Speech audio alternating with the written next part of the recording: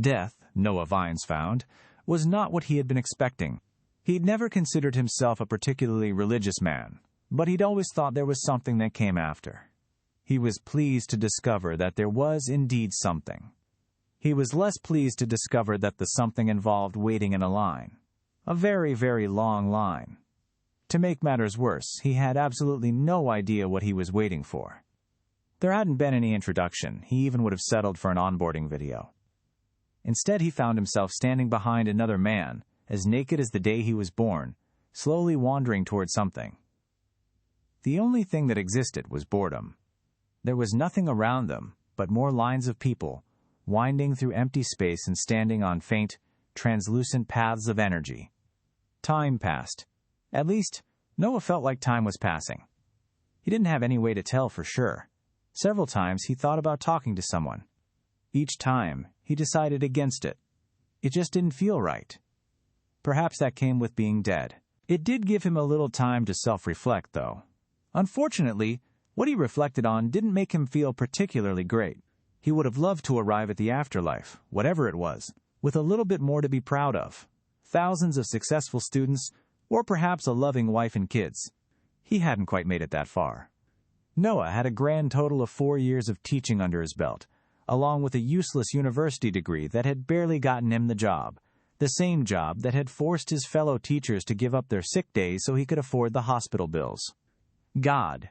Gods, however many or whatever type there are, I hope those kids have a good start to their life. They deserve it. The line inched along, time stretched. It passed, but by how much Noah was unsure. Hundreds of years. Thousands. He wasn't sure anymore. The only thing that really kept him company was his own voice, echoing within the silent confines of his mind. He just stood, occasionally taking a step whenever the soul in front of him moved. The world changed. Noah wasn't sure exactly when it had happened, but one moment he was standing in line, floating in infinite nothingness, and the next his feet were on solid ground. The lines all converged on a single point, where a tall woman towered above them all. Behind her was a huge lake, full of glimmering silver water. Unlike everyone else, she wore clothes. Beautiful silk hung from her body and danced around her like streamers, but nothing on or beside her could compare to the woman herself. She was perfect to such a degree that the only emotion that Noah felt was fear. Without a doubt, she was not human. One by one, the people in the line stepped up to her. They paused for a minute, as if in silent conversation. Then they continued, walking into the lake, dipping their hands into it. They raised the silver liquid to their lips and vanished, transforming into streaks of white light. The line continued on. Before Noah could even truly process it, he was standing before the beautiful woman. Time froze around him as they locked eyes. "Noah Vines," she said, as if reading from some invisible prompt, "died at the age of 26. You were an influential figure for 84 of your pupils. Many prayers have been sent up for you. A life well lived." Are you God?" Noah asked, speaking for the first time since he'd died, and instantly cursing himself for it. "I am Renewal, one of the many goddesses of reincarnation," she replied, looking slightly bored at the question. "You have been chosen to be reincarnated in a higher plane. Drink from this well of the waters of life and, in losing the memories of your current life, continue unto your next. A suitable body will soon be born for you." "Wait, I won't remember anything. Nothing at all?" Renewal opened her mouth to respond. Then time snapped back into motion.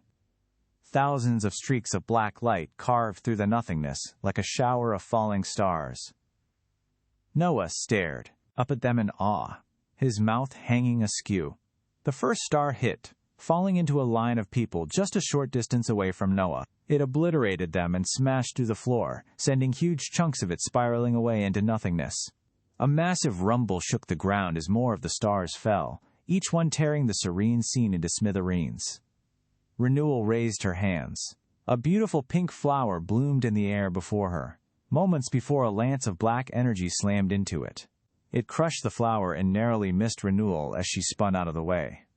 More of the stars continued to rain down all around Noah, but he couldn't bring himself to move. All he could do was watch as they tore through the other souls surrounding him, ripping them to shreds or sending them plummeting into nothingness. A deep, grating howl echoed through the air. Renewal staggered as a jagged black spear erupted from her shoulder.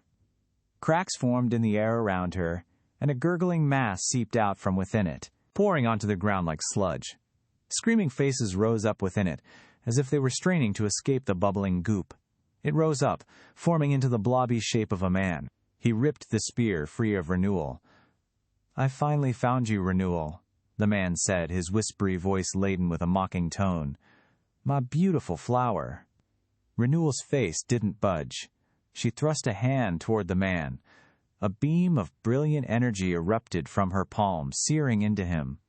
1,000 voices screamed in pain, and he clutched his chest.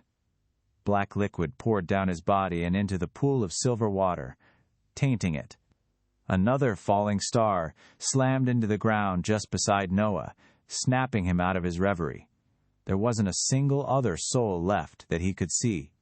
He'd been so close to Renewal and the terrifying man that he'd been spared from the destruction so far, but it didn't take a genius to tell that sticking around for a battle between gods was a terrible idea.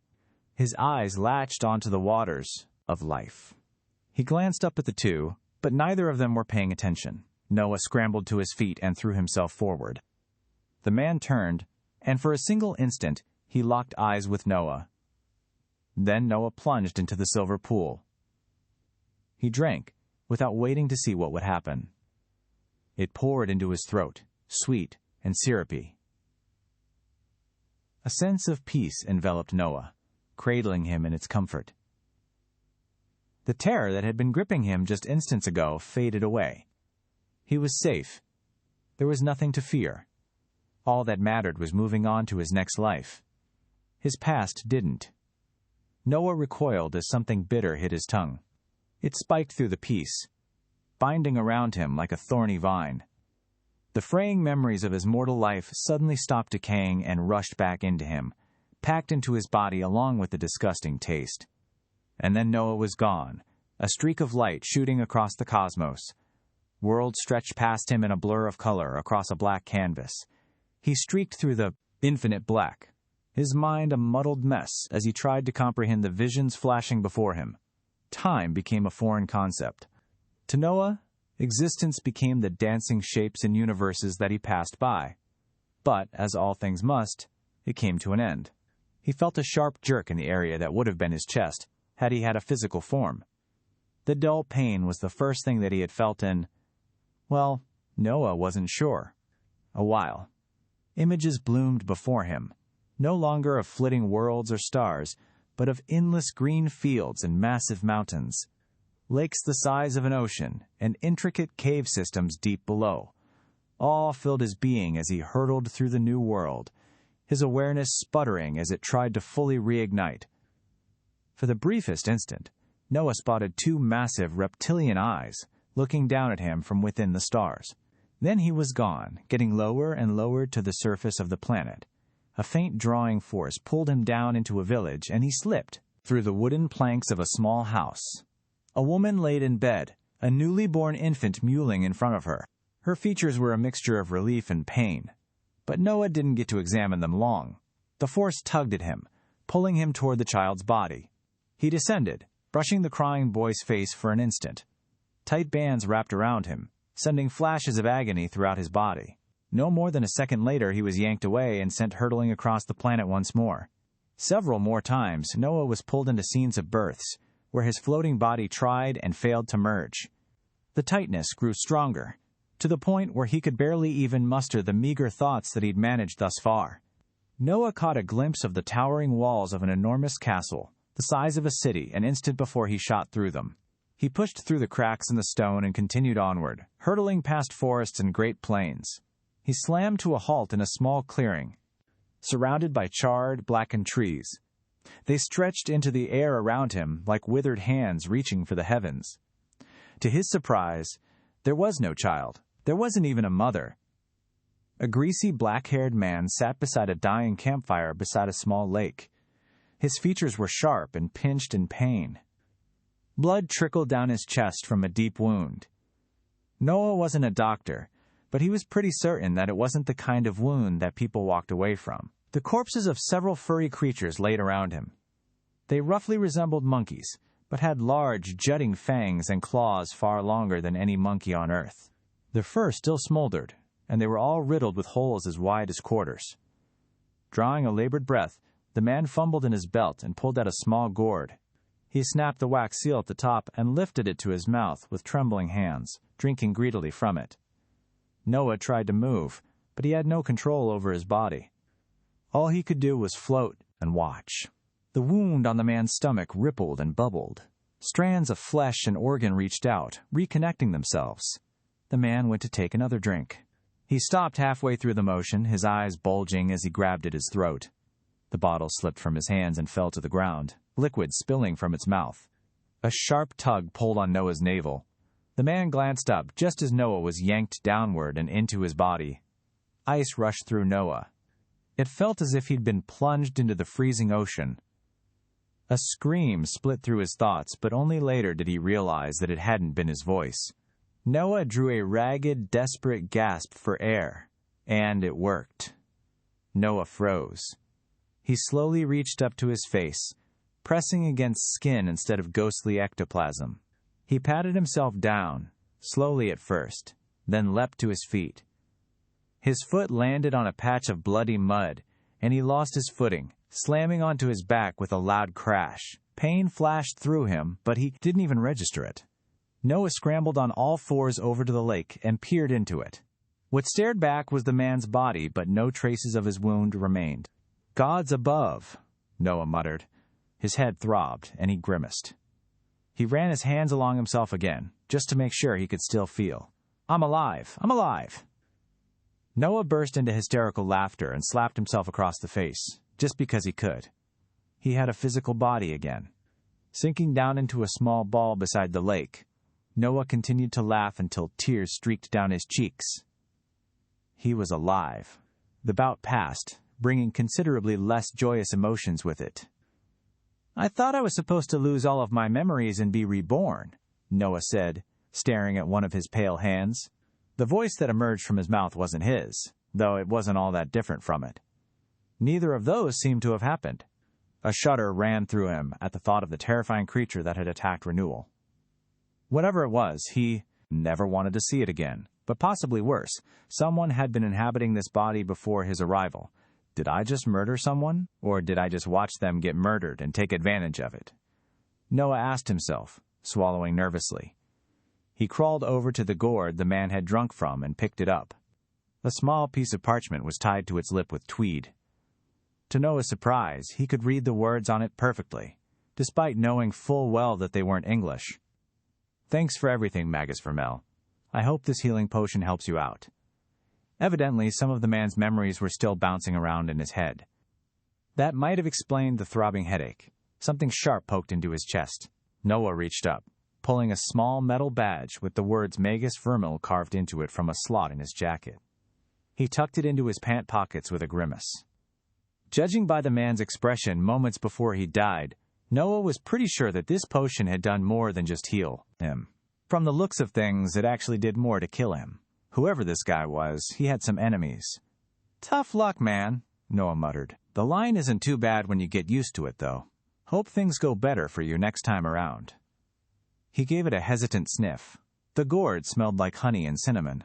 Noah carefully set the gourd back on the ground, making sure not to spill any of its contents on himself. Just because it didn't seem to be affecting him anymore, didn't mean it wouldn't work again if he got more of it on himself. "Well, this certainly isn't anything like monkeys on Earth," Noah said, studying one of the dead monkeys. Now that he had an actual pair of eyes to look through, he was even more certain. The dead monkey's eyes were bloodshot, and its fur was so matted that it could have been armor. There was no word to describe it other than monster. He pushed himself off the ground, standing on shaky legs.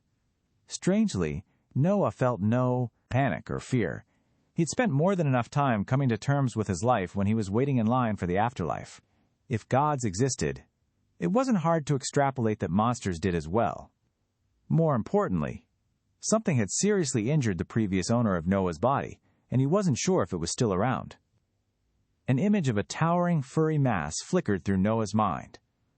He paused, trying to bring it back, but the memory was already gone. And it certainly wasn't one of his. What the hell was that? Noah muttered, rubbing his eyes. Is that what gored this Vermil guy before I got around to him? I hope not. I don't want to be anywhere near that thing. A shadow passed over Noah's head.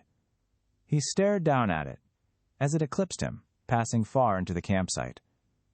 His lips pressed thin. Ah, of course. It's behind me. He turned around and came face to face with the fattest, ugliest monkey he'd ever seen. The monster towered nearly twice his height and had long, gangly arms that ended in disproportionately long clawed hands.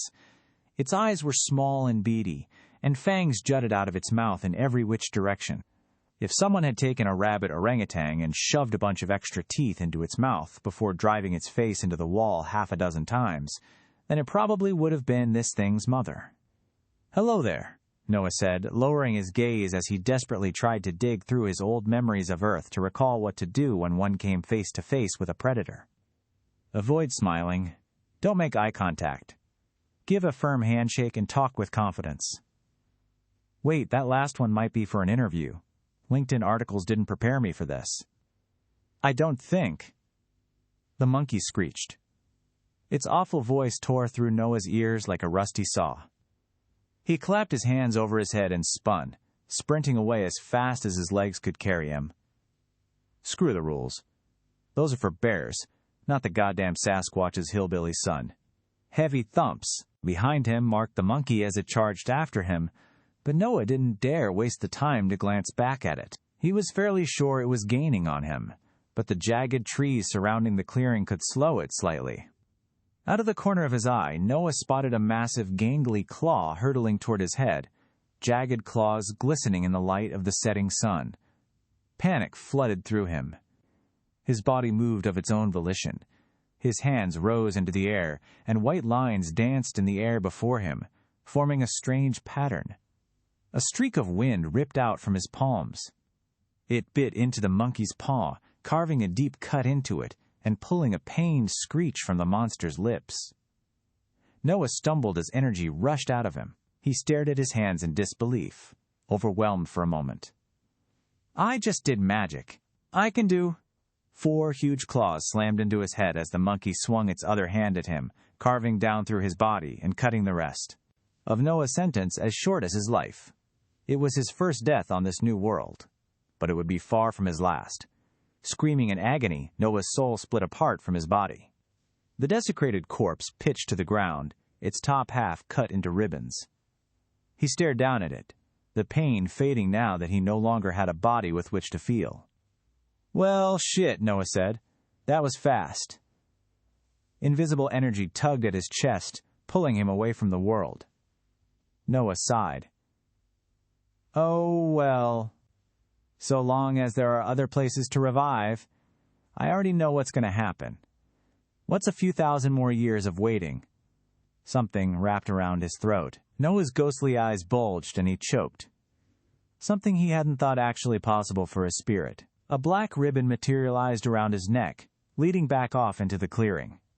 The force pulling him away from the world vanished as the black ribbon yanked him back down to the world. Pain erupted throughout him once more, and his eyes snapped open, drawing in a ragged gasp and clutching a hand to his thundering heart. He was in a body once more. His head slammed like an entire orchestra had been trapped within it. Noah groaned in pain, unable to even move from his spot. It was several minutes before he gathered the energy to push himself upright. There was no sign of his clothes. He was completely naked. Noah staggered upright. A heavy fog hung around his mind, even though the pain started to recede. He was in the same clearing. The gourd of poison still sat on the ground where he'd left it. In the all-too-close distance, Noah could hear crunching noises from the direction of where he'd run. Swallowing heavily, Noah crept up to the pool of water and peered inside it. The face of the man whose body he'd stolen looked back at him. He'd kept it, somehow. Unfortunately, the clothes didn't seem to be part of the package deal. I came back to life? Noah whispered to himself. He touched his face, just to make sure it was there. A roar split the forest behind Noah, and he paled, launching himself into the lake. He swam down as deep as he could go, and latched onto a stone at the bottom, holding onto it for dear life. He wasn't sure how long he waited there. Time had lost most of its meaning during his stay in the afterlife. Noah didn't dare release the rock until his lungs burned so much that he could hardly feel them, and shadows danced before his eyes. His body barely managed to propel him back up to the surface of the lake. He gasped for air, slumping over the edge as his lungs desperately pulled oxygen in. Suppressing a groan, Noah rolled over and glanced around. The clearing was empty. His head still felt like mincemeat, but it was better to feel it than to actually become mincemeat again. Noah pulled himself the rest of the way onto dry land and pushed himself upright. He glanced at his hands, then held them up before him. The image of the strange pattern that had appeared before them felt etched into his mind. He tried to picture it forming before him, but the fog surrounding his head grew thicker. A spike of pain ran down his spine, and Noah dropped his hands, grimacing. A cold breeze rustled by him. He shivered and tilted his head to the side, listening as hard as he could. He couldn't hear the monkey anymore. That didn't mean it wasn't still there. He hadn't forgotten how silent it could be when it wanted to be. Pants or not dying? Which one is more important? Noah crept into the burnt woods. He hadn't made it far in his previous escape attempt. He spotted the bottom half of his corpse lying in the tussled dirt between several trees. There was no sign of his upper body or the monkey. He crept up to his former legs and quickly tugged his pants and belt off. Noah pulled them on, grimacing at the still warm blood covering them. A small book clipped to the belt thumped against his side as he pulled it on.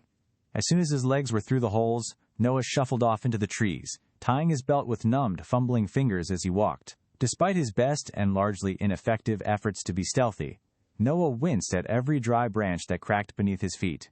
He threw glances over his shoulders every few feet, jumping at the slightest winds. He didn't allow himself to calm down until he'd been walking for so long that the sky started to darken and night fell. Noah slumped against a scorched tree and slumped down. This is not how I saw my afterlife going, Noah said to himself in a low whisper. He shivered as a cold wind dragged its chilly fingers across his bare chest. The fog covering his mind had only just started to peel away a few minutes ago. Inventory. I need to take inventory. See what I have. He dug through his pockets. They were empty. Right. A book, a badge, and some torn-up pants. That's it. Not bad, considering I didn't even have a body yesterday. Noah unclipped the book from his pants and flipped it open. Detailed notes drawn in tight, flowing handwriting covered many of its pages, each of which was dedicated to a single, complicated pattern similar to the one he'd drawn in the air a few hours ago. A rune. The words drifted to his mind of their own volition. Noah frowned. Runes certainly felt like the right way to describe the feature, but he was quite certain the thought wasn't his own. He'd retained a lot of his previous body's memories, but it didn't seem like he could access them consciously. At least I can read. Noah flipped through the pages, searching for the rune he'd envisioned while fighting the monkey. His efforts were rewarded by an old page near the very back of the book. It was covered with dozens of sketches of plants and animals that he didn't recognize, along with descriptions of each one. Wind rune, Noah read, tracing the pattern with a finger. He raised his hand from the book, picturing the rune in his mind. A thin blade of wind leapt from his palm and carved deep into the brittle trunk of the tree in front of him. A faint blanket of weariness fell over his shoulders. Noah scrambled to his feet, eyes darting around to see if anything had hurt him. He stood still for several seconds. Nothing came. He crept over to the tree, inspecting his handiwork. The magic had carved a deep cut into the rough bark. He envisioned the rune again, this time pointing his palm at the ground. Another blade of wind leapt forth and bit into the earth. The weariness grew stronger, but the fog didn't encroach on his mind again. Okay. Brain fog comes from dying. No magic when foggy. Conclusion. Don't die. Noah looked up at the night sky. Bright stars twinkled far above, glowing with faint golden light. Despite his situation, he let a small breath of awe slip out from between his lips. It was beautiful. Nothing like the dull, smog-muted stars that he could make out through his apartment window, back on Earth. He looked back down at his book, determination etching itself into his features. I need to get to civilization. Asterisk, asterisk, asterisk. Noah didn't sleep that night. He just walked, trying to move in a straight line as much as possible. It was as good a direction as any, and the last thing he wanted to do was wander in circles. The crunch of dead and burnt foliage beneath his feet was the only noise in the still night. Windy gusts slithered through the trees, but despite their stark chill, they were nearly soulless. The trees had no leaves with which to rustle. Noah came to an abrupt halt as he stepped around a tight group of scorched trees and found himself face to face with a monkey. His breath caught in his throat, and a tiny yelp slipped out of mouth before he managed to silence it. The monster's eyes were closed in sleep. It hung upside down from a blackened branch with its hind legs. He swallowed heavily, taking a slow step backward. This monkey was roughly the size of the ones that had been lying dead in the clearing when he'd arrived in this world, but that didn't make its claws and teeth any less deadly. A branch cracked beneath Noah's heel. The monkey's eyes snapped open, instantly catching onto him. It hooted, dropping from the tree and landing on all fours. Noah cursed, scrambling backward and thrusting a hand toward it. Wind whipped from his fingertips, and a thin blade of white magic carved into the monkey's chest. It screeched in pain, and blood splattered across the ground from a deep wound. The monster threw itself at Noah, and he threw himself to the ground. It flew over his head, slamming into a tree behind him, with enough force to crack the wood. He bolted upright and sprinted in the opposite direction of the monster as fast as he could. Loud whooping yells followed Noah, growing closer at an alarming rate. Noah spun, raising his hands to fire another arc of wind into the monster. He had a pretty good head start on it, so he was pretty sure that there should have still been enough room to. Its face was an inch away from his. Noah screamed, his bolt of magic cutting across the monster's shoulder an instant before its claws dug into his throat, ripping it out. Agony seared through the wound and he choked, gasping for air that wouldn't come. The monkey screeched in victory. It didn't last long. A final arc of wind leapt from Noah's numbing fingertips and caught it in the throat, severing the monster's head from its body. A weak grin flickered across Noah's lips, even as blood bubbled up behind them. "Serves you right," he muttered. A strange feeling of warmth flooded into his body. For an instant he felt greater than he had before, but Noah didn't get time to appreciate it. Death took him for the second time that day. Noah's soul slipped out from his body. He hovered above his corpse for an instant, but a familiar force started to pull him away within seconds. Noah narrowed his eyes, memorizing his surroundings, as best as he could. The pull grew stronger, and then he was hurtling through the forest. Noah focused, keeping track of the trees that whistled past him, and taking note of anything that could be used as a marker to orient himself. A few seconds later, reality slammed into him. Cold, wet dirt pressed into his bare back, and his eyes snapped open. Heavy fog hung in his mind. His lips felt gummy and dry. Noah grimaced, pushing himself to his feet. He was naked. Again. The clearing was empty, at least. Noah shivered in the cold night wind. The empty gourd rested just by his feet, in the same place he'd left it. A small frown flickered across his lips as a thought pushed its way out of his muddled mind. Why do I keep coming back to this clearing? He turned in a slow circle, trying to see if there was anything that might be causing him to reform here rather than anywhere else in the world. Aside from the dead monkeys and the empty gourd on the ground by his feet, there was nothing. The gourd. Noah's eyes narrowed. He picked the gourd up carefully. It sloshed faintly, a little liquid still left within it. He studied it for a moment. The gourd certainly didn't look like anything special. He scanned the ground until he spotted the wax seal. He picked it up and carefully pushed it back into place. Noah would have loved to have a pair of pants to hang the gourd from right about now. "Right, you're coming with me," Noah muttered. He looked up at the sky, then located the direction he'd come from. Then he set off once more. There was a pair of pants waiting for him. His second trip through the forest went quicker than the first. He hadn't managed to memorize everything perfectly, but he'd gotten enough of his bearings to retrace his steps. It was several hours, but he spotted his body lying on the ground across from an equally dead monkey. Noah grinned despite the bitter cold. He jogged up to his corpse and stripped it, pulling his pants back on and tucking the gourd into a loop on his belt. Whole once more, he turned in a slow circle. The fog in his mind finally peeled back, letting him think properly again. Unfortunately, the dead forest stretched in every direction for as far as he could see. Rows on rows of scorched, dry trees stood in silent parade arrest for a general that would never come. What the hell was this Vermil guy doing here in the first place? Did he have a death wish? He had to have some way to get out. And then there's that feeling I got when I killed the monkey thing. What was that? No answers came. Noah pursed his lips, then shrugged. Standing still was making the chill even worse, so he set off once more. Noah continued for several more hours, but he quickly realized that there was a bigger problem. Even though he didn't seem to be getting much hungrier, weariness had started to set in. It had taken longer than Noah had expected, but it was relentless in its approach. No more than a few minutes after Noah first realized he was getting tired, he found himself barely able to drag his feet across the dry ground. He staggered up to a large tree and, after a cursory glance in the area to make sure nothing was watching right behind him, he curled up into a ball and fell into a restless sleep. Noah wasn't sure how long he slept. When his eyes cracked open again, the sun hung directly above him. He grimaced, blinking heavily and wiping the crust from his eyes as he slowly stood up.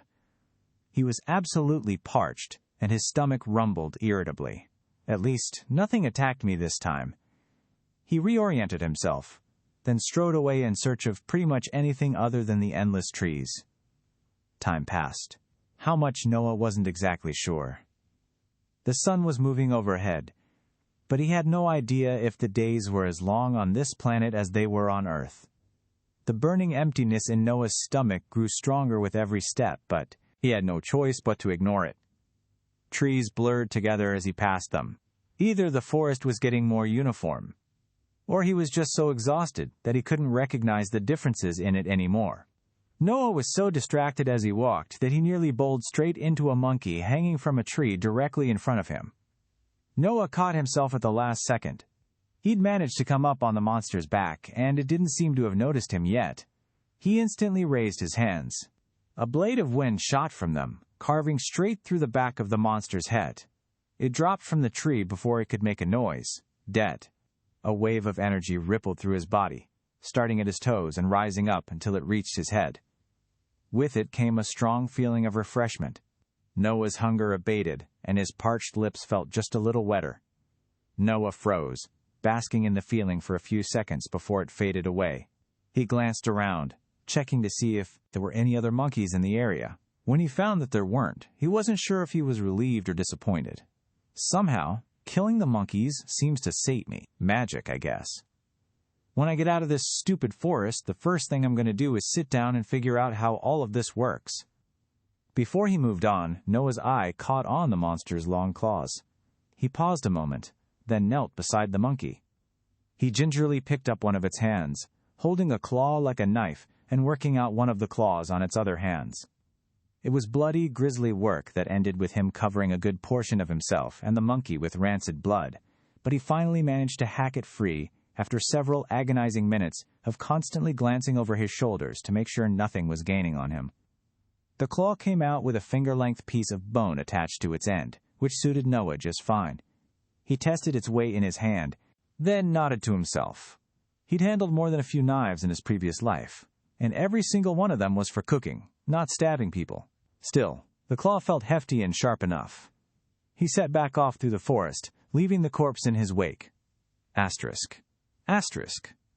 The monkey was back. Noah pressed his back to a large tree stump, struggling to control his terrified breathing. The huge, lanky monster that had killed him just seconds after his arrival in the burnt forest was somehow right in front of him, and he was pretty sure it had been looking in his direction. Everything had been going so well. Well, I suppose nothing at all was happening other than walking. Nothing is better than something, though. I'm going to count that as well. It didn't particularly matter what he counted as well. What did matter was the slow, uncomfortably heavy breathing of the massive ape as it slowly grew closer. The beast took deep, ragged breaths, as if savoring the scent of his fear. Noah's eyes darted around. and he searched for any place to hide or trap the creature. Running wasn't an option. He'd already gathered that much. And, worse, he'd brought the gourd with him. He'd yet to determine just how long it took to revive. If the monkey was still around when he came back, a shudder ran down Noah's spine. He could end up getting killed over and over again. Forever. Dying now wasn't an option. He did a quick mental check of what he had to work with. A gourd. His book. A pair of pants. A monkey's claw. He barely suppressed an amused snort that would have given his position away immediately. I'd almost wished for a monkey's paw over a claw at this point. An excited hoot echoed through the dry forest. Noah flinched, but nothing happened. For whatever reason, the monkey hadn't done anything yet. It was close, though. He could smell the stench of its matted fur, like a mixture of sickly sweet earth and week old feces. Noah's grip tightened around the claw in his hand. He stilled his breathing even further.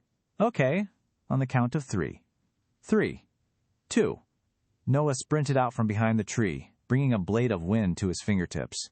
The monkey jerked upright, standing just a few trees away from him. It spun in his direction, opening its mouth in a shriek. The wind blade carved into its chest, splattering thick blood across the ground. Noah charged the monster, and it reared back. In the back of his mind, Noah noted the move. It was the same one he'd been killed with. He dove to the side, predicting the monster's strike. Its claws ripped through the air where he'd been standing, and he rolled to his feet, lunging forward and driving his makeshift knife into the monkey's chest. The padded fur was far harder to penetrate than he'd expected. His claw bit deep, but not deep enough. Noah cursed, trying to disengage. But he heard the next strike coming before he saw it. He threw himself to the ground, but it was too late. Thick claws raked across his back, tearing apart flesh and snapping bone. Noah screamed in pain. He grabbed the gourd from his side, throwing it into the trees with the last of his strength. A heavy foot crashed down on his head an instant later, tearing his body free of his soul. Noah snarled as his ghostly form was tossed into the air, ties to flesh severed. The monkey grabbed his corpse and lifted it into the air, sniffing curiously at it. Energy gathered around Noah's neck, tugging him into the forest. Toward the gourd. A tiny grin flickered across his lips, but it was equal parts nervous. If the revival process took any real amount of time, the monkey might just find him before he was alive again. The only way to know was to find out. He was yanked forward, hurtling past several trees before he slammed back into existence. Noah snapped into being, stiffening to keep the pained groan from escaping his lips. Every part of his brain thumped in protest, and nausea passed over him with such strength that he nearly threw up over himself. Instead, Noah rolled to his feet. Through squinted eyes, he could just barely see the back of the large monkey chewing on something. Noah was pretty sure it was one of his arms. He clenched his fists, trying to call on his magic. All that responded was a deep, throbbing pain. Noah gritted his teeth and padded forward, moving as silently as he could as he approached the monster. His dagger laid at its side, discarded. He didn't give himself time to think. He couldn't afford it. Noah sprinted, scooping the blade off the ground and spinning toward the monster in all his naked glory. Its eyes widened and it screeched, tossing his arm aside and lunging for him. Another attack Noah recognized. This time, the one that had literally just killed him. He rolled backward, narrowly avoiding the massive claws as they carved through the air above him. It reared back, lifting its paws above its head. Noah lunged, driving his knife into the open wound on its chest. He twisted the blade, then threw himself to the side just in time to avoid the monkey's overhead slash. As soon as its hands hit the ground, he lunged forward and threw all of his weight into the dagger. Something crunched as Noah's shoulder slammed into the monster's enormous ribcage. Bone gave way and the dagger punched deeper, driving into the monkey's heart. It shuddered, and Noah locked eyes with it for an instant. He bared his teeth in a primal snarl, fury and determination swirling in his eyes. All that met them was terror. The monkey pitched back and crashed to the ground, blood pouring from the deep wound in its chest and flowing down its fur to pool in the ground around it. Noah took a shaky step back, his head still pounding furiously. Energy filled his body, rushing through his limbs like a cold river, more than what he'd gained from killing the smaller monkeys. Much more. It did nothing to assuage his furious headache, unfortunately. On autopilot, he staggered over to what remained of his corpse and pulled his pants off. He tugged them on, then trudged into the woods to retrieve his gourd. He looped it into his belt, then headed back over to the monkey. He pulled the claw from the monster's chest, shaking the blood from it. Noah looked down at his tormentor, his lips pressed thin. Part of him almost felt bad for it. That part was very, very small. After all the time he'd spent dead, Noah had absolutely no desire to try it again. If monkeys had an afterlife, he hoped that its wait would be extra long. Noah flopped down against a tree. He couldn't remember what time of day it was, and his head hurt too much to look up at the sky to find the answer. He squeezed his eyes shut and massaged his temples, trying to push some of the pain away while he recovered. He wasn't sure how much time passed as he sat there, but a distant noise reached his ears. Noah blinked, letting his eyes crack open. His head was still thundering in pain, but he could have sworn. Somewhere here. Holy shit, people. Noah scrambled to his feet and yelled as loud as he could. Help! Over here! A moment passed, and he strained to hear if anyone had picked up his calls. Hello? Please, I'm lost! I need help! 2 men floated into view above the trees, each standing on a long piece of ornate metal. Both wore sleek black robes with hoods that cast their faces in shadow, even from the angle he was at. Noah stared up at them, his eyes wide. Gods, what are you doing? One of the men asked as they lowered, touching down in the clearing across from him. What happened to you? Noah opened his mouth, then froze. I can't tell them anything. I don't know what Vermil was doing here. I don't even know who he is. I'm injured, Noah said lamely. I got hit on the head pretty hard by some giant monkey, and my memories are all screwed up. I don't know where I am or how I got here. All I know is that my name is Vermil. The men exchanged a glance as Noah pulled the small metal badge out of his pocket and held it out. One of them pulled his hood back, revealing a grizzled salt and pepper beard. He took the badge from Noah and studied it. He's a teacher at Arbitage, he said, glancing back at his partner. Must have been quite some monkey. Was it the Hell Reaver? Of course it wasn't, the other man said with a scoff. He's alive and not scorched to a crisp. Was probably one of the maulers. Do you really think he'd be walking around if he ran into that flaming demon? Let me guess. Was it a big, ugly bastard? About this high? He held his hand up above his head. Noah frowned. No, it was about twice that high. Slasher, the bearded man said, grimacing. Tough buggers. I can see how that might have done some damage. You don't look cut up, though. Didn't you have any healing potions? Noah grimaced and patted his waistband. I don't remember. All I've got is the badge on my uniform and my book. Look, can you get me back to Arbitage, was it? I'm sure they can help me. I might collapse if I have to stand much longer, though. We'll take you. It's not too far, the man said with a nod. It's an ill omen if slashers are getting strong enough to beat teachers. Not a good sign at all. Come stand on the back of my board. I'm Frederick. Thank you. Noah staggered over, still barely able to believe his luck, and stepped onto the metal plate. He steadied himself on the man's shoulders as it shimmered and lifted into the air. Hold on, Frederick said, and at least warn me if you think you're going to fall off. I don't want to have to deal with explaining that one of Arbitage's teachers leapt to his death while I was ferrying him around. Noah grunted his assent. Frederick's partner floated into the air as well, and then they were off, rocketing through the sky just above the burnt treetops.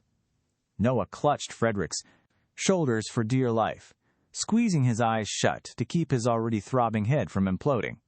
His consciousness fluttered in and out, and it took everything he had to keep his hold on Frederick. Noah wasn't sure how long they hurtled through the air, but it felt like it couldn't have been more than a few seconds. Someone nudged him, and he realized that the howling winds had stopped. He slowly let his eyes open, grimacing at the sudden bright light that pierced into his skull. Noah squinted, raising a hand to block out the sun. They'd landed on the grass before a tall, ornate stone building. Large pillars rose along the sides of the buildings. Statues of monsters clung to them, as if trying to claw them apart during their climb toward the top. The letter T was emblazoned upon each of the pillars in shimmering gold, each one roughly the size of Noah's head. Noah squinted at it. Actually, I don't think that's the literal letter T, as much as the closest translation to English. EGH. This is. Just making my head hurt even more. You'll be in good hands, Frederick said. Noah glanced around for any sign of Frederick's partner, but the other man had somehow vanished without him noticing. I suppose that probably wasn't too difficult to do in my current state. Where are we? Noah asked. Arbitage, the fourth bastion, Frederick replied. He saw the blank look on Noah's face and patted him on the shoulder. Don't worry. If there's anything that can be done, you'll be fixed up. Any moment now. A pair of double doors with a chimera carved into them swung open, and a short man strode out following after Frederick's still unnamed partner. He wore plain white robes and carried a small wooden staff in his hand, though he didn't seem to be getting much use out of it. The two of them hurried over to Noah. A frown passed over the short man's features and he slowed, losing nearly all of the panic that had been originally on his face. Magus Vermil. You appear injured. Hi. Are you a healer? Noah asked, rubbing the back of his head to try to force the pain and fog away. I was informed that you suffered from a bout of memory loss, the short man said. Do you remember who I am? Noah shook his head. No, not at all. I'm sorry. Should I know you? My name is Richard. I am specialized in healing runes. Richard paused, studying Noah's face. It remained blank. They stared at each other for a few moments. Nothing? Richard asked. I'm afraid not. I don't recognize you in the slightest. Richard chewed his lower lip. He stepped toward Noah and raised a hand, pressing it to his chest. Where did you find him? In Scorched Acres. Frederick replied. I know what you're thinking, but I don't think he's been replaced. He's too helpless. We shall see, Richard said. Stay still for a spell. Noah obliged, and what felt like a cold spotlight filled his insides. It traveled throughout his entire body, starting at his stomach and running up his spine and into his head, before slowly dispersing throughout the rest of him. The small cuts that remained on his body from the fight with the monkey sealed over and faded away. His headache didn't abate in the slightest, though. If anything, Noah was pretty sure the fog in his mind got even thicker. He's indeed human, but strange. I don't see anything physically wrong with you beyond some minor injuries, but it's quite clear that your memories are not intact. Really? How can you tell? Noah asked. And, more importantly, can you tell that the old Magus Vermil is dead and gone? Richard snorted, which Noah felt was quite the odd thing to do in the face of such a question. No reason in particular, Magus Vermil. You may simply need to spend some time resting, but there is nothing a healer can do for you. Your mind and body are as intact as they have ever been. If anything, better. Better? Never mind that, Richard said, shaking his head and failing to suppress a small smile. That only served to confuse Noah even more, but he wasn't about to press his luck. The less people questioned his supposed memory loss, the better. I see, Noah said. That's unfortunate. Quite, Richard said dispassionately. Frederick, thank you for delivering the good Magus. We'll ensure that your efforts are properly rewarded. Frederick touched the edge of his cowl. Any good man would have done the same. Best of luck, Magus. He hopped back onto his board and shot into the air. Noah watched them for as long as his throbbing eyes would allow, then turned back to Richard. He raised a hand to block the sun from poking needles into his sore eyes. I'm afraid I have absolutely no idea what I'm supposed to do, Noah said. I really can't remember anything. That's quite all right. I'll let the headmaster know you were injured. I can lead you to your room for the time being, so you can get some rest, Richard offered. That would be great, thank you. Richard just nodded in response. He headed back toward the ornate building, and Noah followed after him. The halls were a vague blur to him, and Noah wasn't exactly sure where in the building they went. He recalled walking up several stairwells and traveling through halls lit only by the light outside, but everything melded together in his addled mind. They finally came to a stop before a plain stone door with a keyhole in its center. A metal plaque to its side read Magus Vermil.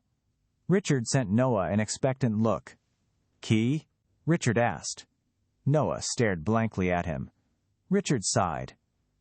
"Override it is, then." He pressed his hand to the door, and thin lines of white energy stretched out along it, illuminating a pattern hidden within the rock. The door clicked and swung open smoothly. "I'll have someone sent to check on you soon," Richard promised. "I suggest you remain here until then. Perhaps some of your memories will be jogged."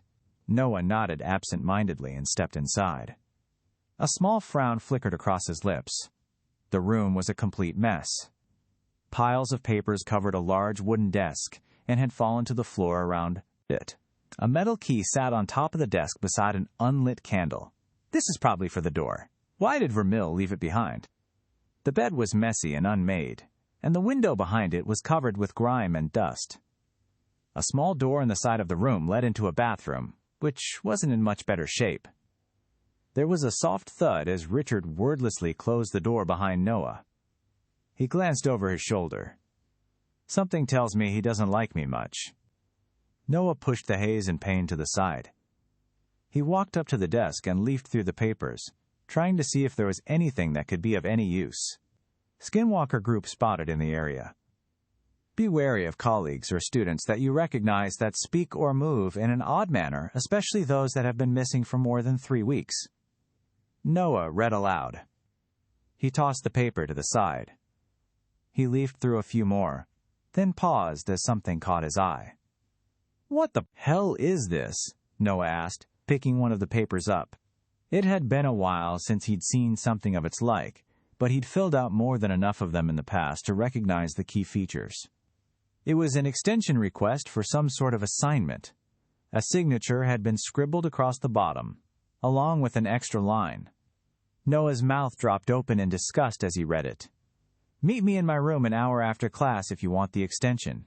Wear something cute." Magus Vermil Noah looked back over the note, desperately hoping he'd misread something, and this was meant for the man's lover. There was no such luck. Without a doubt, this note had been submitted by a student. It even had their year number beside their name. Shit! The last bloke in this body was a creep. No wonder someone killed him. Disgust washed over Noah's face. He leafed through more of the papers, and some of the blood drained from his face. Wait, he was a teacher. Am I supposed to teach people magic? I don't even know how to use it myself. Noah ruffled through the rest of the papers, desperately trying to find out if there was any semblance of order to them. Unfortunately, Vermil must have taken some degree of pride in the complete mess that was his room. Half of the papers were ruined by water stains, at least Noah hoped it was water, and the others were either outdated, worthless, or just made absolutely no sense. He did his best to organize them, filtering out the most useless papers of the lot and stacking them by the door. Before he realized it, nearly 2 hours had passed. His headache finally receded somewhat, though some of the fog remained. The fruits of Noah's work was a fairly clean wooden desk and somewhat dusted floor. Noah sat down in the chair across from the desk and chewed his thumb. "Okay," Noah said to himself, rocking back slightly in his chair. "I can work with this. I'm good at teaching. It's not like I ever had all that much time to prepare myself on subjects back on Earth. There's got to be some sort of reference packet, right?" The back of his hand brushed against the book hanging from his belt. He unhooked the book and flipped it open. His head throbbed again, and Noah pressed his hand to his temple. He lowered into his chair, studying the pages. Maybe, if he could make some real sense of its contents, he could pass his memory loss off and avoid detection. A sharp rap on the door broke Noah from his research. He dropped his book and dove to the ground in preparation for a crazed monkey to come swinging at him. It took him several moments to realize that he wasn't in the forest anymore. "Hello?" Noah asked, slowly standing back up and grabbing his book on the way up. "Vermil! I heard you were back," a deep male voice called. "What happened out there?" "I took a pretty bad hit," Noah replied. "Sorry. I've got a little memory loss. I'm not feeling too well right now, but I'm sure I'll be good again soon." "Idiot. The man on the other side of the door said with a chuckle. Can't say I didn't warn you. I wouldn't know, I don't remember. Just how bad is that memory loss, Vermil? You've got a class in a few hours. If it's serious enough that you can't teach it, we're going to need to find someone to take over. That sounds like a GR. And we'll send for a mage who can really take a look at what happened and see if we can get that damage repaired. The Linwicks are going to be furious if they find out you got seriously injured and didn't get proper treatment. I'm heading back to report later today and will be gone for a few months, so I can't cover for you, Noah paled. He wasn't sure who the Linwicks were, but the absolute last thing he needed was a mage taking a closer look at him and finding out that he wasn't Vermil at all. I actually don't think there's any need for that, Noah said, trying to force a casual tone into his voice. I can handle myself, it's just a little bit of memory loss. Details and the like, but I've still got the important stuff. When's my class again? Gods, has it been that long since you actually taught? Building G, room 100. You've got an hour until it starts. Right. Thanks. I'll be there. Make sure, the man rumbled. An hour. Okay. It's been so long since time mattered to me in the slightest. But that's not too long. Not too short either, though. The man's heavy footsteps echoed away, and Noah let out a sigh of relief. He leaned against the wall and ran a hand through his long hair, bunching his hands up in it as he slid down into a seated position. Okay. I've just got to convince people that I'm actually Vermil, just with some memory loss. From the way Richard treated me, I don't think Vermil had too many friends. That should make things easier. Noah pulled his hands out from his hair. He blinked, then rubbed his fingers together. Grimacing, he stood and headed back to the restroom. But first, I'm going to need a shower. I feel disgusting. The knobs on the sink looked fairly similar to the ones back on Earth, and a quick twist proved they worked the same way as well.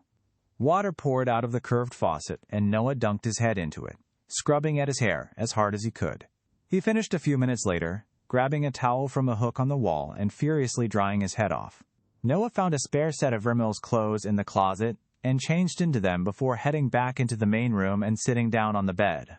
Noah picked the leather-bound book up and flipped through the pages again. His time reading had lent him far more information than he'd hoped for, but far less than he suspected he needed. It was like trying to learn math by starting at derivatives instead of addition. Despite that, Noah had managed to pick up a few key facts. He walked over to the desk and plucked a mostly blank page from the piles next to it. Using a quill that Vermil had kindly left sitting in a pool of ink that Noah had cleaned, he started to write what he'd put together. Runes let you cast magic. Already knew that. People can have more than one rune, since Vermil had a whole bunch of them in his book. I am unsure as to if there is a limit to how many you can have. There are probably variations in the runes. I'm unsure as to how this actually changes their function, if it does at all. Vermil placed more importance on the complicated-looking runes, though.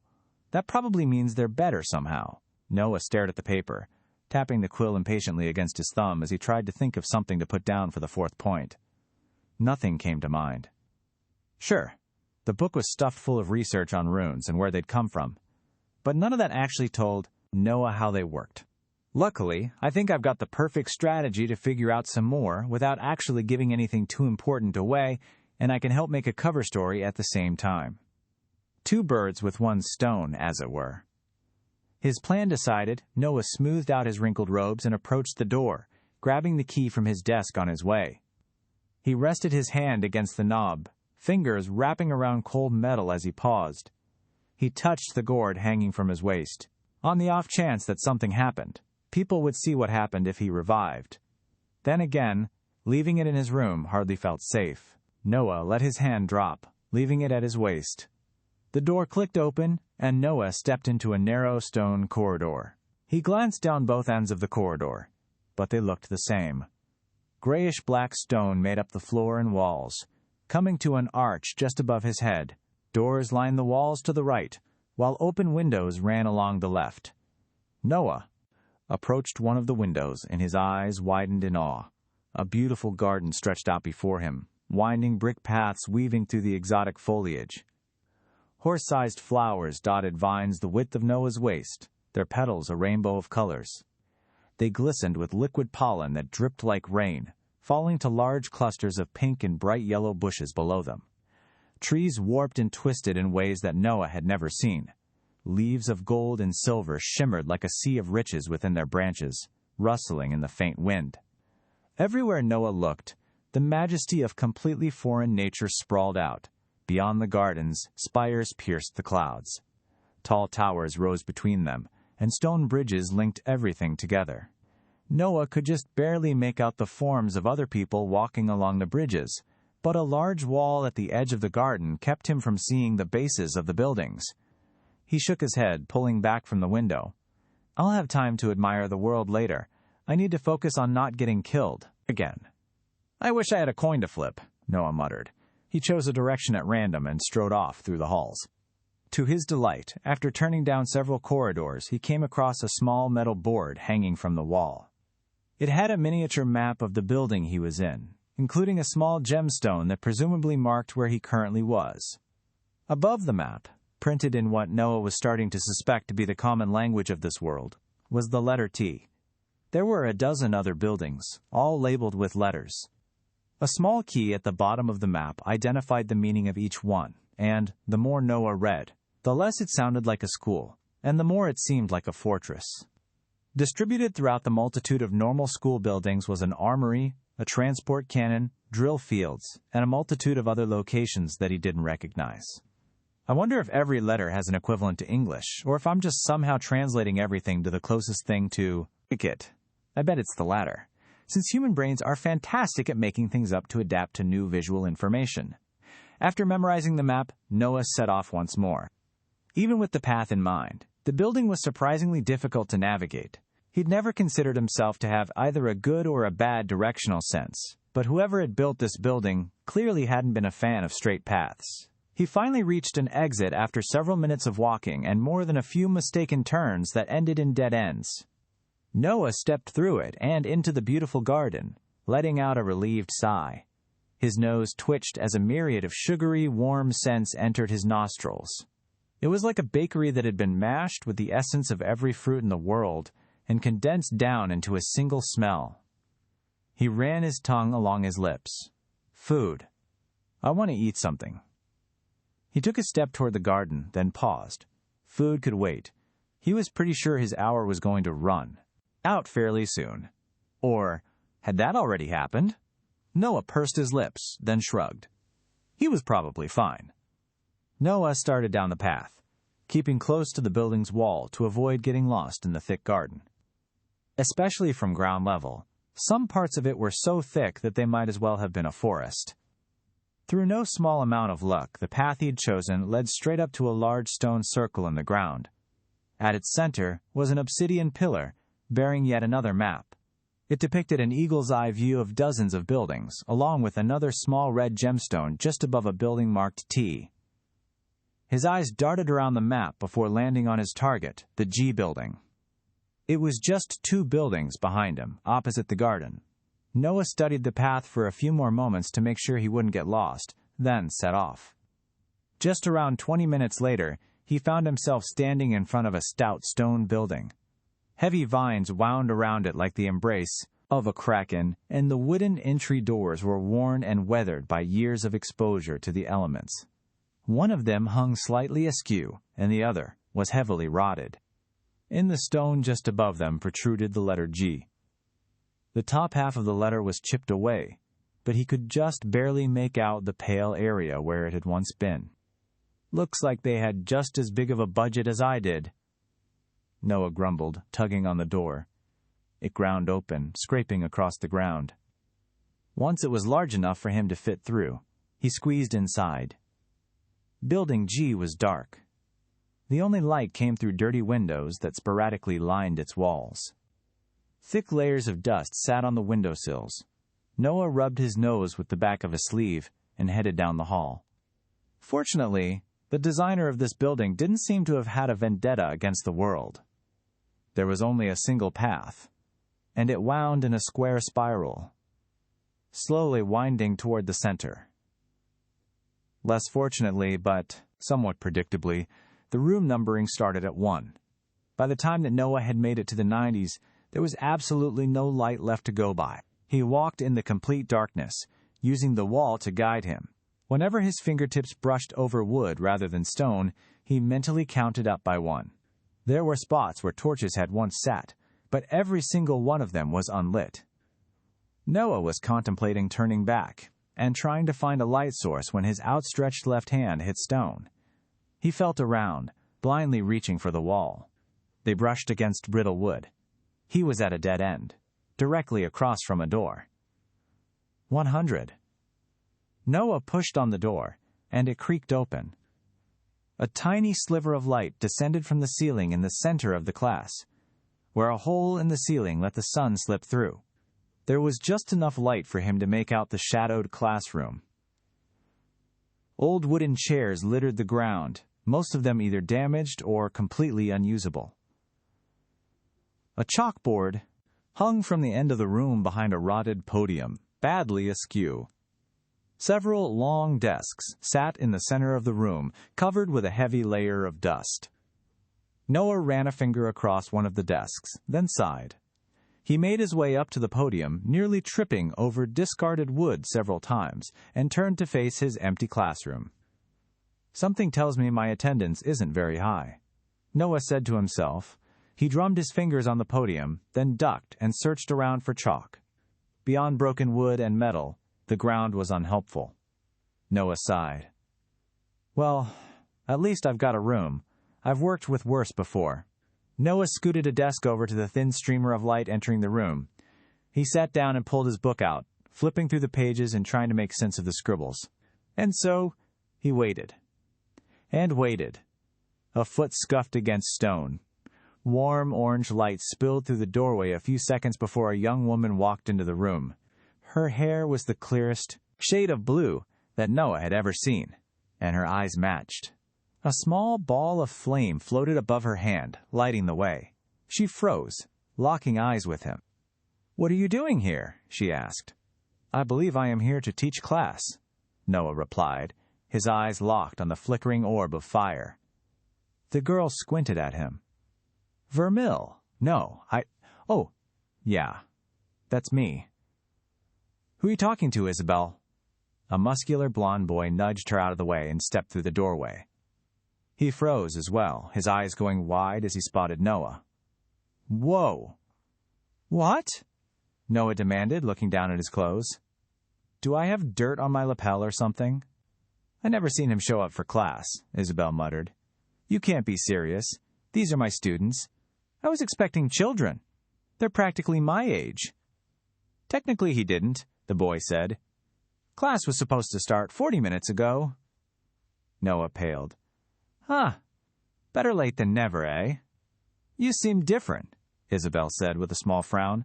"What are you trying to play at?" "Nothing," Noah exclaimed. "I'm just here to teach. You'll have to excuse any strangeness." "I took a blow to the head while out killing monkeys. I've had some minor memory loss." "Right," the boy drawled. "Sure. Well, we'll just be going then." "Nope," Noah said, rising from his seat and sliding his book into its holster. "I've got to teach. And you're going to answer all my questions for me." "You showed up late," Isabel reminded him. "But show up I did. And you did too. That means I've got to teach for... How long does this class go for?" 2 hours, the boy said, narrowing his eyes. "An hour and 20 more minutes, then." "You didn't even remember how long the class is," the boy pointed out. "While we're at it, I've forgotten your name as well. Todd." "Great. Isabel and Todd. Tell me, where's the rest of class?" "There is no rest of the class, man," Todd said, rolling his eyes. "Why'd you even bother coming?" "To teach," Noah said, patting the desk. "Well, 2 is better than none. Please, sit down." Todd stared at him. "You can't be serious. You're actually going to teach?" "I mean, that's my job, is it not?" "Hasn't stopped you before," Isabel said. "I do not want to be taught by you." "That's harsh," Noah said. "And why not?" "You're rank 1, Isabel said, as if that were the most obvious thing in the world. "And we are also rank 1s. I see, Noah said, not seeing at all. You're literally no more skilled than we are, Todd said. He squinted at Noah. The only reason you're even employed is because you're part of the Linwick family, man. Look, we had a good thing going. Just keep not wasting our time, and we won't complain about how useless you are. 'Kay? Noah pursed his lips. Linwick again. I'll need to figure out what my association with them is, because they're clearly powerful. It would be bad if they found out I stole Vermille's body. I'm afraid not, Noah said. As untalented as I may be, have you ever considered that I might have some experience that you may not? Not really, Isabel said, crossing her arms in front of her chest. What's gotten into you? Come on, Todd. Let's get out of here. They turned. Sit down, Noah barked, calling on a voice that he'd often had to fall back on whenever his classes got too rowdy back on Earth. Isabel and Todd spun back toward him, their eyes going wide. What? Todd asked. I have your time for the next hour and 20 minutes, Noah said. Sit. Down. You're welcome to leave anyway, but then I'll be reporting your absence to the school. They both paled and, glaring in his direction, they pulled out 2 of the dusty desks and sat down. Good. I was hoping the school would probably have some sort of punishment for students skipping out class. These 2 aren't going anywhere until I figure out exactly how magic works. Go on, Todd said, resting his chin in his palm. I've never seen you so motivated before. What are you going to teach us about? That time you seduced a girl 5 years younger than you? Noah cleared his throat. No. She was one of your students, wasn't she? Isabel asked with a smirk. That's bold. Really. I can't believe the school didn't can you for that. Noah said, raising his voice just enough to keep them from interrupting him again. We'll be talking about runes. Bold, Todd said. That's new. Noah paced over to the chalkboard and tapped his finger against it. He turned back to face his students. What is a rune? Both Todd and Isabel burst into laughter. You can't be serious, Isabel said, tearing up from how hard she was laughing. Noah just cocked an eyebrow. He waited a few seconds to let them get it out of their systems, then tapped the board again. If it's so simple, then answer the question. What, are we children now? A rune allows us to gather energy and use magic. Good to know. And you, Isabel? What do you want? Todd already told you what it is. I see. He's lost it, Todd muttered. I see that neither of you have any idea what you're doing, Noah continued. He rapped hard on the chalkboard and it fell from its hinges, crashing to the ground behind him. Both students flinched. Noah did his best not to look surprised.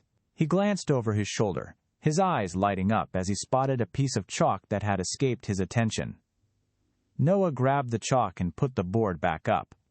You have just given me the most worthless definition possible. I did not ask you what a rune does. I asked you what it is. Isabel opened her mouth, then closed it again. She exchanged a confused glance with Todd. What do you mean? Isabel asked, a tiny amount of the defiance in her voice draining away. You know what a rune does, Noah said. I gather everyone can tell me the definition that you just gave. But what is a rune? We cannot truly utilize a tool until we understand exactly how it works. Take that. I might not know what the hell a rune actually is, but I sure as hell do know that nearly nobody actually understands how things work at their basic level. I don't really know, Todd admitted reluctantly. Neither do I, Isabel said. Does that matter? Noah grinned. A good question, Isabel. Let's talk about magic as a whole for a moment. What can magic do? Anything, Isabel replied. Noah cocked an eyebrow. Anything? There isn't a single limit to it? Seriously? Well, it can't bring back dead people, Todd said. At least, I've always heard that. Fantastic, Noah said, nodding. So it cannot do anything. It has limits, and it most certainly can bring back dead people. I guess, Isabel said. So what? Well, if something has a single limit, would you not think it has more? Even if it does, how does that matter? Because if you don't know what you can't do, then you don't truly know what you can do, Noah said. He tapped his chalk on the board to emphasize his point. And the beginning of understanding stems from knowing the most basic building blocks of what you are working with. So answer your own question. Why does knowing what a rune is matter? So we know what we're capable of, Todd said slowly. But nobody knows what runes really are. You can't be implying that you do. Good to know. Runes are still subjects of research.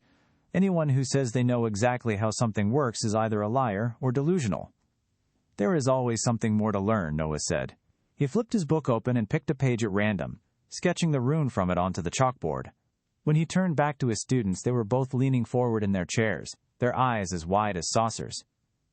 Is that your rune? Isabel stammered. You just drew it. It is a rune, Noah allowed carefully, trying to figure out what exactly he had just done. And it was in my book. You're just letting us look at it? For free? Todd asked, his mouth hanging askew. The job of a teacher is to inform his students, is it not? Someone must have hit him on the head, Isabel whispered, but the room was so quiet that Noah still heard her perfectly fine. No whispering in my class, Noah said instinctively. He had no idea how long it had been since he'd last taught, but evidently some things had stuck around. And yes, I was hit on the head. Isabel jerked back to her seat. Sorry, there's a little respect. That's more like it. Now, Noah said, tapping his rune, what is this? A lesser one-fire rune, Todd said, still staring at it in awe. Runes have ranks too, noted. Ah, I see. So I can cast magic with this right now? Of course you can't, Isabel said. You just sketched it. You didn't imbue it.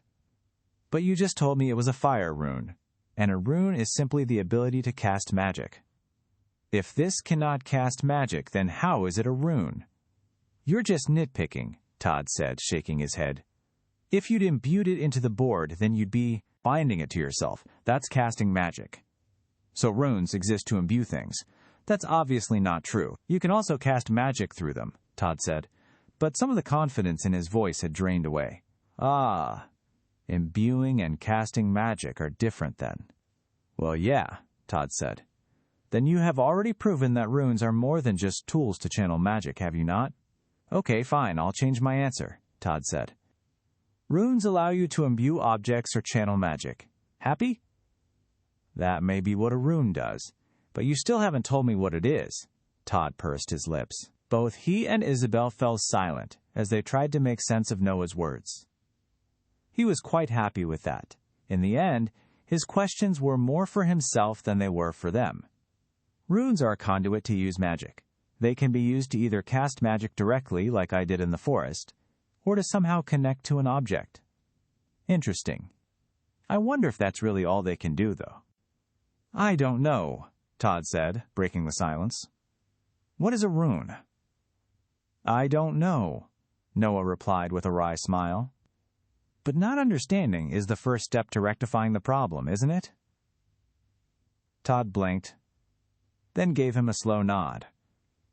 Noah pointed at the rune on the board again. Let's take a look at this one. A fire rune, right? Todd nodded again. Noah flipped his book to another page and drew a second rune on the board, ignoring the surprised breaths that both of his students took. This one was a good bit more complex than the previous rune had been, but he'd chosen it for a reason. It took several minutes, but the room was completely silent, aside from the scratch of his chalk on the board. Now, what's this? Noah asked, finishing his work and stepping back. A rank 1 greater fire rune, he breathed. Lesser. Greater. So there's a worse version of every kind of rune? You seem a good bit more interested in this one than the other, Noah observed. Why, it's just a rune, isn't it? And the same one at that. It's not the same, Isabel exclaimed. How could you say a lesser quality rune is equally as good as a greater one?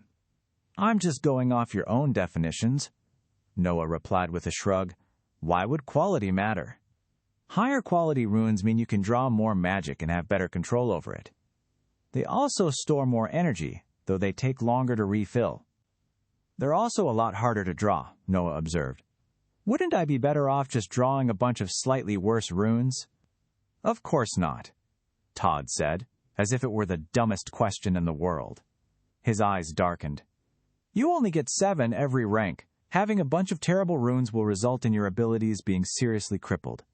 Aha. There we go. 7 runes per rank, and I'm rank 1 right now. I guess the rank of the rune correlates with the rank of the person, so if I can get rank 2 runes, I can get to rank 2. Simple enough. It seems to me that runes are a lot more than just magical conduits, Noah said, raising an eyebrow. Don't you think? Todd and Isabel both slowly nodded. Their earlier annoyance was still there, but a nice portion of it had been replaced by genuine confusion. Perhaps it wasn't quite interest yet, but that could come in time. Runes are a foundation, I guess, Todd said. The better runes you get every rank, the better runes you can combine them into at the next level. They also gather the energy you get from killing monsters. Once you combine your runes, you're stuck with them, though. That's why it's so important to make sure you know what you're doing before you commit to moving to the next rank. I think. You don't sound very certain. A grin traced across Noah's face. You're learning. Well, you haven't been much of a teacher before, Todd muttered. Better late than never, Noah said with a wry smile. Why don't you think on this for a little? Bring me an answer next class. Until then, let's move on. Keeping in the same vein, how do you access your runes? And this is the only question that really matters right now. How many runes did Vermil actually have access to? He had way more than 7 in his book, which means there's some form of selection process. You just imagine sinking inside yourself, Isabel said after a few moments. She paused, then frowned. I think maybe there's more to it. Todd didn't even bother answering. He looked lost in thought, trying to figure out what angle Noah was trying to get at. Sorry, I don't have any deep lessons here. Only ulterior motives. I guess that's a lesson, if you think about it. Just not one I'm about to tell them about. Perhaps we should take some time to look again. Gaze with the eyes of an inquisitive child who has no idea what they look upon, Noah said, interlacing his fingers and leaning against the wall. Go on. Seek out your runes and tell me what happens when you finish. I will do the same. Both. Todd and Isabel closed their eyes, their breathing stilled and their heads lowered, as if in deep meditation. Noah sat down at a desk, chewing his lower lip. It was one thing to talk, but it was another to just feel magic. He closed his eyes. Right. Magic. Runes. Where would those be? Noah's brow creased slightly in concentration. He pictured the runes he'd drawn on the board, but nothing happened. Pursing his lips, he dug deeper inside of himself, trying to see if something felt magical. Some part deep inside himself didn't expect to find anything. After all, he'd tried to meditate more than a few times in his life. Sure, there was no doubt in his mind that magic existed, but even if he was in someone else's body in another world, it was another thing to actually do, said Magic himself. There should have been nothing to find, just his own company and silence. Instead, there was more. A tiny marble, deep in the core of his consciousness. It felt like a slightly sore thumb, completely unnoticeable, until he was focused on it. But now that he was, it was impossible to ignore. Energy bloomed in the darkness. Even though Noah's eyes were closed, he could see. In the endless black of his mind, glowing sigils carved themselves through the air. One by one, they slammed into him like a punch to the gut, forcibly announcing their presence. The first 5 of them were wind runes. They were formed of swirling white and blue energy that cut through the shadows like sun on a cloudy day. The runes were exactly the same as the rune that had materialized before him in the monkey forest. All of them were lesser, according to what Vermil's book had said. The next 2 runes were considerably more complex. Instead of white and blue, they glowed a dull gray. Noah recognized these from the book as well. Ash runes. So I've got 5 wind and 2 ash. The wind runes aren't very good, but the ash ones seem to be. I wonder if I can upgrade or change the wind runes. God, there's just so many things I need to find out. What if? Noah staggered as a wave of force slammed into his chest and constricted around his heart. Primal fear welled up in his throat, and his hands shot up to his throat as an invisible force tightened around it. In the air above him, black lines infused with faint purple light slithered across the sky. They formed into one final rune, hundreds of times larger than the other 7. The sheer force of its presence threatened to crush Noah beneath its weight, but he gritted his teeth and refused to let himself fall. The rune finished drawing itself, and its meaning slipped into Noah's mind as he instinctively translated it. Sunder. A tremor ran down Noah's spine, almost as if the rune was glad that he'd recognized it. The overwhelming force pulled back, but the enormous rune remained in the air above him. More than anything else, it reminded him of the monster that had attacked the waters of life and renewal. I wonder if that's the reason I keep getting new bodies when I die. Noah swallowed. He peeled his eyes away from the massive rune above him. A few tiny specks of light at the edges of the darkness around him caught his eye. Noah mentally willed himself toward them. Small portions of what he assumed to be his mind had chipped and broken away, revealing an empty white void. A faint buzzing noise filled Noah's mind as he grew closer. He stopped, squinting at the strange scene. They filled him with a sense of wrongness, like something that should have been there was missing. As he watched, a single speck of darkness reappeared at the edge of one of the white chips, sealing over a minuscule portion of it. He let out a faint sigh. Whatever the damage was, it was healing. Just very, very slowly. Noah peeled his eyes away. He wasn't sure how much time had passed, and it would be awkward if he was zoned out through the rest of class. The darkness faded, and he opened his eyes to blaze, find himself standing in the classroom once again. His students both stared at him with rapt attention. I'm sorry. I got caught up," Noah said, gathering himself and straightening his lapel. "How did your experiences go?" "It just felt like looking at my runes," Isabel said, glancing at Todd. He nodded. "Yeah. But you?" Never mind," Todd muttered. "That's quite all right. Please continue to ponder on your runes in your free time before next class," Noah said, slipping back into his teacher voice. "Now, one last question for today. While we're on the topic of runes, let's discuss why having good ones is so important. We can only have 7 per level, yes?" Both students nodded. "So, what happens when we go up to the next rank?" Noah asked, watching their expressions carefully to make sure he'd read the situation correctly. When neither of them looked overly confused, he gave himself a mental pat on the back. "You combine all 7 of your runes into a single one," Todd said slowly, choosing each word with care. "Or you try to, I guess. If you succeed, you get to become the next rank and can start making runes of that rank from scratch. That's how you go from general runes like fire or wind to specialized ones. But if the combination doesn't work, your runes can shatter," Isabel added. "Then you'll be permanently crippled until you can fix them, which can take years. It's why combinations that actually work are guarded so closely." "I see. So let's summarize what we know," Noah said. "Runes are kind of like buckets. The energy we fill them with is like water. Lesser runes are smaller buckets than great ones. When we get all 7 buckets full, we can merge them into one better bucket." "Sound about right?" Isabel and Todd both nodded slowly. "So," Noah asked, "is that everything runes are?" Both Isabel and Todd narrowed their eyes and didn't respond.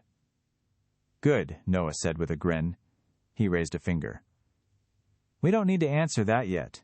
We've had a great discussion so far, and I don't want to overload anybody. Let's call class here for today. When we reconvene, we'll resume our discussion." Todd and Isabel both blinked. Isabel squinted at Noah like he'd grown an ear from his forehead. "Okay," she said, drawing the word out. "Just how hard did you get injured? You're nothing like what you were." Noah cleared his throat. "That's hardly relevant. I think I quite like myself right now." "Yeah, me too," Todd said under his breath. "You almost seem respectable." Noah shot him a sharp glare, and Todd just shrugged in response. Todd and Isabel rose from their desks and headed toward the door. "Oh, one last thing," Noah said before they left. They both turned back to him. "When's our next class?" "I can't remember." Isabel let out a snort of laughter. "Are you sure you aren't a skinwalker that killed Vermil and stole his body?" Noah cleared his throat. "I got checked by Richard when I got back to campus. You can speak with him if you're worried." As if a skinwalker would spend time teaching class. They can barely string a sentence together. Todd said, rolling his eyes.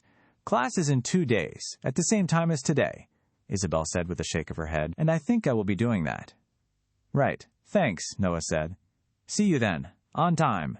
Don't be late, I won't be either. She studied Noah for a moment, then gave him a small nod. She and Todd left the room.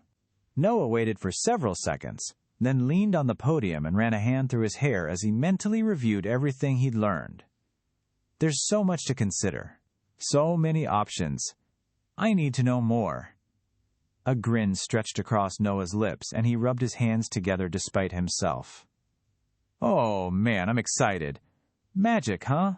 This is going to be fun. There were a lot of places that Noah wanted to visit, but he elected to return to his room. Before he started wandering around and exploring this new world, he was determined to get a better grasp of exactly what he could do. Todd and Isabel had said that people only got 7 runes per level, but Noah had 8. Something told him that the massive Sunder rune was most certainly not normal. Drawing any attention to it would have been stupid, so he'd have to find a different way to learn about it. Once Noah got back, he sat down on his bed and pulled out Vermil's book, flipping through it until he found the Ash rune again. Like he'd thought, it was a rank 1 greater rune. He found the wind runes next. Why did Vermil choose to make a bunch of crappy wind runes instead of good ones? Noah asked himself. It sounds like he came from a pretty good background, so shouldn't he have had access to whatever it is that people need to make better runes? Noah chewed his lower lip in thought. Back when he'd fought the monkeys, he'd felt energized after killing them. He hadn't paid it much attention at the time, but the energy had felt similar to what had struck him when he'd looked at the runes, in his mind.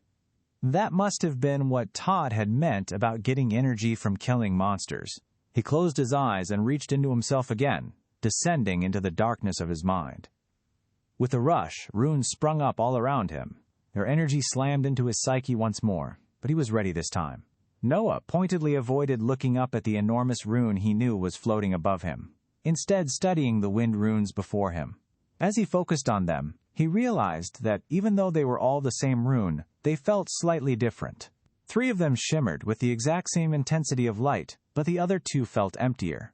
The light coming from them was a few shades lighter, and the pressure they emitted wasn't as strong. Still, the 3 that felt full didn't show any signs of evolving or getting stronger. Noah turned to the ash runes. Now that he was looking for it, he could almost instantly tell that both of them were nearly empty.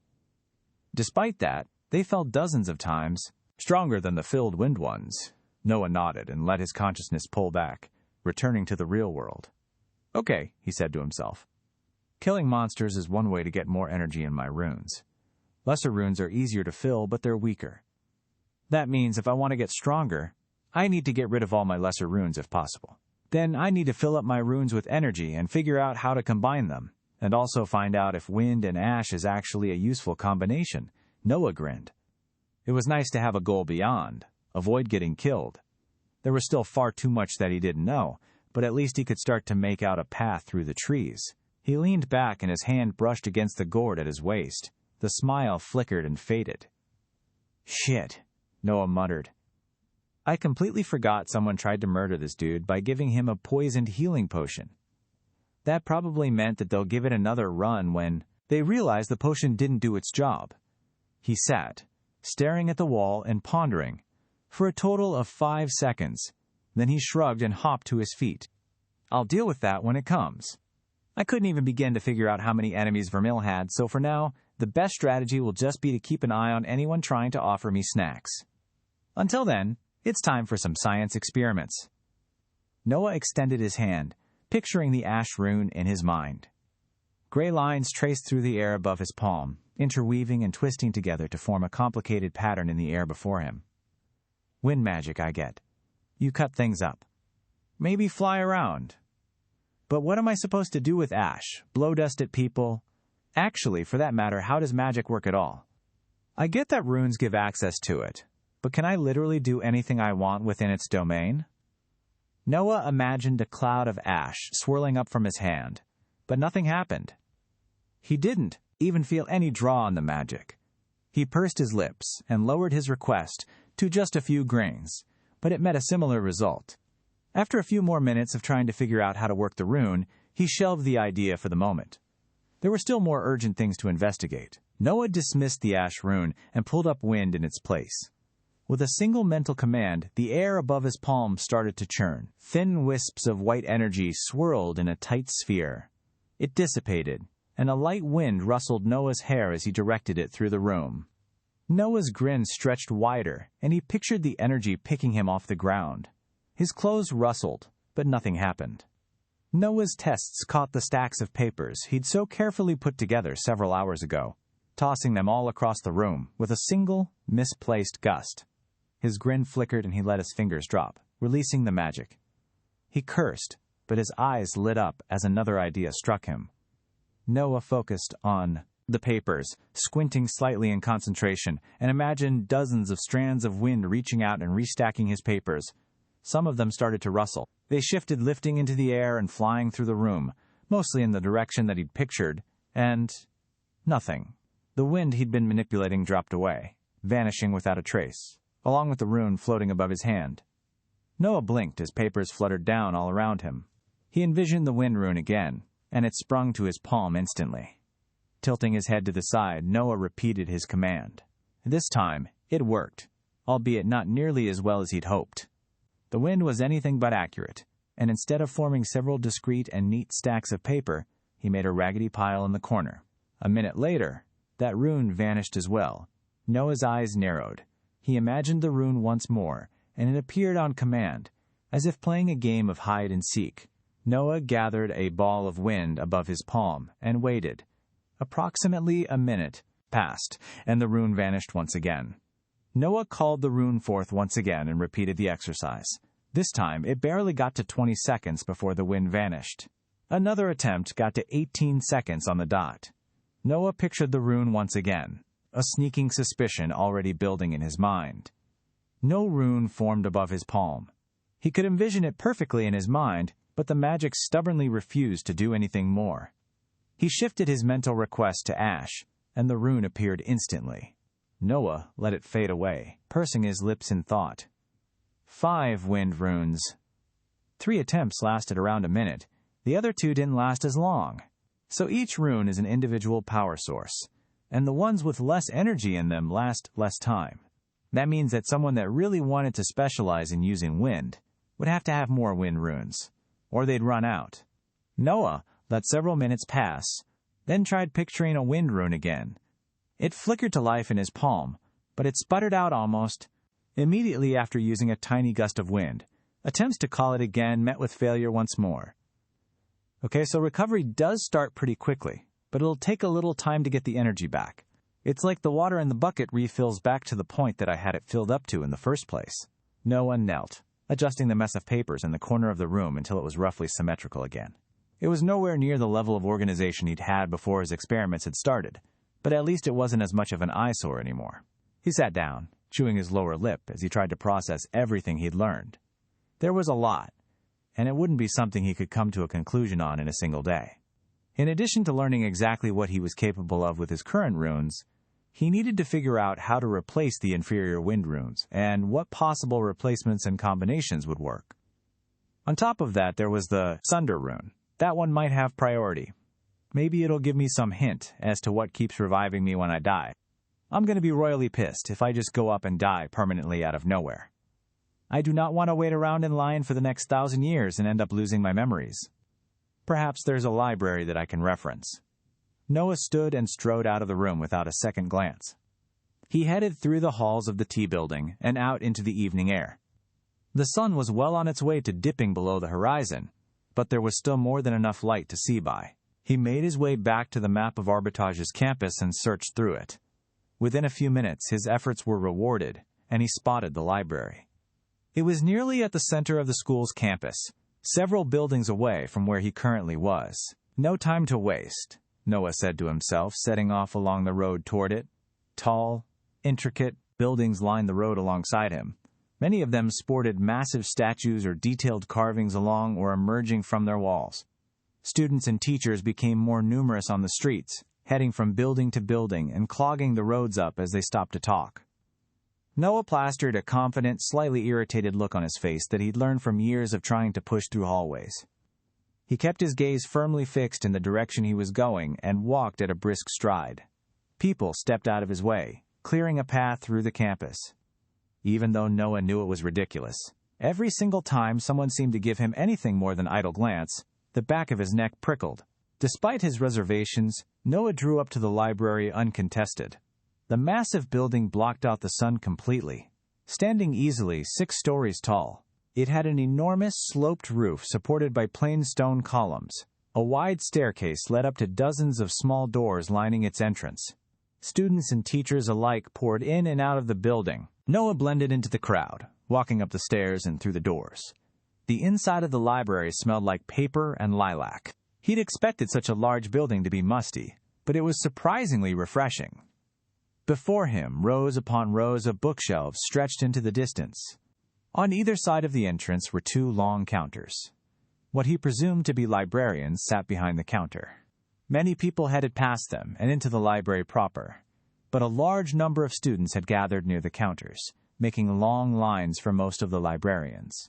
There was a section at the very end of one of the counters where the lines were much shorter, and many of the librarians weren't helping anyone.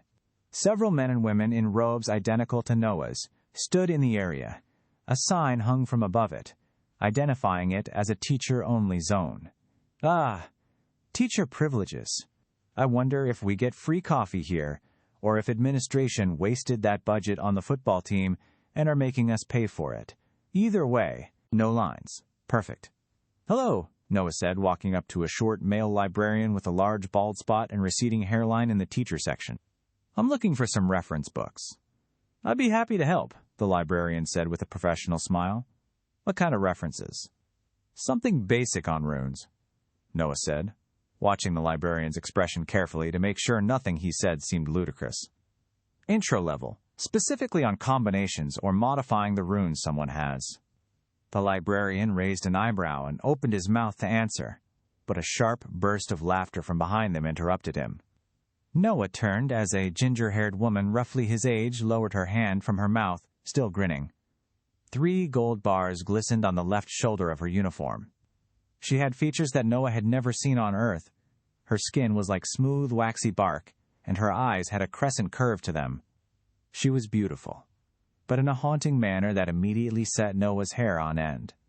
A metal plate, matching the one Vermil had carried, had the name Magus Moxie inscribed on it, and, judging by the cold twinkle in her eyes, Noah got the feeling that she didn't like him at all. You can't be serious, Vermil. The Linwick family has fallen farther than I thought, if this is what you're resorting to. Do you really think Arbitrage is just going to give out rune combinations for free, to a rank one?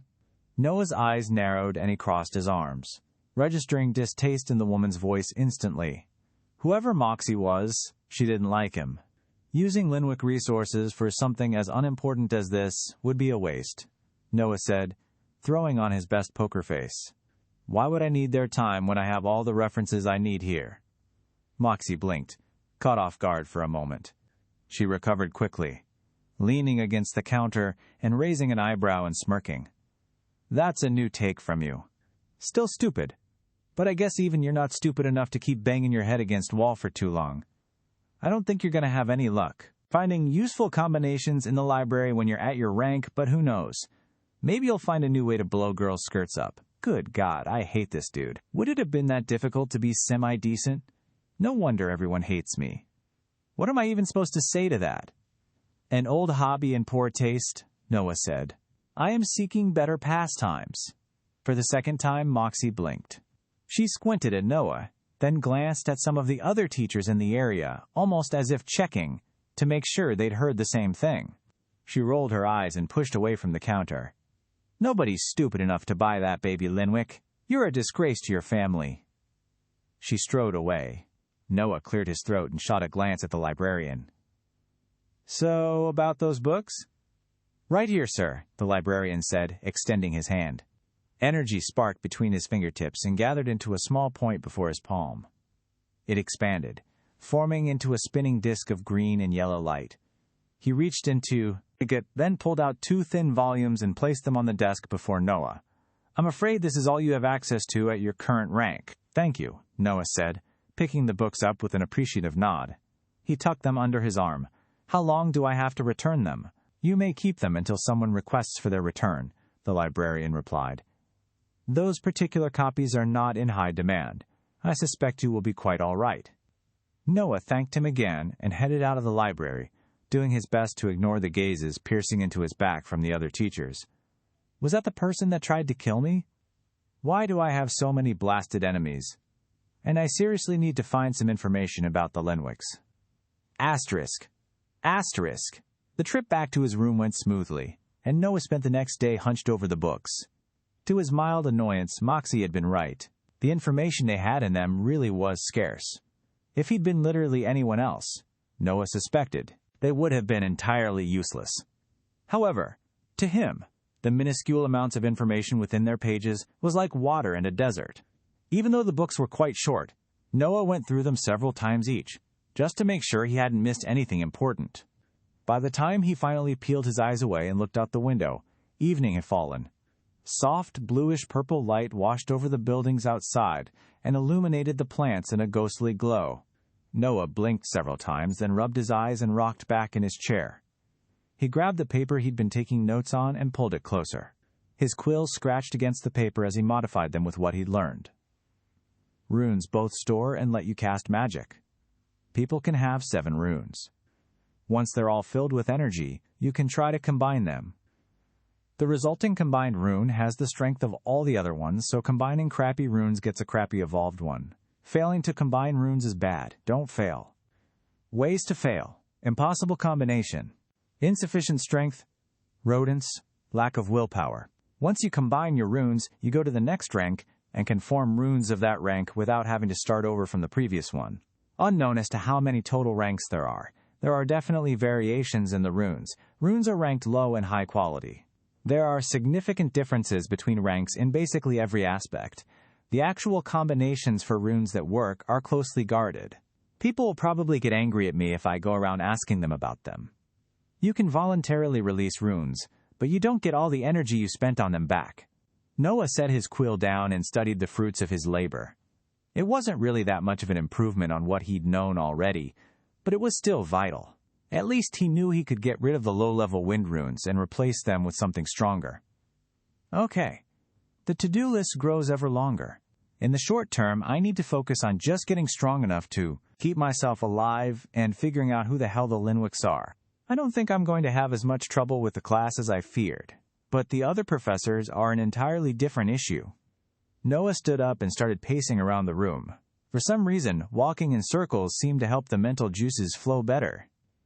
Part of Noah wished that Vermal had at least a few friends that he could have plied with questions, but the other part was thankful that nobody seemed to care about him in the slightest. A yawn slipped out of his mouth.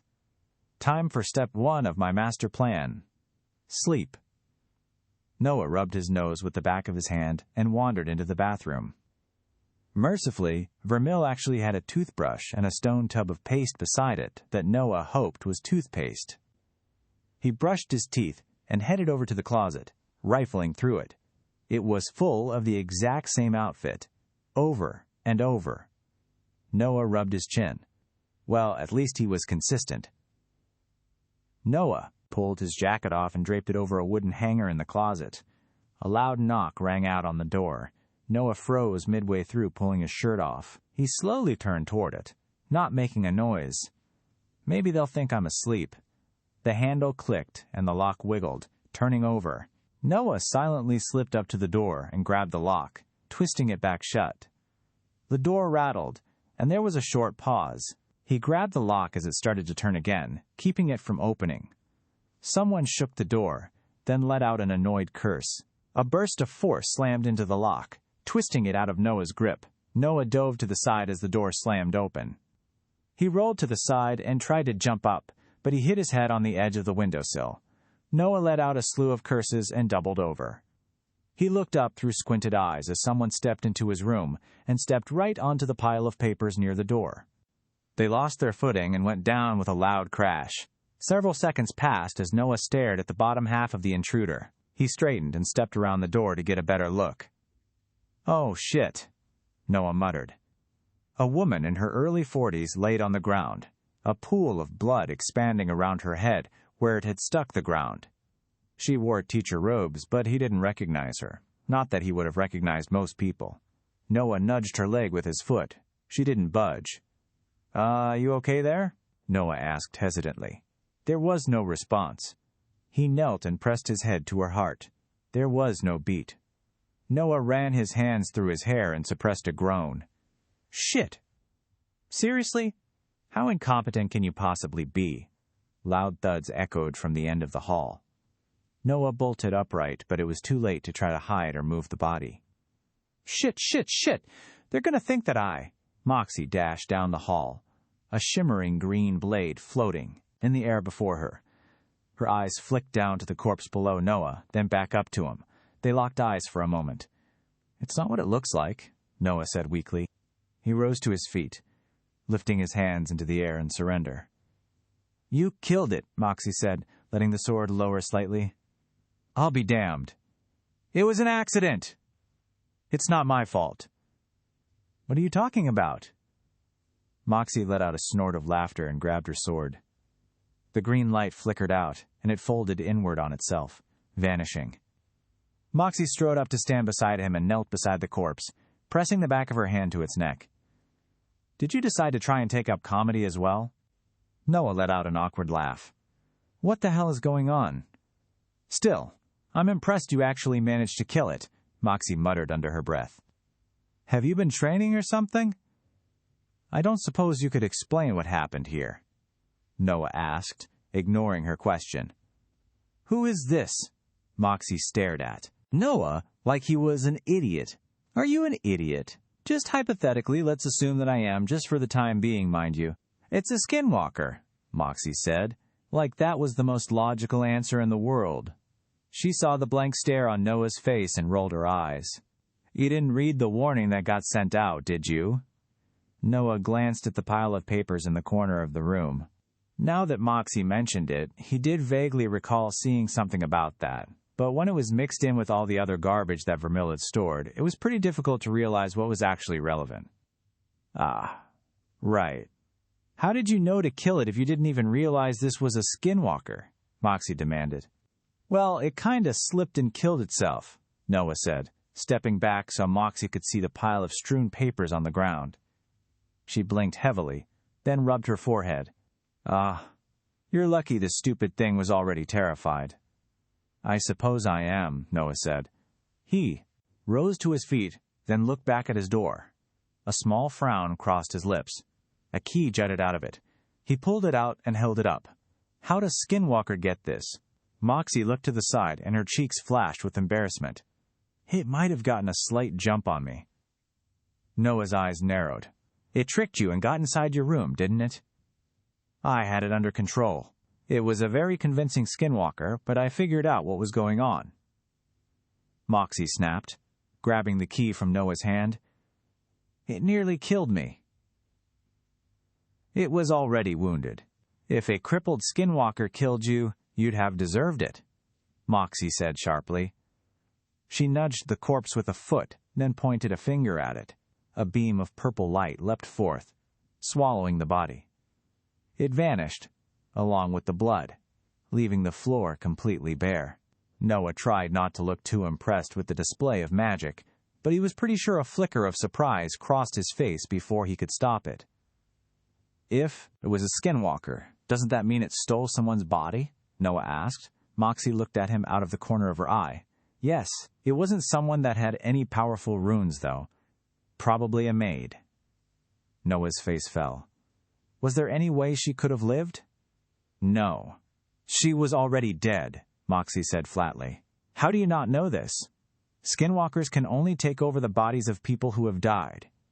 Do you even recall a single thing you learned in school?" Noah didn't respond. They stood in silence for a moment. Moxie cleared her throat. "Maybe we could keep this between us," Moxie suggested. Glancing over her shoulder at the empty hall behind them, Noah tilted his head to the side. Then a tiny grin flickered across his lips.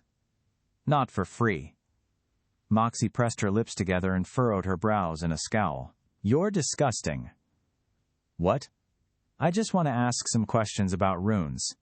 I'm the one that killed the skinwalker anyway. Isn't there a reward or something for doing that? You're going to make me give it up." Moxie fell silent for a moment. "What kind of questions?" "Not sure. Haven't figured them out yet. I might have gotten hit on the head pretty hard a bit ago, and there are some gaps in my memory." Moxie's eyes narrowed even further. "What?" "Hey, I'm the one that gets to ask questions, not you. How about 10 minutes of your time tomorrow? You come to my room and answer any question I ask, and I'll pretend the skinwalker thing never happened." "Absolutely not. I'm not just going to give you all my knowledge of rune combinations."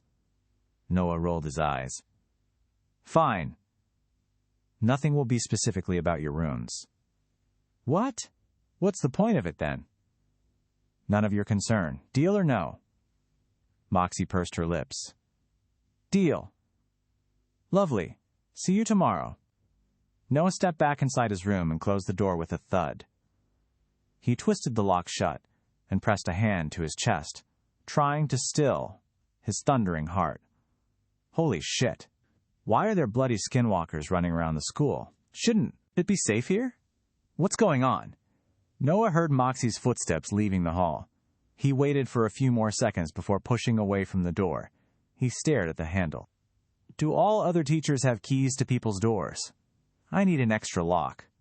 It didn't look like Moxie recognized the gourd when we first met, so I don't think she's the one that tried to kill me. But she could always be a good actor. Noah unhooked his gourd and walked into the bathroom. He knelt, opening a large cabinet below the sink, and slipped it inside. The cabinet would be just big enough for him to fit into if he curled up. That was better than just coming back to life in the middle of the room if someone stabbed him in his sleep. He trudged back to his bed and flopped into it. The night was already well underway, but he was determined to get at least a little sleep on a comfy surface before something else interrupted him. Within seconds, he was snoring. Asterisk, asterisk, asterisk. Noah awoke to the sound of knocking. He blinked wearily, rolling over to bury his face in the soft pillow of his bed. Awareness followed a moment later, and he pushed himself out of bed with a curse, grabbing the same coat he'd worn the previous day and throwing it over his shoulders as he stumbled over to the door, wiping his eyes. As he extended a hand for the handle, Noah paused. His eyes narrowed, and he knelt, squinting through the crack at the bottom of the door. The shoes on the other side were, well, women's shoes. I'm not sure what I was expecting to find, actually. Maybe skinwalkers all really enjoy a particular type of sandal. "Who is it?" Noah called, standing back up. "Who do you think it is, imbecile?" "Ah." "Hello, Moxie," Noah said, opening the door. He sent a pointed glance at the pile of papers at its base. "Avoid my expertly set up traps on the way in, if you would." Moxie gave him a flat stare as she entered the room. "You have 10 minutes to ask questions. After that, there's no debt between us." "Fantastic," Noah said. He pushed the door shut behind Moxie and grabbed the chair from his desk, spinning it around and sitting to face the other teacher. He made no move to offer her a seat. He got the feeling the motion would only offend Moxie.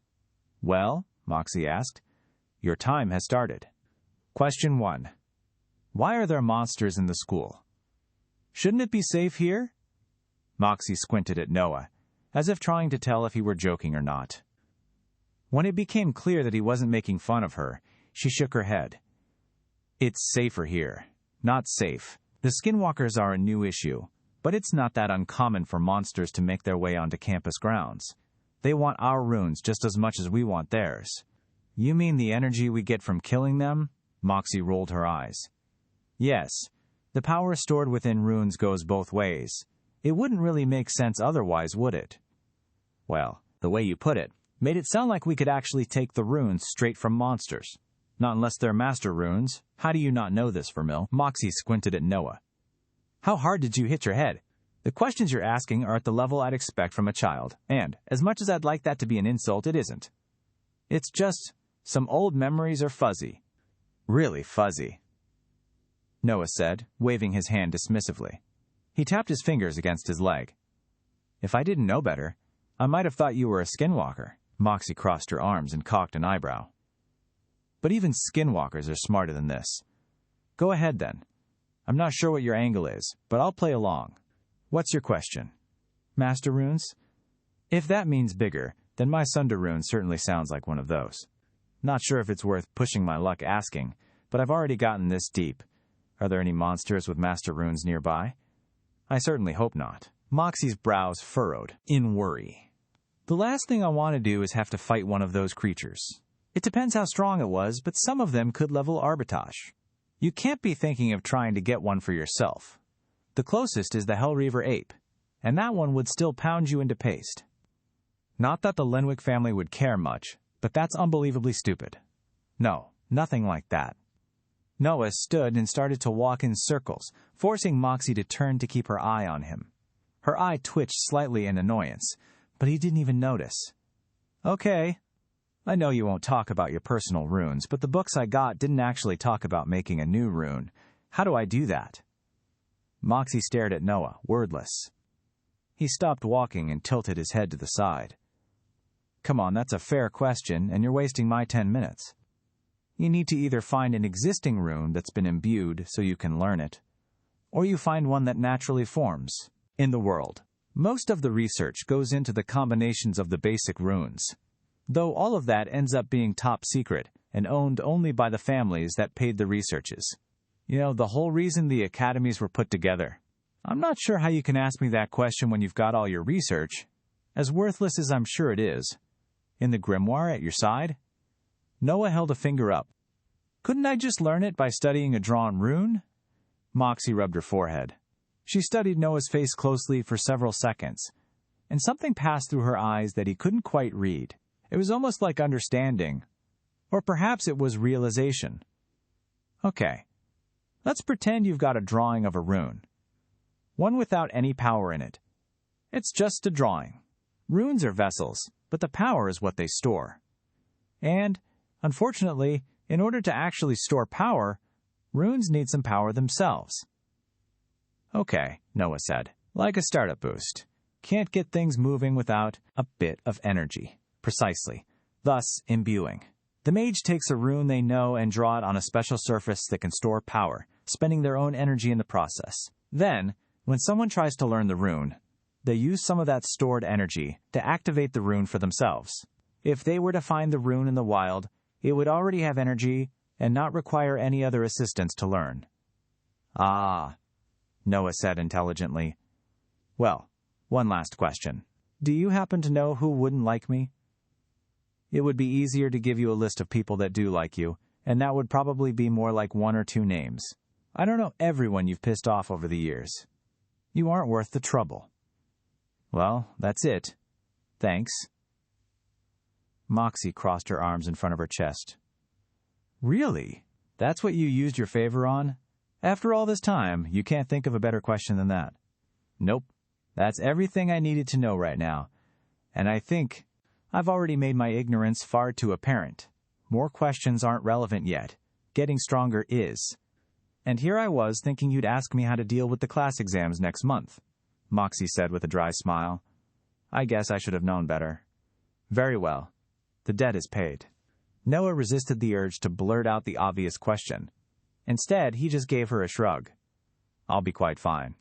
Is that why you came back from the testing ground severely injured and missing some memories? Aha. So that's what Vermil was doing. An accident, Noah shrugged. I'm all better now. Just a few lagging pieces of memory to fill in. Thanks for your time. He opened the door and gave the hall a pointed glance. Moxie studied him with a bemused smile, then walked outside. Don't forget, no mentioning that skinwalker anywhere, Moxie warned. And if you don't have the memory of what happens when you piss me off, I strongly suggest you work on getting it back. Noah closed the door without gracing her with a response. He let several minutes pass, then opened it again. Moxie was gone. Noah turned back, grabbing his gourd from the bathroom before heading out. He sought the map pillar out once again, scanning through the buildings when he reached it. If he recalled correctly. Ah, there it is. Transport cannon. That sounds like the least safe way to possibly get anywhere, but I'm sure it's better than it appears. The building in question was a tall tower at the edge of the main ring of campus buildings. Noah set off in its direction, and he spotted it long before he reached it. The tower loomed over its surroundings, made of thick metal beams, and a winding stairwell open to the elements that led up to a small, enclosed lift. The lift ran the rest of the way up its center to a huge, cubical room at the top. A turret made of bronzed metal emerged from the top of the cannon, pointed skyward. It scraped through the clouds, only occasionally making itself fully visible to anyone. Below. A small line stood in line at the base of the cannon when Noah arrived. One by one, a worker directed them up the stairwell. Noah fell in line behind the others. The line moved quickly, and he was at the front within a few minutes. "Head on up," the worker said, pushing a strand of black hair out of her face and yawning with boredom. "The operator is ready for you." "Thanks," Noah said, starting up the stairwell. He slowed slightly as he ascended, getting his second view of the campus from above, and his first view of it when he wasn't half dead. Arbitage was beautiful. Massive trees, dozens of times thicker than anything he'd ever seen on Earth, reached into the sky and dotted the campus. Their huge branches stretched over and through buildings, casting shade with multicolored leaves. Winding paths ran throughout the campus, almost in an artistic pattern. As Noah stared at it, he realized the paths strongly resembled the flowing lines of runes. "Keep it moving, please," the worker called up at him from below. Noah cleared his throat and tore his gaze away, hurrying up the rest of the stairs. He entered the lift, which was really just a metal grate cube, and the chains suspending it rattled to life. It clunked up, quickly accelerating in speed before finally rattling to a stop within the top of the tower. There was a large hole in the wall where the turret of the cannon connected to the room, and Noah could see the sky through it in the distance. Papers and maps hung from every wall, and a flickering lantern hanging from the ceiling illuminated a wizened man sat behind a wooden desk and hunched over a book, the thickness of Noah's forearm. Noah stepped out of the lift, and it rattled down behind him. A trapdoor fell shut on the section of the floor it had come through, with a loud bang, jerking the old man away from his book. "Ah, Professor," he said, brushing out his white beard to reveal a name tag that read Tim. "Where can I send you today?" It only took one look at the man and the surroundings to tell that the man probably loved his job. The corner of Noah's lips quirked slightly. "Perfect. It's been a while since I've used anything like this," Noah said conversationally. "How exactly does it work?" "I'm fascinated." As he'd guessed, Tim's eyes lit up. "Ah, you must be new to Arbitage. This is the Travel Anywhere in No Time Tower. It's the fastest way to get yourself transported to anywhere in the area surrounding Arbitage." "I see," Noah said, glancing at the turret barrel. "Forgive my asking, but is it safe?" "Far safer than any other option," Tim said, jutting his chest out and thrusting a thumb into it. "I've traveled with it hundreds of times and haven't had a single issue once. Don't know anyone that has, actually." "Really? It's marked on the map as a cannon, but it's much more of a slingshot." "Oh?" Noah asked. "How so?" Tim stepped out from behind the desk and walked over to the entrance of the turret, patting the wall bedside it like one would a pet. "This baby marks down your signature before it blasts your body into the astral plane and sends you to wherever you're going. Then, after exactly 24 hours have passed, it yanks you back. No chance of getting lost or anything." "That sounds very safe," Noah lied. "But only 24 hours?" Tim nodded. "Yeah, it's a bit of a drawback for if you're trying to do anything long-term. I wouldn't recommend it for excursions or long hunts, but it's great if you're just checking an area out for a class or simply looking for one specific thing. Much faster than flying out and back." "That's a fair point. As much as I'd love to talk, we do have a bit of a line below," Tim said. "Where are you headed?" Noah scanned the maps on the walls, coming to a stop on a section of burnt-looking trees several blocks away from Arbitage. He swallowed. Nothing was going to get accomplished sitting around, though. He pointed at the map. "Could you send me here?" "The Scorched Acres? Sure thing," Tim replied. He raised a hand and energy poured from his palm and into the tower. The turret rumbled, then rotated to point several degrees lower and a bit to the right. "Just slide yourself into the tube and I'll get you going." "Anything else I should know?" Noah asked, approaching the turret and examining it suspiciously. "Nope. Get in there. You'll love it." Noah wasn't quite so sure, but he needed to do something. If he just sat around reading books and trying to figure out everything that was going on, he'd be locked up for years, and he was getting the feeling that he didn't have that much time to lose. Noah climbed into the turret and laid flat on his back against the cold metal. What now? You squeeze, Tim said with a wry chuckle. There was loud whir. The world exploded. Everything around Noah vanished as heavy blue tones enveloped him, and the tower fell away from him, leaving him floating in space. Every part of Chobjur, his body felt like it was getting pulled in a different direction. He gritted his teeth, instinctively trying to retract every part of himself. Surprisingly, it seemed to work. The feeling faded, leaving only churning blue energy flying around him. For a moment, it almost resembled what happened when Noah died. Then, the blue light vanished.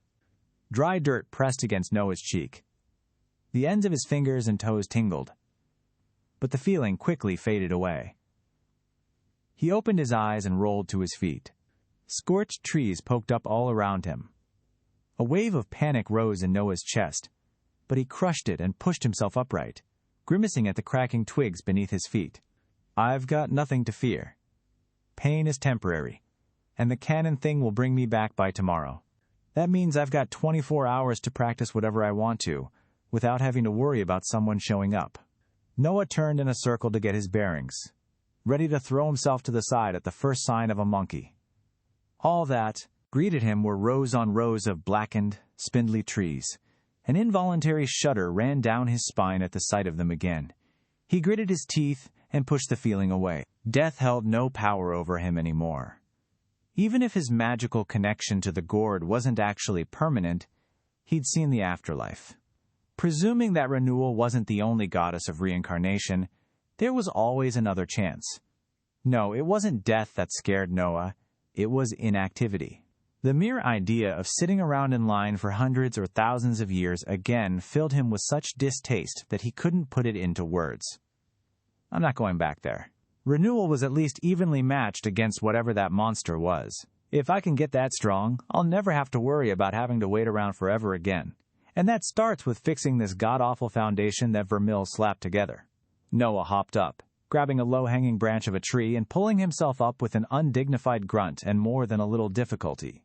He bounced a matzah a few times to make sure the branch would hold his weight, then leaned back against the trunk and turned his attention inward toward his mind and the runes waiting for him within it. A pool of black bloomed before his vision, swallowing him and taking his senses away from the faint breeze and the smell of ash in the forest. 7 glowing runes shimmered to life around Noah, floating in the expanse of darkness like torchlights.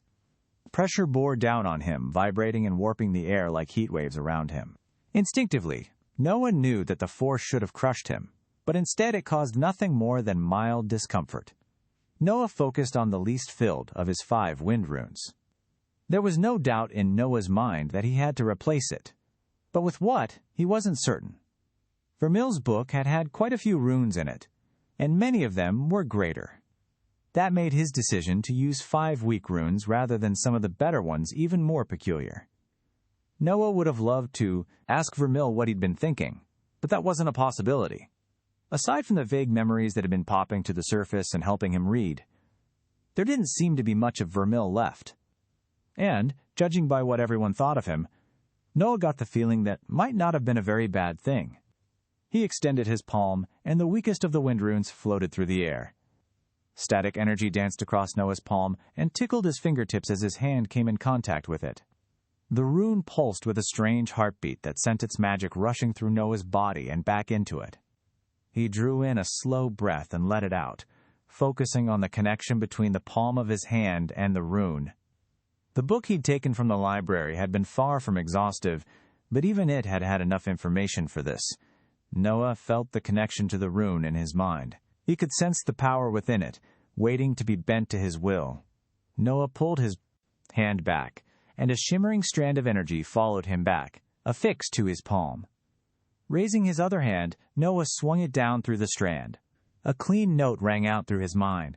The strand fell away from his palm, and cracks raced through the glowing rune, covering its entire surface within seconds. Small parts of it fell away, shattering as they hit the ground, and beams of light burst free from within it as the energy poured out. A large chunk of the runes snapped off and crashed to the ground, exploding like a dropped Christmas ornament. There was one final flash. A profound sense of loss flooded Noah's body, and the last of the light faded away. There was no trace of the rune. Just an empty space where it had once been. All the energy that had been stored within it was nowhere to be seen. According to the book, it had dissipated into the ether. A complete waste. Noah let his hand drop. That's that.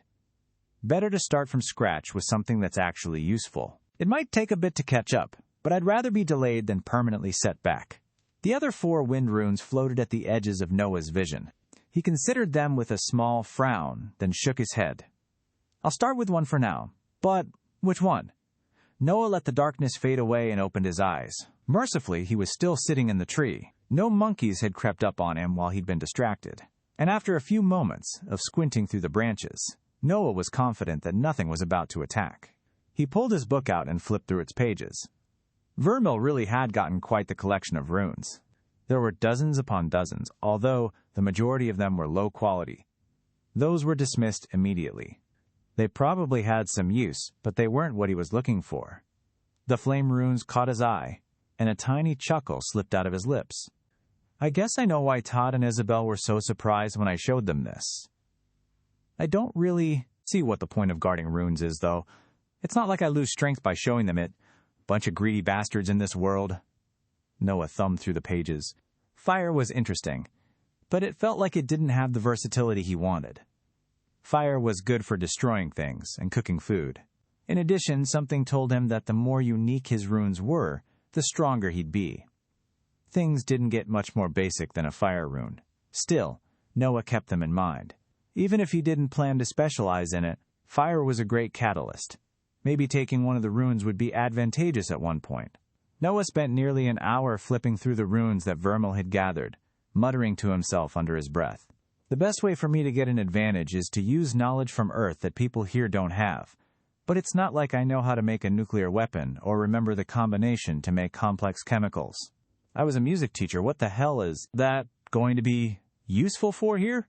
Noah thumbed a page. His eyes caught on the rune on it.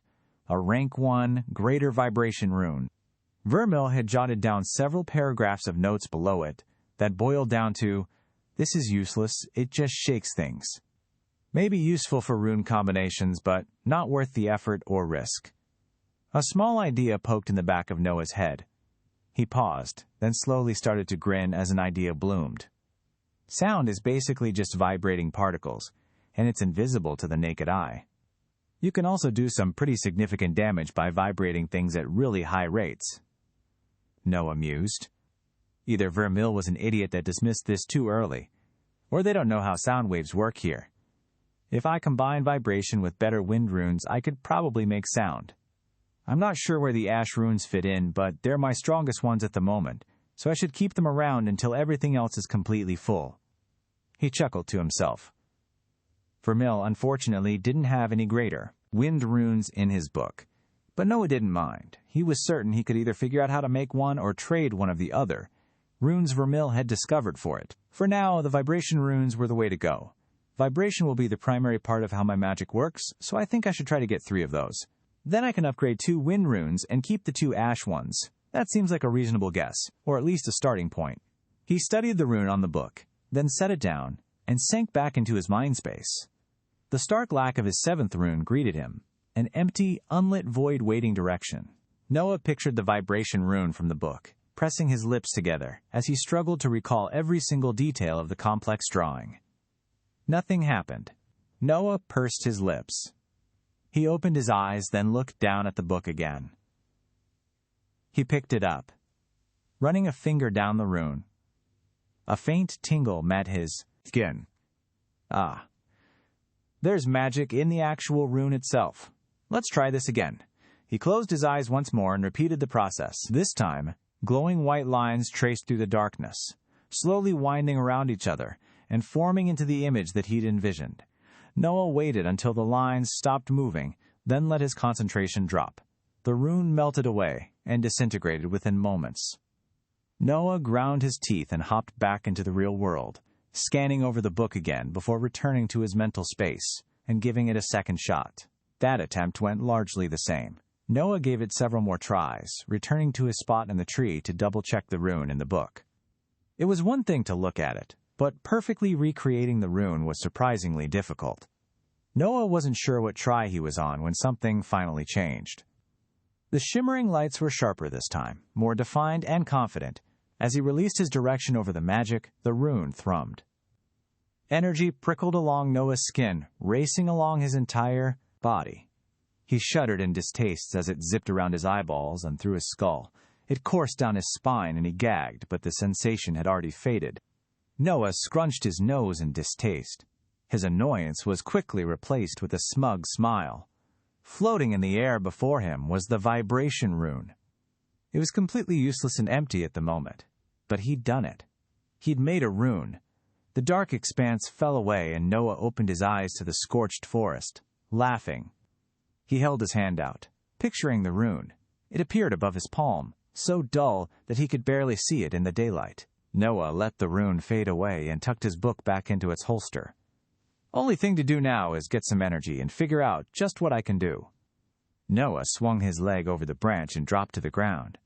Dry wood cracked beneath the balls of his feet, and he straightened up, brushing his clothes off. Now, to find some monkeys. It's time to get a little revenge. Finding monkeys proved fairly easy. That didn't come as much of a surprise, as Noah had practically been drowning in the mangy monsters when he'd first been shunted into Vermeil's body. After just a few minutes of creeping through the trees, he spotted a red-furred monkey hunched over the blood-splattered carcass of another monkey, savagely tearing into it and ripping large chunks of flesh free.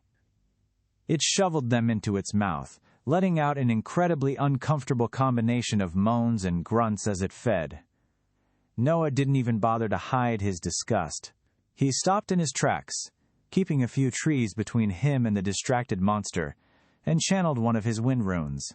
An arc of energy swirled between his fingertips and leapt out, scything past trees and connecting cleanly with the back of the monkey's neck.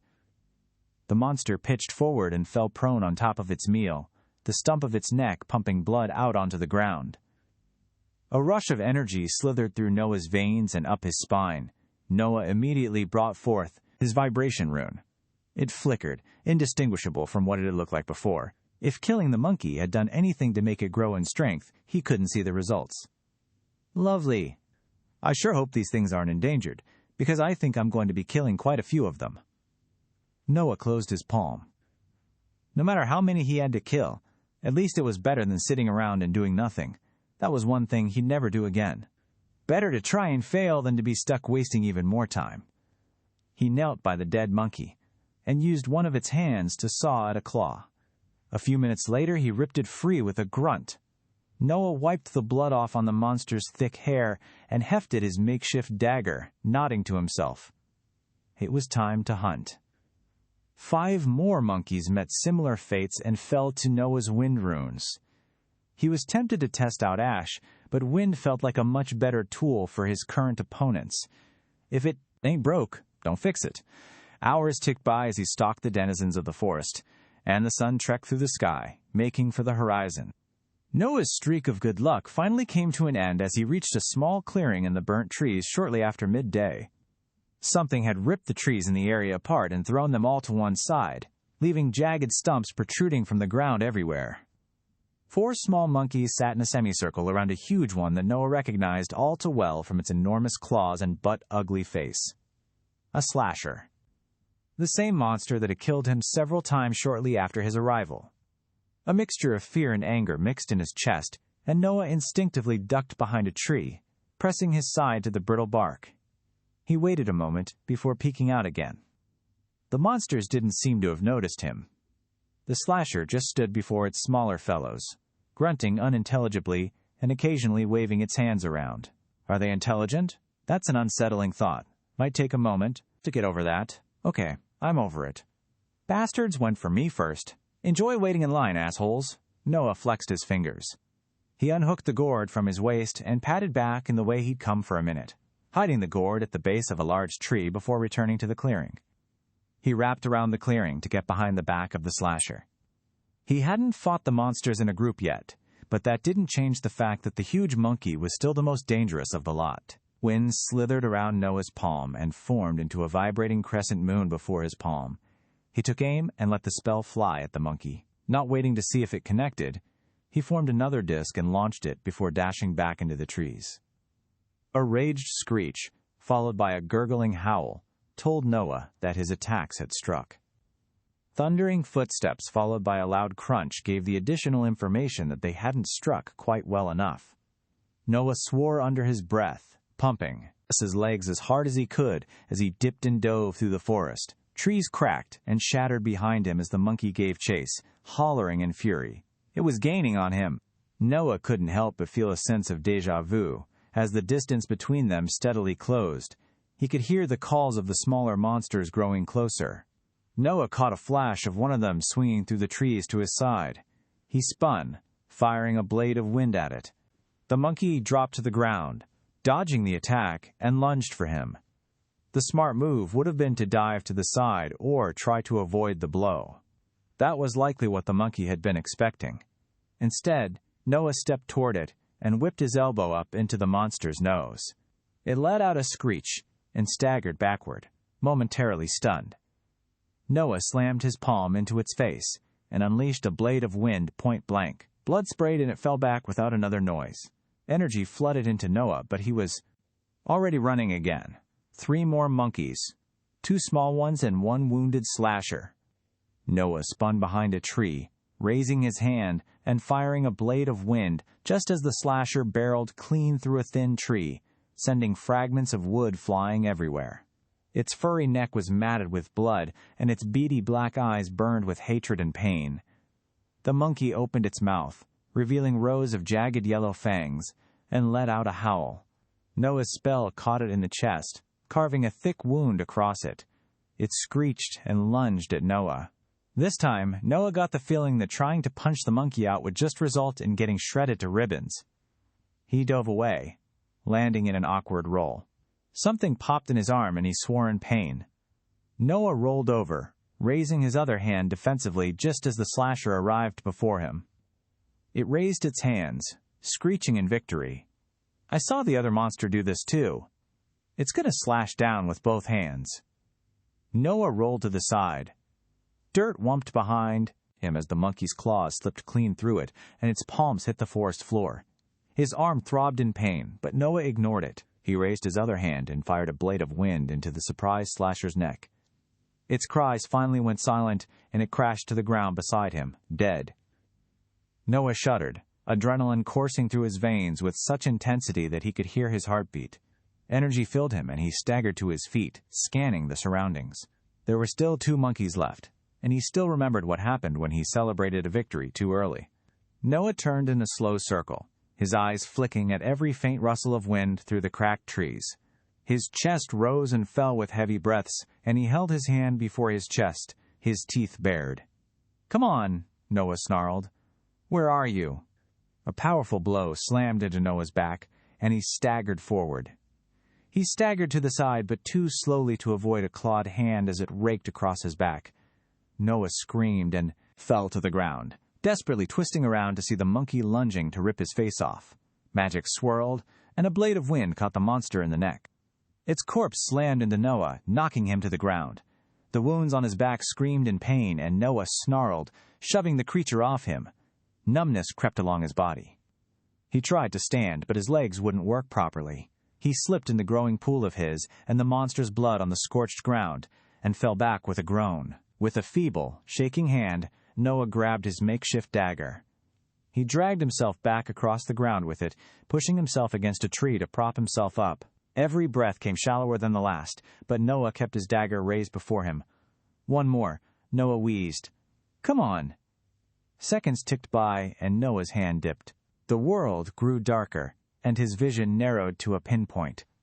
Strength left Noah's limbs. His last action was to toss his dagger as hard as he could, which, at this point, was just 6 feet away from him. A tiny flicker of motion in the edge of his fading eyes was the last thing he saw before he slipped off. Noah's soul peeled away from the body, lifting into the air. He stared down at the bloodied corpse beneath him and scrunched his nose. The final monkey was behind a tree, staring warily at his body. Well, not a bad run by any means. A definite improvement over the previous one. And, oh goddammit, please stop that. Don't eat my face, that's disgusting. The monkey couldn't hear him. And, even if it could, Noah suspected that his request would have fallen on deaf ears. Grayish-black energy wound around his neck. Noah didn't even blink as it yanked him away. An instant later, he sat up with a ragged gasp. His head pounded with a violent headache, and the gourd rested on the ground beside him. Noah pushed himself upright using the trunk of the tree, leaving his gourd on the ground. He instinctively tried to call on his magic, but it was for naught. The runes were completely inaccessible for him, and judging by previous experience, they'd remain that way for several hours.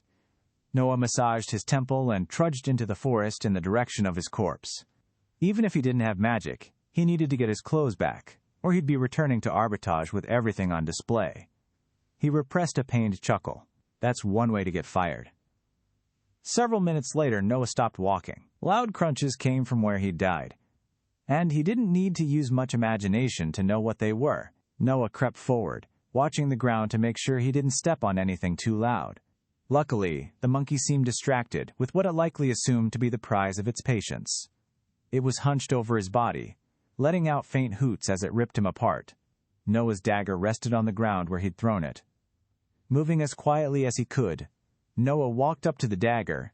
He scooped it off the ground, and the monkey paused, looking up from its meal as its ears finally picked up on the noise. It was too late. Noah plunged the blade into its ear, twisting it savagely, before ripping it out and slamming it into the base of the monster's skull. The sharp claw bit through the dense hair and the flesh beneath it. The monkey slumped, dead before it even got a glance at him. Noah shoved it to the side and grabbed his clothes from his corpse, doing his best not to look at his now mangled face. He ignored the blood soaking into his shirt and pants as he pulled them on and turned, heading away without a second glance. He collected his gourd, still fighting the violent headache pounding in his skull, and climbed into a tree to wait for his magic to return. Despite the pain rippling through his body and the fog in his mind, Noah's heart thumped with excitement. He was starting to really enjoy this. The rest of the day and night passed, surprisingly without incident. Noah remained seated in his tree, watching the moon trek through the sky. Monkeys hollered in the distance, their cries echoing through the barren forest and distorting with the wind. None of them found him. Noah wasn't sure if it was because they were intentionally avoiding his location after the slaughter, or if he'd just gotten lucky. Either way, the sun rose all the same the following morning. The fog in his head had only just started to show signs of abating when an electric current danced across his skin, running down his spine and spreading throughout his body. Before Noah could even start to wonder what was causing the sensation, a sudden force jerked at the nape of his neck. The world blurred and took on a vibrant shade of blue as he was shunted backward and sent hurtling through space. Noah instinctively tried to let out a startled gasp, but he couldn't even do that. His entire body rebelled against him, and all he could do was sit and watch as the blue current swirled past him. With a violent thud, Noah slammed down inside a metal tube, sliding to the floor and landing with a grunt. He staggered as his feet hit cold ground, and he braced himself against the wall, drawing in a deep breath. Tim raised a hand in greeting, but his smile fell away as he saw the state of Noah's blood-covered clothing. "By the gods, man," Tim exclaimed. "Are you all right?" Noah grimaced and pushed off the wall, shaking his head. The fog in his head still hadn't completely left, and his mouth felt gummy as he spoke. "I'm uninjured." Tim's expression relaxed, but his eyes remained incredulous. He shook his head in disbelief. "Looks like you went through quite a few healing potions with all the wounds you're sporting," Noah grunted. "Yeah, something like that. Sorry. Forgot I was going to get yanked back this quickly." Tim waved his hand dismissively and gestured to the elevator in the center of the room. "Happens to all of us. It's a bit sudden, and I don't recall you coming by much before. Once you use the system a few more times, you should get used to it." "Good to know." Noah stepped onto the small lift in the center of the room, and Tim shut the grate behind him. "You might want to rest for a little while," Tim said. "You look like shit." Noah gave the man a small grin. Thanks. Anytime. Tim stepped back and the lift rattled down, chains lowering it into the open air. The metal trapdoor shut above Noah with a crash, and he winced as the sound pierced his ears. It probably wasn't all that loud, but with his head throbbing after his death, it was like a gunshot set off right beside his head. The lift lowered Noah down to the stairwell, and he stepped off, keeping his eyes low as he strode past the small line, waiting to use the travel system, and headed for his room. By the time he reached it, his head was almost back to the point where he could think properly. Noah tried calling on his runes again to no avail. He's sighed and stripped out of his ruined clothes, taking a shower and swapping into a new set of clothes before sitting down on his bed. Even though getting killed had technically cleaned off all the dirt he'd picked up fighting, his ruined clothes were filthy enough to warrant getting cleaned again. Next time, I'm bringing a spare set. I wonder how much they cost, because I get the feeling I'm going to be running through the rest of my wardrobe pretty quickly. Noah propped his pillow against the wall and leaned back on it, crossing his arms behind his head. His skull throbbed, and he grimaced, massaging his temple.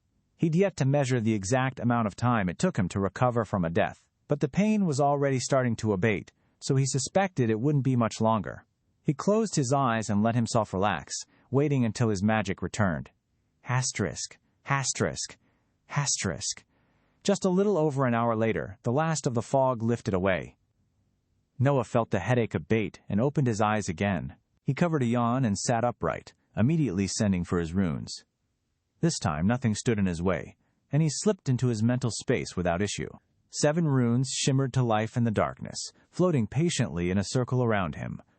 Noah immediately looked to the new vibration rune. It sat where one of his old wind runes had been, shimmering with faint gray energy.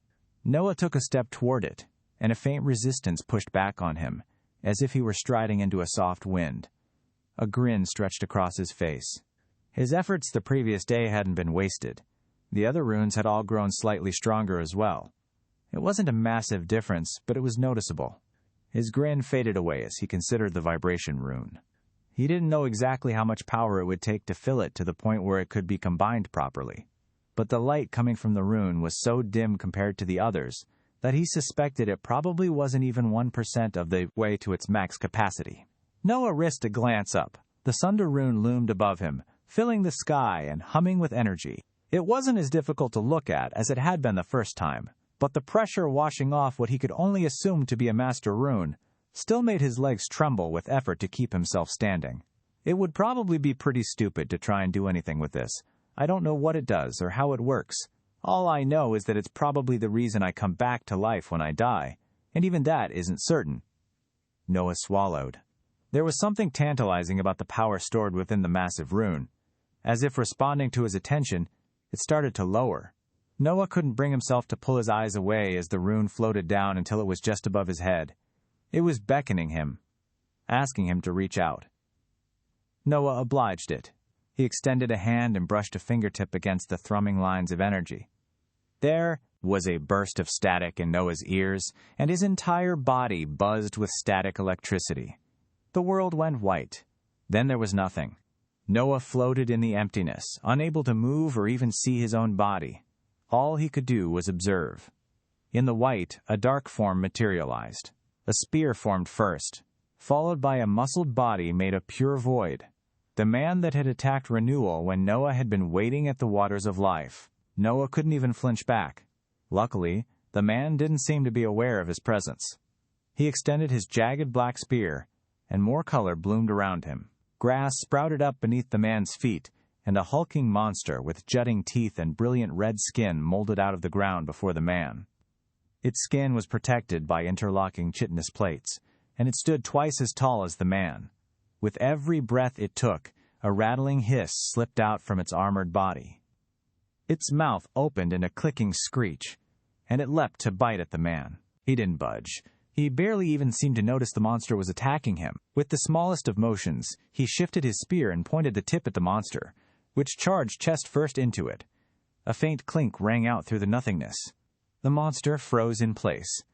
A black line carved through it from head to toe, and, denied even the chance for a final screech of defiance, it split in two. The two halves of the monster collapsed on themselves.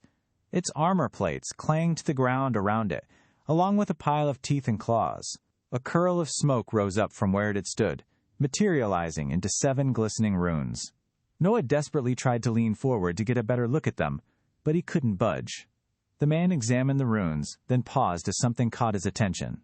He raised a hand, and one of the runes floated closer to him, giving Noah a glance at it. Insectoid armor. Before Noah could even try to memorize it, the man flicked his hand. His spear carved through the rune, shattering it. Noah's disappointment died in his chest. His eyes widened as, from the fragments, 7 new runes formed, each pulling away from the wreckage of the original rune, and every single one of them brimmed with energy. That must have been a combined rune. Did he just split it apart without damaging any of the individual components? The man reached out and plucked one of the runes from the air. He flicked his hand, and the other 6 shattered, blowing away in strands of dark smoke. Noah could have sworn at the man. He hadn't gotten a chance to memorize any of the runes. Darkness crept into the edges of the white void. The man turned and walked toward it. With every step he took, control returned to Noah's limbs. Shadows swallowed the white, and the endless white around him popped like a balloon and vanished, leaving him standing in his mental space. Noah stared up at the sunder in awe. It showed me what it does. Sunder. To split. It split the monster apart into its components, but I guess only the parts that the user wanted? But more importantly, it can split runes apart. Doesn't that mean I can combine runes with any combination I want to test, then split them if the combination doesn't work? I don't have to worry about finding an existing combination or risking failure. I can test them infinitely. Noah suppressed a maniacal laugh. If Moxie knew about this, she'd rip her hair out. What need did he have for his stuffy fake family's rune combinations when he could research them indefinitely on his own? He had to test this. Noah extended a tendril of thought toward the Sunder rune. A brilliant blast of energy slammed into him, throwing him from his mental space and knocking him to the ground. Every single part of his body trembled like he'd taken a dip into an electrical current. He tried to move, but it felt like every single one of his nerves had fried. For the second time, all Noah could do was lay there and stare. The ceiling swirled above him as his eyes unfocused. Time ticked by. If Noah hadn't been so used to sitting around and doing nothing from his stay in the afterlife, it would have been infuriating. It was nearly an hour before any sensation returned to him. Noah's toes wiggled, followed by his fingers and the rest of his body. He slowly sat up, rubbing the back of his head with a grimace. At least he didn't have a headache this time. Okay, got it. No fiddling with the master rune yet. There's way too much power in it. I need to be way stronger to even try to handle it. Still, when it comes time to combine my runes, this is incredible. If I understood Moxie right, I need to keep this power completely secret. Combinations are the key to forming a unique form of magic, and I can test them as many times as I want. But, for now, even if I can't mess with Sunder, Noah summoned the vibration rune to his palm and studied it. The wind rune had been easy enough to use, but the ash rune still stubbornly refused to do just about anything. He chewed his lower lip in thought, then touched a finger to his pillow. A faint tremble ran through it. Noah raised an eyebrow and drew on more of the rune's power. The pillow flopped around as if someone were throttling it. A few seconds later, the energy stored within the rune dried up. It vanished, and the pillow ceased its motion, falling back to his bed and lying still. Not the most intimidating thing I've ever done, but at least it works, Noah mused. And I think I've had enough excitement for today anyway. So if the wind and vibration runes both work perfectly, then I've got to be using the ash rune wrong somehow. Noah called on the ash energy and felt it rise up in response. He tried picturing a small cloud of ash rising up from his hand, but it once again stubbornly refused to respond. Noah pursed his lips and glanced around the room. His eyes landed on a half-melted candle at the edge of his desk. He strode over to it, grabbing a fire starter beside it and lighting the candle. Noah took a paper from the pile of trash that Vermil had left behind and, after reading it to make sure it wasn't important, set the paper over the flame. The fire quickly took hold, burning a small hole and blackening the paper around it. The flame continued to spread and the hole expanded, its edges glowing cherry red as more of the paper was consumed. Noah let a little over a quarter of it burn away before he smothered the smoldering paper out with his palm. The flame stung for a moment and gave in, fading away, and leaving him with the brittle results of his experiment. Noah shook his hand off and crushed the edge of the paper, letting the soot crumble into a small pile on his desk. Straightening his back, Noah pushed the candle out of the way and called on his ash rune. He turned his attention to the pile on his desk. The ash shifted, swirling up into the air and forming into a swirling sphere. A grin stretched across Noah's face, and he splayed his fingers out. The ash twisted between them like a snake, slithering down his palm and forming into a small bird. It fluttered around Noah's head, then nosedived into the desk and exploded into a small puff of smoky ash. "Aha!" Noah said, unable to hide his pleasure as he rubbed his hands together. He directed the ash back into a small pile, then organized it into several lines. It responded to his thoughts without delay, forming the exact image he pictured in his head. So that's how it works. I can't create ash, but I can control it. Noah flicked his fingers, and the ash leapt from his desk, forming into a crescent moon and shooting into the candle. It pattered against the wax, failing to cut through it. Noah pulled the ash back into a pile and pursed his lips. "So it's still just ash, even when I'm controlling it," Noah mused. "Why? Doesn't it cut like the wind did?" He put the ash through a few more tests, but as far as he could tell, it was just ash. Noah sat and thought for a few moments, trying to figure out why his wind rune was able to cut and do real damage, while what should have been a more powerful ash rune almost felt lackluster. The answer struck him a few moments later, and he grimaced at the realization. It's the amount of energy stored in them. That's why Vermil kept a bunch of weak wind runes around instead of using all the more powerful ones he had in his book. It was easier to just use the weak wind runes than building up to really using the powerful ones. Noah rubbed his forehead, mentally thanking himself for not making the impulsive decision to get rid of all his wind runes at once. If he had, there wouldn't have been any way for him to reliably kill the monsters in the Scorched Acres. Well, at least I found out sooner rather than later, Noah said to himself. He released his hold on his magic and snuffed the candle out.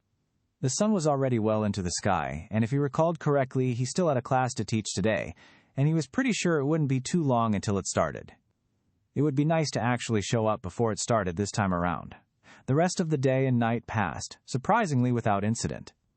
Noah remained seated in his tree, watching the moon trek through the sky. Monkeys hollered in the distance, their cries echoing through the barren forest and distorting with the wind. None of them found him. Noah wasn't sure if it was because they were intentionally avoiding his location after the slaughter, or if he'd just gotten lucky. Either way, the sun rose all the same the following morning. The fog in his head had only just started to show signs of abating when an electric current danced across his skin, running down his spine and spreading throughout his body. Before Noah could even start to wonder what was causing the sensation, a sudden force jerked at the nape of his neck. The world blurred and took on a vibrant shade of blue as he was shunted backward and sent hurtling through space. Noah instinctively tried to let out a startled gasp, but he couldn't even do that. His entire body rebelled against him, and all he could do was sit and watch as the blue current swirled past him. With a violent thud, Noah slammed down inside a metal tube, sliding to the floor and landing with a grunt. He staggered as his feet hit cold ground and he braced himself against the wall, drawing in a deep breath.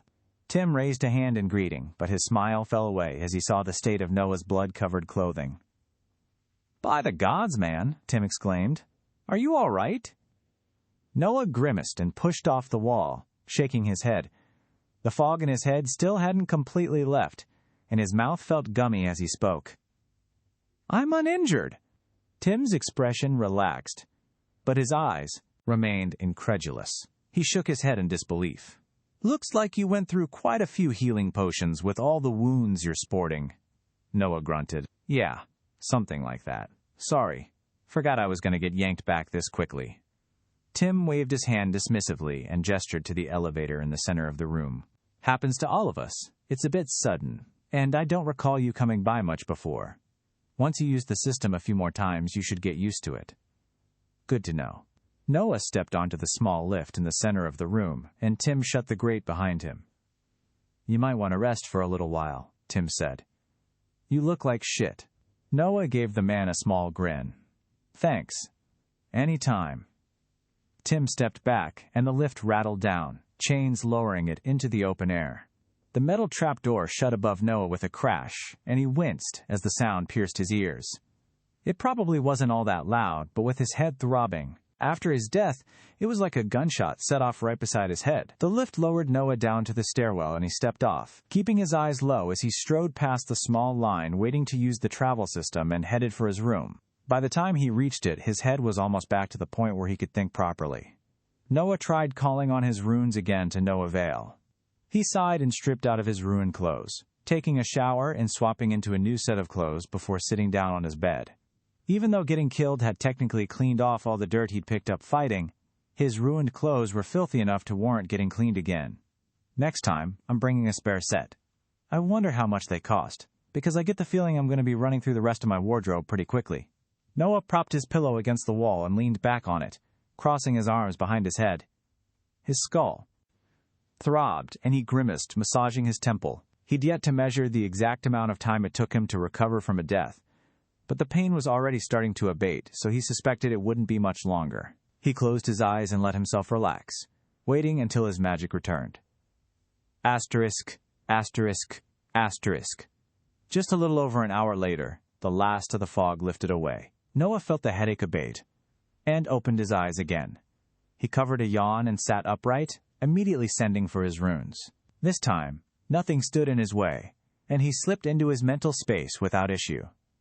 7 runes shimmered to life in the darkness, floating patiently in a circle around him. Noah immediately looked to the new vibration rune.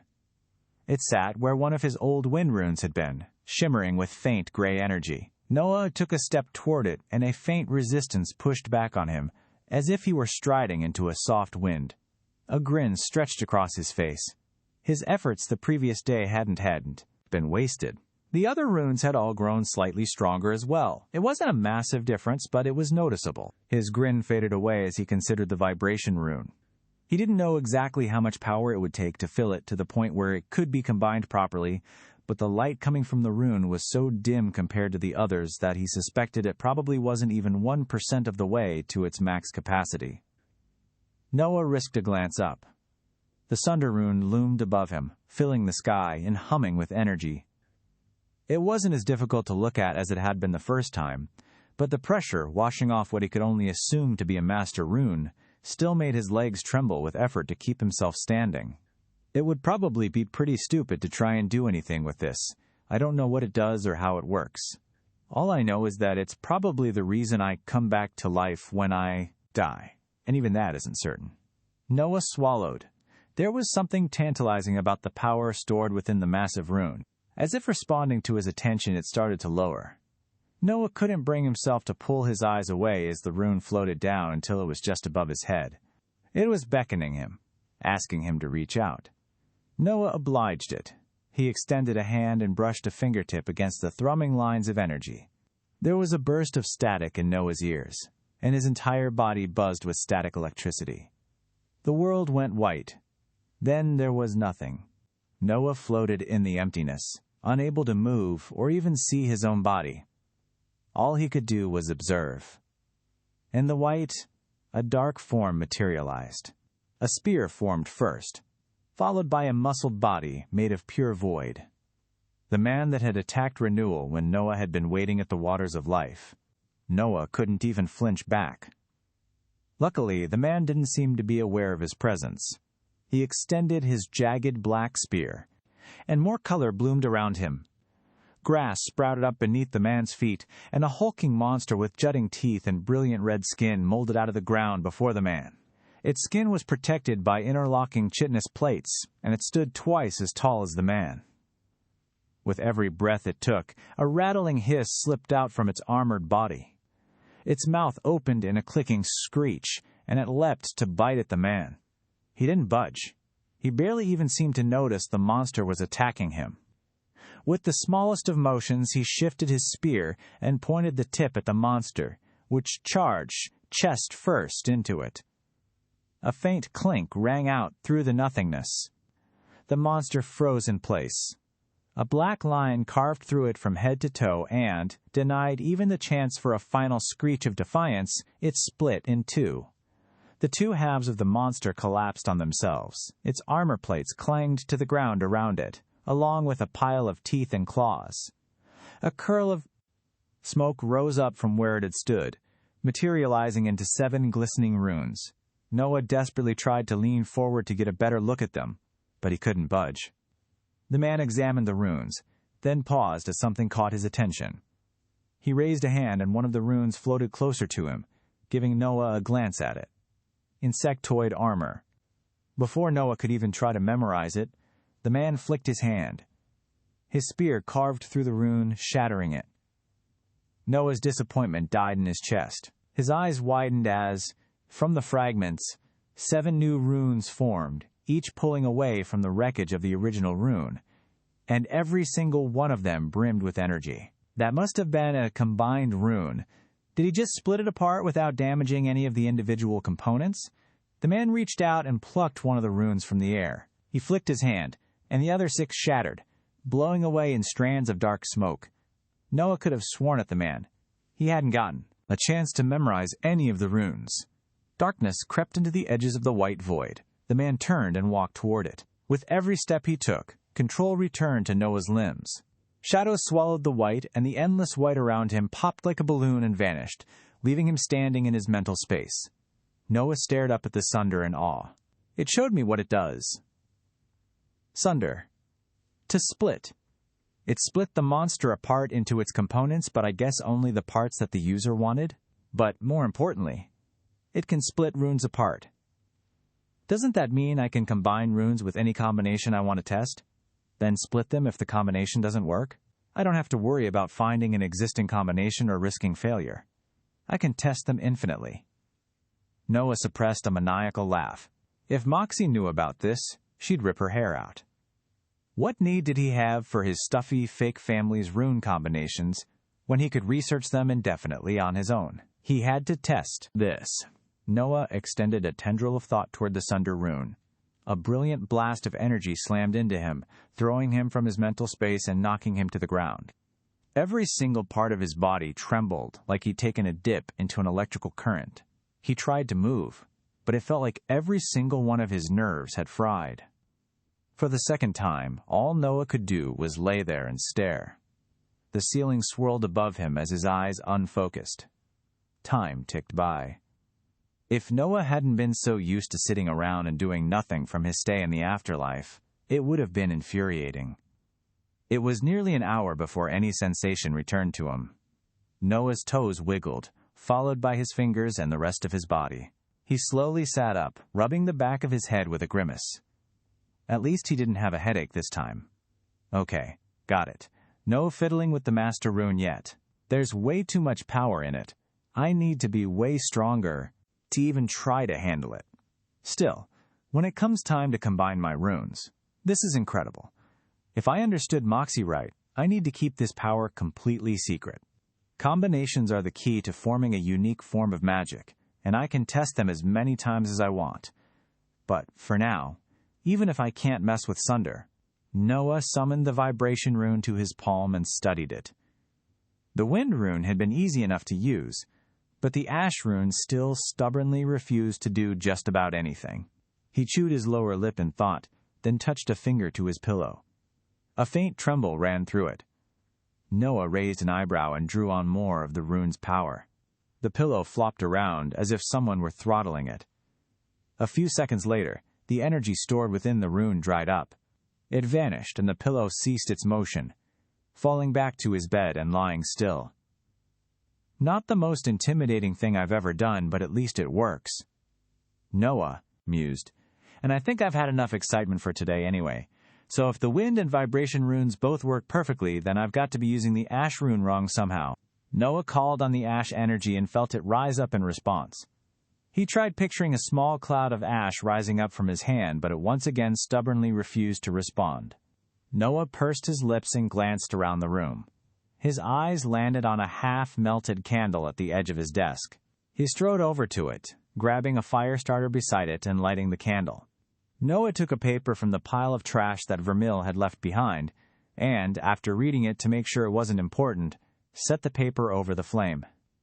The fire quickly took hold, burning a small hole and blackening the paper around it. The flame continued to spread, and the hole expanded, its edges glowing cherry red as more of the paper was consumed. Noah let a little over a quarter of it burn away before he smothered the smoldering paper out with his palm. The flame stung for a moment and gave in, fading away and leaving him with the brittle results of his experiment. Noah shook his hand off and crushed the edge of the paper, letting the soot crumble into a small pile on his desk. Straightening his back, Noah pushed the candle out of the way and called on his ash rune. He turned his attention to the pile on his desk. The ash shifted, swirling up into the air and forming into a swirling sphere. A grin stretched across Noah's face, and he splayed his fingers out. The ash twisted between them like a snake, slithering down his palm and forming into a small bird. It fluttered around Noah's head, then nosedived into the desk and exploded into a small puff of smoky ash. "Aha," Noah said, unable to hide his pleasure as he rubbed his hands together. He directed the ash back into a small pile, then organized it into several lines.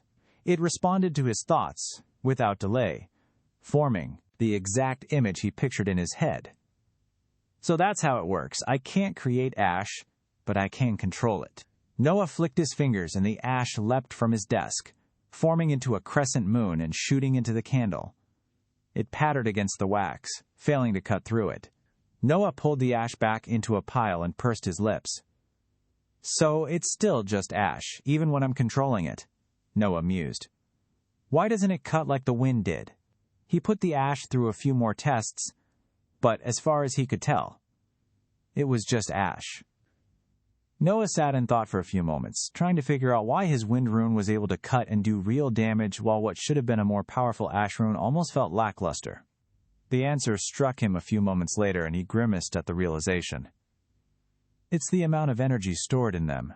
That's why Vermeil kept a bunch of weak wind runes around, instead of using all the more powerful ones he had in his book. It was easier to just use the weak wind runes than building up to really using the powerful ones.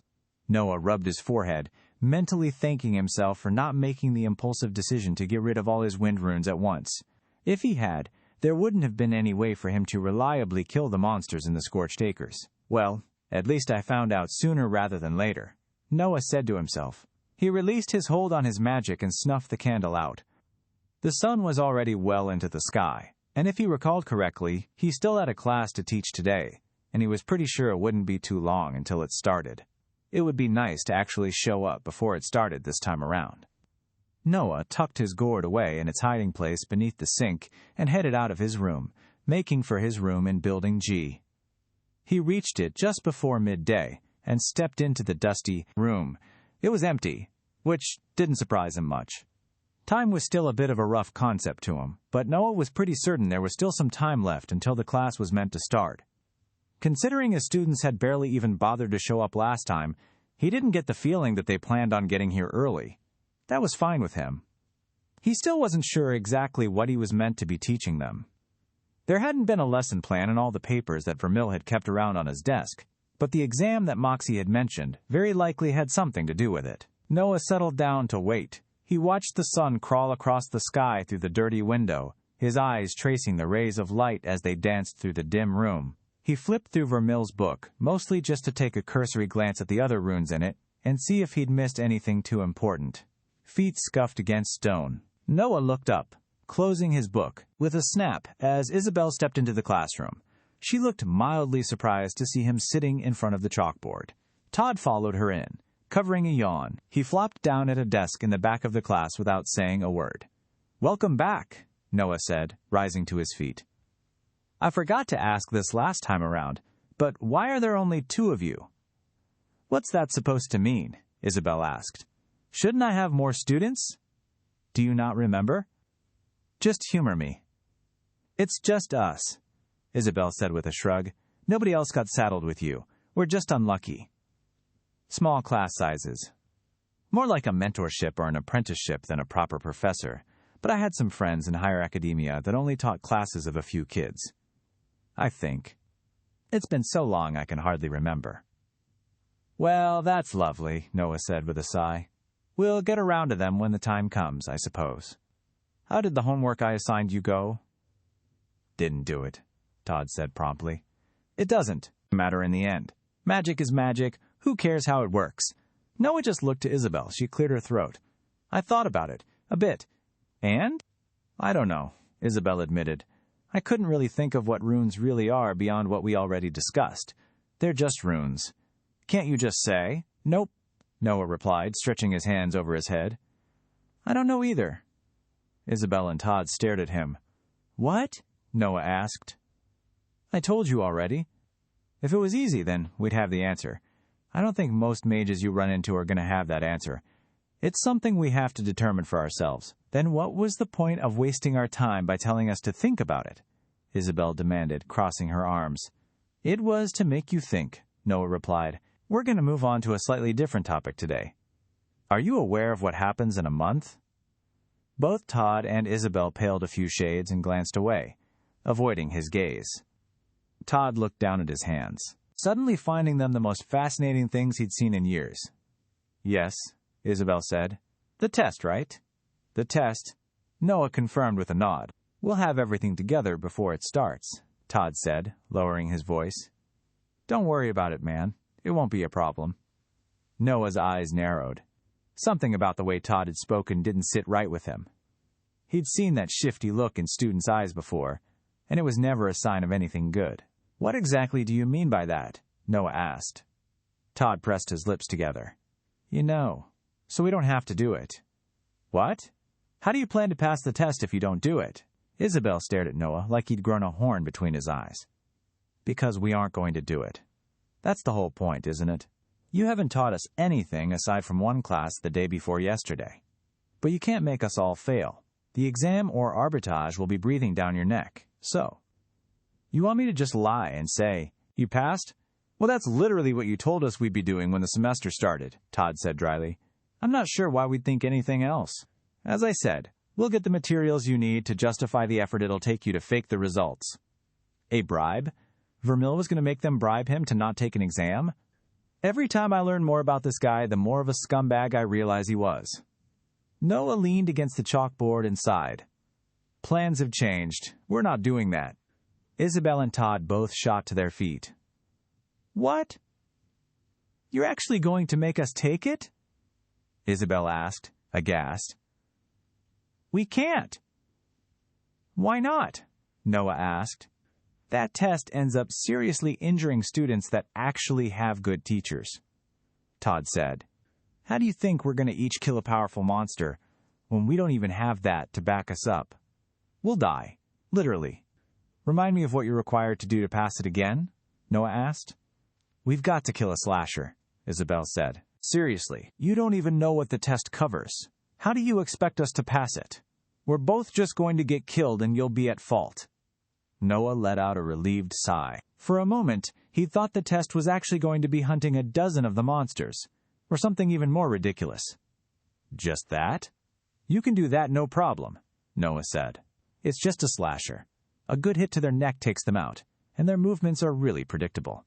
They're fast, but if you get the jump on them and work together, I can't imagine it would be that impossible. Both Isabel and Todd glared at Noah. Their anger turned to nervousness when Noah didn't back down from his stance. Easy for you to say. You're not the one that has to kill them, Todd said. Can you even fight one yourself? I don't see how you're going to protect us when you're literally the same rank as we are. Slashers might not be the strongest monsters in the Scorched Acres, but they're far from the weakest. False confidence isn't going to do anything when they tear your throat out. Noah opened his mouth, then let it close. It did take me a few deaths to figure out how to avoid getting killed by those things, but they really aren't that unrealistic to beat if I manage to take 2 out with my level of experience. See? Isabel asked.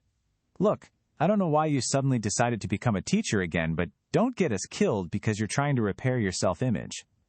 Noah pursed his lips. I've killed 2 slashers. They're dangerous enemies, but they aren't impossible to defeat. You say you're at my level, so you should be able to handle them as well. You're full of it. Todd said promptly. He pushed his chair back and stood, glaring at Noah. There's no way you beat a slasher unless someone else held it down and beat it to an inch of its life first. Sit, Noah said firmly. Todd pressed his lips together. They stared at each other for several terse seconds. Slowly, Todd lowered back into his chair. You're serious? Isabel asked. Yes. I killed one yesterday using just my wind runes, and they're all lower ranked. I think it went down in 2 or 3 strikes, so I only used a single rune during the fight. You're both confident you're at least as strong as I am, aren't you? Isabel grimaced and looked out the window, avoiding Noah's gaze. Please don't do this. I don't care what you're planning, but I don't want to die. If you want to start becoming a good teacher, start with the next class. We're already screwed. Don't get us killed as well. Noah drew in a deep breath and let it out slowly. He couldn't deny that Isabel's suggestion was tempting. He had more than enough on his plate already. Surviving while making sure nobody figured out his true identity wasn't exactly a simple task.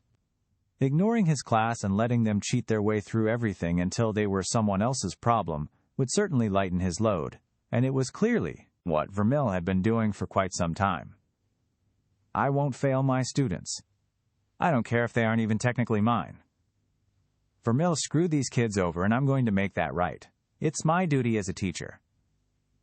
No. Noah shook his head. I'm sorry, but I'm not going to do that. I apologize that you had to deal with my incompetent teaching in the past, but there will be no more of that. I won't be letting you leave this class without the proper abilities to defend yourselves in the future. You're going to get us killed, Todd said flatly.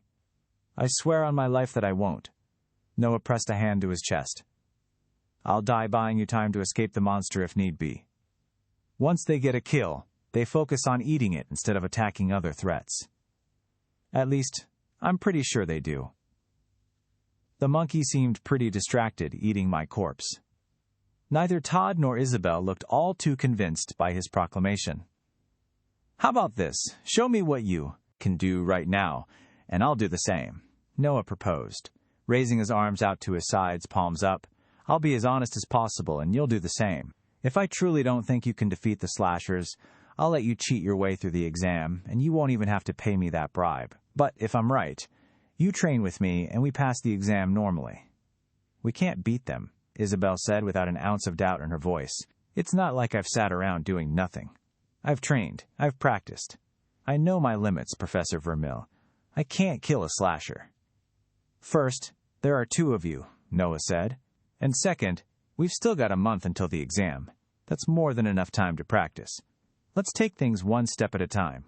We'll go test out how strong the 2 of you are. For 1 month, you'll do what I say, and train together with me. When the month is up, if we decide you can't do the test, then I cheat for you. Otherwise, you do it. Wouldn't you rather learn something from the class than waste your time?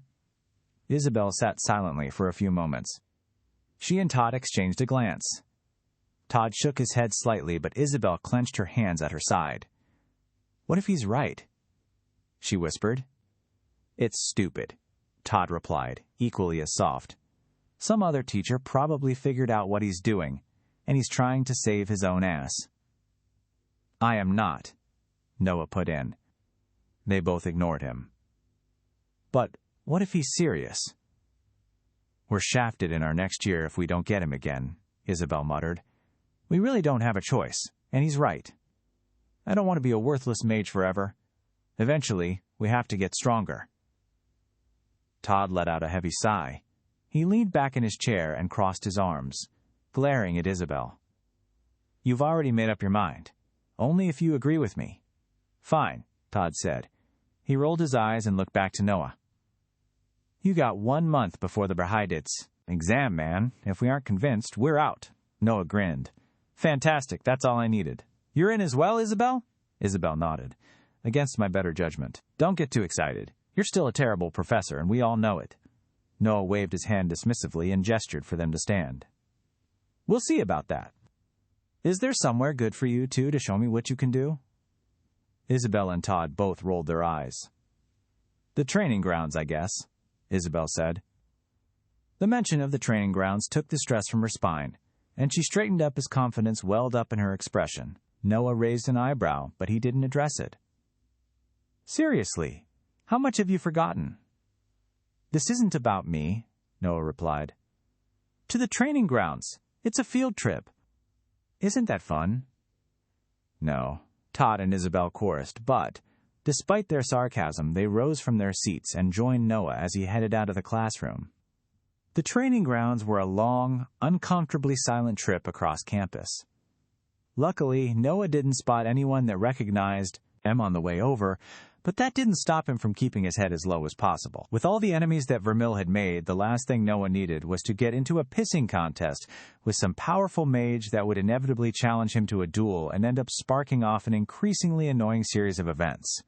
Okay, that might be a bit far, but I read a lot of fantasy books back on Earth. Besides, if they've got a sparring area, it's not unrealistic for people to posture and show off by using it. Here it is, Isabel said, coming to a stop before a wide, sandy amphitheater. 2 rows of seats ringed the large area, which was sectioned off into 50 or 60 smaller squares. Almost all of the seats were empty, aside from a few students lounging around and eating. The walls of the amphitheater had ladders all along them, allowing easy access to the training arenas below. Many of them were already in use. Noah prepared to duck, as one student hurled a ball of flame at another and missed, but the spell struck an invisible barrier at the edge of their arena and dispersed with a ripple. Noah suppressed the temptation to ask questions. He followed Todd and Isabel down the ladders and onto the sand, where the 2 of them walked up to a sectioned-off bench at the edge of the entire arena. A large pile of metal tokens shaped like shields, and roughly the size of Noah's palm, sat on a large pile that threatened to tip over at the slightest wind. Both students grabbed a badge and affixed it to their lapel. Ripples of blue energy washed over their bodies, fading away as quickly as they had come. Noah mirrored their motion. The energy tingled as it raced across his skin. He shuddered, then poked himself in the arm. A tiny ripple of force interfered with the motion, stopping his finger from making contact with his skin. A deep FWOOMP erupted from the arena where the 2 students had been fighting.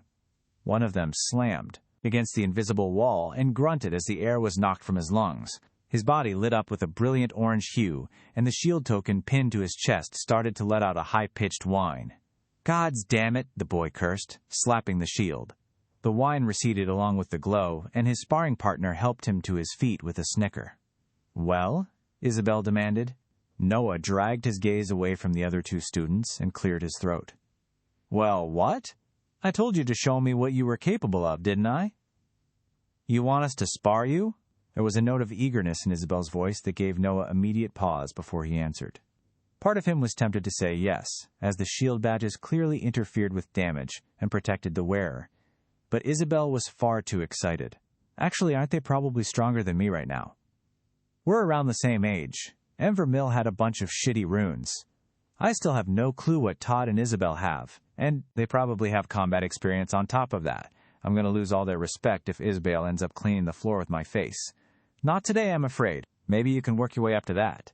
No, you'll be sparring each other." "Figures," Todd muttered. "What was that?" Noah's features sharpened, and he looked down the bridge of his nose at Todd, who glanced away to avoid meeting his gaze. "Nothing." "Then get to it," Noah said, stepping back to give them more room.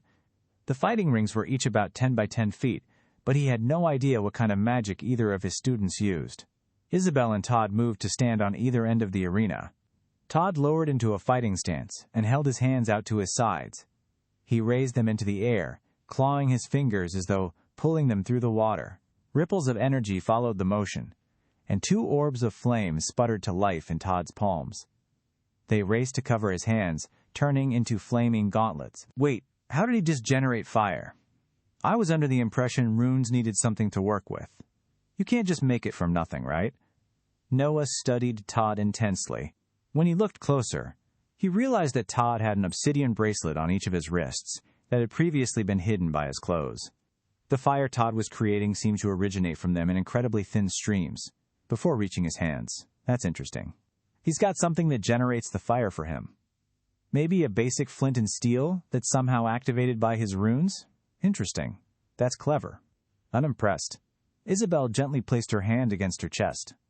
Blue light lit beneath Isabel's fingertips, and she wrapped her hand around a translucent hilt and pulled a long, slender sword free from within her chest. She flicked it to the side, then stood with her side to Todd, looking down her blade at him in a duelist stance. Isabel raised her free hand, beckoning Todd on. He didn't budge. They stared at each other for several seconds. The difference in the duelake two students was striking. Todd was like a predator, tense and ready to pounce the moment he spotted a flicker of weakness. Noah could practically read his intentions like an open book, but that did nothing to make the smoldering fire licking up his forearms any less intimidating. On the other side of the field, Isabel was the exact opposite. She stood with calm confidence, her sword unwavering and unreadable. Isabel was closer to a statue that barely even acknowledged her opponent's existence. He watched them, transfixed.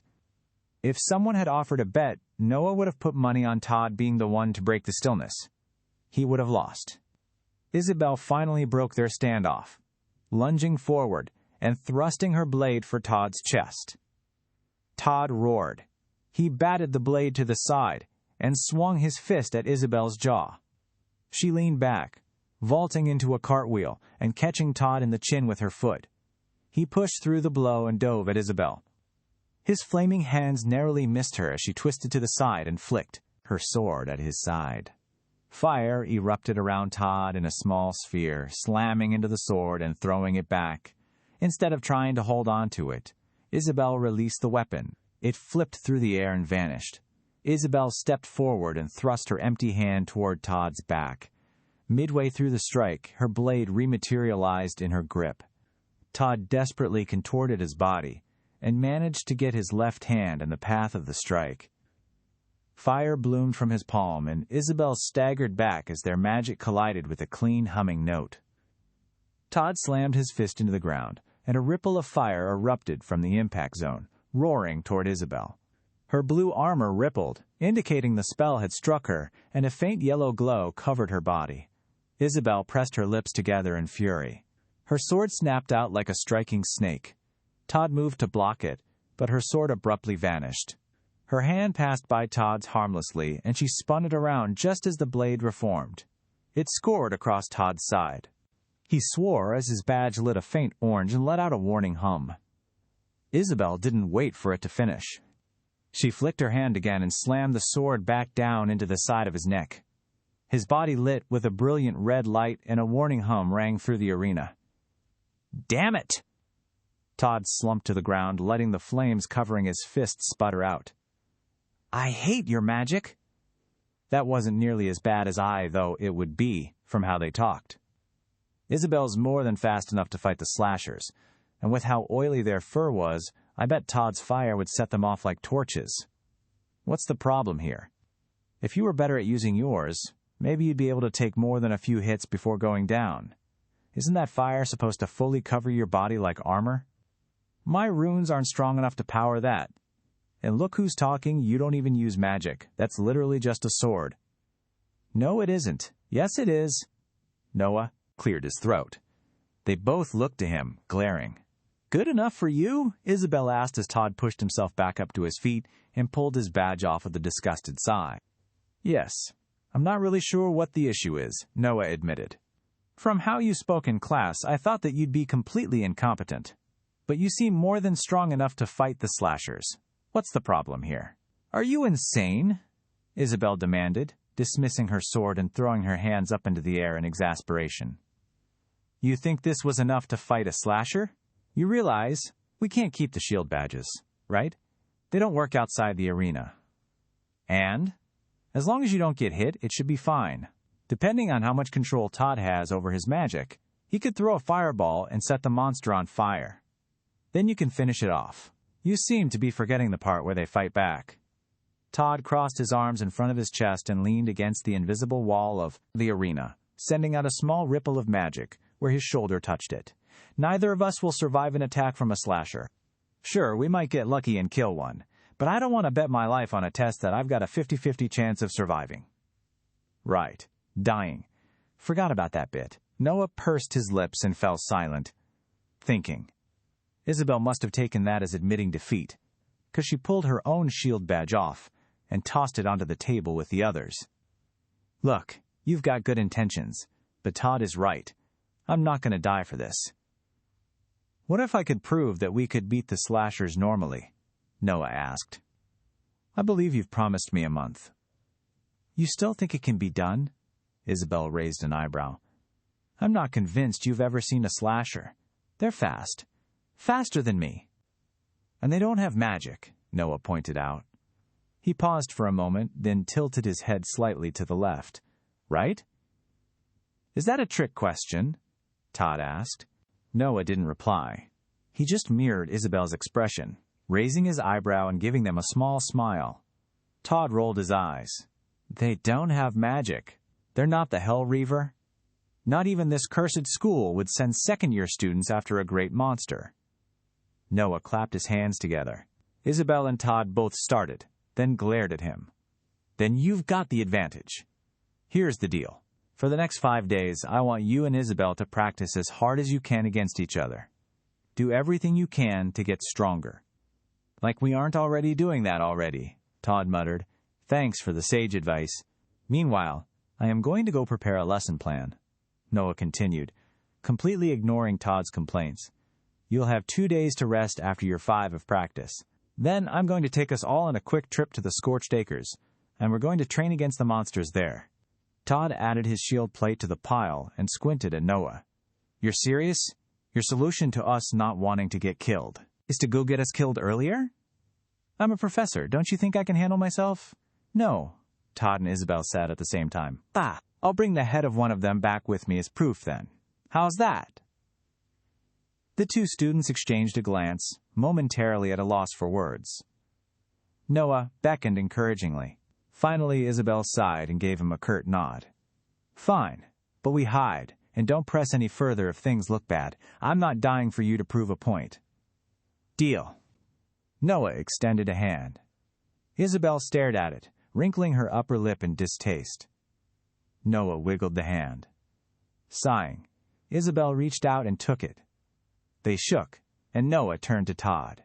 He did the same, muttering in annoyance under his breath. Happy? Isabel asked. Not yet, but we're getting there. Enjoy your week. Don't skip out on practice, and you know where to find me if you need advice. What kind of advice could we possibly get from you? Todd asked. The only thing you've really done is ask us questions that you don't even know the answer to yourself. Noah shrugged in response. He raised his hand in farewell and strode away from the arena, leaving Todd and Isabel staring at his back in befuddlement. All things considered, he was pretty pleased with how the day had gone. Now, he just had to make sure he could actually uphold his promise. But first, the discussion about the Hell Reaver had gotten his attention. The monster also had a master rune, just like what he suspected Sunder was. If he could find more information on it, even just a little, maybe it would help answer some more questions about his own magic. Noah was loath to spend any more time in the library than he needed, though. After all the years of waiting in line, every part of him longed to do literally anything else now that he had the beginnings of a baseline for what he could do. Instead of giving in, Noah trudged over to the library and found a librarian, conveying his request to a librarian. Unfortunately, or somewhat fortunately, according to Noah's heart rather than his brain, the only informational book about the Hellreaver ape had been checked out. With that in mind, Noah set off toward the transport cannon. There was no good reason to wait any longer if the library wasn't going to be of any immediate help, and he was secretly glad for it. No library meant more things to do, and less standing around. He had some more monkeys to hunt. Noah appeared in the Scorched Acres with a pop. He'd headed back to Tim and his cannon after leaving the arena, only stopping at his room to grab his gourd and a spare set of clothes, which now hung at his side in a small travel pouch that was slung over his shoulder.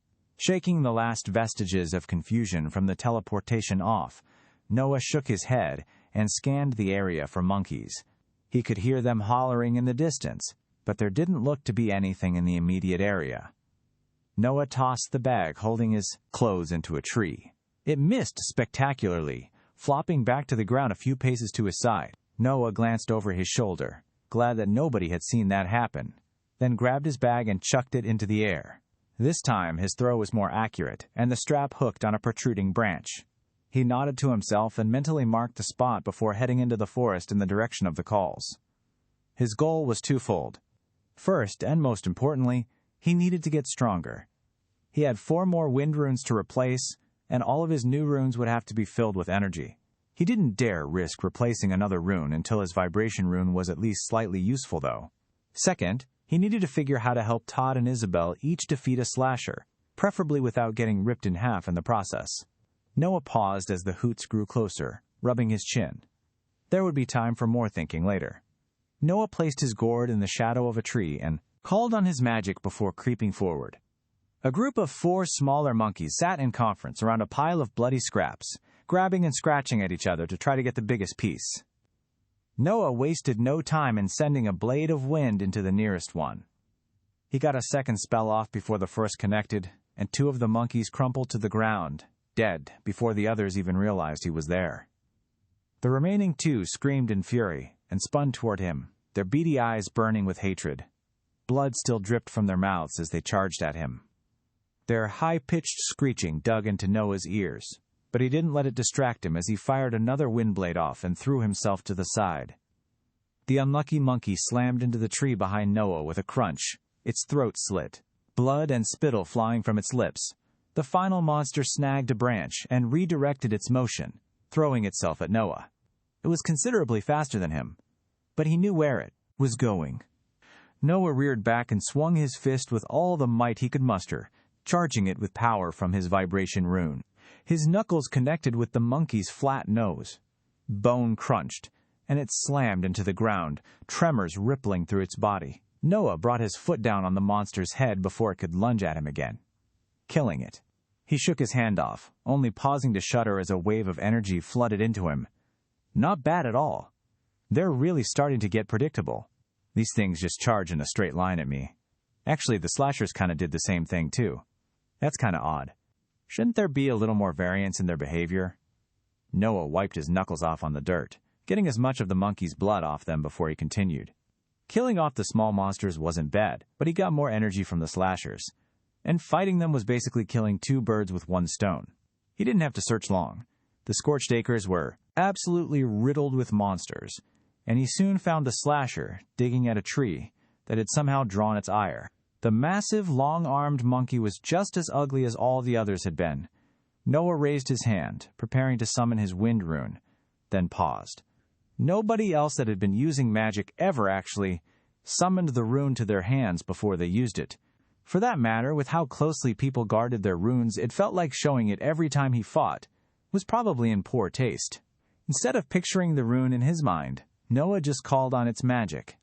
It responded just as before, forming a thin white crescent before his palm, but without the rune behind it. Noah grinned, then fired the spell into the slasher's neck. It bit deep, but the monster's sinewy muscle was thicker than that of the small monkeys.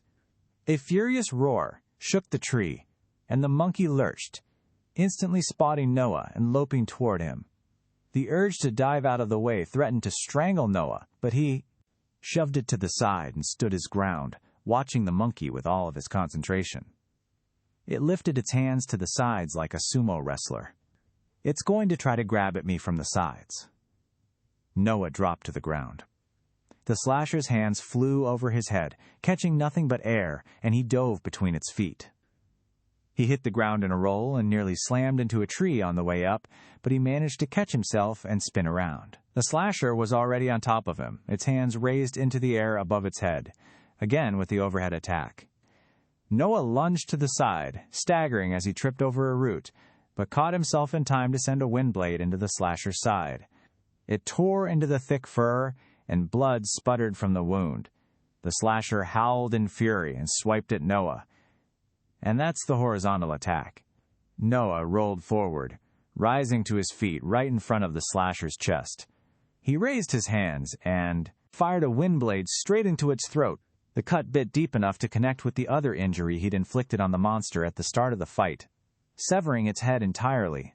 He jumped to the side as the slasher crashed to the ground, dead before it landed. Noah's heart thumped furiously and energy coursed through his veins. A huge grin crossed Noah's face and he leaned against a tree to catch his breath. I don't get why they're all fighting the same way, but it's not that hard to react to moves when I already know what they're going to do. It's almost as if the monkeys all went to the same training camp. I wonder if there's a drill sergeant monkey around here somewhere. Noah snickered to himself. After he'd gathered the rest of his breath back, he knelt beside the monster, grimacing slightly at the thick stench surrounding it. It had been easy to forget when he was fighting, but it really did smell rancid. A claw should be just as convincing as its head. Noah decided, I have one of those already, but 2 can't hurt. Noah spent a few minutes removing one of the slasher's claws, then cleaned it off and stuffed it into his pocket. He left the monster feeling more pleased than he could recall in quite some time. Barely any time had passed since his arrival, so Noah recollected his gourd and set off to find more monsters to kill, and he found them. With his steadily growing understanding of how they fought, Noah found every fight easier than the last. Several times he ran into the monkeys so quickly that he used up the reserves in his main wind rune and had to fall back to the second or third ones, but he always took a break to recover his energy after getting that far. The last thing he wanted to do was ruin his clothes, because he'd run out of strong wind magic and have no way to fight back against the monsters effectively. Time passed, and the day quickly turned to night. Noah continued his hunt, bolstered by the refreshing energy that greeted him after every kill. He was already remarkably bad at keeping time after his years spent in the afterlife, and this wasn't helping in the slightest. Noah grew more confident with every fight, which only pushed him to fight harder and seek out more foes. It was an addictive cycle, especially when he didn't have to deal with the agony of wounds. That was, of course, when Noah's luck ran out. He had just finished the last stragglers in a group of small monkeys off when he spotted a monkey staring at him from behind a tree, though the word monkey was starting to feel more and more like a stretch. Its eyes were comically large, bulging out of its head like those of a frog. 2 curling fangs jutted out from its lower jaw, and its knuckles dragged along the ground behind it as the creature stepped toward Noah, its tongue lolling out from its mouth. "You're one ugly bastard," Noah muttered. This monkey didn't even have any claws that he could see. It would have been fairly close to human had it not been for its impressively ugly face and long arms. Noah readied a windblade and took aim at its throat. He fired the spell, and the monkey ducked. It grabbed a rock from the ground and, with a furious holler, lobbed it at Noah. The rock streaked through the air like a bullet and slammed into Noah's forehead. He crumpled to the ground, and his soul launched out of the corpse before it could even hit the ground. Noah stared down at his body as the wide-eyed monster loped up to it and slapped him in the face a few times before ripping him open like a ripe banana. Noah gagged. God damn it! He embraced the rope of energy that tightened around his neck. And that's a good reminder to me. I'll take it as a lesson. That's how easily Todd and Isabel are going to get killed if I don't properly prepare them. I can't treat this like a game. They don't have second chances like I do. Then he was flying, trees flitting through him as his soul was dragged back to the gourd. His body reformed around him, and Noah sat upright with a groan, massaging his forehead and grimacing as sharp, burnt sticks poked into his naked backside. A violent headache pounded in his skull, worse than many of the ones he'd had before. Noah pushed himself upright, still cradling his head, and grabbed his gourd. That was humiliating. Damn, Noah muttered, leaning against the tree and looking up into the sky. Night was already starting to fall away, and the morning sun had started to peek over the edge of the horizon. I'm going to kill that thing the next time I'm here. Noah waited for a few hours, then trudged over to where his corpse should have been. His entire top half was missing, along with one of his legs, but the monkey had tossed his torn-up clothes to the side in a wet, bloody pile. Grumbling in pain, Noah grabbed his grimoire and wiped it off. It must have been enchanted somehow, because the blood came off remarkably easy. He located his daggers and scooped them up as well. Clutching the book in front of his legs, Noah made the walk of shame over to his spare clothes. He'd ventured deeper into the woods than he'd thought, but mercifully managed to reach and change into them just a little under 30 minutes before he was pulled back to arbitrage, headache and all. "Hello!" Tim called cheerfully as Noah's body slammed into the iron cage, rattling his throbbing brain in his skull and sending spikes of agony coursing through him. "I see your clothes survived the trip this time. If only you knew. Noah grunted in agreement, unable to muster the energy to give a better response. He gave Tim a weak smile, just to make sure the man wasn't too offended by his sudden lack of interest in communication, then stepped onto the lift. His head thumped its anger at his death the entire way back to his room, intensifying with every loud noise or bright light. By the time he finally stumbled into the room, it felt like he'd had a migraine for at least a month. Cursing under his breath, Noah stumbled into his bed and buried his head under his pillow, muting the faint chirps of the birds and distant conversation from below his window. He screwed his eyes shut and focused on the rhythm of his heartbeat, using it like a lifeline to try and pull himself out of the pain. It didn't work too well, but he couldn't think of anything better to do. Noah remained there for several hours until the pain finally started to abate, and he was able to take grasp of his facilities once again. Noah slipped out of bed and took a detour to his bathroom to splash cold water on his face. He ran his hands through his hair and sighed, leaning on the sink and resting his head against the mirror. "Idiot, you let yourself get too cocky." He pressed his lips together and pushed back. There was no point promising himself that he'd avoid it in the future. It had been a painful reminder, but his advantage had been hammered back into his head. The monsters were deadly, but he had infinite chances to fight them. Nobody else did, which might have been why the students didn't realize how simple it was to defeat the slashers. If that went for everything. A tiny grin tugged at Noah's lips, but it wasn't quite enough to pull him out of his annoyance. He shook his head and closed his eyes, reaching into his mind to check on the progress of his runes. They greeted him like an old friend, the 7 glimmering patterns blinking to life in the darkness around him. Pressure from the Sunder rune above Noah bore down on him, but he pointedly avoided looking up at it. There was just too much to deal with, and he didn't dare fiddle with the massive rune any further until he at least had a rudimentary grasp of his normal ones. Noah's eyes caught on the edge of the darkness in his mental space. Bright patches of white void were appearing as a small section, dark energy crumbled away. Noah approached it with a nervous frown, watching as a tiny fragment of black vanished into the white nothingness. It wasn't in the same spot that the previous damage had been in, but it was close. For that matter, a portion of the previous damage had healed over again, but it still hadn't completely patched over. So, that's it. I take some form of soul or mental damage whenever I die, Noah realized. Not permanent, from the looks of things. He let out a sigh of relief. Thank God, there's a limit. That means it's not completely out of my control. Anything with no real limit is just limited by something you don't understand, and the price for this one doesn't seem too bad.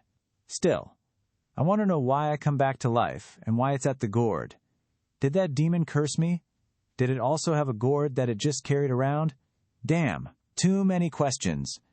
Noah watched the tiny pieces of white void, but they weren't getting any larger. He was fairly certain that they were what was causing his headache as well. The fragmentation of his mind or soul, whichever he was currently in, couldn't have been painless. Judging from the rate of healing on the previous damage, Noah was fairly certain that it took a few days to patch up a single death. As long as he kept himself from kicking the bucket more than that, he was pretty sure everything would be fine. It couldn't have been healthy to die more than once every few days anyway. Noah returned to the center of his mind space and approached the vibration rune. It let out a gentle hum as he approached. The rune was brighter than it had been before, and Noah could feel the energy within it. There was more, without a doubt, though he still couldn't tell exactly how much. Noah's other runes had all gained some energy as well, the full wind runes notwithstanding. He smiled in satisfaction. Making progress felt good. Much better than the god-awful rat race of being a teacher on Earth. A faint pang of longing echoed through Noah's chest.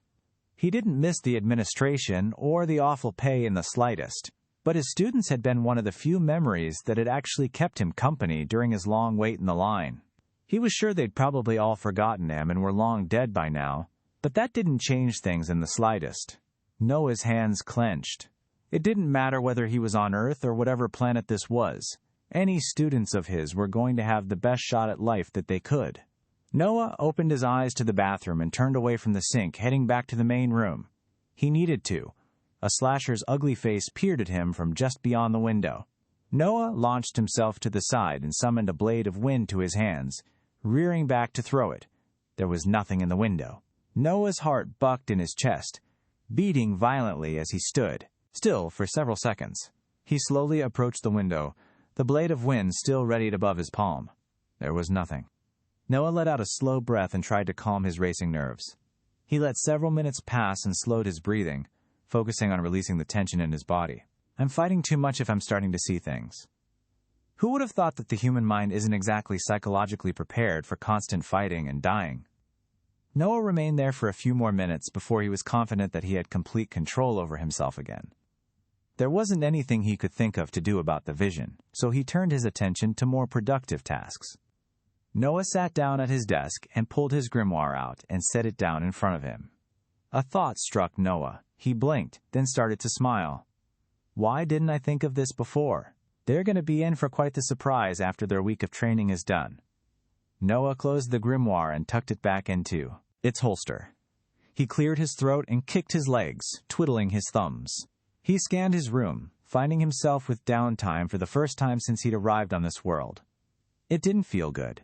Noah's eyes landed on the pile of papers in the corner. He'd still yet to reorganize them after mistakenly throwing them everywhere with his wind magic. Noah stood and walked up to the pile. At its top was the paper warning for skinwalkers. Skinwalker group spotted in the area. Be wary of colleagues or students that you recognize that speak or move in an odd manner, especially those that have been missing for more than 3 weeks. It takes skinwalkers time to completely merge with a body and absorb the residual memories within it. They are especially attracted to people with powerful runes and can occasionally be well-spoken. Take extreme care when running into anyone that makes you feel uncomfortable or who simply seems off. Skinwalkers are not especially dangerous after they have been discovered, but they are insidious killers that often have more kills than vastly more deadly monsters. If you suspect someone you know to be a skinwalker, seek out another professor or confront them immediately. Makes me wonder who's at the top of the food chain here. Noah mused, setting the paper down. Is it powerful mages? Or are there monsters that are even stronger than them? Those great monsters, maybe? He wasn't about to get the answers to those questions in his room. Noah sighed and gathered a stack of papers. It was as good a time as any to sort through Vermill's stuff with a more careful eye and see if there was anything important that he'd missed. Asterisk, asterisk, asterisk. Going through the pile took considerably longer than Noah had expected. He'd guessed that it would take the rest of the day at most, but it ended up taking him all day and then a good portion of the next morning. To his great annoyance, the vast majority of the information within the paper could have been boiled down to roughly one sentence. Vermill was a lazy, entitled brat of a rich family that had peaked in high school and had absolutely no plans of doing anything about that. He had dozens of letters from girls that Noah suspected to be his former students, trading a variety of favors in exchange for passing grades. Amongst them were several complaints from other professors and teachers directed to Arbitage, all of which had been rejected. Linwick's just donated too much money to the school, and Vermill had known it. The smug bastard had literally been given the complaints, which he'd saved as some form of stupid memento. You definitely had this coming. Noah informed Vermill's body. Don't worry, I'll put your body to much better use than you ever could have. I just hope your family feels the same way. Moxie implied that they clearly cared about reputation, though. Something just doesn't add up. Why would Vermill be allowed to be such a scumbag if he was representing this rich family? With that, another thought struck him, and Noah's frown deepened even further. Wait, Vermill was in the Scorched Acres, but he was planning on letting Isabel and Todd cheat their way through the exam. How does that make sense? I'm missing something. I'm missing a lot of somethings. Unfortunately, whatever he was missing didn't seem to be in the now organized piles of paper before him. Noah pursed his lips. There were all too many things that he couldn't quite put a finger on, and that wasn't even mentioning whoever had tried to kill him. Noah stood from the desk. The questions would still be waiting for him when he got back, but there were more monkeys to train against. If he wanted to make sure he could demonstrate everything to his students, his form would have to be immaculate. Then I need to find that bastard that chucked the rock at me and send him to wait in a line for a few centuries. I wonder how many different kinds of monkeys there are in the forest. Actually, for that matter, why aren't there other monsters? Monkeys can't possibly make up an entire ecosystem. Noah grabbed a spare set of clothes from his dwindling supplies and swept out of his room, locking the door firmly behind him before striding down the hall and heading for Tim's tower. The more he thought about things, the more questions he got. Perhaps the older man would answer a few things while he got the cannon prepared. Before long, Noah had reached the tower. After a short wait in line, the lift rattled him up to the dome at the top, and Tim greeted him with a wide grin. "Hello there. You've been using the Travel Anywhere and No Time system quite a bit now. It's damn useful, isn't it?" "It is," Noah agreed. "I've been doing a lot of preparation for the exams next month at Scorched Acres. Dedicated bloke you are." "You giving the monkeys the good old one, too?" "Doing my best, too," Noah said with a chuckle. "At least someone is," Tim said, rolling his eyes. "Same place, then?" "Yeah, same place." "What do you mean by that, though? Don't the other professors go there a lot as well, especially as the test gets closer?" Noah asked. Tim let out a snort. "Certainly not with me, but I've ferried a few students to it. Most of the time, people don't really go down there." "I see. It ain't just that the monkeys, you know," Tim said with a panicked wave. "There's also that great beastie in the area, the Hell Reaver." "Expand on that?" Noah asked tentatively. "You know." "The great monster," Tim said, holding his hands out to his sides, then frowning as if disappointed by his inability to properly show how large the monster was. "The giant ape thing. Nobody wants to run into that." "And we still have the test in the forest?" Tim shrugged. "It doesn't go after students. Not enough magic in 'em. Also, the thing is usually asleep. As long as you don't go too close to it, you're fine." Noah opened his mouth, then closed it. If that was really the case, it wasn't exactly a terrible idea. Powerful animals on Earth were usually pretty territorial as well, so if the Hell Reaver kept other strong monsters away, it might have actually been beneficial. Might have been. He wasn't convinced. Interesting, I never thought about it like that. There was a loud clunk as the cannon aligned itself. Tim gave Noah an expectant look, and Noah climbed into the tube. "Say, do you know why the forest is just full of monkeys and nothing else?" Noah asked before Tim could fire him off. "We corralled them there a few years back. It's how the forest got scorched. Nothing else can survive, and they just eat each other." Tim replied with a chuckle. "You really are new, aren't you? It was huge news a few years ago." "Good to know," Noah said. "Thanks, Tim. See you tomorrow." "Tomorrow?" Tim agreed, tipping an imaginary hat to Noah. Energy swirled and prickled at Noah's skin before enveloping his body. The world snapped into shades of blue, and Noah was launched into the ether and sent hurtling toward the Scorched Acres. Over the course of the rest of the week, Noah died 4 times. Each one was to the gangly, bug-eyed monkeys that he dubbed chuckers. They all lived deeper into the forest than the slashers and small monkeys, and each death was disappointing at best. He got farther in every fight, but the monsters were just so much faster than everything else he'd fought.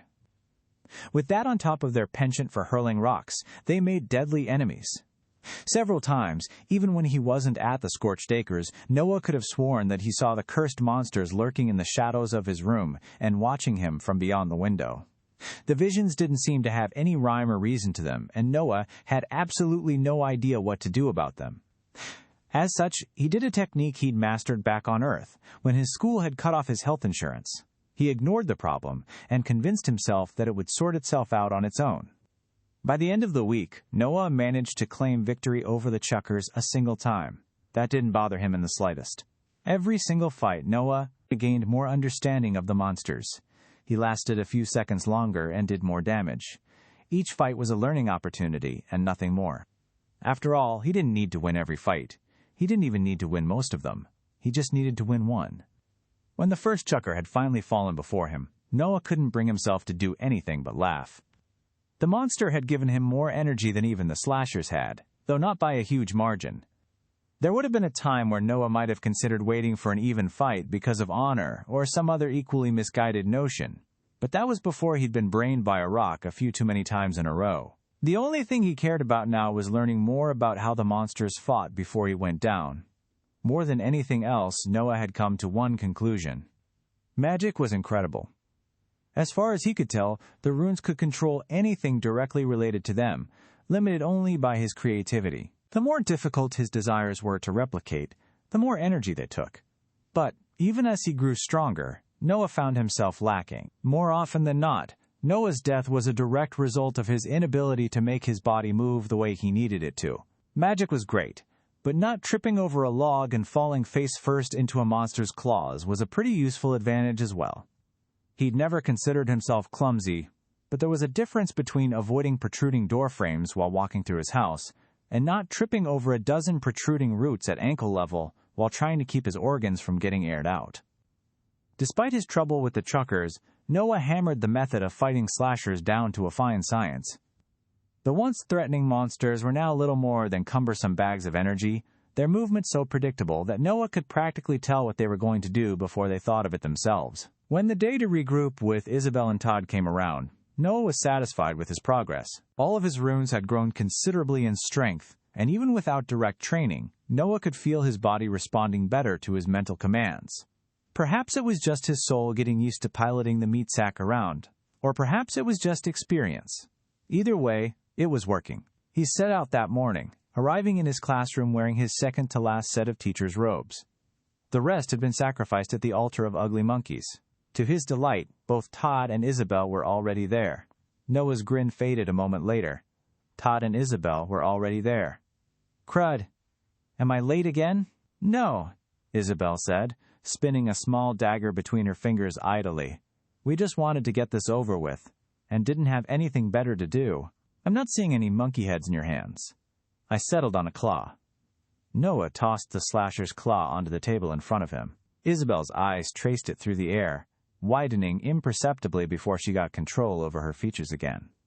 She stepped around the desk and picked it up, squinting. "You could have bought this from someone. I've seen them for sale. That's why we agreed on the slasher's head."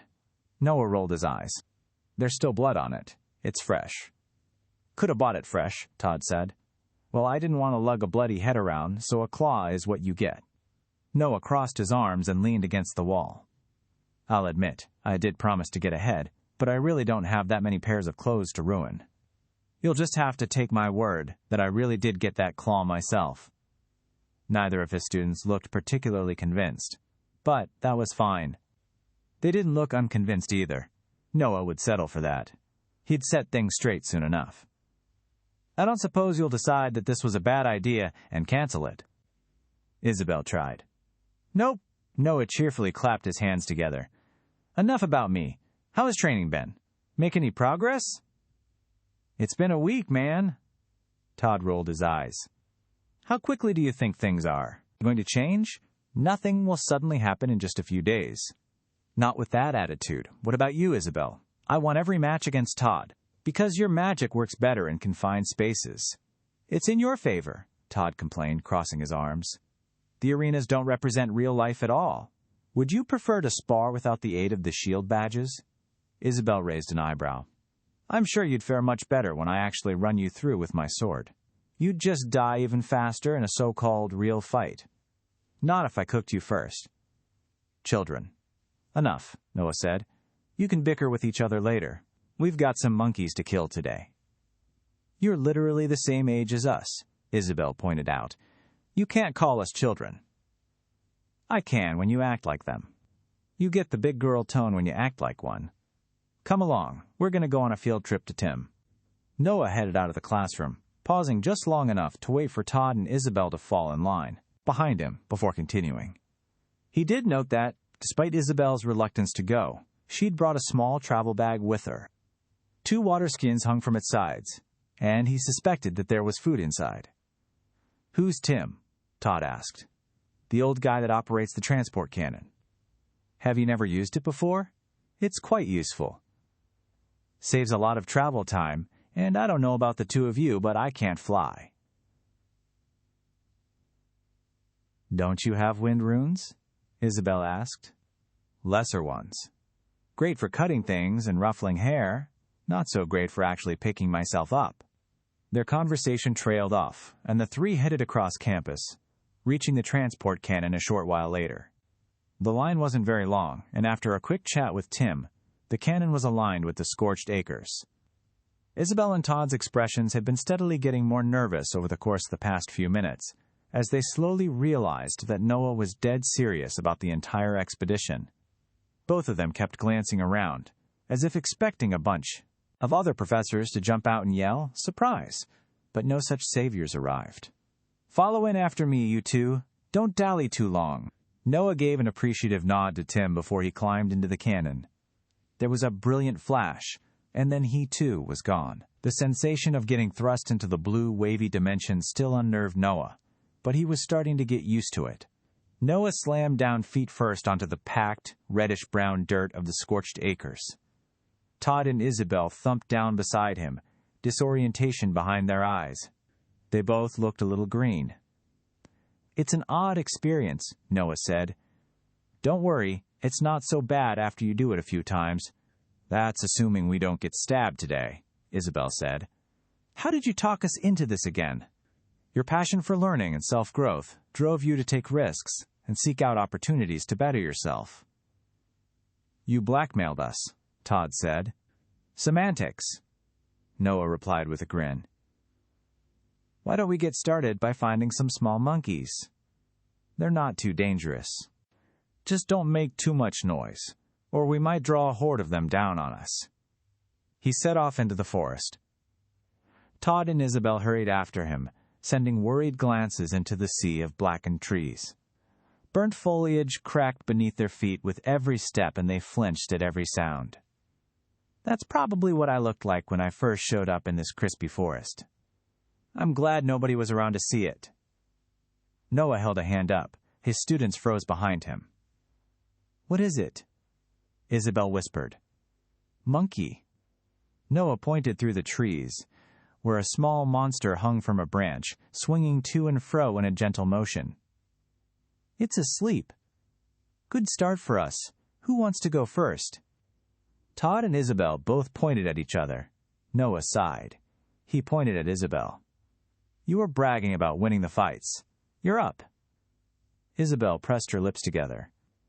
She flexed her hands and took a step forward, swallowing heavily. Then she closed her eyes. Faint energy sparked along her skin, just barely bright enough for Noah to see it. Nearly a minute passed. "I'd suggest moving before the wind changes and it smells us," Noah said. "She's preparing, man." "Calm down," Todd said. "What do you mean? I didn't see Isabel do any preparation when you fought in the arena. What does she need to prepare?" "A shield," Todd answered, as if it were the most logical thing in the world. "It's not like we can use the school ones out here, and they're damn hard to do right." Noah looked back to Isabel. A bead of sweat rolled down her forehead. Her lips were pressed together in concentration, and a very faint sheen had covered her skin. It was nearly invisible. Noah was far from an expert, but the shield didn't look particularly strong. "I see. That seems like it takes a lot of energy." "Of course it does. It's the hardest part," Todd muttered. "By the time I finish making one, I'm usually completely spent. Then it goes down in a single attack, and it all ends up being a complete waste of energy. You see the problem here? We're not ready for this." "Have you considered just not making a shield?" Todd gave Noah a flat stare. "Seriously? And what, die if we get hit?" "Don't get hit." Isabel's eyes snapped open. Todd and Noah both closed their mouths and turned to watch Isabel. She drew her sword from her chest and stalked toward the monkey, crouching to try and make herself a smaller target. Small sticks crunched beneath her feet with every step. Noah grimaced. With the smaller monkeys, it was better to just kill them quickly. Isabel's approach was so slow that he was pretty sure it was going to end up waking up before she reached it. He gathered a blade of wind in his hand, watching the monster closely. Sure enough, the monkey's eyes snapped open. It dropped from the tree, spinning toward Isabel and baring its yellowed fangs as it let out a screech. She thrust her sword at the monster, but she didn't commit to the strike. Instead of running the monster through, Isabel's sword barely scratched its shoulder before she flinched back. The monkey hollered and lunged at her, forcing Isabel to backpedal. She displayed none of the speed and confidence that Noah had seen during her fight with Todd in the arena. Isabel dove to the side, barely avoiding the monster's claws, and scrambled back on all fours. Screeching its victory, the monkey leapt for Isabel's throat. She screamed, and blood splattered across her face as Noah's windblade caught the monster in the neck, killing it instantly. The monster collapsed on top of her legs. Noah stalked over to her and grabbed the monkey's body, throwing it off Isabel. She stared at the dead monster with wide eyes, breathing heavily. Isabel swallowed and slowly stood back up, unable to tear her eyes away from the monkey's corpse. The sheen covering her skin flickered and faded away. "Good attempt," Noah said. "But what was that, Isabel? You're better than what you just showed. I know you can perform more than what we just saw. Your moves in the arena were incredible." "Are you kidding? It nearly killed me." "You had no confidence in your abilities," Noah corrected. "You would have killed it with no difficulty if you'd actually gone at it the same way you went at Todd. Or it would have killed me faster." Isabel's voice was higher pitched than normal, and her eyes were wild as she thrust a finger in the dead monkey's direction. "Look how fast it was. If it got 2 attacks off, my shield might have shattered, and I'd be dead. Not if you'd killed it first, though." Isabel just shook her head. She wiped the blood from her face and shuddered. "Yeah, right. Can you just give this up? It's easy to stand back and sling magic from afar, but you're not the one staring the monster down. I don't use wind magic." "And you feel the same?" Noah asked Todd. Todd nodded empathetically. "We're just going to get ourselves killed doing this. I can't afford a powerful shield artifact like the kids from rich families. I've got to make one in the field myself, just like Isabel. Once we save up enough for a real shield, then maybe we can train. But you're just fooling yourself if you think we're like you." "Like me?" Noah blinked. "You think I've got some fancy shield protecting me?" "Of course you do," Isabel snapped, turning her accusatory gaze toward Noah. "You're from the Linwick family. No matter what bullshit you spew, we're not in the same position. We don't have your advantages, which you somehow blew hard enough to still be a terrible teacher." Noah pulled his cloak off and tossed it to the ground. His shirt followed it down, and the cold wind bit at his bare chest. Noah turned in a circle so they could see his entire upper body. "I don't have a shield." "You've just got it in your pants," Todd said. Noah raised an eyebrow. "You want me to take them off, too?" "Please don't," Isabel said quickly. But her face had gone paler than it had been before. "But why in the world did you come here without your shield? Are you an idiot? What if the monkeys try to kill us?" "That's kind of their whole thing," Noah replied in a baffled tone. "What are you talking about? You could have fought them with the shield." "Now they'll just kill us if they show up?" Todd hissed. He thrust a finger into Noah's chest. "Are you trying to get us all killed?" Noah batted Todd's hand away. "You thought this would be safer because I'd have some shield that would let me act like some form of living wall to the monsters?"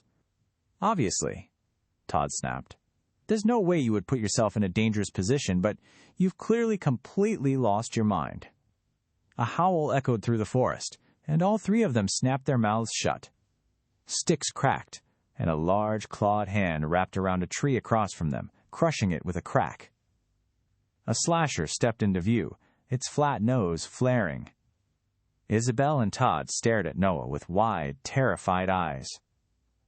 "We're going to die," Isabel whispered. "Should we run?" Todd asked, keeping himself extremely still, in what was likely the vain hope that the monster hadn't noticed them yet. "Don't bother. Slashers are much faster than humans," Noah said. "Both of you, please watch closely. I don't know who taught you up until this point, but they've completely failed in their role." "It was you," Todd muttered. But Noah was already walking toward the slasher, the monkey's beady eyes fixed on him. A globule of drool rolled down the side of its mouth and dripped onto its chest. It let out a furious screech and charged, smashing through a thin tree and reaching out to grab Noah. He ducked, letting its hands fly harmlessly over his head, then glanced back at his students. Isabel and Todd had both pressed their backs to the trees. Their faces were masks of horror. It was clear that neither expected him to survive the fight, and there was no way they'd actually be paying attention to anything he said. Noah sighed. The monkey raised its hands into the air and brought them down for him. Dodging the attack, Noah slammed his fist into the monkey's side and unleashed his vibration rune. It screeched in pain, staggering back as a wave rocked through its body, vibrating it so violently that its teeth cracked together. Noah saw the opportunity to send a wind blade into its throat and kill the monster, but he intentionally didn't take it. A roar echoed through the dry forest, and the slasher whipped a massive, clawed hand at Noah's chest. He rolled toward the monster, allowing the strike to pass harmlessly overhead, then slammed his fist into its chest, vibrating it again. The slasher stumbled into the tree behind it, cracking its trunk and sending it smashing to the ground. Noah sent a wind blade into the monster's chest, and it screamed, clawing at the wound and piercing him with a furious, dull-eyed stare. "Come on, then," Noah said, beckoning the monkey on with a confident smile. Huge claws carved through the air for his neck. Noah leaned back, and the wind from the slasher's strikes ruffled his hair. Noah straightened back up and sent another blade of wind into the monster, this time taking it in the neck. Its scream turned into a gurgling gag, and Noah put it out of its misery with one final wind blade. He looked back at Isabel and Todd, taking a single step to the side, just before the slasher crashed down, falling where he'd been standing. Energy poured into him from the slasher, but he didn't let it show on his face. Two odd stares met his eyes, sheer disbelief mixed with shock on Isabel and Todd's faces. Noah couldn't deny feeling just a little bit smug at their expressions. After all the times the slashers had killed him, it felt nice to the hunter. "See? You don't need a shield if you don't get hit." Noah rejoined them and grabbed his clothes from the ground. He pulled his shirt back on and threw the jacket over it, straightening the lapels. "How?" Isabel asked. "You really didn't use a shield?" "I believe I already confirmed that.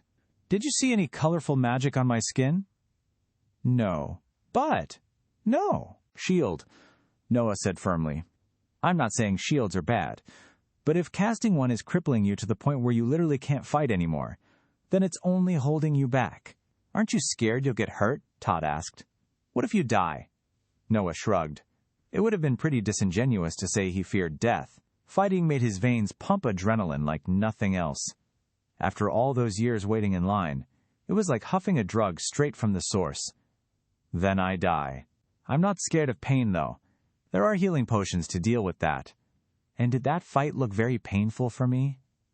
Isabel shook her head. A small light of hope sparked in her eyes. "So you're really strong enough to take out monsters without ever getting hurt? How much strength have you been hiding? I've always thought you were a worthless, greasy lecher." "Thank you," Noah said dryly. Even though it wasn't technically him that Isabel was describing, it still didn't feel great. "And no, that's not what I'm saying. What you saw today was the result of weeks of agony. I got cut up more times than I can count. The vast majority of the last few days was spent in pain." Isabel swallowed. "You mean you let these monsters tear you to shreds?" "I adapted. I learned how they fight." "That's how you get stronger," Noah said with a shrug. "And now I don't need a shield against them.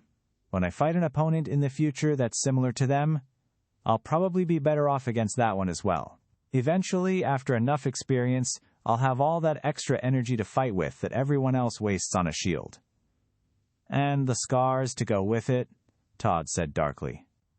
"You're telling us we have to rip ourselves to shreds every single day? I'll admit that we seriously misjudged you, but I'm not going to subject myself to this insanity." Noah smiled and clapped Todd on the shoulder. He blinked in surprise, giving Noah a confused look. "You don't have to." "What do you mean? Wasn't that what this was all about?" Todd asked. "No, I did all of this so that you wouldn't have to. That's my job as a teacher." Noah's smile stretched even wider. "See, all the slashers seem to act the exact same way. What I've learned isn't instinct, it's pattern. The slashers attack in the same few ways. If you know what's coming, you can react to it." "And you can show us," Isabel exclaimed, understanding dawning over her a moment before Todd's eyes also lit up. "That's genius, and it makes sense too. I bet they all act the same because all the slashers are probably bound to the Hell Reaver ape because of its master rune. They probably can't think for themselves, so they've defaulted to a common pattern." "They what now?" "I seriously need to learn more about the capabilities of master runes. That would explain a lot, though. If the monkeys are basically hive-minded to the big boss, It wouldn't waste a ton of energy making them all act individually. Now you see, Noah said, plastering a knowing look on his face. So, how about it? Want to try to pass this test legitimately and come out as stronger students at the end of it? Or would you rather cheat and leave the ears scared of a pathetic little monkey? He nudged the corpse of the monster that had nearly killed Isabel with a toe. Isabel and Todd followed the movement, then looked back up at him. I want to learn, Todd said. I do too, Isabel added. Fantastic, Noah said with a smile and starting off into the woods. Then we're going to give this another go, starting with one of the small monkeys. Todd, you're up this time. What do I do? Todd asked as he and Isabel fell in behind Noah. Strike with confidence but not recklessness, Noah replied. Despite my words, I don't exactly have any healing supplies. I'm confident I can protect you from most things, but I can't do anything if you're acting dumb. The small monkeys will sprint straight at you without any regard for their safety, and they're really not all that fast. You should be able to kill it with a strong attack to the head. Just stand your ground and don't panic.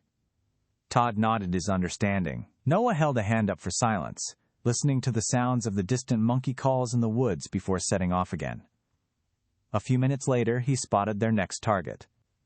A monster was hunched over near the base of a tree, gnawing on what looked like a leg bone. Idly, Noah wondered if it was one of his. He'd certainly left more than a few lying around the forest in the past few days. That particular thought made him grimace. I have to start cleaning up my bodies, or someone's going to notice something. You're up, Noah whispered, and don't waste all that energy on your shield. The monkey will be on you before you can finish putting the stupid thing together. Todd gave a terse nod. Flames sputtered to life around his clenched fists and the monkey's head jerked up. Its dark eyes latched onto Todd and it let out a loud shriek, lobbing its bone onto the ground and pulling itself to its feet with a tree branch. Isabel's knuckles turned white as she grabbed onto the hilt of her sword. Noah put a hand on Todd's shoulder and pushed him forward gently. Straight ahead. Don't flinch. You mentioned having a ranged attack when talking with Isabel. Use it before it gets within arm's reach of you, or I'm going to intervene. Todd grunted his understanding, not taking his eyes off the monster. The monkey bared its teeth and hooted, launching itself from the tree branch and charging them. Todd lifted his hands and drew in a deep breath, taking aim. It reminded Noah of his first fatal windblade. A small smile crossed his lips as Todd roared and thrust his hands forward, sending a lance of orange flame into the charging monkey. The spell enveloped the monster's head. In an instant, the flame leapt across the monkey's entire body, lighting up on its greasy hair. It let out a screech of pain, giving up on the charge and desperately batting at itself to no avail.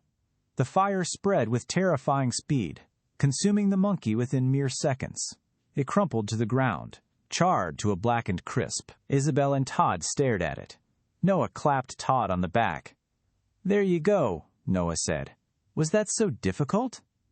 Why didn't it dodge? Todd muttered. Because it's stupid, and I bet that strategy probably works on a lot of people. Nobody's natural response to getting charged by a terrifying monster is to stand their ground, Noah said. That's the benefit of knowing your opponent. Isabel's gaze lowered. Noah flicked her in the shoulder. Don't feel bad about failing your first time around. You fight in much closer range, and you didn't have any reason to believe in me yet, nor did you have the advice I gave Todd. Life isn't a single run, you know. You've got more chances. Get it on the next one. Isabel raised her eyes and nodded. Yeah, you're right. Can we go find another monkey? You took the words right out of my mouth. Let's go, kids. We've got some training to do. This time, neither of them corrected him. Now! Noah roared. Isabel thrust her sword at the monkey hurtling toward her. Its lips were peeled back in a furious snarl, and its claws outstretched, reaching to claw her to shreds. Isabel's sword was longer. Its tip slid clean into the monster's head, impaling it like a gristly, overcooked shish kebab. A very smelly one. That particular thought made Noah grimace. Perhaps it was wiser not to relate the disgusting monkeys to food items, especially ones that he liked. Luckily, the monkey had no such worries. It was busy being dead. Its arms swung by its sides from the momentum of its jump, but no life remained within its eyes. Isabel flicked her sword, and the monster slid off, thumping against a tree before sliding to the ground. "I did it!" Isabel exclaimed, spinning to look back at Noah and mistakenly splattering some of the blood from her sword. Todd lurched back to avoid it and glared at her, but Isabel ignored him. "So you did?" Noah said, taking care not to let the relief show on his face. The monster had been much closer to Isabel than he would have liked, but there was no real other way he knew to train her. She was a close-range fighter, after all. "Brilliant job. And look at that. No running in terror of a monster half your size." Isabel nudged the monster's body with her foot. She let the sword shimmer and fade away. That was the most terrifying thing I've ever done in my life. "We all have to start somewhere," Noah said. "Good job. Much better than having to rely on a shield that barely even works, eh? If you keep this up, by the time you actually get around to buying some real shields instead of making them yourselves, you'll be in the practice of fighting without them.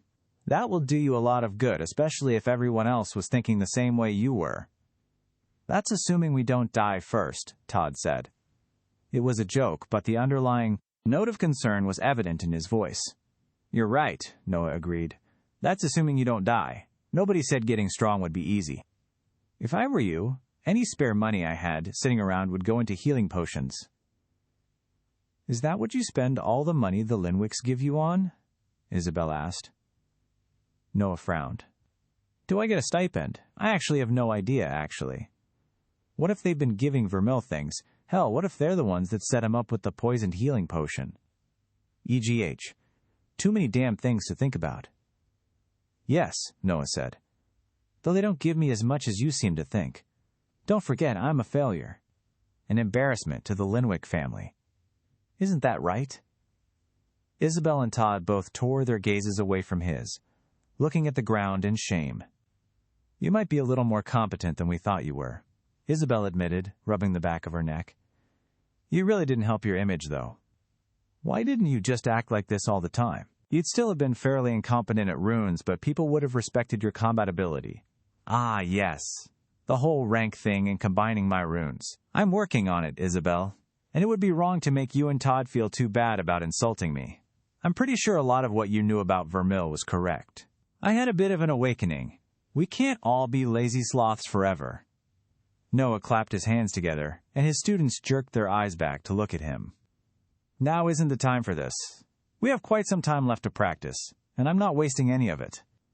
Our goal for today will be to hunt more small monkeys and build your confidence. If you haven't each killed 5 of them by the time we get pulled back to arbitrage, I'm giving you extra homework." Isabel and Todd grimaced. Noah smiled to himself and continued into the forest, with them close on his heels, each scanning the trees as they passed in search of prey. For most of that day and through the night, everything passed completely according to Noah's plans. It took time, but Todd and Isabel were slowly gaining confidence in their abilities. Considering they were, at least in his eyes, more than competent, Noah felt like all he'd really done was reach the starting point they should have been at already. Still, he couldn't help but feel pleased with himself and his students. Even though neither of them looked forward to the fights, they weren't terrified of fighting without their shields anymore. Todd had the definite advantage between the two. His ranged attacks and the monkey's penchant for charging to their death in a straight line made the entire exercise one of confidence rather than actual skill, and he performed perfectly. Isabel was considerably more cautious, and for good reason.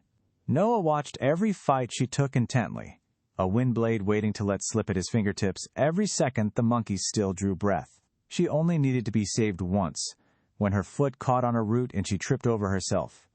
Even then, Isabel had rolled to the side, and Noah was fairly certain she would have dodged the monkey's attack had his spell not taken its head off. He'd feared the event would impact her willingness to continue, but was elated to find that Isabel just gave him an appreciative nod and fell back in line, waiting for Todd to take his turn on the next monkey so she could try again. Twice, the group ran into slashers. Noah dispatched them with brutal efficiency, taking a few moments to demonstrate their attacks to his students. As much as he wanted to rush them on and get them killing slashers, he knew all too well the danger of the monsters. There were still 3 weeks before the class exam, and he refused to risk Todd or Isabel's lives any more than he already was. "Do you just not fear death?" Todd asked after Noah shot the killing blow of wind into the latest slasher's neck. The sun had risen over the trees once more, marking the start of the new day, but none of them were tired.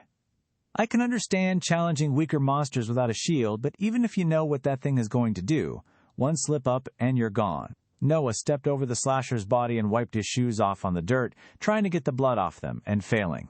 He grimaced, then rubbed his chin. "No, I don't reckon I do." "You've got a death wish, then?" Noah pursed his lips and leaned against a tree. Its scorched bark cracked against his back. "There are times when fear is good. We have it for a reason. It keeps us safe, but it holds us back. If we listened to our fear, we'd never take risks. So no, I don't fear death. I respect it." "What do you mean by that?" Isabel joined Todd, peeling her eyes away from the dead slasher to watch Noah. "Isn't that the same thing?" "No." Noah shook his head. "Death is an inevitability of life. I understand this, but I don't live life waiting for my death. It happens when it happens. I don't want it to happen earlier than needed, but I won't let it impact how I live. Thus, I will do my best to ensure I don't die, but I won't fear it." Neither of them responded. Noah could see their minds working through their eyes, processing his words and trying to match them to the man that Vermil had been. Noah suppressed a chuckle. "It feels a little disingenuous for me to go around talking about death, all things considered." Isabel opened her mouth to ask a question, but they all froze as something just out of their line of sight crackled. Noah frowned and pushed away from the tree, turning toward the noise. The early morning light broke as it hit the tree branches, illuminating 2 large, bulbous eyes, watching them from the shadows. A cold hand constricted around Noah's heart.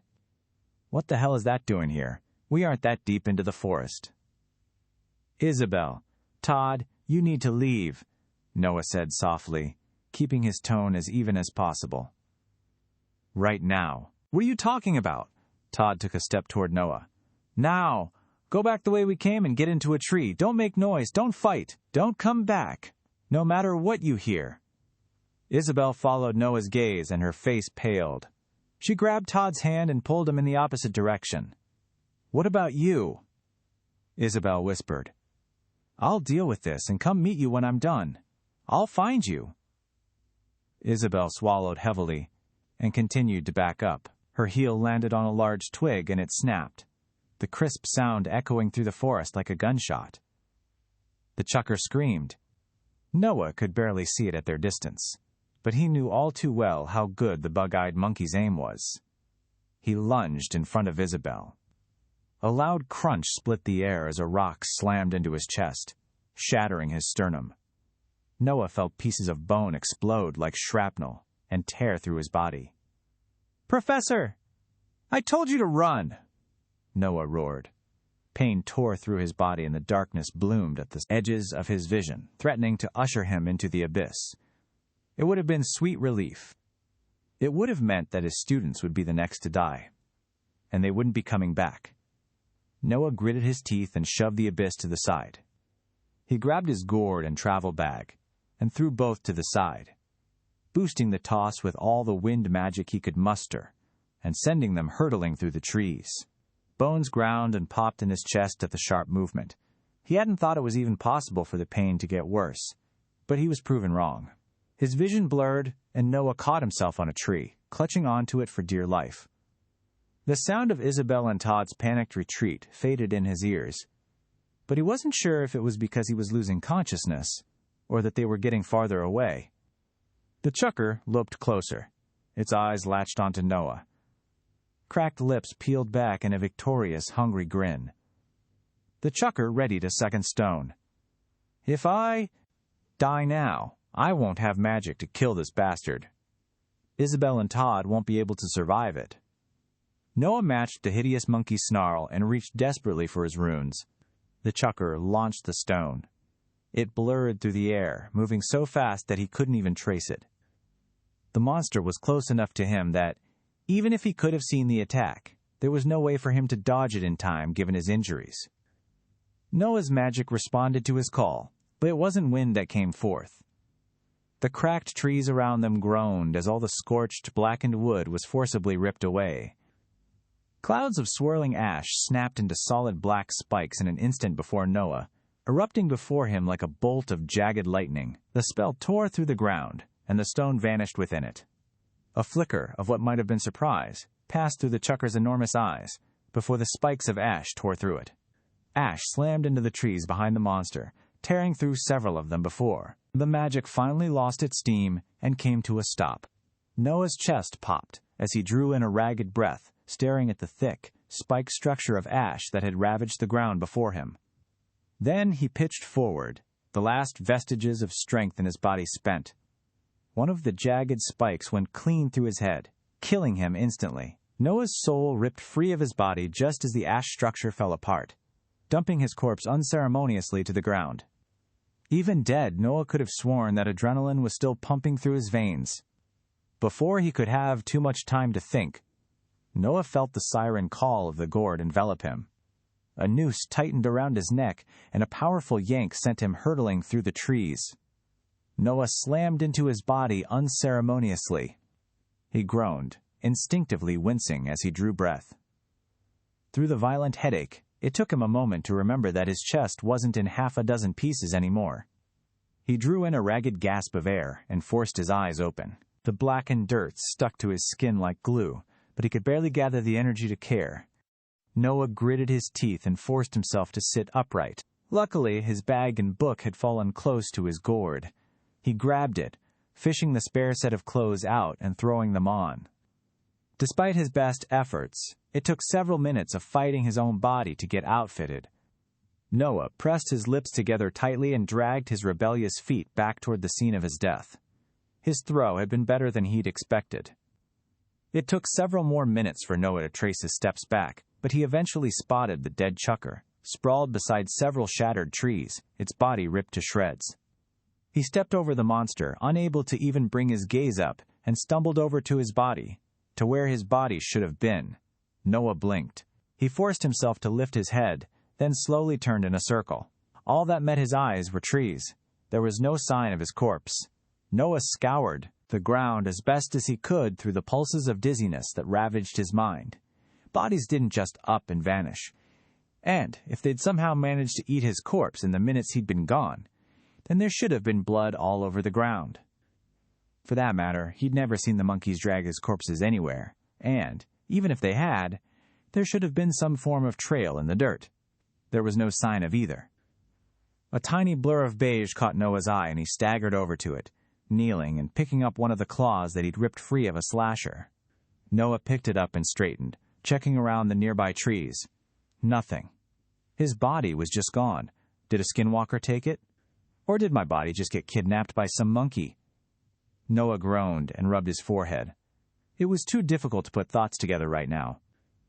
Sunlight pierced into his skull, digging in like little jagged knives and forcing him to shield his eyes with a hand. It wouldn't be too long before they were pulled back to Arbitage. Noah couldn't remember the exact time they'd left anymore, but he was fairly certain it was close to a day ago. He froze. Shit. Where are Todd and Isabel? Noah swore under his breath, and, after taking a few moments more than he would have liked to orient himself, stumbled in the direction that they'd gone. The fog filling his mind had nearly made him completely forget that he wasn't alone. Are they alive? Did they see what happened? Maybe they grabbed my body and are currently mourning me? Damn, that would be awkward. He forced his rebelling body to accelerate, nearly tripping over the protruding roots of a tree. Noah barely managed to catch himself on a branch before he fell. It creaked dangerously, and he shoved away from it, following the outlines of Todd and Isabel's tracks in the packed dirt. The world wobbled and twisted around Noah like he was looking at it through the mirrors of a funhouse in a circus. Trees swirled at the edges of his vision in a mocking dance, snapping still the moment he looked in their direction. Several times, he could have sworn something was watching him from behind, but there was nothing whenever he turned to check. Damn it. Of all the times to get myself killed, this was probably the worst. Noah raised his vision from the burnt ground directly before his feet, nearly tripping over them in the process. A monkey corpse lay sprawled on the ground before him, scorched and smoldering. He raised his gaze up the tree behind it. Todd and Isabel sat in its branches. Their eyes widened in shock as they spotted Noah, and relief flooded through him. "Professor, you're alive!" Isabel's face shone with shock and relief. Her words caught in her throat for a moment. "I heard the rock hit you and yet here I stand," Noah said, struggling to find words through the haze enveloping him. He shook his head in a futile attempt to shake the fog away. "Never mind that. What happened after you ran?" "We didn't turn back, just like you told us to. A monkey saw us running and gave chase, so I fried it," Todd said. He didn't bother hiding the pride in his voice, and Noah gave him an approving nod after taking a second to process his words. "Well done, literally." Noah chuckled and immediately regretted the action as it sent waves of pain rocking through his head. He gritted his teeth and pressed a palm to his temple. "Are you okay?" Isabel slipped from the branches of the trees to the ground beside Noah. Todd dropped down right after her. "I'll live." "Chuckers are a little too strong for me to deal with casually, as you saw." "How'd you live through getting hit like that without a shield?" Todd asked. "I heard the crunch. There's no way you should be walking around right now." Noah opened his mouth, desperately trying to think of a good excuse, but his mind refused to comply with his pleas. "He's got a healing potion, idiot," Isabel said, pointing at the gourd hanging from Noah's waist. "What did you think? He even told us to buy some earlier. It would be stupid if he didn't follow his own advice. You are now officially my favorite student." "Good deduction. You'll have to excuse me, though. Fighting that thing took a lot of energy, and I'm pretty much spent. Consider our lesson for today complete. Just keep an eye out for more monsters until we get yanked back to Arbitage." Isabel and Todd nodded, their expressions turning serious. They squinted into the trees, searching for signs of monsters that Noah desperately hoped weren't there. Meanwhile, he leaned against a tree and slid down to a seated position. The next hour ticked by in stressful silence. Nobody said anything, which Noah was grateful for. His headache didn't abate, but the silence, at least, made it slightly more tolerable. An odd mixture of curiosity, satisfaction, and pain mixed in his mind, and all he could do was sit along for the ride. When a familiar tug pulled at Noah, the only thing left in him was relief. Isabel and Todd both cried out in surprise, but their calls were lost as the three of them were ripped away from the scorched acres and summoned back to Arbitage. Noah slammed into the metal of the transport cannon's tube, sliding out of it and onto the ground with a grunt. He barely managed to keep the presence of mind to roll out of the way before Isabel and Todd followed him in, collapsing in a pile of curses and limbs. "I hope your trip went well," Tim said with a cheerful smile. "I see your clothes survived this time as well." "A rare mercy," Noah said through gritted teeth. "Class is dismissed. We'll meet again in 2 days. Don't stop training." Without waiting for their responses, Noah stumbled into the lift. Tim, who was already used to this particular side of Noah, just raised his hand in farewell and sent the lift rattling down toward the stairs. The rest of Noah's trip back to his room was a hazy blur. He didn't even want to consider what people thought as they saw him stumbling drunkenly across campus in broad daylight. Frankly, he didn't care much. It wasn't like Vermeule's reputation could get much worse. He reached his room and barricaded himself within it, falling into bed with a relieved groan. Noah buried his head under his pillow, an emotion that was becoming all too familiar for his tastes, then let the hours slip away as he waited out the consequences of his actions. The next day didn't come fast enough. When Noah finally regained full control of his mind and lifted the pillow, the sun was low in the horizon once more. It was early dawn, by his estimate. He sat upright and leaned back, letting his head thunk against the wall. The events of the previous day ran through his head and a frown scrawled across Noah's face. What the hell happened to my body? Noah scoured his memories to see if he'd somehow missed something in his pained haze, but nothing came to mind. He hadn't found the wrong spot, because the monkey he'd killed and the dagger were still there. His body had just disappeared, and there was absolutely no clue as to where it had gone. He started to stand, then froze, his heart jumping in his chest as he saw the bulbous eyes of a chucker staring at him from the shadows of his room. Noah leapt to his feet, his heart thundering. There was nothing there. It was just an empty corner. He pressed a hand to his chest and leaned against the wall, squeezing his eyes shut and letting out a slow, heavy breath through pursed lips. He took a few moments before opening his eyes again. He'd been fighting far too many monkeys recently. Maybe they were haunting him. Well, I hope whatever ate my body had a good snack, Noah grumbled. I've got to be single-handedly keeping half of the monkeys in that damn forest alive. His annoyance didn't last long, and the frown was quickly replaced by a satisfied grin. Todd and Isabel had performed incredibly well. He'd been concerned that they might have been unwilling to push themselves too hard, but both had put everything they had into the task. There was no doubt in his mind that he'd be able to prepare them to pass the exam coming in 3 weeks. I'm going to undo all the damage Vermil's done and then some. Todd and Isabel are too hard working to get shafted like this. Anyone who puts the work into succeeding should have an equal shot at it. Besides, it's ridiculous that the school doesn't provide shields to students with all of those ones they had lying around in the arena. Even if those don't work outside the arena, I'm sure they could afford to have some loaners. I don't see how other instructors are going about things if everyone is too scared to fight monsters without shields. Do only wealthy students get good educations? Noah stood up and paced across his room, moving more from habit than by intention, and pulled open his closet. His nose scrunched in annoyance. He'd gotten his clothes ruined so many times that there was only a single set left. Damn it, I'm going to need to get more. But I've still yet to find any money in Vermil's room. Wasn't this guy supposed to be a trust fund baby? Where's all my money? I wonder if there are banks here. I need to find someone to annoy with questions. Noah chewed his lower lip. As far as he could remember, the map didn't have a bank on it. He didn't exactly have a lot of options on who to speak with about things either. Asking his own students how to get paid felt a little low, even for him. And, aside from them, the only people he'd spoken to were Tim, Moxie, and Richard. He was willing to bet that Richard despised him, and Moxie wasn't much better. Tim was an option, but he was also working, and asking the old man too many questions was probably a poor idea. He struck Noah as a little too talkative to trust with secrets. Well, I guess Moxie's pretty close. If that skinwalker she was chasing got to my room, she would have to live near me. Maybe she's home. Noah headed out into the hall and in the direction that Moxie had come from when he'd been attacked by the skinwalker, scanning the nameplates on the doors as he passed them. It took several minutes, but he quickly found his target. Aha, Noah said, coming to a stop before a nameplate engraved Magus Moxie. The door, just like all the others in the hall, was plain stone. He raised his hand and rapped on the door. Several seconds passed.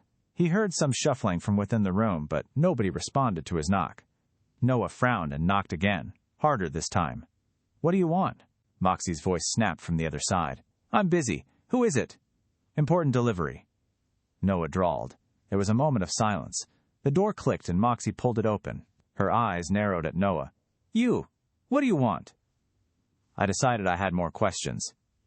That's not part of our deal. There's nothing between us. Moxie glowered at Noah. Get lost. Just one. Quick question. Noah promised, bracing his foot against the door before Moxie could slam it in his face. She pressed her lips together and raised an eyebrow. What, are you going to beg? It probably won't do you much good, but it would be fun to watch. You really seem to have a grudge against me, Noah said. Would you be more receptive to letting me in if I were a skinwalker? You seem to have a soft spot for those. Moxie's cheeks reddened in embarrassment and anger. Not the best way to convince someone to help you. But it's a great way to annoy you, and I'm not leaving until you answer my question.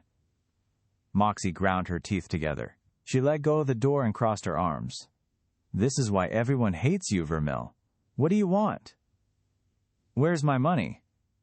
What? I don't owe you shit? Not you. My money. Like, the money that actually belongs to me, Noah said. Moxie's stare remained flat. My pay, you know? The thing we receive in exchange for goods and services. I know what money is, Moxie snapped. Did you seriously blow through your monthly pay already? Well, it's more that I can't seem to figure out where it is. You remember those slight memory loss issues I told you about, right? I can't find any money in my room. If there's any sort of bank in the area, Moxie will probably call me an idiot for not trying to use it. You lost your money, Moxie said flatly. Or you spent all of it. And now you're trying to make excuses as to where it went. No mention of a bank? Good thing I didn't bring it up then. I guess people just keep their coins sitting around in their rooms, which begs the question, why didn't Vermil have anything? Wasn't he supposed to be rich? Yep, you got me. While we're on the topic, I've also managed to destroy all of my clothes. Do you know where I can get more made? Moxie stared at him. When it became clear that Noah was serious, she ran a hand through her hair and let out a heavy sigh. How incompetent can you be? Do you want a demonstration? I'll pass. What do you want from me, Vermil? You'll get paid again at the start of the month, which is in a week. How about a loan? Noah offered. You can't be serious. You're asking me for money? Really? A loan. I'll give it back. Moxie glared at him. And you ask me? Of every single person you could have approached, you come to me? Noah looked to either side, then shrugged. I guess. You're just that trustworthy. I'm too scummy to get anyone else to speak to me. Only you've shown me such pity, and I must beg to take advantage of it one more time. Your kind, giving reputation precedes you. Besides, you're strong enough to beat the money out of me at the start of the month if I don't pay you back. Moxie rolled her eyes. Please stop. I'm going to throw up if I hear any more compliments come out of your greasy mouth. Fine. I'll give you enough to get by if you promise to leave immediately and not bother me again. Deal? Aha. The good old ego stroke. Never fails to succeed. Deal, Noah said, extending a hand. Moxie stared at it distastefully, then turned and slammed the door in his face. It reopened a few seconds later, and she tossed a small leather bag at Noah. He snagged it, and Moxie made a shooing motion. Get lost. You got what you wanted. Thanks, Noah said with a cheerful grin. He turned on his heel and strode away, whistling to himself. Back on Earth, he'd never had enough money to do anything more than shop at secondhand stores, and even that was a rare treat.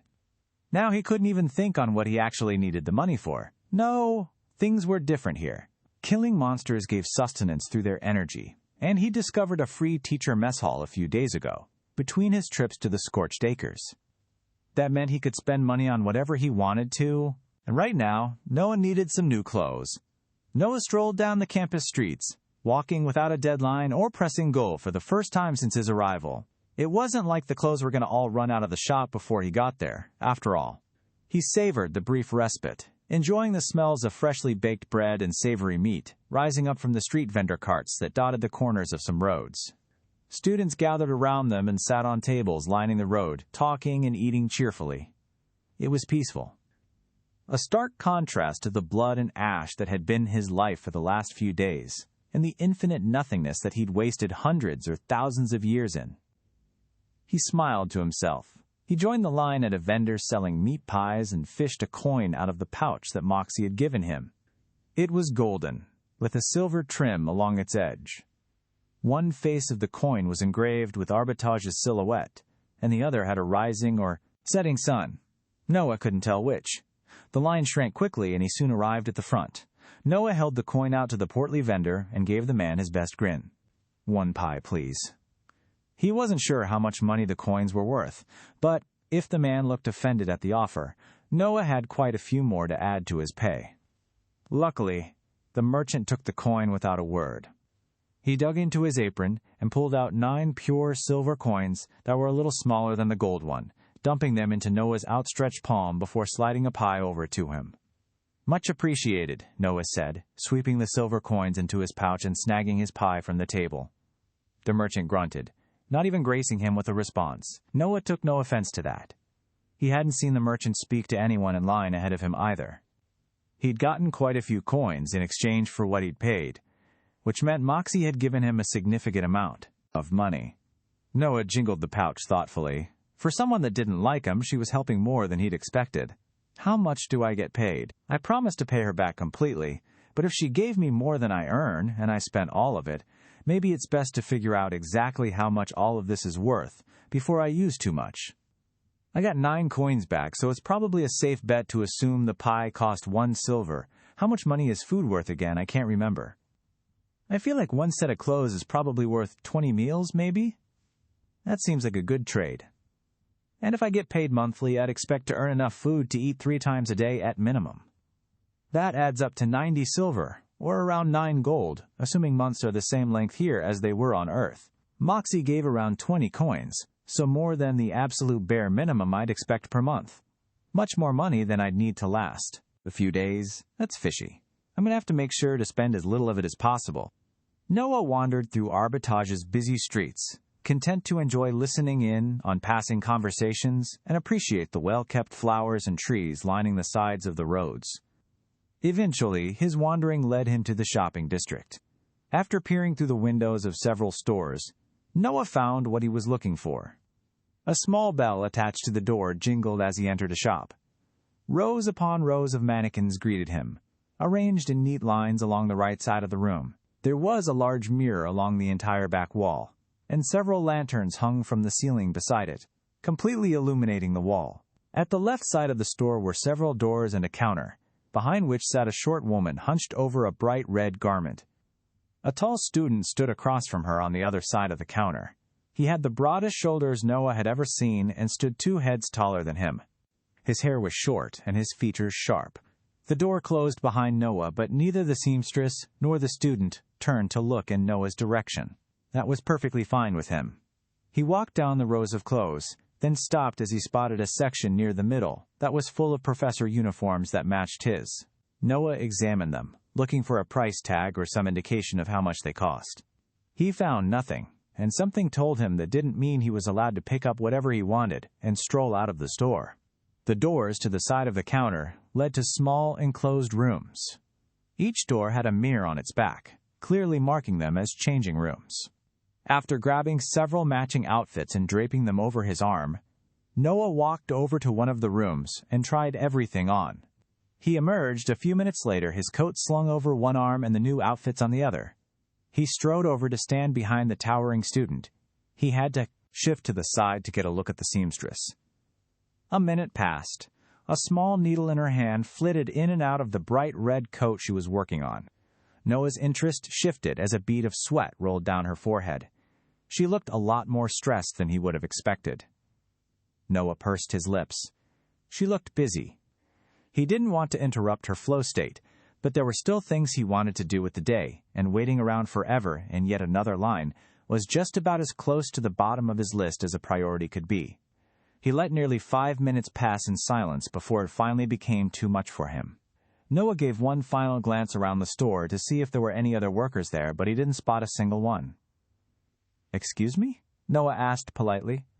"I hate to interrupt, but I'd like to buy these. How much is it per outfit? I couldn't find any prices." The seamstress looked up at Noah, her eyes wide with terror. They flicked from Noah to the student beside him. "Is something wrong?" Noah tilted his head to the side. That wasn't the look he expected. "I don't mean to cut in line or anything, but it's been quite a bit. If someone else is available to help me..." He trailed off. Neither the student nor the seamstress responded to him. Noah's eyes narrowed. Tension radiated off both of them with such intensity that Noah could have cut through it with a knife. "Miss, is everything okay? You don't look comfortable," Noah said. The seamstress' hands were trembling, and Noah realized that several of her fingers were wrapped with bandages from where she'd pricked herself with the needle. Not something an experienced seamstress would have done unless she was completely exhausted or terrified. "Would you stop your yammering?" The huge student finally spoke, turning to look down the bridge of his pointed nose at Noah. Now that they faced each other, Noah could read the name tag that identified him as Tyler. Nijus. Odd. That's the first student I've seen with a name tag. Pure distaste and malice seethed in Tyler's eyes, taking Noah aback. "Shop elsewhere. She is completing an order and will not stop until it is done." "I don't think I will," Noah said softly. "Something about this doesn't sit right." The seamstress flinched as Tyler spun toward Noah, his wide mouth pressing thin in anger. Tyler raised his hands and bared his teeth in a snarl. "Don't make me toss you out of the..." Noah didn't hear the rest of his sentence. As Tyler's large hands rose into the air, the only thing that he could picture before him was the towering, bulky form of a slasher. Its hands lifted to split him in two. Noah shifted his weight and drove his palm forward. Energy sparked against his fingertips as he sent a powerful vibration out of his palm and into the slasher's chest, striking before it could finish the blow. A brilliant red hue flared around the monster, and a shield bloomed to life around it. The slasher, was gone. Tyler stared up at him from where he'd fallen on the ground, his hands raised defensively before his face, and his shield burning with desperate light, cracks spiderwebbing throughout it. His eyes were wide in terror. What?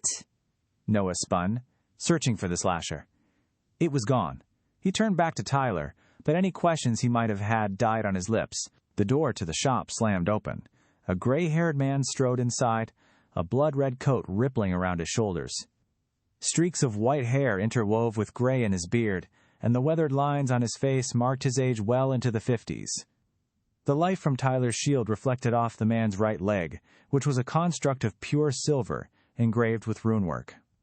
"I leave you alone for 1 hour," the man said, his voice calm but deadly, "and you break your shield already. Inside Arbitage, no less." Noah squinted at them in confusion. The throbbing pain in the back of his head pulled back completely. There was no slasher. He'd just attacked a student and, if it hadn't been for the shield, Noah would have killed him. "He rocked me, Professor Silvertide," Tyler said, his eyes still wide. No hesitation at all. 1 second. He was just standing there. The next, I swear he was trying to rip my throat out. Noah started. "Idiot." Noah and Tyler both stared at the elderly man, baffled for completely opposite reasons. "He's seen combat. Look at his eyes, you imbecile," Silvertide growled. "I've told you not to make threatening moves towards soldiers. You're lucky he showed restraint, or you might have gotten killed before I got here. Anyone that fights monsters doesn't have the liberty to determine if you're friend or foe before making a move." "Wait, what?" Silvertide grabbed Tyler by the back of his shirt and yanked the boy to his feet without an ounce of effort. "I'm sorry," Noah said, shame tightening around his chest. "I have no idea what got into me. I've been killing too many slashers of late, and forget it. There's no excuse. Are you injured?" "I'm fine." Tyler swallowed heavily as Silvertide pierced him with a razor-sharp look. "But how'd you do that?" "Do what?" Noah asked, still struggling to understand what was going on. "I promise it wasn't intentional. I don't make a habit of attacking students. This oaf does resemble a slasher, doesn't he?" Silvertide asked with a wry smile. "You've done no wrong, soldier. Stand down. Nobody can be blamed for reacting defensively to protect themselves, and the boy is unhurt. No harm has been done. What is going on? How are they shrugging this off like it's nothing?" Noah's mouth worked for a moment as he searched for the right words to say, but none came to him. Silvertide's gaze flicked down to the pile of clothes on the floor beside Noah, and Noah realized he must have dropped them at some point. "Those aren't the clothes of a soldier." "I'm actually a teacher," Noah said, clearing his throat. Professor Vermil." Silvertide froze. He peered down the bridge of his nose at Noah, who matched his gaze with a confused frown. "You're a professor?" Silvertide asked. "Vermil, you?" "Yes," Noah replied, scooping his clothes off the ground. He grabbed his coat and slung it back around his shoulders, tapping the name tag on his chest. "As I said, I vastly overacted. I've thought about killing my idiot apprentice more times than you have, I promise." Silvertide waved his hand dismissively. He opened his mouth, then pursed his lips, and thought better of it, shaking his head. "Curious. Professor Vermil, what class do you teach?" It took Noah a moment to remember his classroom. G100. "I see. Apologize to Vermil, Tyler." Tyler immediately dropped into a deep bow, keeping his eyes firmly affixed to the floor as if afraid to meet Noah's eyes. "I'm very sorry for the trouble, Professor Vermil. What kind of backward-ass interaction is this? Why am I the one getting apologized to?" "No harm done at all. I'm sorry about your shield." "It served its purpose." Silvertide tapped a finger against his leg, making a hollow, ringing note as his fingernail struck the metal. "Please, don't allow your day to be interrupted by my fool apprentice. Were you trying to purchase something?" "I think the seamstress was busy," Noah said, glancing at the woman. She was watching them, even more terror in her eyes than there had been before. Noah repressed a sigh. Somehow, he was pretty sure he'd made the situation about 10 times worse. "There's a customer in the store. The project she is working on is not so important that she should ignore you. If it were, she should have closed the store until it was complete." The seamstress nodded empathetically. "Right," Noah said, not believing Silvertide's words for an instant. Still, he had no desire to sit around in an endless loop of apologies with Tyler either. He held the bundle of clothes up. "I was just hoping to find out how much these were." "1 gold each," the seamstress squeaked. "I'll emboss your name on the nameplates." "Great. Now she thinks I'm an unhinged psychopath that'll snap at any second. I'm not sure how far off she is from the mark, though." What the hell was that? Noah shook his head and dug into the money Moxie had lent him, pulling out 4 coins and setting them on the table. The seamstress pulled out a small wooden stamp with a metal base. She held it out to Noah, metal side up, and gave him an expectant look. There was a small oval carved into the metal, roughly the size of his finger. Noah hedged his bets and pressed his thumb into it. There was a slight prick, and the seamstress pulled the stamp back. She pressed it to each of the metal plates on the jackets. They shimmered, metal writhing as it shifted to form into the familiar magus vermil. "Thanks," Noah said, collecting his purchases. "Sorry again for the trouble." The seamstress nodded so violently that Noah feared her head might go flying off.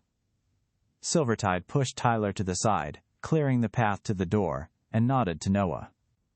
He could feel the old man's eyes boring into his back, all the way out onto the street. The feeling didn't abate until Noah had left the shopping district far behind.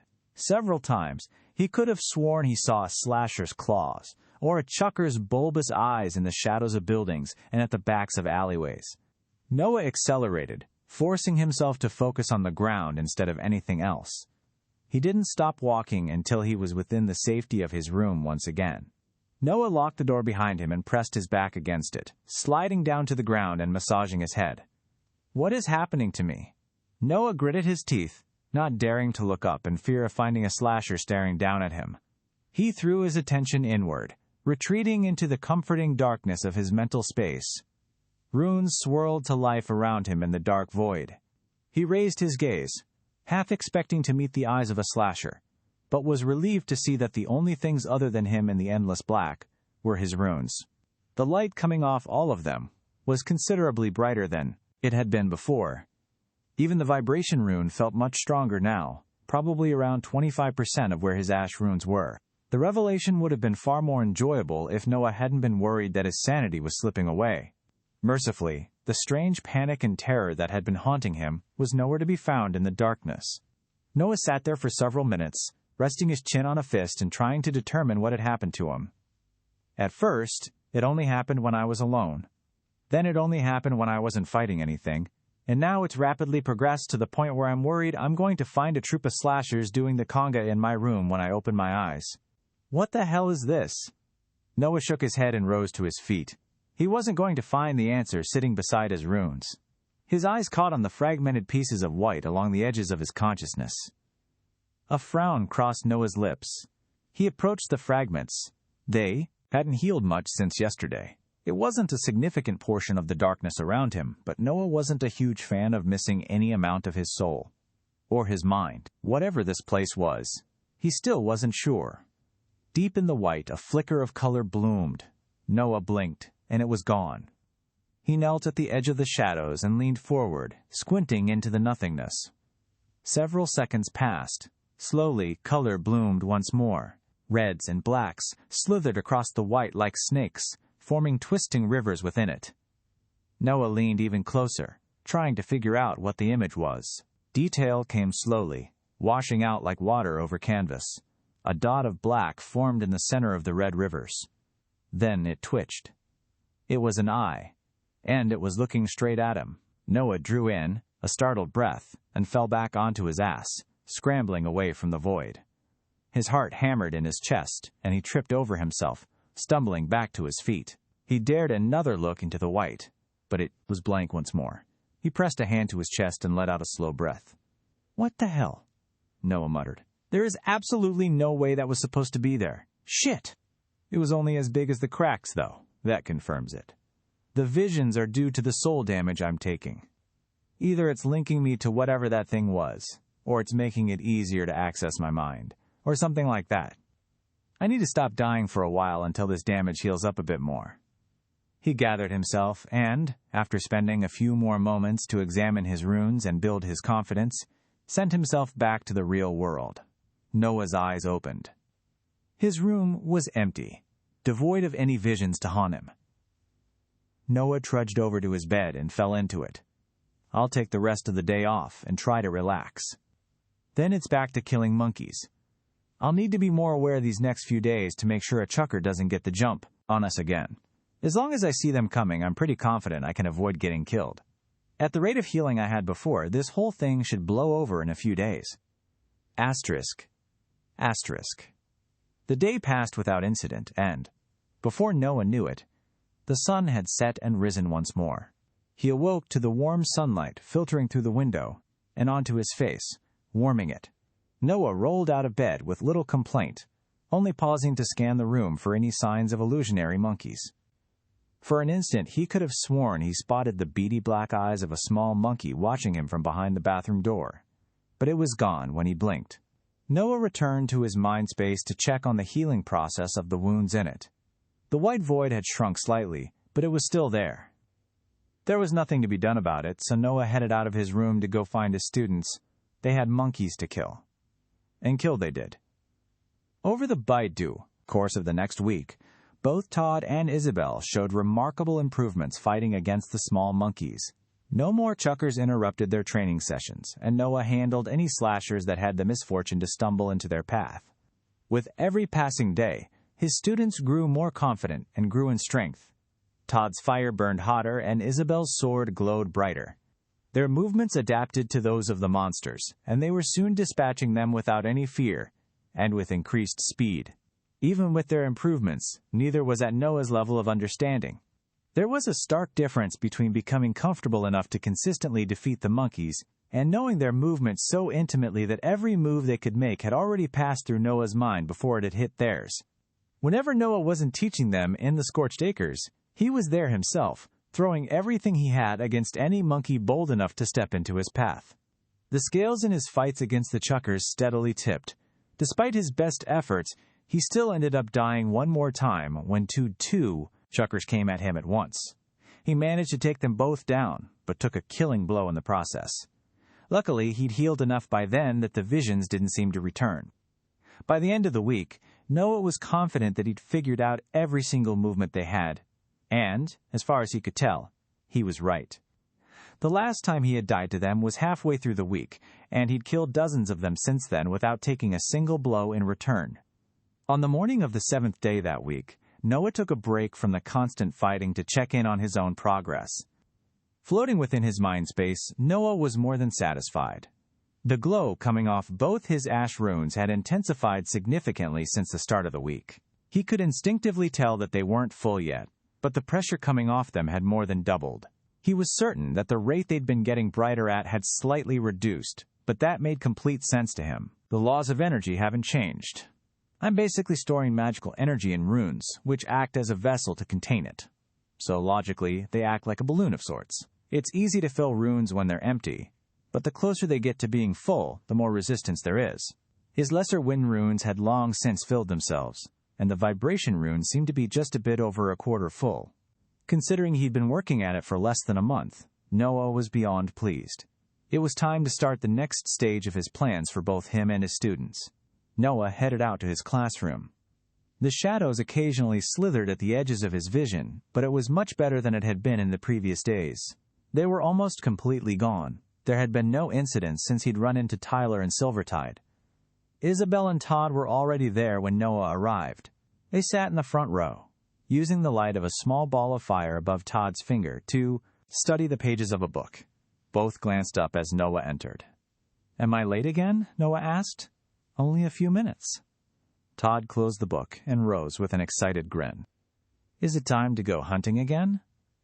Not today, Noah replied. What? Why? Isabel asked, taken aback. My runes have been filling so quickly these past few days. I might have most of them completely full by the time the test comes around. First off, tell me something. Do you see the other teachers sending their students to the scorched acres to slaughter a bunch of tiny monkeys? No, Todd admitted. He crossed his arms. There isn't enough magic in the monkeys to be worth killing them so much. But how does that matter? Lesser runes don't take nearly as much energy to fill as greater ones do. That confirmed a suspicion that had been tugging at the back of Noah's mind for the past week. The rate that his students had improved at was indeed high and matched up with the fast rate of growth related. With weaker runes that filled faster, they were great for short-term strength, but Noah could feel firsthand the enormous difference in strength between his greater ash rune and the lesser wind ones.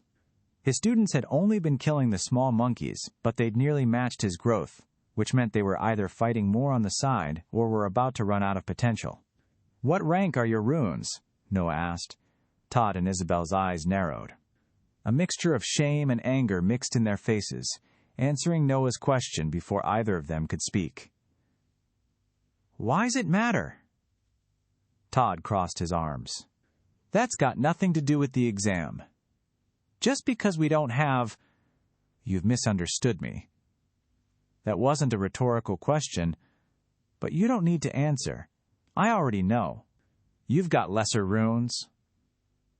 What of it? Isabel snapped. Not all of us get lucky enough for our parents to give us high-quality ones. And forget buying them. Our best option is to combine a weaker rank 2 rune, try to save up money, and then suffer through the soul damage of removing something so heavily bound to us and hope that nothing is permanent. Getting greater rank 1 runes is too expensive. If you combine lesser runes, you end up with a lesser combination. Keeping it means your potential is damaged. Removing it means there's a chance of permanently damaging your soul, and, once again, your potential, because removing a rune you used energy to combine is a no-no. So what? Do you think we don't know that? Isabel asked, pressing her hands against the desk and leaning forward. What are we supposed to do? If I could hit rank 2 or 3, then start saving money to copy down 1 greater rune from there, I'll be better off than most of the people I know. That glimpse of a greater fire rune you gave us is more than most ever see, and it's still nowhere near enough to really learn it. Even if it's just rank 1, it's completely inaccessible to most people. We can't all get the resources of a noble house, Todd added, looking away and failing to hide his disappointment. Let's just keep practicing. At least that's something I can control. Wrong, Noah said. They stared at him. What? Todd asked. You're wrong, Noah repeated, taking the book from his belt and tossing it onto the table before Todd. You can have the resources of a noble house. Todd and Isabel stared at the book in mute awe. Neither of them spoke for several seconds. Is this a joke? Isabel asked. It would be quite a cruel one. No, it isn't. It's not funny, Isabel said, pushing the book toward Noah. Don't play like that. I said it wasn't a joke. Right. Isabel snorted. And you don't mind getting ripped apart by your own noble house for sharing their secrets.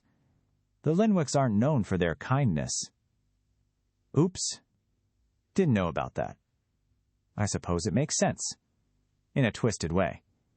If the runes and their combinations are so valuable, the ruling class wouldn't want them getting out easily. You said it yourself some time ago. Noah said with a dry smile. I'm not a very good Linwick. Isabel swallowed. With every second that passed, it became more apparent that Noah wasn't joking. You're serious? Todd asked in little more than a whisper. We can look through this? More than look through it. I expect you to find a rune in it and study it until you can replace one of your lesser runes with a greater one. But what about the Linwicks? Isabel asked. If they find out, you'd be in a lot of trouble. Forget that, Todd muttered, grabbing the book and flipping through its pages until he landed upon the one housing the rank 1 greater fire rune. I don't need to be told twice. Thanks, Teacherman. Are you going to tell them? Noah asked Isabel, raising an eyebrow. No. Is Todd? Todd grunted, not looking up from the book. He ran his fingers along the rune, his brow furrowed in concentration as he committed it to memory. He closed his eyes for a few moments, likely imagining it in his mind, then opened them again and repeated the process. No way in all the hells, man. You've bought me mind and soul. I'd do a lot worse for a greater rune. I'll even help hook you up with some other students if that's still what you're... Absolutely not. Noah pressed his lips together. If he ever got his hands on Vermill's soul, he was going to throttle it. Noah looked back to Isabel. Looks like it's our secret, then. The Linwicks can't find out if you don't tell them. Isabel swallowed, and after studying Noah for a moment, nodded. Then, almost immediately afterward, she seemed to second-guess herself. Why are you doing this? That's an odd question. I'm your teacher. It's my job to equip you as best as I can. But. No buts, Noah said. How is this any different from other students having their teachers provide them with shields? It's usually their families that pay for those. Semantics. Noah waved his hand dismissively. Listen. You want to know why I'm doing this? It's so you don't just pass this test, but the ones after it as well. The way you perform reflects on me. If you need to find out my selfish motive, use that. Now, no more questions. There will be time for those later. Let's let Todd concentrate. When he's done, you're up. Isabel looked like she wanted to argue, but she just inclined her head and sat back, studying Noah as if trying to figure out what his angle was. Time ticked by. After having to restart several times because of mistakes, Todd finally pushed the book over to Isabel, a huge grin on his face. Isabel leafed through the book for a few minutes, then settled on a greater stone rune. She took a little less time than Todd did, but looked every bit as focused and concentrated. By the time both of them were done, the sun had already started making its way below the horizon. Class had run over by several hours, but none of them mentioned it. Noah simply tucked his book back into its holster. Congratulations, both of you, Noah said as they walked into the hall. We're just about done fighting the small monkeys. Once you have a new rune to fill, we'll be transitioning to fighting slashers as a team. Already? Isabel asked. Are you sure we can handle them? I'll be there for a reason. That's why you chose now to give us these, Todd realized, looking down at the paper nestled against his chest. You wanted us comfortable with our normal runes, but to also have something more important to fill with the energy that slashers have. Ding! Todd chewed his lower lip. Isabel shot him a glance, and he shook his head, dismissing whatever thought that had been running through his head before it could come out of his lips. They stepped out of the building and into the evening light. Noah raised a hand, blocking the sun from his eyes. We'll meet again in 2 days. If you can, I suggest buying a healing potion. Slashers aren't quite as easy to fight as the small monkeys, but I'm confident you can both do it. I'll also be watching, ready to intercede the moment it looks like something is going to go south.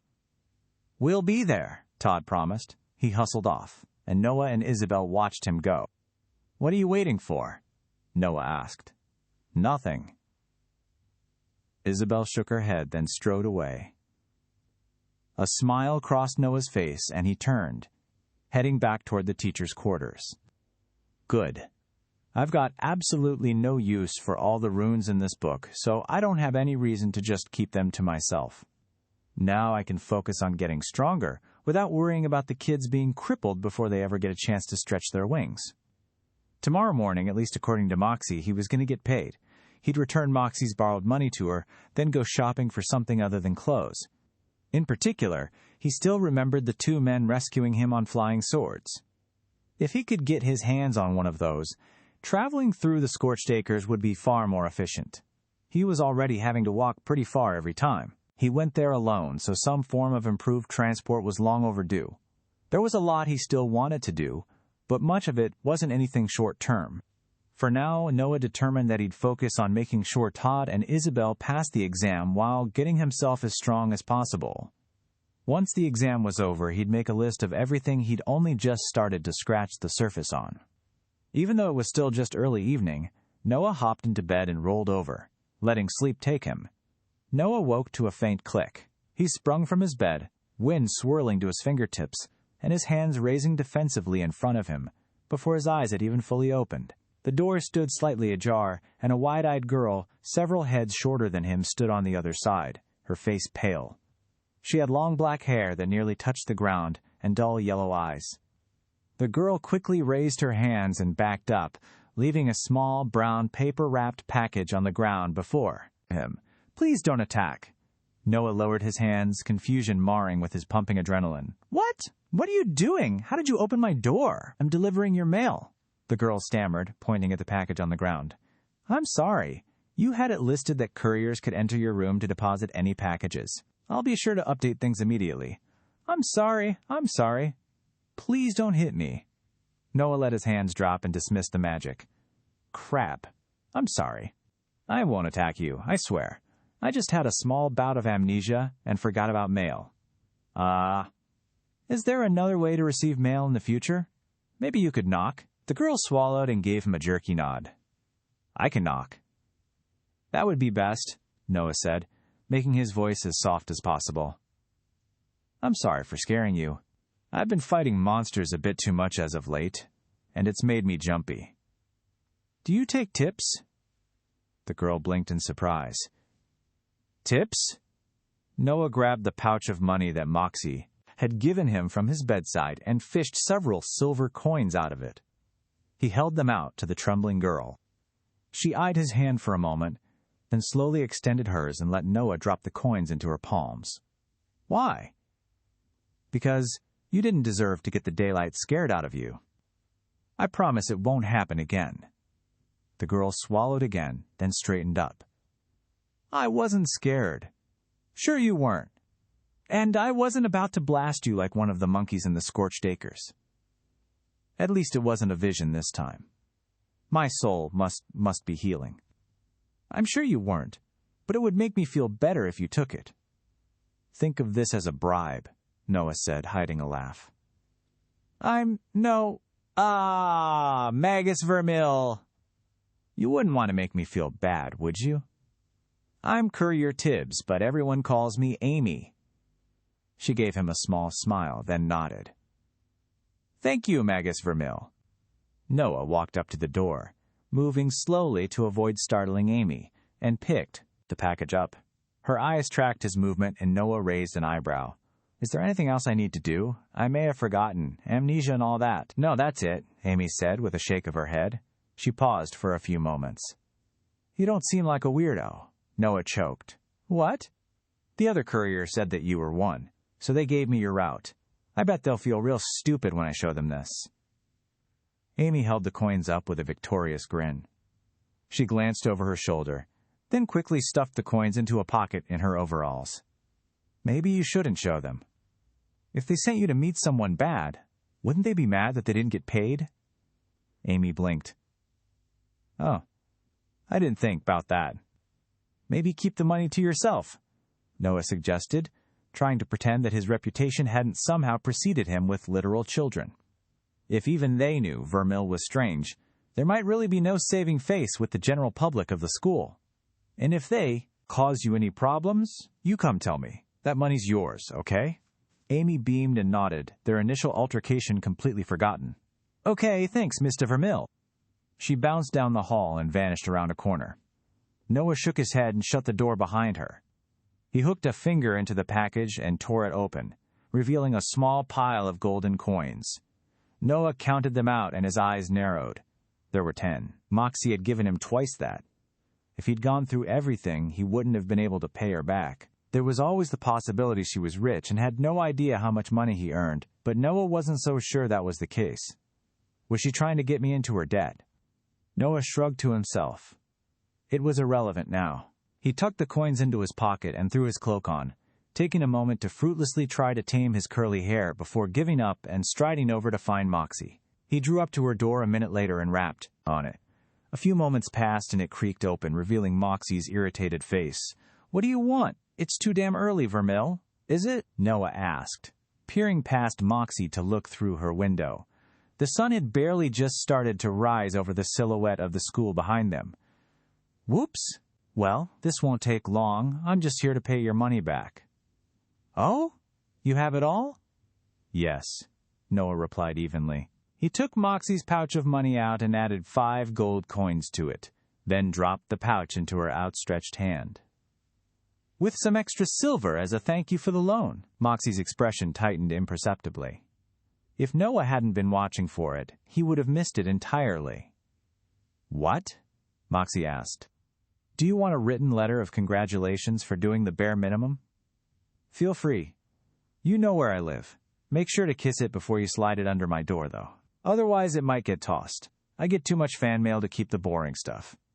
Moxie slammed the door in, his face. Noah smirked and set out for the market. Despite his outward confidence, suspicion bubbled. Moxie had just risen several spots in his very short list of suspects of who might have tried to kill him. "I'm pretty sure she just tried to set me up, but it's not like she knew I'd come to her for money. Maybe she's just taking opportunities to be petty? Always possible, but I'm going to need to keep my guard up around her." Noah remained lost in thought during the rest of his trip into the market. Before he knew it, he was standing before a shop front and peering through the window, still moving on autopilot. He blinked back into awareness and shook his head. Moxie was right. It really was early. He scanned the windows of nearby shops, but his search didn't last long. A large storefront with dozens of swords and weaponry displayed in its window quickly caught his attention.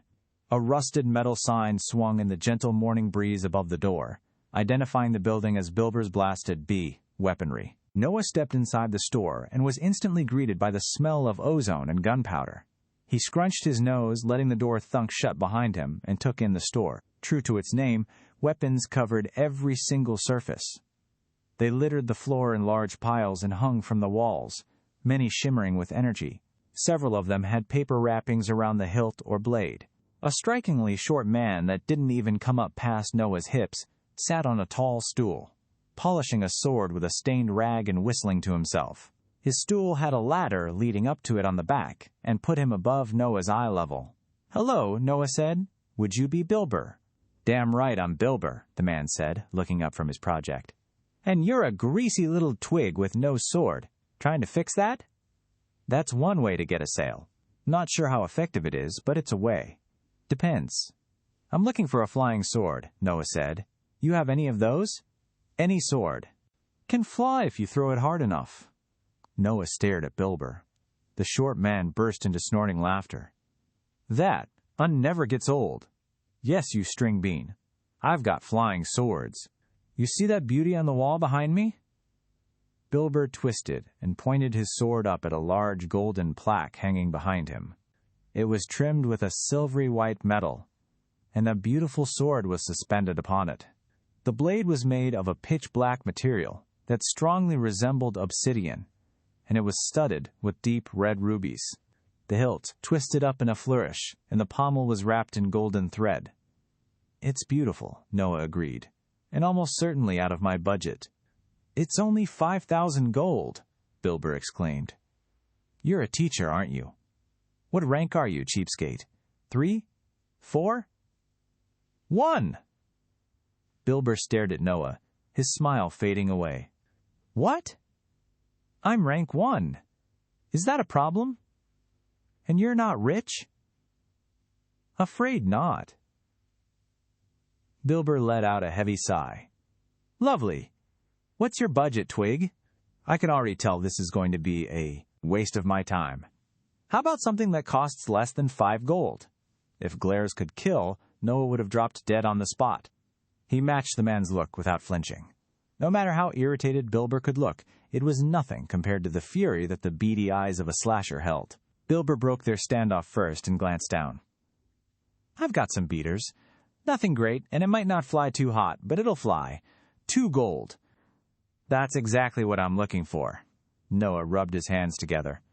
"Let me get one of those. Wait, if you've got cheaper swords, what about shields?" Bilber pierced Noah with a flat glare. "The cheapest one I've got is 400 gold, and it's failed more times than it's worked. It's for testing." "Right. Never mind. Back to the swords, then. 2 gold, you said?" "Aye. You sure?" Bilber asked.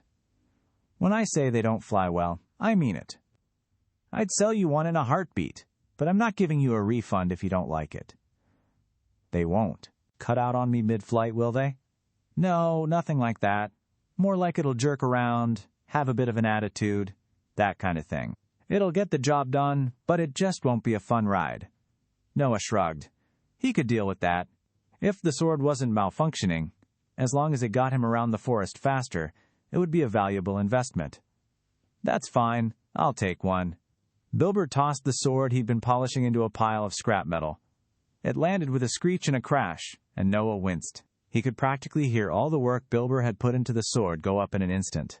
Entirely unbothered, Bilber slid down the ladder on the back of his towering stool and stormed across the ground up to a pile of rusted weapons. He dug through it, tossing them to the side, until he spotted one that caught his fancy. The sword in question was nearly more rust than metal. It was a solid copper color, with a plain blade and pommel. It didn't even have a hilt. Noah gave it a suspicious glance. "You sure that'll fly?" "If you throw it." Noah's glare silenced Bilber before he could finish the sentence. Bilber cleared his throat. "Yeah, it'll fly. Not great, but it'll fly. 2 gold. Imprinting runes isn't easy, Twig." Noah pulled 2 gold coins out and held them out to Bilber. Bilber grinned and snatched them, then offered up the sword in response. Noah carefully took the blade, holding it before him like a torch. "Is there a sheath that comes with this?" "No." "Ah," Noah grimaced. "How do I use it?" Bilber, who was halfway back up the ladder to his stool, squinted through the bars at Noah. "Seriously? You can't use a flying sword?" "Just humor me. You stand on it. And, assuming you were smart enough to have a wind rune or something else that enables flight, you imagine flying." Bilber spoke as if his answer were the most logical thing in the world. "Any more questions? Want me to show you how to tie your shoes?" "Let's put a rain check in that." "Pleasure doing business with you," Noah said. He raised a hand in farewell and got a rude gesture involving a middle finger in response. It's good to see some traditions have somehow manifested themselves on both Earth and whatever this new planet is. Some things never change. Noah exited the shop and stepped out into the street. The sun was still barely starting its trek through the sky. Tim would already be at his usual spot, of course. He'd been there every time Noah had come to use the transport cannon. "I've still got some money.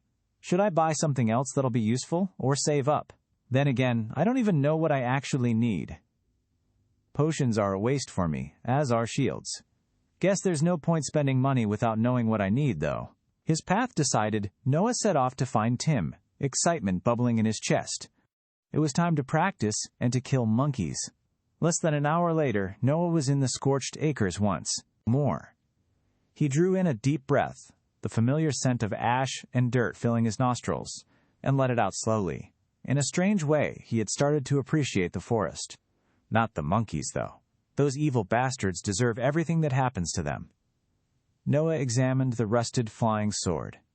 Part of him suspected that Bilber had scammed him with a completely mundane weapon, rather than a magical one. It certainly didn't look magical. It wasn't worth testing earlier, though. The last thing Noah needed was to fly himself into a wall in front of everyone else. The scorched acres were nice and empty. A perfect place to practice flying around, and if he ran into anything, nobody would be there to see it. Noah placed the sword on the ground and stepped on top of it. He stood there for a moment. Nothing happened. Gathering a small amount of energy from a wind rune, he sent it down through his feet and into the sword. A dull hum emitted from it. Noah flailed his hands as the sword abruptly jerked up from the ground. His balance was a little more on his forward foot than he'd expected, and the sword leaned forward with him. As soon as the tip pointed toward the ground, the sword lurched forward. It slipped out from beneath his feet and buried itself in the trunk of a tree with a loud crack. He managed to land on his feet, avoiding a painful fall, and glared at the sword. Well, at least it works. He stalked up to the tree and wrapped his hands around the sword's handle, yanking on it with all his might. It ripped free of the tree and he staggered back with a curse. Noah tossed the sword back onto the ground and lowered his center of gravity before activating it again. This time, he focused on maintaining his balance as evenly as possible. The sword hummed once more and raised a foot into the air. It wobbled beneath Noah's feet, but didn't go flying free. A grin crossed Noah's face.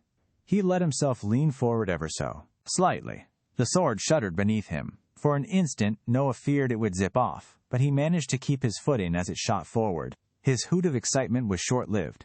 The sword, along with him, crashed into a tree with a loud crunch. Noah fell to the ground, landing hard on his back. He cursed, cradling his nose and rolling to his feet. He grabbed the sword and ripped it out of the second tree, sending a pointed glare at it before tossing it to the ground and stepping on once again. A now familiar thrum emerged from the blade, and it lifted into the air. Noah leaned forward, this time keeping his eyes ahead of him. The blade shot off, whistling past a tree. He leaned to the side, and it jerked to follow his motion, putting him right in the path of another tree. Noah's eyes widened, and he quickly shifted to the other direction, overcorrecting and nearly driving face first into a large, burnt trunk. He threw himself off the sword. It slammed into the tree, and he rolled, rising to his feet beside the tree and the still quivering blade embedded within it. Noah let out a slow breath and brushed the dirt off his clothes before pulling the sword out. Well, at least it's simple in concept. Noah tossed the sword back to the ground. And kind of fun, provided I can stay on the thing for more than a few seconds at a time. Let's see how high this thing can go. Asterisk. Asterisk. Several hours and an embarrassing assortment of bruises later, Noah found himself hurtling over the treetops, the wind whipping his hair and a massive grin on his face. He repressed the urge to let out a holler as he tore across the sky, moving so fast that the air stung his eyes. Noah zipped around in a tight circle, nearly giving himself vertigo as the sword jerked downward and sent him hurtling at the ground. He dove off, rolling to his feet and thrusting his hands into the air like an acrobat. Noah turned and sauntered, back to where the blade protruded from the dirt. He plucked it free and smiled. I have no idea what that merchant was talking about. This is too fun. Who would want any other kind of flying sword? You've got to be at least twice as fast as the ones that the blokes who rescued me were using. I'm talking to my sword. Is that a symptom of insanity? Bah, I don't care. Noah set the blade back onto the ground and boarded it. He was far from a master at using it, but he was confident it would suffice for his purposes now.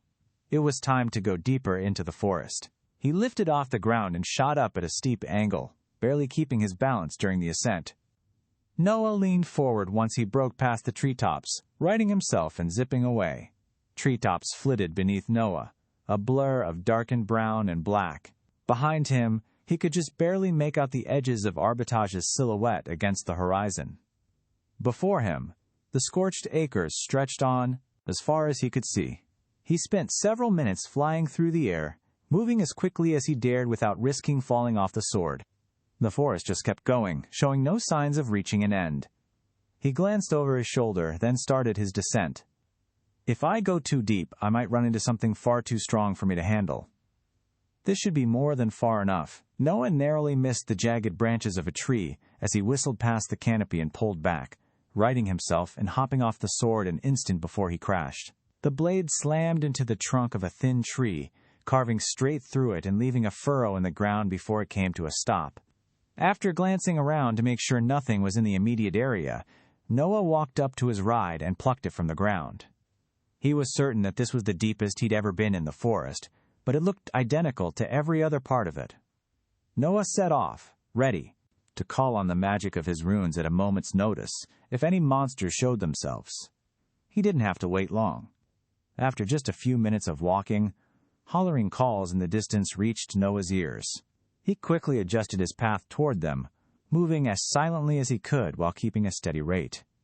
Through the trees, he spotted a pair of chuckers in a small clearing. They were focused on each other, gesturing and thumping their chests emphatically in some sort of argument. That was perfectly fine with Noah. He reached out, connecting to his ash rune rather than his wind. Drawing on all the burnt trees around them, Noah thrust his magic forward. Bark creaked in protest as it was ripped to pieces. The nearest chucker spun, its eyes fixing on Noah just before 4 sharpened black spikes formed in the air and slammed into its chest, ripping holes through it. It shuddered, then crumpled to the ground. Energy flooded into Noah, but he didn't let it distract him. He immediately ducked behind a tree, avoiding the attack that he knew would be coming. Sure enough, a large branch whistled past his head like a lance, embedding itself in the dirt behind him. Noah stepped back out and flicked his fingers, commanding the ash rune once more. The spikes that had killed the first chucker burst into black clouds and tore through the air, surrounding the other monster. They transformed back into a dozen spikes and slammed home, killing the creature before it could finish its scream of rage. A cold smile crossed over Noah's face, and he released his hold over the magic. The key to fighting chuckers was making the move right after they attacked, while they were searching for another weapon. That, or catching them by surprise. Then again, surprise tended to work against most enemies, so Noah wasn't certain he could count that as a key for any of them. He stepped out from behind his tree and walked into the clearing to see what had caused the argument between the chuckers. The corpse of a smaller monkey lay in the center of a clearing, already ripped in half and partially eaten. Figures. Noah's skin prickled. At one point, he would have frozen and tried to figure out what was causing the sensation. Instead, he lunged forward, throwing himself into a roll. The ground behind him shuddered, shaking so hard that he nearly lost his footing as he came back up. Spinning, Noah brought his magic to bear and came face to face with a black-haired monkey that was just slightly taller than he was. It straightened back up, flexing its fingers and snarling in disappointment. It was the closest to humanoid out of all the other monsters he'd seen so far, and its hair was so close in color to the ashy trees that Noah had completely missed it. The monkey snarled, revealing several rows of tiny sharp teeth in its mouth. Paired with a bulbous, pointed nose and thin, half-lidded eyes, it looked vaguely goblinoid in nature, kind of like a cross between a shark and a monkey. A shanky. That's what this is called. Whoever invented this thing has some serious problems. Noah hopped back, keeping his distance and watching the monster carefully. He was pretty sure that he could have killed it with a sudden ash attack, but he restrained himself. A new opponent was more than just a kill. It was a training opportunity, and it wasn't one he was going to waste. "Come on then," Noah said, beckoning to the shanky. "Let's see what you've got." The monster snarled, spittle flying from its lips and splattering across the ground. It obliged Noah, charging at him. Noah hopped back and the monster matched his movement, lunging to bite at him. Noah sent a pulse of wind out from his palms. It slammed into the shanky and sent it rolling across the ground. The monster flipped to its feet and charged Noah again, not missing a beat. Fast recovery and good reflexes. Better than anything I've fought yet. No apparent ways to do serious damage other than its teeth, though. Noah sent a blade of wind at the monster's arm. It twisted, avoiding the spell. It kicked dirt at Noah, forcing him to raise his hand defensively to avoid getting blinded. Noah threw himself back. He heard a loud crack as the shanky grabbed a tree and ripped it out of the ground with its bare hands, snarling in fury. Strong. Short temper, too. "What are you going to do with that?" Noah taunted. "Swing it!" The shanky swung it. It smashed clean through the tree that Noah had expected to block the strike. Noah's eyes widened and he dropped to the ground. The tree hurtled over his head before crunching into another tree. Noah rolled to the side and shot back to his feet. By the time he was upright, the shanky was upon him. It was fast, but it didn't expect Noah to charge it as well. Its eyes flashed with surprise as Noah lunged, driving his fist into its furry chest. The punch did little against its thick fur. Noah could have sworn he saw amusement flare in the monster's face an instant before he unleashed his vibration rune. A violent shudder tore through the shanky's body, shaking its head so hard that its teeth cracked together. Noah fired a wind blade into the monster's neck. It bit deep into the fur, but it failed to cut through. He cursed and set off a blast of wind between himself and the shanky as it snapped forward, trying to bite his neck. The wind sent him tumbling back and pushed the shanky several feet away. Noah sprung back to his feet and called on Ash. Several jagged spikes formed in the ground before him, jutting up into the shanky's path as it sprinted at him. It vaulted over the first, grabbing onto a low-hanging tree branch and swinging for Noah, screeching in victory. Noah recognized the expression on his face. He'd let it show on his a few too many times. A victorious grin. Noah flicked his hand. Ash blew up from the spikes, forming into another one directly in the shanky's path. It jerked its head back, trying to avoid being impaled, but it was in the air and had no way to dodge. The spike punched clean through one of its eyes, and the monster's body swung forward, carried by its own momentum. It went limp and hung in the air, suspended by the spike. Noah sent another blade of wind into its throat, leaving a deep cut. He narrowed his eyes and shot one final cut, this time separating its head from its body. It crashed to the ground.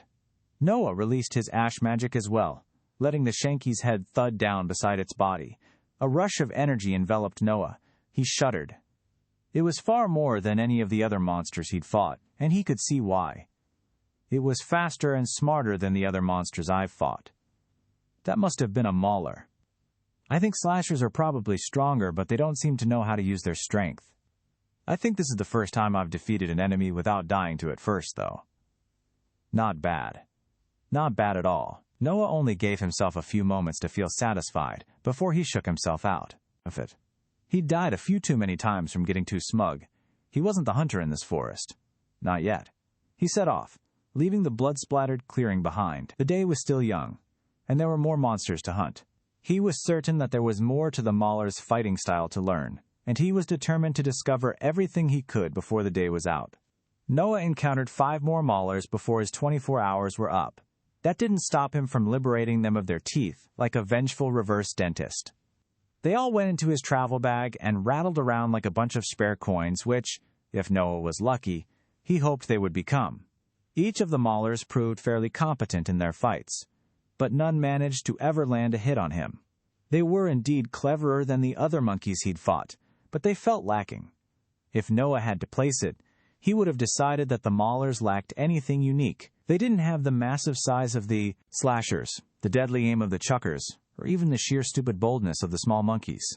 They were right in the middle on many things, and while he was confident they'd be a significant threat to his students, he'd already seen just about all of what they could do. By the time the day ended, Noah hadn't been hit a single time by monkeys. The trees, on the other hand, were considerably less kind. His flying sword threw him into them about 10 times, and he was covered by smarting bruises that were quickly turning black by the time the sun started rising in the sky again. For an instant, Noah considered finding a monster and intentionally losing the fight. It would take care of the bruises, after all.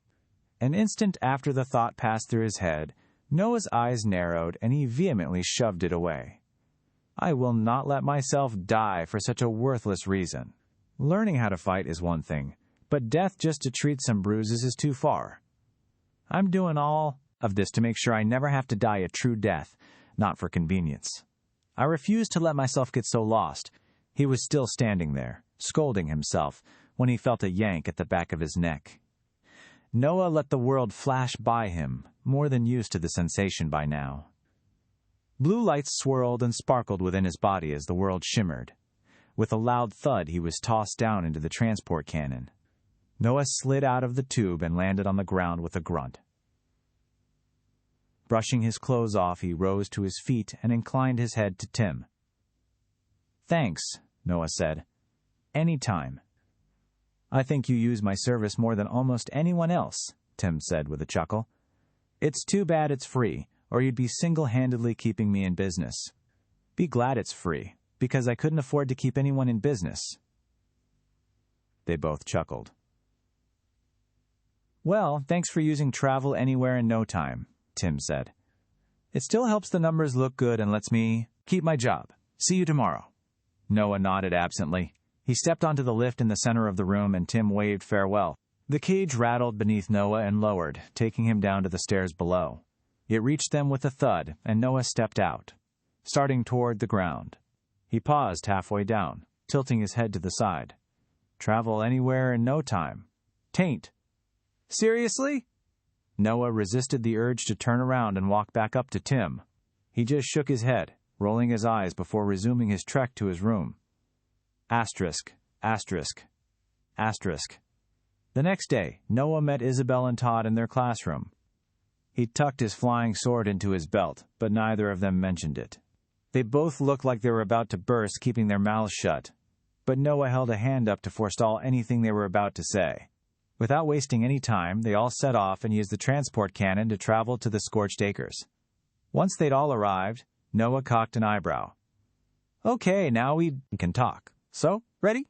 "More than," Todd beamed. His smile faded a little. "The Greater Fire Rune is completely empty, though. I'm weaker than I was before, technically." "Same," Isabel said. She patted a small gourd hanging from her hip. "A healing potion, too." "Oh, right," Todd said. I've got one of those too. They're so expensive, though. I wasted like 2 weeks of pay on it. It'll be worth it when it keeps your guts from spilling out, Isabel said. Quite right, Noah said with a nod. He patted his own gourd. After all, it had technically been a healing potion.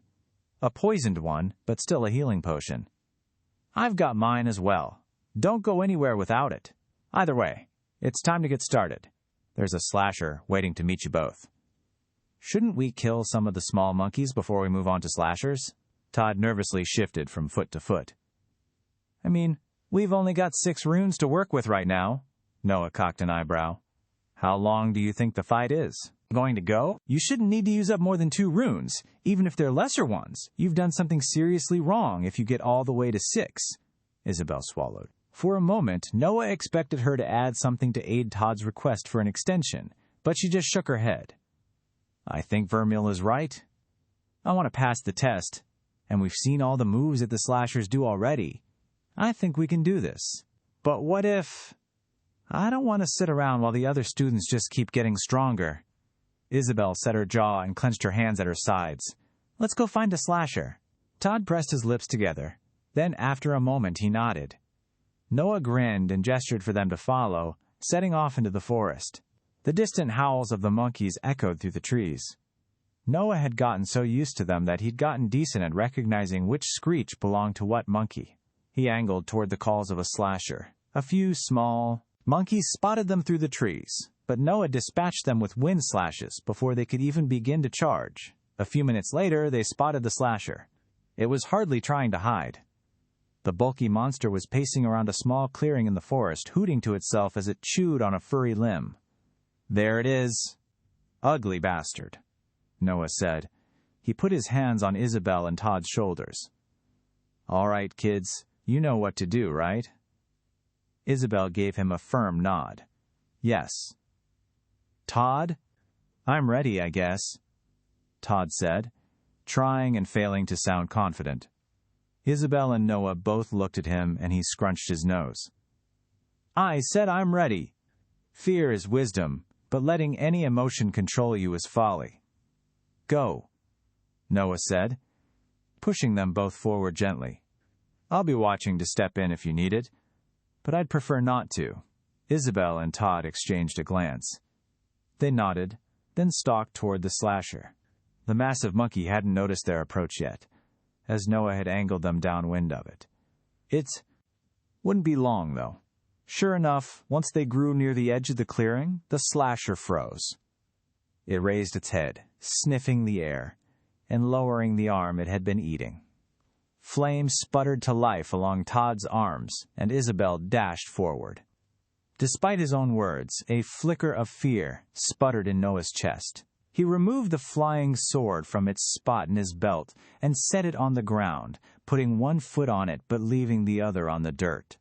He readied Ash, prepared to kill the slasher the moment it looked like Isabel or Todd might be in mortal danger. Isabel took the lead, darting ahead of Todd. She drew her sword from within her chest with a battle cry. The slasher roared and raised its hands into the air as she approached, malice glinting in its ugly, beady eyes. Downward slash. Dodge to the side.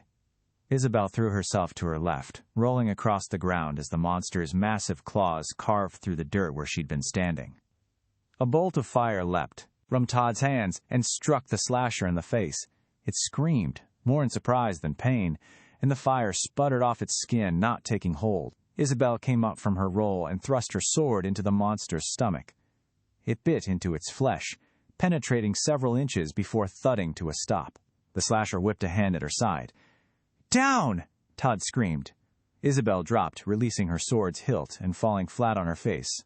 The claws passed over her head, and Todd rushed forward, unleashing a torrent of fire from his outstretched palms, passing over Isabel and enveloping the slasher. It roared, raising its hands defensively and staggering back. Todd met Isabel's eyes and gave her a curt nod. He clenched his hands into fists, cutting the flames off, and Isabel launched to her feet. She charged forward and drove her shoulder into the hilt of the glowing blade, pushing it deeper into the slasher. Its pained cry split the air. The slasher reached down to grab Isabel. She skipped back, ripping her blade free of the monster's stomach, and Todd sent another blast of fire into the monster's face to keep it from pressing the advantage.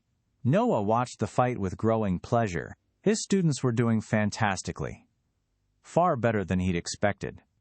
Sure, their individual attacks weren't fantastic, and Isabel wasn't targeting any fatal areas, but they were holding their own. He watched them with a hawk's eye, his fingers twitching every time the slasher readied an attack.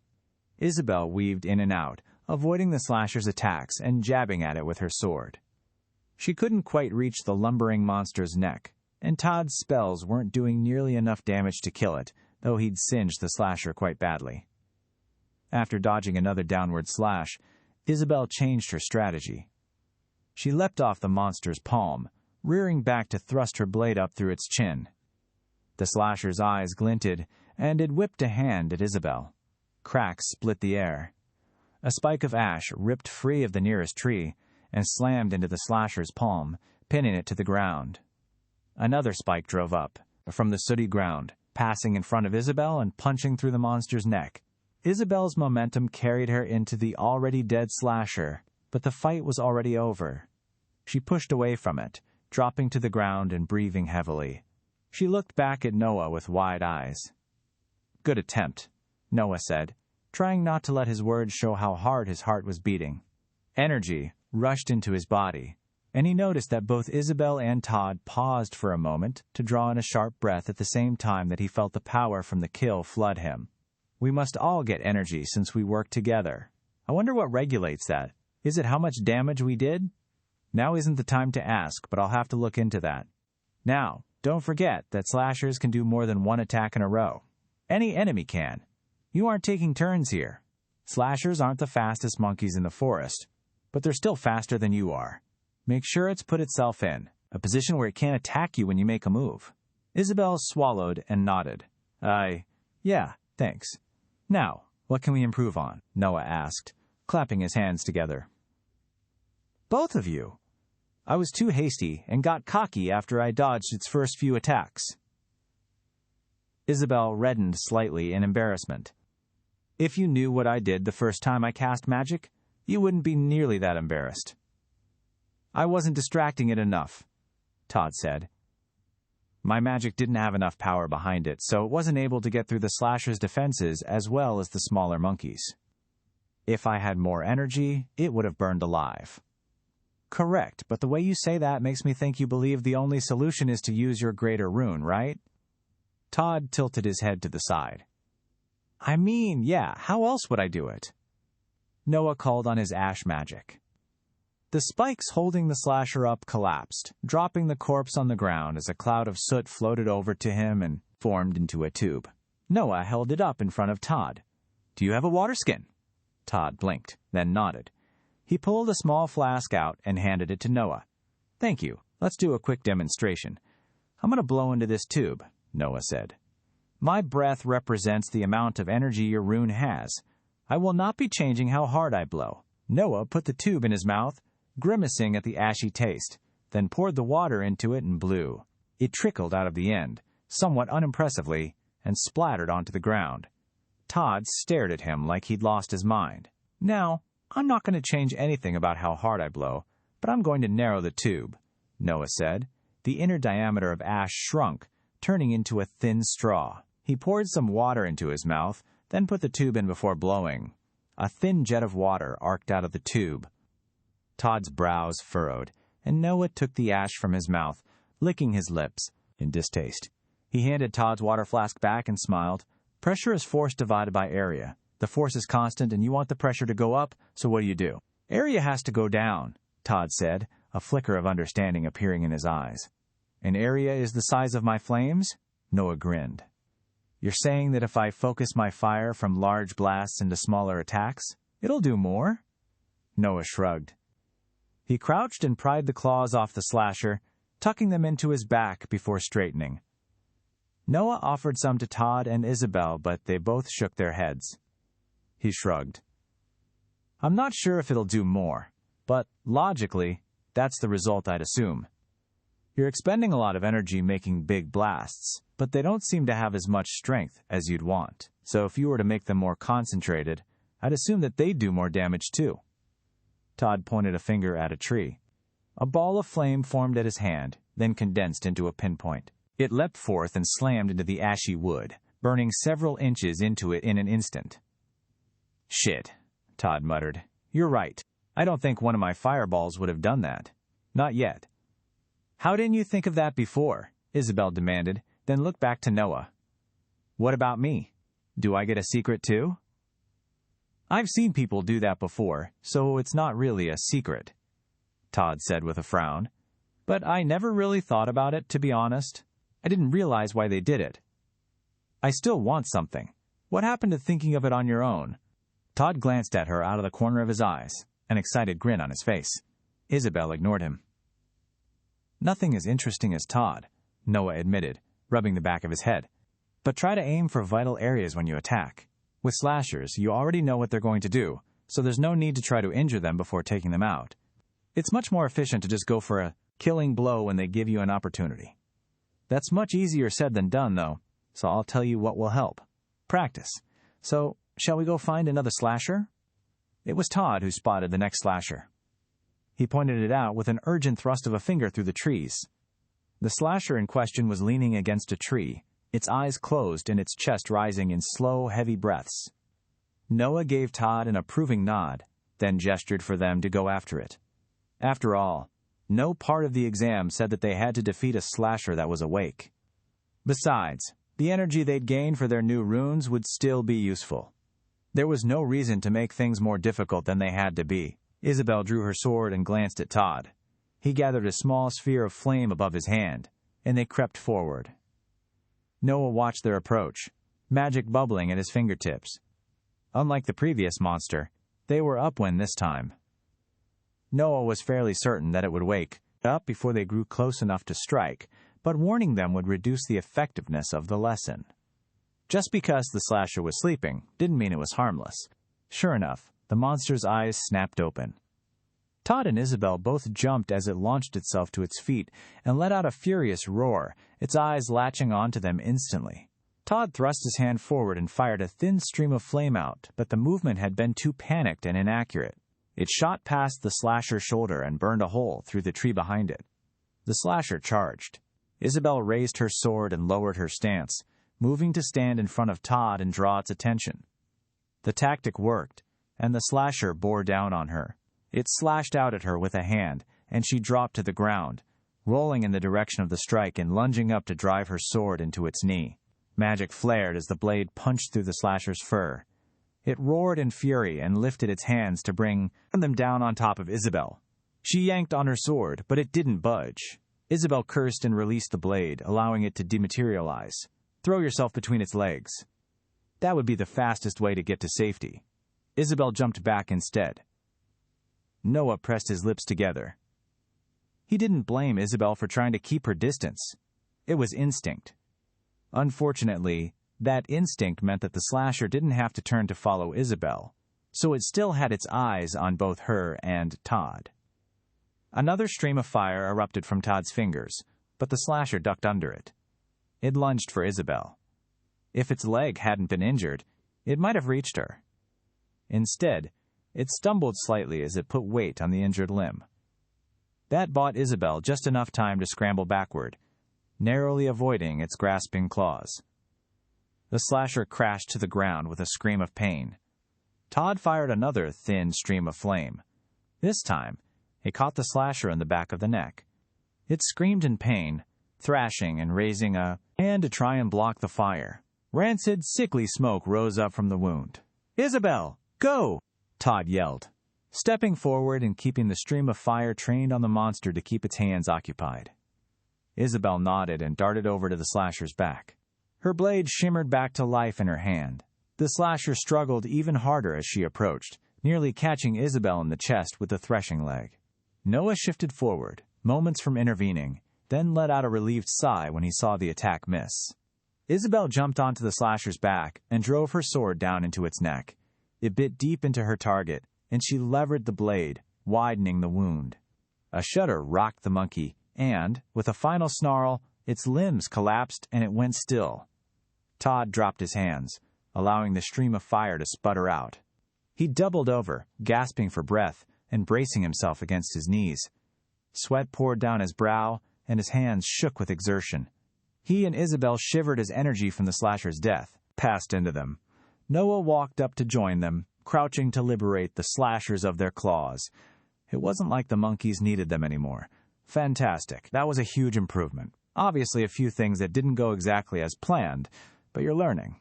It just died, Isabel muttered, looking down at her sword. We did that? Would have died faster if I didn't miss 100 times first. Todd straightened up and wiped the sweat from his brow. Despite his words, he was grinning. But we got the bastard. And it gave so much more energy than the smaller monkeys. Especially when the professor isn't stealing half of it. I most certainly did not steal anything. I saved your asses. Isabel and Todd burst into laughter, and Noah joined them. The sense of relief and excitement that his students were feeling was one that Noah knew well. If an outsider had been observing, Noah was certain they all would have looked quite odd, doubled over laughing above the corpse of a massive monster. How are your runes doing? Noah asked after they'd gathered themselves again. Have enough energy to keep going? I used more than I would have liked, but I've still got more than enough, Todd said. What about you, Isabel? Barely anything. My magic doesn't take much energy to upkeep. Then let's get a move on. There are more slashers waiting for us, Noah said with a grin. Asterix, Asterix, Asterix. They killed 4 more slashers that day. Noah added their claws to his ever-growing collection. None of the fights were perfect, and Noah had to intervene on 2 of them to prevent an injury. He wasn't willing to risk either of his students getting hit when it meant there was a solid chance that they wouldn't get back up from it, even with a healing potion.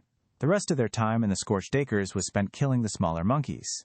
No chuckers bothered them this time around, and they returned to Arbitage the following day without trouble. Noah dismissed his students until the day after next, then returned to his room. He did find it mildly amusing that, after arriving in an entirely new world, he spent all his time either in a burnt-down forest or shut inside a tiny box. But there was too much to do. Once things settled down and he and his students weren't in immediate danger, Noah promised himself that he'd actually spend some time exploring the world. There had to be more to it than ugly monkeys. Noah cast his attention inward, checking on his runes. They were filling at a steady rate, though it had slowed down a little. His vibration rune was finally about where his ash runes had been when he'd first gotten them, and maybe even a little farther. As for the ash runes themselves, they were brimming with strength. They'd still grown from when he'd seen them last, and Noah instinctively knew that there was more room for them to improve, but they were likely just a week or so of continued growth away from being full. To Noah's delight, when he went to check on the white particles of damage at the edges of his mind, he found that a significant portion of it had healed. There were several fist-sized holes left, but he was recovering. Now that I think about it, it's been a bit since I've hallucinated a monkey as well. That almost certainly proves that they were related. Good to know for the future. If that's what happens when I'm just a little injured, I don't want to think about the consequences of dying hundreds of times. I might actually go insane for a while. With a blink, Noah brought himself back into his room. He stretched his arms over his head and yawned, then shook himself out. The past few days had been surprisingly tiring, but focusing on his students had been a great way to keep himself distracted. Now that he was more comfortable with their progress, his thoughts drifted back to his own situation. The Linwick family. Combining his runes. The giant Sunder rune floating above his mind space that he refused to look up at until he knew more about. The poisoned healing potion. Moxie, Noah groaned and ran a hand through his hair. Too much damn intrigue. I always flip to the end of mystery novels to figure out who the bad guy was. Noah grumbled, unhooking his gourd and tossing it from hand to hand. I suppose I could go read about the Linwicks in the library. I bet there's some information there, and I should really try to figure more out about my supposed family. Or I could go test my vibration rune out in the Scorched Acres. It's gotten a lot stronger, and all I've used it for thus far is shaking the hell out of monkeys. It definitely does more than that. Noah crossed his arms and thought for a few moments. 2 very viable options to do before his next meeting with his students. He did have a pretty good understanding of what his wind and ash runes could do, so it wasn't like he couldn't defend himself with his magic. All the monkeys he'd run into thus far in the Scorched Acres weren't a threat. That did make one of the 2 options considerably lower priority. Then again, magic was fun. Good argument, me. Magic it is, Noah said with a cackle. He rubbed his hands together and strode back to find Tim for the second time that day. Learning about the Linwicks could wait until he got back. You sure come here a lot, Tim drawled as Noah stepped out of the lift and raised his hand in greeting. It's faster than flying myself. Safer, too, Noah said, not arguing with that. I guess it's not my place to ask, but I've never seen a professor spend as much time in the scorched acres as you do. Is there something going on? Noah walked up to the turret and leaned against the wall, looking back at Tim. Not really, just training. There are a lot of monsters there, you know. I'd reckon so. That's a whole lot of training. Is that not the point? Tim tugged on his beard and frowned. Yeah, I guess it is. Just makes me wonder why the other professors rarely use my services. I'd have thought that at least one more would be doing what you are. Noah shrugged. I'm sure we've all got our own methods and strategies, as long as we get results right. It was Tim's turn to shrug. Suppose so. Same as always? Actually, I was wondering if you could lower the time I'm out. Maybe 12 hours, if that's possible? I just want to test some things out, and it probably won't take an entire day. Sure, I could do that for you, Tim replied. 12 hours it is? Already? Thanks. Noah climbed inside the turret. It shuddered as Tim adjusted his target. Have a safe trip, Tim called. Noah didn't get a chance to respond. Energy erupted, and the cannon fired, blasting him into a world of swirling blue. Noah was so used to the sensation that he barely even noticed any discomfort. He just enjoyed the twisting shades of blue as they whipped past him. And then, before he knew it, Noah was in the scorched acres. He blinked, somewhat surprised to find the world in more than one color again, then shook his head. Pulling his flying sword from its spot in his belt, he tossed it onto the ground and stepped on. It jerked forward, nearly ramming Noah into a tree before he adjusted its direction at the last second and directed himself into the sky. He burst past the blackened canopy and righted himself, squinting as wind whipped past his face. The forest passed quickly beneath him. Noah flew for several minutes, making sure he would be deep enough into the trees so that he wouldn't mistakenly run into someone else that might have visited from arbitrage at an inopportune time, then shot back down to make a rough landing on the dirt, tripping over his own feet as the sword jerked to a halt and nearly face-planting into a tree. Noah managed to catch himself at the last second, using a small blast of wind to halt his momentum. He let out a slow breath, shaking his head and picking his sword back up. The part of the forest he'd landed in looked identical to just about every other part of it, but it seemed empty. It was warm, bordering on hot. Noah adjusted his suit, unbuttoning the front. He tilted his head to the side and listened intently for a few seconds. All that greeted him was silence. A monkey howled far in the distance, barely audible over the wind. Nothing imminent, then. That obviously doesn't mean much, since they aren't always making noise, but at least there aren't any monsters fighting each other near me. Noah focused on his vibration rune. Its power gathered, waiting for command. Noah paused a moment, just enjoying the feeling of energy pumping through his veins and pulsing at his fingertips. What's the best way to go about this? Noah murmured to himself. It vibrates monsters and people well enough. I guess the next step is the ground? He went to kneel, then paused. If he could cast magic through his hands, there was no logical reason he couldn't do it through any other part of his body. Noah straightened back, up, and pictured the ground trembling. Energy poured out of his leg and through his shoe, seeping into the ground beneath his feet. Noah swore as his shoes suddenly shuddered with such intensity that he lost his footing. God damn it, Noah muttered. He shifted, and the dirt pressed against the soles of his feet. He sighed and knelt, pulling a shoe off. The seams had been ripped to shreds and the bottom had split in half. The other had suffered a similar fate. Guess that's a pretty good case for using my hands instead of my feet. Noted. I've gone this far, though. Might as well keep at it. Noah pulled both shoes off and tossed them to the side, adding his socks to the pile before digging his feet into the dry, brittle ground. He gathered his magic once more, then repeated the command. The earth rumbled beneath Noah. He wobbled in place as the ground shook for just a second before going still once more. That was lackluster, must be because I'm not being specific enough. Ground is pretty wide, after all. If I'm trying to shake an entire tectonic plate, I'm probably not going to have much luck. Maybe just the dirt in a 10-foot radius around me. Noah started to draw on his vibration rune. He wasn't sure exactly how much magic to use, but he didn't want to overshoot things and end up either wasting the energy or calling too much attention to himself. As he prepared to release it, Noah's eyes caught a flicker at the edges of the trees. Had he not spent so much time in the forest these last few weeks, he would have missed it completely. Instead, Noah recognized the telltale glint of a chucker's bulbous eyes in the distance. And, if he could see it, it could probably see him. Noah swore, dropping to the ground instinctively. A rock screamed past his head, smashing through the trunk of the tree behind him and sending splinters of wood flying everywhere. Noah drew sharply on his vibration rune, taking in far more than he had the first time, and unleashed the magic on the ground.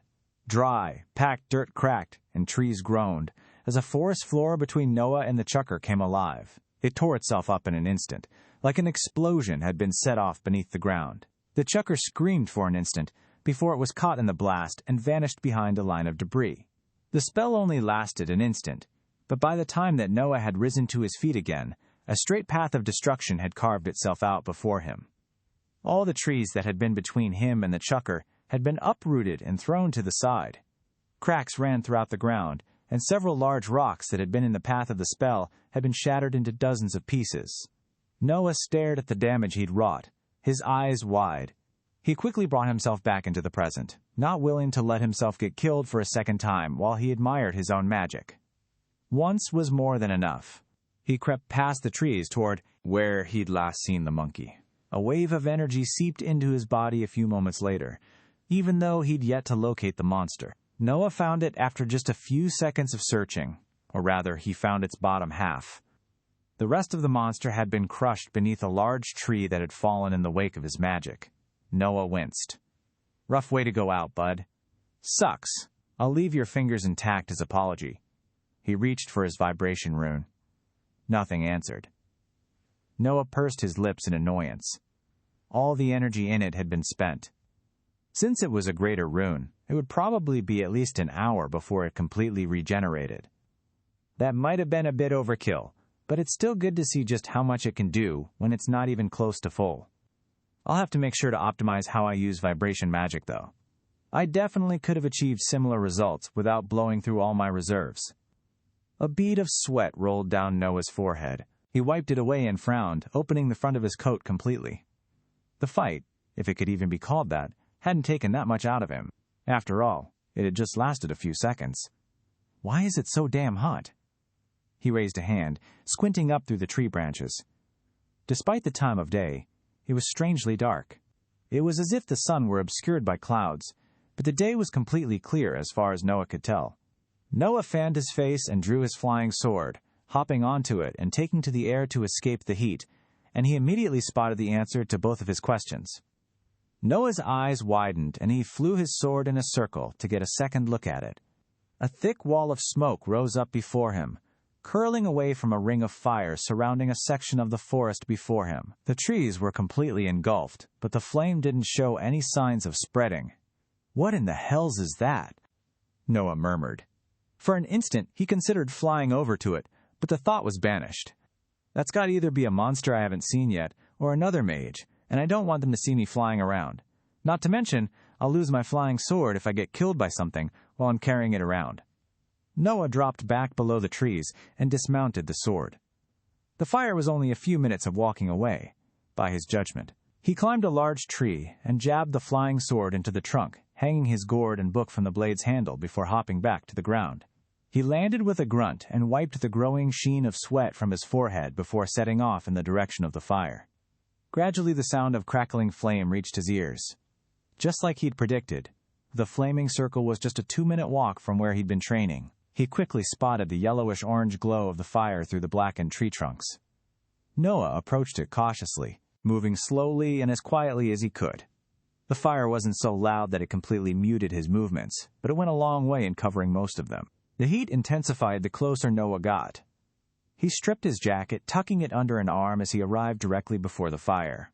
It was as if an invisible circle had been drawn around the flaming trees.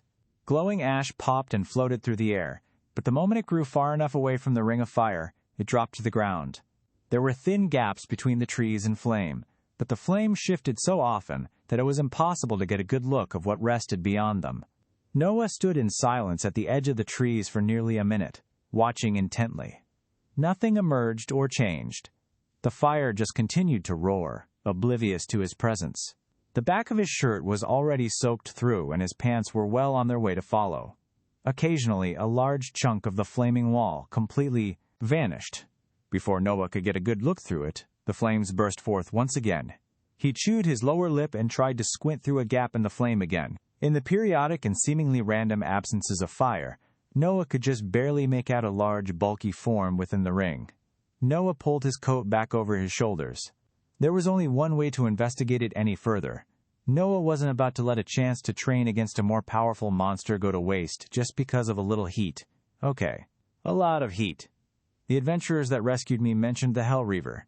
This certainly seems like it might fit the bill. He backed several steps up, then sprinted forward, aiming for one of the periodic gaps in the fire. Noah tucked his head down and threw himself through the trees, protecting his face with his hands as best as he could. Scorching heat licked at his skin and singed his hair. Some of the ashes latched onto his coat, sparking into flame, and he smelt his hair singe and smolder. He hit the packed dirt in a painful roll. Noah quickly shrugged out of the coat, throwing it onto the ground even as the fire started to crawl across it, and batted out the small fires that had tried to take root in his hair. Noah sat up, still batting out some stubborn motes that stung his skin. He froze. Sitting across from him, towering at nearly 2 stories tall, was an enormous monkey.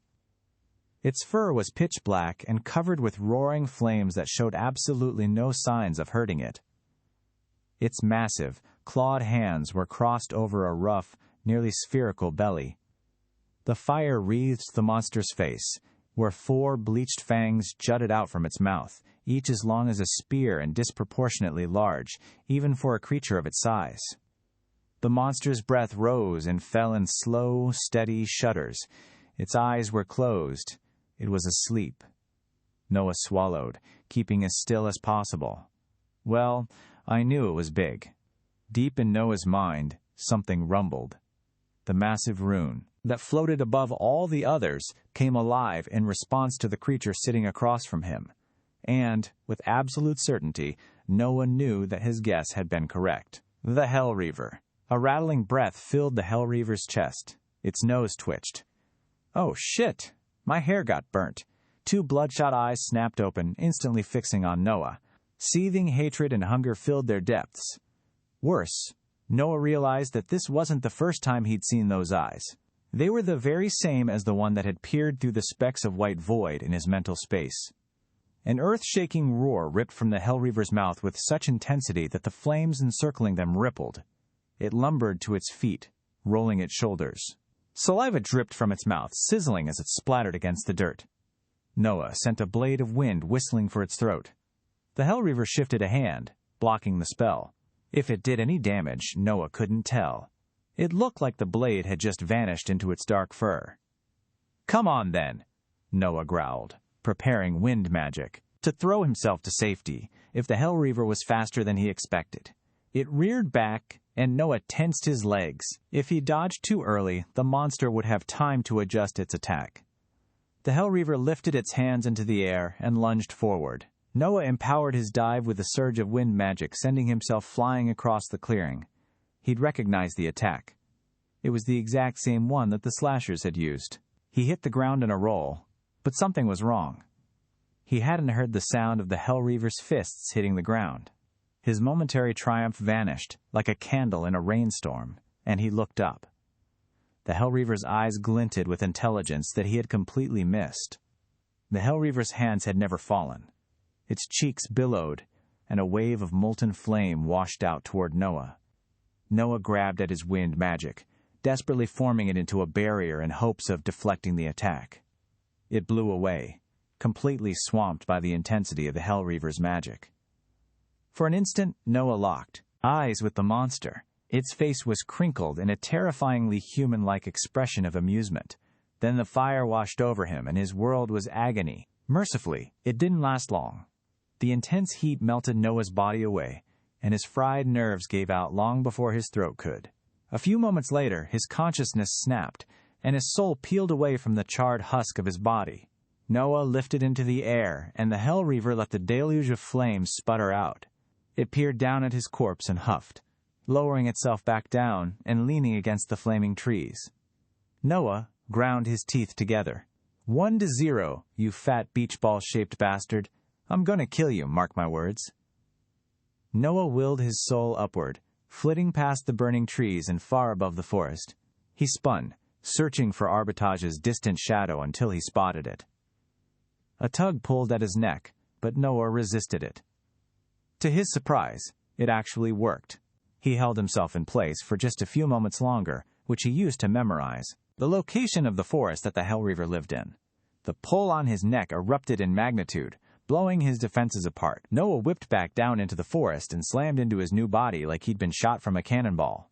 He bolted upright, slamming his head into the hilt of his sword with enough force to make it ring like a gong. Noah rolled out of the tree, swearing, and fell flat on his face with a loud thud. He stayed there for several seconds, the memory of his flesh melting and bubbling away still vivid in his mind. A headache violently mocked his defeat. Noah's hands clenched, digging through the hard dirt. It bit under his fingernails and against the soft flesh of his palm, but that only made him squeeze harder. Our business isn't done yet, Noah swore, shoving himself upright and pushing through the headache to clamber back up into the tree, one tedious movement at a time. Every single one sent pangs of exhaustion and shooting pains throughout his body, but he ignored them until he was back next to his gourd. Count your days, Hell Reaver. For all the times your little monster lackeys have killed me, I'm going to wear your hide as a belt. Asterisk, asterisk, asterisk. Noah's conviction was the only thing that kept him aware over the next few hours. The pain his body suffered after death never seemed to lessen, nor was his body adapting to it. He didn't even manage to gather the energy to pull his spare set of clothes out from his bag until an hour after his revival. I suppose that's probably because I get a new body every single time I go kaputs. Can't adapt to something if the body's never experienced it before. Regardless of the reason, all Noah could do was sit in his tree and fume. The hours spun by, and, by the time the pain had finally started to abate, the world was going blue. Noah slid back into Arbitrage, his behind banging against the metal turret as he arrived. He grimaced, just barely starting to regain the ability to have rational thoughts, and slipped to the floor. "Welcome back," Tim said. "How did it go? Get that training in?" Yeah, I suppose so. I hate those monkeys more than I can put into words." "I've heard they're tough buggers," Tim said, shaking his head in sympathy. "You got a grudge against them, or something? Is that why you're always out in the scorched acres?" "Something like that." "The scorched acres aren't even that far from Arbitrage. Surely someone else is fighting them?" "Probably soldiers. Mages tend to go for monsters with the fancy runes, you know, so they can take them." Noah opened his mouth to protest. The Hell Reaver supposedly had a master rune. If that didn't count as a fancy rune, Noah didn't know what did. The implication that he was wasting his time fighting in the forest was infuriating. Before the words could come out of his mouth, he caught himself. "Something tells me the average mage isn't going around hunting monsters with master runes. I guess that means you can take runes from normal monsters too. Interesting. I need to learn how." "Guess that makes sense," Noah said with a diplomatic smile. "Well, it's still worth it. My greatest duty is to make sure my students pass their test, and that means understanding what they're up against perfectly. And to make sure I survive as well." Tim just shook his head and let out a disbelieving chuckle. "You're one crazy bastard, Magus Vermil. I never would have placed you as a rank one, you know. You don't act anything like one, more like a soldier." Silvertide's face surfaced in the back of Noah's mind. He'd said the exact same thing, even if he'd used slightly different words. Noah shrugged in response and stepped onto the lift in the center of the room. "I'm just a bit of a late bloomer. I'll catch up soon enough." "I'm sure you will," Tim said, and Noah could tell that the elderly man meant it. They bid each other farewell as the platform shuddered and lowered Noah to the stairs below. The campus was busier than Noah recalled it, and the air was taut with excited energy. Even as lost in the fading symptoms of his headache as Noah was, he still picked up on the shift in attitude. Students spoke in energetic, hushed tones along the sides of the road. Many of the shops were closed, even though it should have been peak hours for operation, and a number of men that didn't wear Armitage's colors dotted the streets. Noah's brow furrowed, and he altered his course toward the library. As curious as he was to find out what was going on, he'd already made himself a promise to try to read up about the Linwick family. Judging by his luck so far, trying to figure out what was happening would almost certainly end up raising 2 questions for everyone it answered. To Noah's delight, the path to the library was almost empty.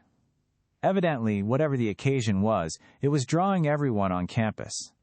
He made it up the grandiose steps and strode into the library, rubbing his hands together, only to find that the students weren't the only ones caught up in the phenomenon. There were no librarians at the tables. Noah paused. He looked down the seemingly endless rows of books and towering floors looming far above him, all full of completely stuffed shelves. His eye twitched. God damn it. Noah considered turning back and coming back on a different day, but the idea of admitting defeat irked him slightly more than he wanted to admit. Maybe a little too much. But his path had already been decided. Noah wandered into the library, scanning the shelves for labels that could direct him toward family lineages. He wasn't sure if a greater being had been watching over him, or if he was just lucky. But after a few minutes of strolling through the rows on rows of shelves, Noah spotted a directory. His eyes lit up, and he rushed over to it, scanning down the hundreds of names in the key until he spotted the line he was looking for. Lineages of Noble Families. Floor 2, Aisle 39. Noah read. He grinned, then set off for the nearest stairwell. He strode up the steps and headed down the second floor, his prize growing closer with every step. Noah was passing by aisle 37 when voices drifted out from between the shelves, letting him catch the last half of a boy's sentence. If I catch you trying to dig on my family anymore, I'm going to break both of your arms and make sure you never swing that sword of yours again. Whoever was speaking had the haughtiest, most arrogant lilt to their words that Noah had ever heard. It sent a shiver of annoyance down Noah's spine, and he hadn't even seen the voice's owner yet. Noah stepped out into the aisle. A boy stood across from him, a thick book tucked under his arm, and a malicious scowl plastered across his sharp features. He'd tied his light blonde hair behind his head in a ponytail and had a golden earring dangling from his right earlobe. It matched his black and golden clothes, which were covered from head to toe in runes. Kneeling on the ground in front of him was a girl with crystal blue hair. Even without seeing her face, Noah knew for a fact that it belonged to Isabel. His eyes narrowed as he and the boy locked eyes. "Who's this idiot?" the boy asked. "And you told me you were alone, you little lion bitch." He pulled a leg back. Noah launched himself forward with a blast of wind, shooting past Isabel. Noah unleashed a second blast of wind as soon as he arrived. The boy's clothes glittered with yellow light, and he skipped back. "Using magic on me? You're even dumber than she is. Just wait until..." The boy cut off mid-sentence as his eyes fell on Noah's clothes. He let out a choking snort of laughter. "Wait, you're a teacher? At rank 1? How desperate are you? That's hilarious. Are you this stupid peasant's overseer? I suppose it fits. Trash teaching trash."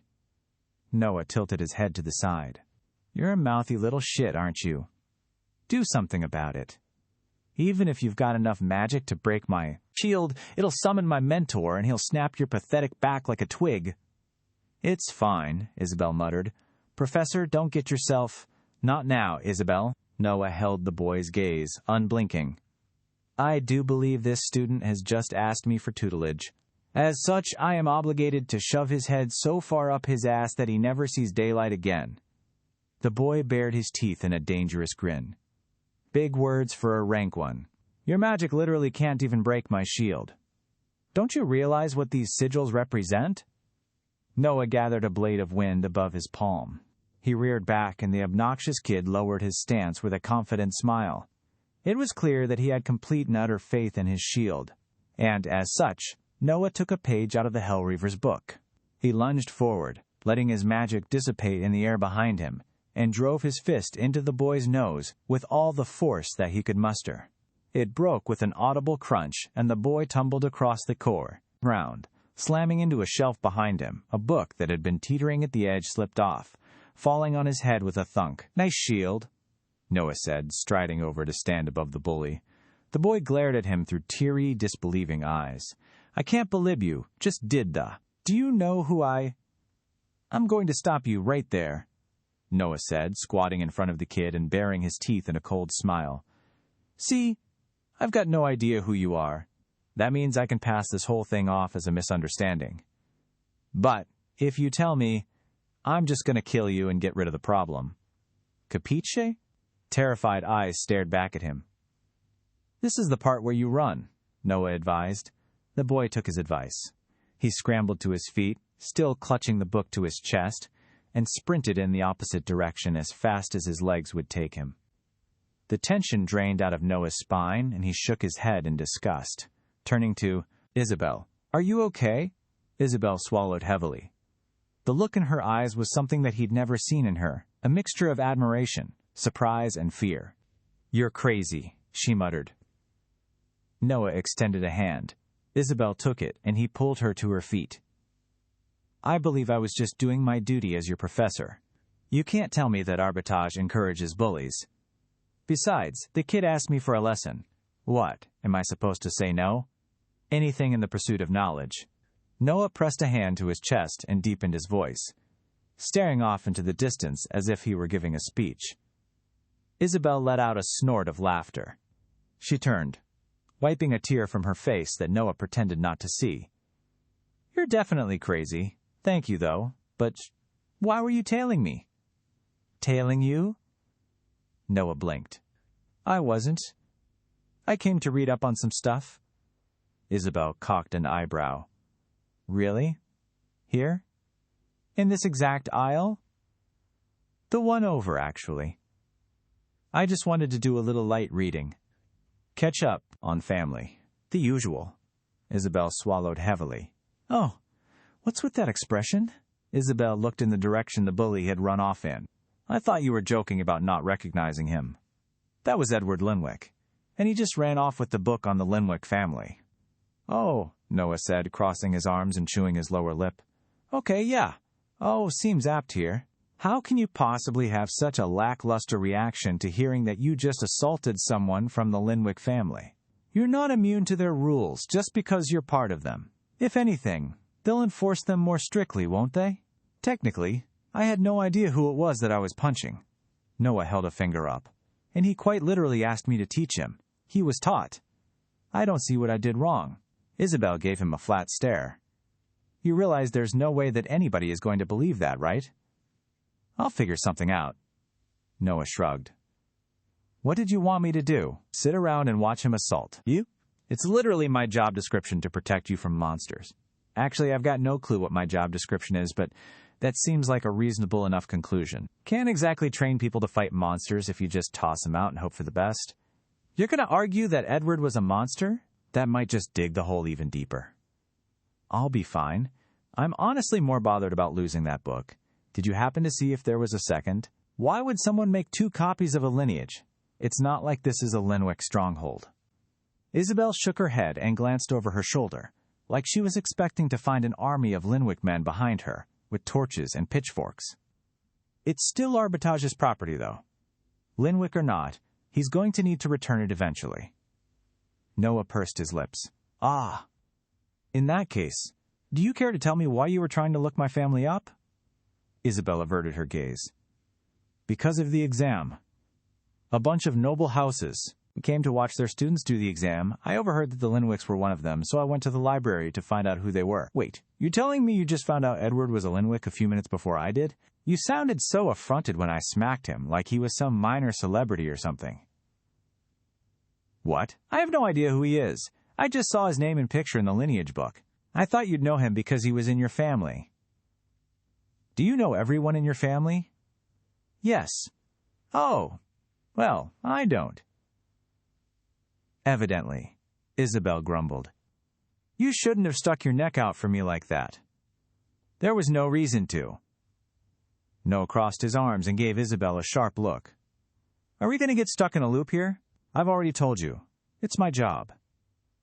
Isabel raised her hands in surrender, turning her face to hide the smile that flickered across her lips. Okay, thank you. There we go. You're welcome. Now, I think it might be a good idea to get out of here before anyone shows up looking for us.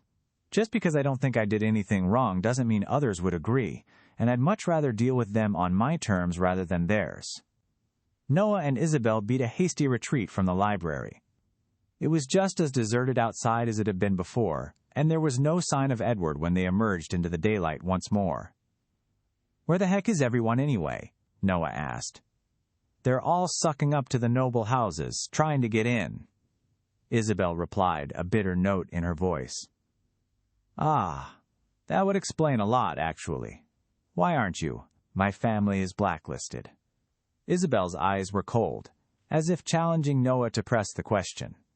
He took the hint and let the subject drop. Do you have somewhere safe you can go? Yeah. I'm not the one they're going to be mad at, Isabel said. She paused for a moment. I hope. You should still be more concerned about yourself. I'm a big boy. I'll be fine. Noah gave her a dismissive wave. Shoo, I'm not meant to be teaching class today, remember? I expect to see you tomorrow at our normal time in the classroom. Don't be late. You're the one that's always late. Noah strode away, raising his hand in farewell. As soon as Isabel was out of sight, he grabbed his flying sword and jumped onto it, tearing across the streets for his room. Despite his words, he had absolutely no idea how seriously the Linwicks would take the affront, especially since he no longer had a good way to learn about them. That left just one option. Hopefully she was still home. Asterisk. Seriously? Moxie demanded, crossing her arms and glaring at Noah. I'm going to complain about harassment at this point. What do you want from me? I've never been gladder to see you at home, Noah said. He glanced over his shoulder, then waved his fingers at her. Let me in. No. Please? Why would I let you in? How is it that you've managed to come to the conclusion that I like you enough to want to speak with you, much less let you into my room? Perhaps I was charmed by your caring and affectionate attitude? They stared at each other for a moment. Noah sighed. Right. That was a bit of a stretch. I don't think anyone would ever get drawn in by anything about your attitude. I actually broke the nose of some little Linwick brat, and I'm trying to figure out how big of an oopsie that was. Moxie tilted her head to the side and pressed her lips thin. Your first lie was at least a little believable. Try again? No, that was actually the truth. Moxie leaned forward slightly. Her eye twitched. You're kidding. Nope. Felt great, to be honest. Kid was a massive prick. He had it coming. Who was it? I think his name was Edward. Moxie took a step back. Noah took that as an invitation and stepped into her room, closing the door behind himself. Moxie had done a lot more to decorate her living quarters than he had. Her bed sheets were mossy green, interwoven with a leafy pattern. A long tapestry hung above her desk, depicting a blue sun shining down on a beautiful forest stream. Her closet door hung askew, and a small pile of her clothes had been pushed into its corner beneath the uniforms on hangers. Moxie swept past Noah and slammed the closet door shut. Get a good enough look yet? No, Noah replied. I think your decorations are missing a large pile of papers on the floor to protect against any potential skinwalkers. The corner of Moxie's lips quirked up for an instant. She caught herself and scowled at Noah. Shut up. We agreed to not mention that. I don't see anyone else here. Noah pulled her chair out. Mind if I sit? Moxie sighed. Go ahead. He spun it around and lowered himself into it. It had a cushion that was actually surprisingly comfortable. So, about my little teaching incident, Noah said, clearing his throat. In my defense, he started it. Moxie stalked over to her bed and leaned against it, raising an eyebrow at him. You might as well tell me the story. Half the reason I let you in is because I can't wait to revel in how screwed you are. He was accosting one of my students. I told him to stop, and he told me to make him. I made him. Pretty simple, really. Moxie waited for a moment for Noah to add something, but he didn't. Her smirk slowly fell away. You can't tell me that's it. Nothing else? Nope. He went to kick one of my students. I interfered. He challenged me and told me I couldn't hurt him when he had his shield up. You're a rank one. Logically, you can't. Edward is part of the Linwick's main branch, and he's considered somewhat competent. He's got a rank 2 shield. You should know this, considering he's your cousin. But how did you manage to hurt Edward if he had his shield? It's that pesky memory loss, Noah said, tapping his head. Whoopsie. And I punched him. You? What? You know, punch. Noah mimed, punching the air in front of him. Like that. I know what a punch is, idiot, Moxie snapped. But how did you punch him? Noah stared at Moxie. Do you want a demonstration or something? Moxie rubbed the bridge of her nose. You know what? Go ahead. Try to punch me. I won't fight back. Noah stood up and walked around the chair. Moxie watched him, her expression unreadable, but her body motionless. It didn't take a genius to realize she was trying to make a point, but Noah obliged her. He jabbed at Moxie's face. A vine whipped out from one of her pockets, smacking his wrist to the side with just enough force to smart. Noah shook his hand off. Ouch. I thought you said you weren't fighting back. I wasn't. That's not even intentional, Moxie said. My shield protects against mundane attacks, too. All of them do. To varying degrees. Edward has a rank 2 shield, so his should have blocked a mere punch without any problem. It does take a little attention to activate the defensive functions, but unless you sucker punched him, there's no way you would have landed the blow. Noah rubbed his chin. Well, I told him I was coming.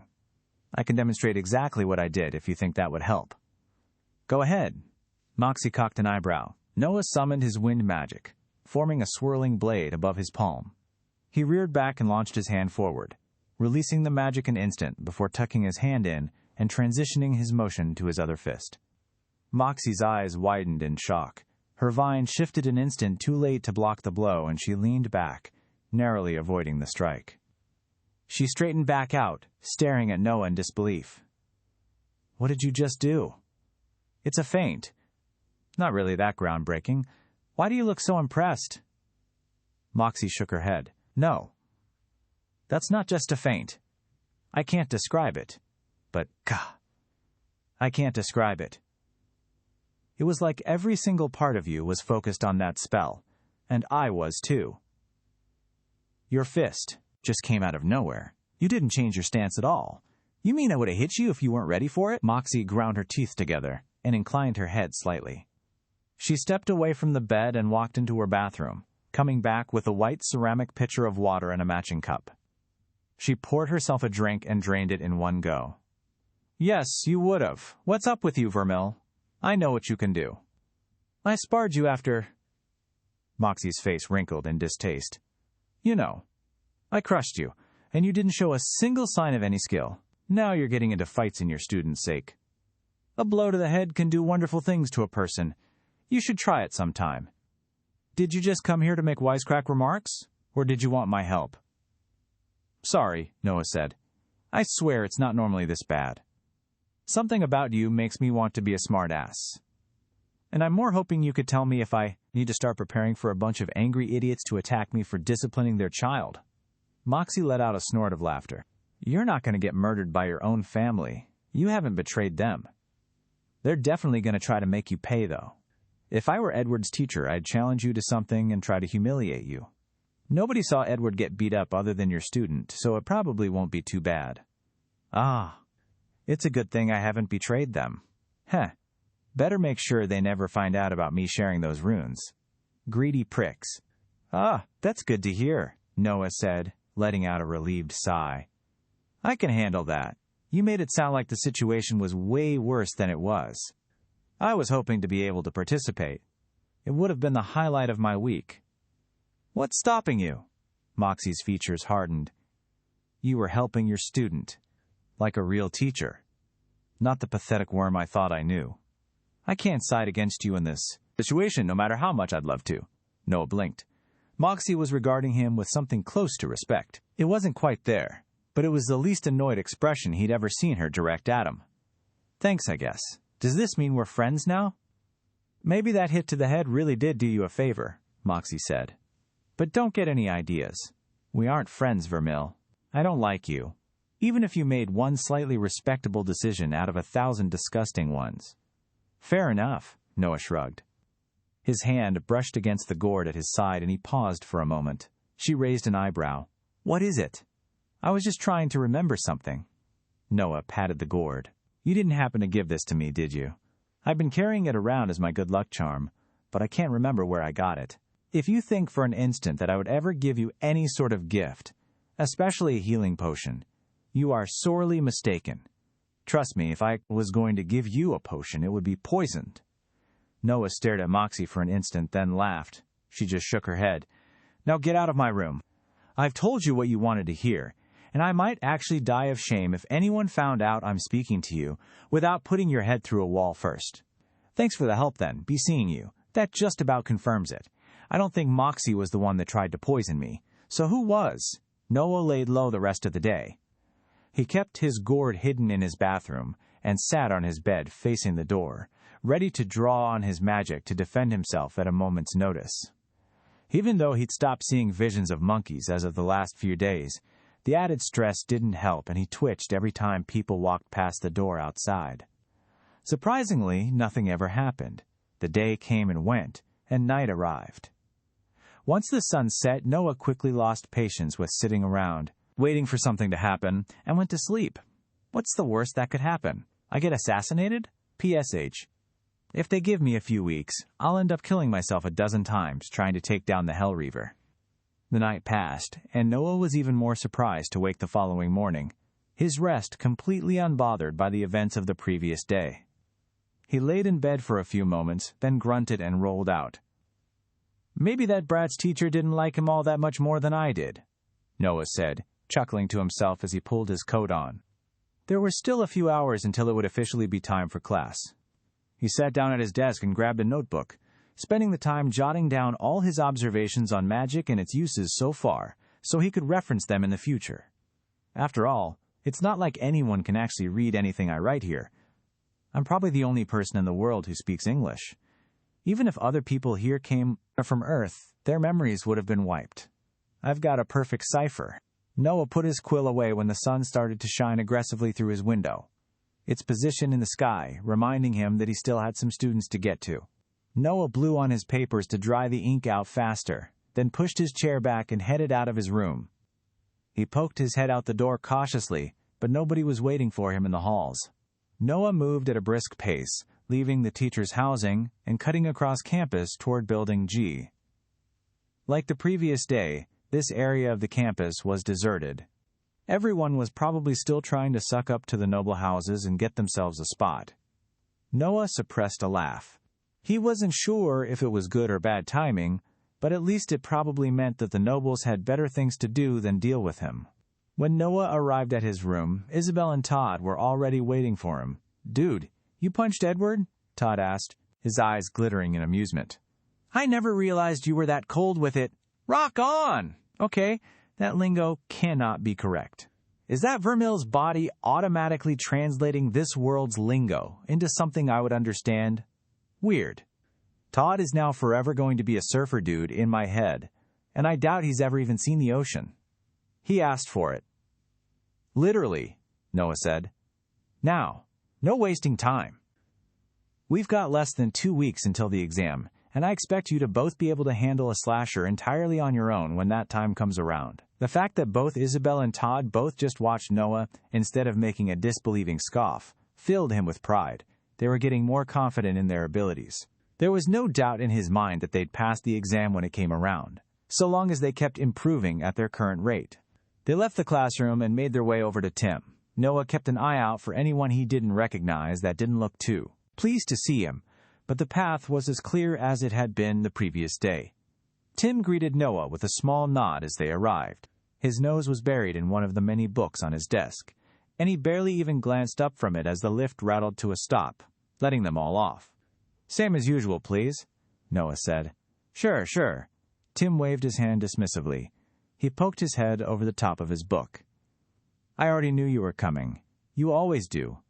It's honestly pretty predictable. Highlight of your day, eh? Noah asked with a chuckle. Tim let out a loud laugh. Indeed. Everything is already set up, Master Linwick. I hope you and your students find the trip very informational. Noah's grin flickered. He locked eyes with Tim. There wasn't a single speck of the amusement that he'd come to associate the tower operator with in his eyes. He was deadly serious. The hair on the back of Noah's neck stood on end. Tim said I was predictable. I don't think he was joking. Is someone here? Are you getting in? Isabel asked. You first, Noah replied softly. And Todd next. You're both more than strong enough to defend yourselves before I get there. Isabel shrugged and climbed into the turret. There was a whump, and she vanished, transformed into a streak of blue energy. Todd headed after her. As he was climbing in, Noah tilted his head slightly to the side and flicked his eyes toward the transport. Tim shook his head so slightly that Noah would have missed it if he hadn't been paying attention. He desperately wanted to search the room to see if someone was hiding there, but the look in Tim's eyes gave him pause. Chances were, Tim was probably safe. There was no reason for anyone to bring him into things, but if they'd tracked Noah's movements, then they might have known how frequently he used the transport cannon. That meant they knew he'd be showing up in 24 or 12 hours, tired from training. It felt a little over the top to track him down with the cannon, though. It wasn't like they couldn't have found out where he lived. Noah didn't dare bring Tim into things any further, though. If his suspicions were right, then Tim was already putting himself at risk by trying to give any warnings at all. Noah just inclined his head slightly. Thank you. See you in 24 hours, Tim. Take care of yourself. You too, Tim replied. Noah climbed into the tube. Taking any action other than what he normally did could put Tim at risk. He laid down, pressing his back to the cold metal, and let out a slow breath. Then the world turned blue, and he was gone. The ground greeted Noah hard, and he swore as the transport cannon deposited him right on his butt. He rolled to his feet beside Isabel and Todd, who were watching him expectantly. Noah glanced around. There was always the chance that someone had been waiting for him in the scorched acres, rather than sitting around for him to pop back out. He tilted his head to the side, trying to listen and see if he could hear anything, but all that his ears found were the distant howls of the monkeys. Is something wrong? Isabel asked. Noah didn't respond immediately. He scanned the trees around them, but he couldn't spot anything that caught his attention. I wonder if my vibration rune could sense somebody breathing. That's a vibration, right? But it would also mean I'd need to get the feedback somehow, since I'm not physically touching them. I can't use both vibration and wind magic. I need to combine them for that to work. It's still worth a shot, though. Noah concentrated on his vibration rune, trying to will it into picking up vibrations around him. Almost instantly, Noah could pick up the thrum of his own breath running through his body. But nobody else's. Come here for a moment, Noah said, ignoring Isabel's question. She blinked, but walked over without hesitation. Noah put a finger on her shoulder. The ripple of her breaths lit up immediately. The more he focused on them, the more the rippling energy actually appeared before his eyes. It took the form of white wake marks that passed along her body and vanished as soon as they reached her fingers. Noah lifted his hand, and the lines vanished instantly. It was like he'd thought. His vibration rune didn't have a way to see other people's vibrations yet. He probably needed to combine it with something. What's going on? Isabel asked. You're acting strange, Professor. Did something happen? Well, it's not like I can just walk with them. If someone was here, they'd just follow us. Oh well, but if I tell them now, they're going to be too nervous to practice. Moxie said this wasn't a problem big enough to get anyone killed, so it's best to focus on what's actually important right now. Sorry, I was just testing out a new way for myself to apply my magic, Noah said with an easygoing chuckle. It didn't really work. Why don't we get started on practice? Isabel didn't look too convinced, but Todd nodded energetically before she could say anything. Todd's hands flared with fire and he flexed his fingers. Yeah, I've got some new ideas for how I can fight as well, teacher man. There's a monkey right over there. Let's go. Todd pointed into the trees. Noah followed his finger, but he couldn't see anything. Isabel raised an eyebrow. "Are you hallucinating? There's nothing there." "Yes, there is," Todd replied. A large grin stretched across his face. "Want to bet?" "One small monkey, sleeping from a tree about 100 yards away." Noah and Isabel exchanged a glance. They both shook their heads negatively. "I'm not betting against anyone this confident," Noah said with a chuckle. "Lead the way, then. If you're that confident, then I want to see it." Todd shrugged.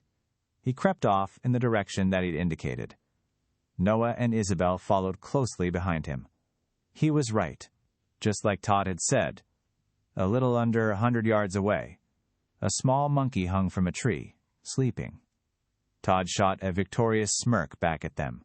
Noah gestured at the monster and flicked his fingers. A beam of fire shot from Todd's hands, burning straight into the back of the monster's neck and killing it instantly.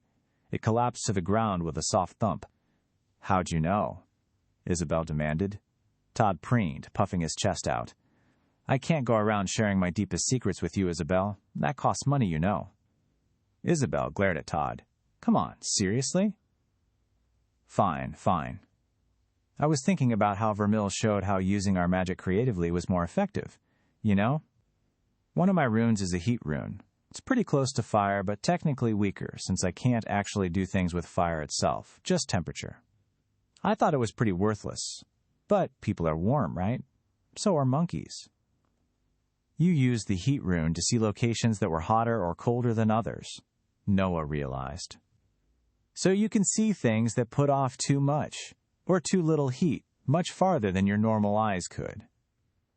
Exactly. Todd rubbed his hands together. Well, it's more feel than see, but pretty much. I know how much heat there is in the general area it's coming from, so I can figure out what I'm looking at. Pretty impressive, no? It is, Noah said enthusiastically. Brilliant job, and great timing, too. Were you reading my mind or something? That means nobody was watching us here, or you would have noticed them. You know what else this means? Todd asked. You've burned out your compliments, Isabel warned. You aren't getting any more. It means I can start practicing hunting on my own.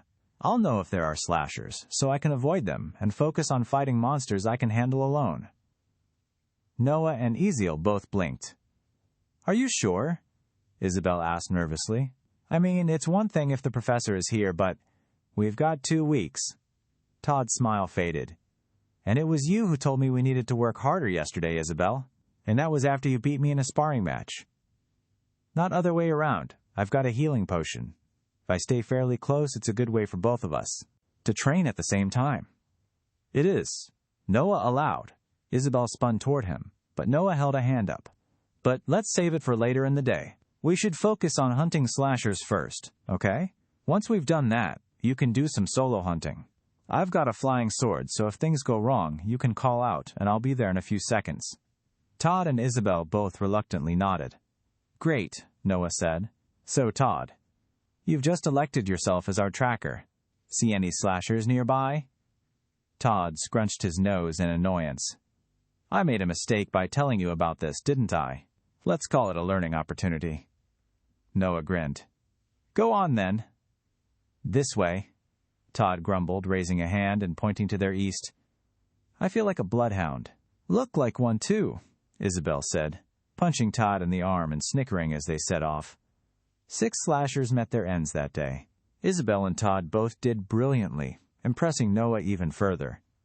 It had only been a few days since they'd started fighting the larger monsters, but both had adapted brilliantly, even without the threat of constant death that had pushed Noah. He only had to step in twice, and one of the times turned out to be unnecessary, as Isabel had avoided the attack that he'd thought would hit her.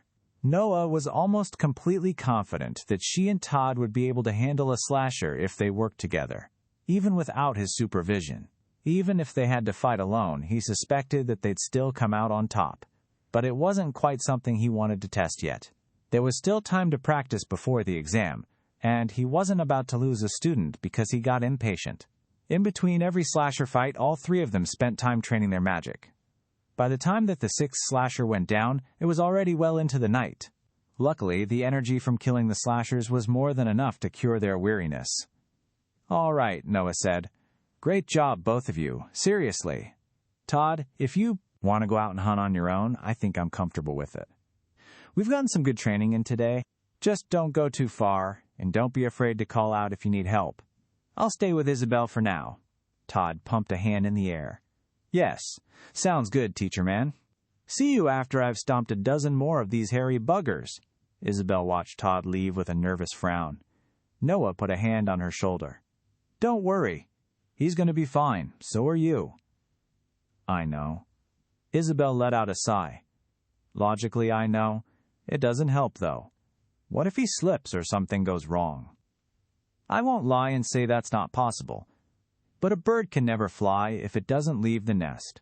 I want to do everything I can to teach both of you properly, but if I baby you, your growth will be stunted.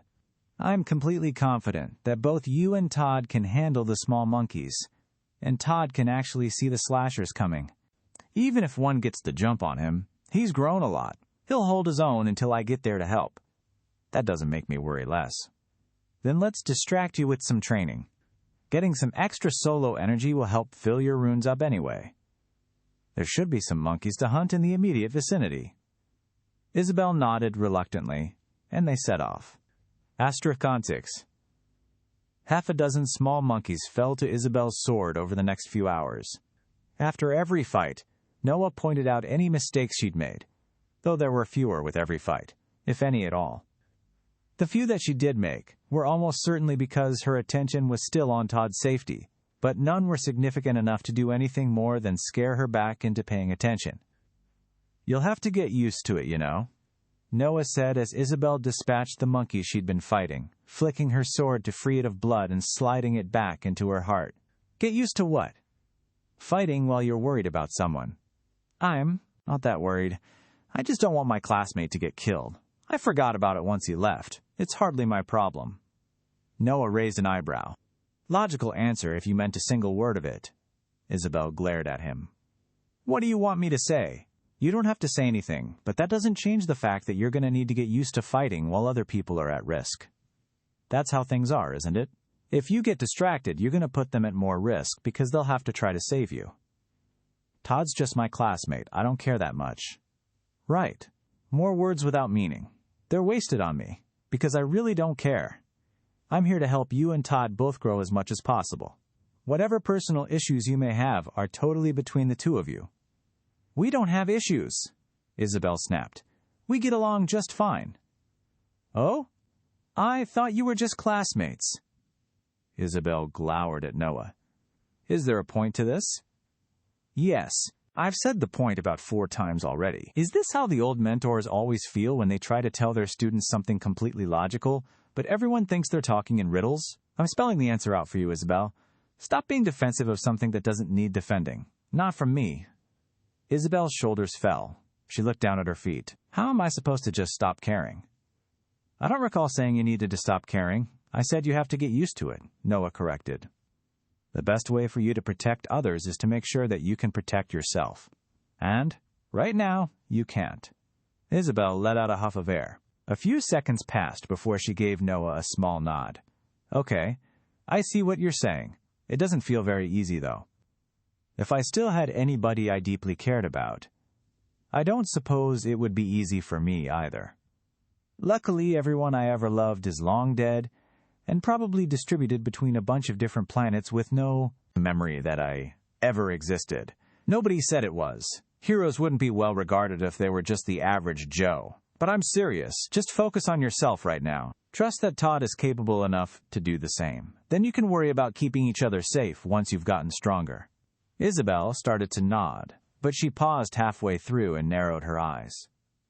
"We're just classmates. After this year, we probably won't see each other again. I'm not trying to get stronger to protect him. I just don't want people I know to die." "Right," Noah replied. "That's why you two were hanging out when you were skipping my class. It was convenient." Noah rolled his eyes and waved for Isabel to follow him. "Sure. Whatever helps you sleep at night. I am far less concerned about the love interests of children than I am making sure that said children don't get themselves pancaked by an angry monkey. It's still kind of weird that you call us kids when you're no more than a year or two older than we are, Isabel said, keeping pace with Noah as they headed through the forest in search of another target. Does it just help establish your spot as a teacher or something? Oh, did you read a self-help book? That would explain why you suddenly changed so much. Now there's a thought. Let's leave it a mystery. I've always been a fan of characters with motives that were difficult to discern. They're so intimidating, yet strangely alluring. More like annoying, Isabel muttered. Noah stopped walking, holding a hand up to keep Isabel from passing him. She froze, following his gaze to a furry form hunched over between the trees. A chucker. Noah's eyes narrowed, and he held a hand to his lips, grabbing Isabel firmly by the shoulder and pushing her behind a tree. They were still downwind of the monster, but it was odd that it hadn't noticed them while they spoke. From what Noah had seen, the chuckers were some of the most perceptive monkeys in the forest. He summoned the ash from the trees around, the crouching chucker. Trees creaked in protest as clouds of swirling soot ripped off their branches and solidified into a spike, slamming straight through the chucker's back and into the forest ground beneath it. The monster flopped, its limbs bouncing around without direction. It didn't react in the slightest to the blow. Noah frowned. "Stay there," Noah said, advancing on the monkey. He drew up alongside it and nudged the monster in the side with his foot. It didn't flinch. Noah hooked his foot under the monster's taut ribcage and flipped it over. A curse slipped out of Noah's mouth, and he stepped back despite himself. The chucker's face had been completely ripped off. There was just ragged meat and bone, still wet with blood but not soaking. Noah had died more times than he could count, but the sight still made bile churn in his throat.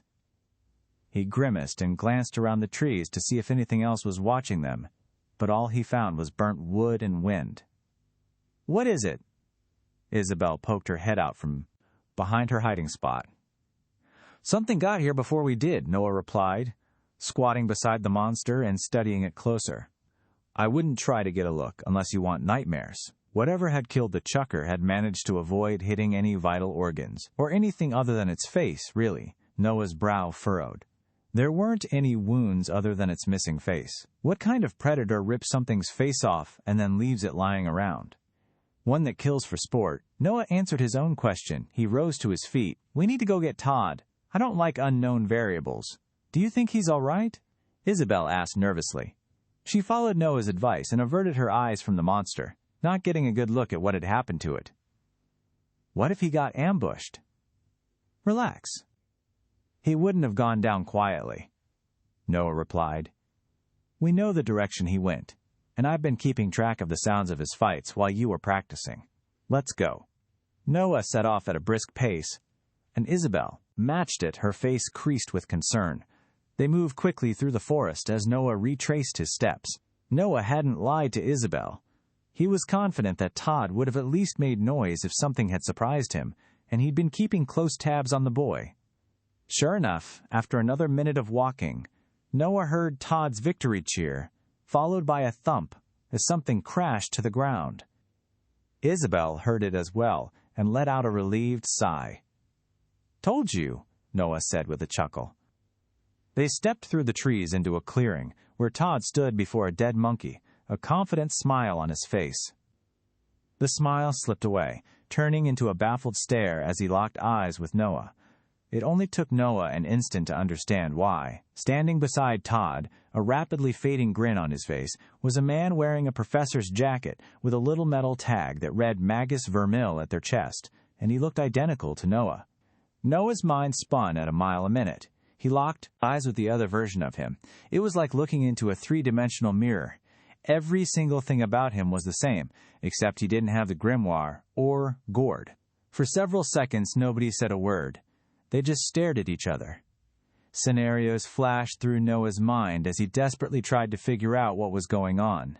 The memory of a single paper flickered through his mind, and all of a sudden, everything clicked into place. Skinwalker. That's what happened to my body that went missing a few weeks back. I was right. What in the hells? Todd asked, looking from Noah to the fake standing beside him. "What's going on?" "Professor?" Isabel asked, pulling her sword from her chest. "I'd like to know the same question." Neither Noah nor his copy responded. They were locked in a standoff, each watching the other with trepidation, waiting to see what they would do. For some reason, the copy of Noah looked just as surprised and nervous as he felt. "If I tell them this is a skinwalker, then I have to explain how it got my body. That means my secret is completely out. I can't let that happen." A thought struck Noah.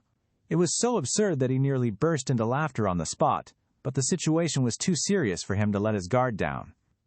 Todd was right next to the skinwalker, and Noah wasn't certain how fast it was. Noah cleared his throat and smiled.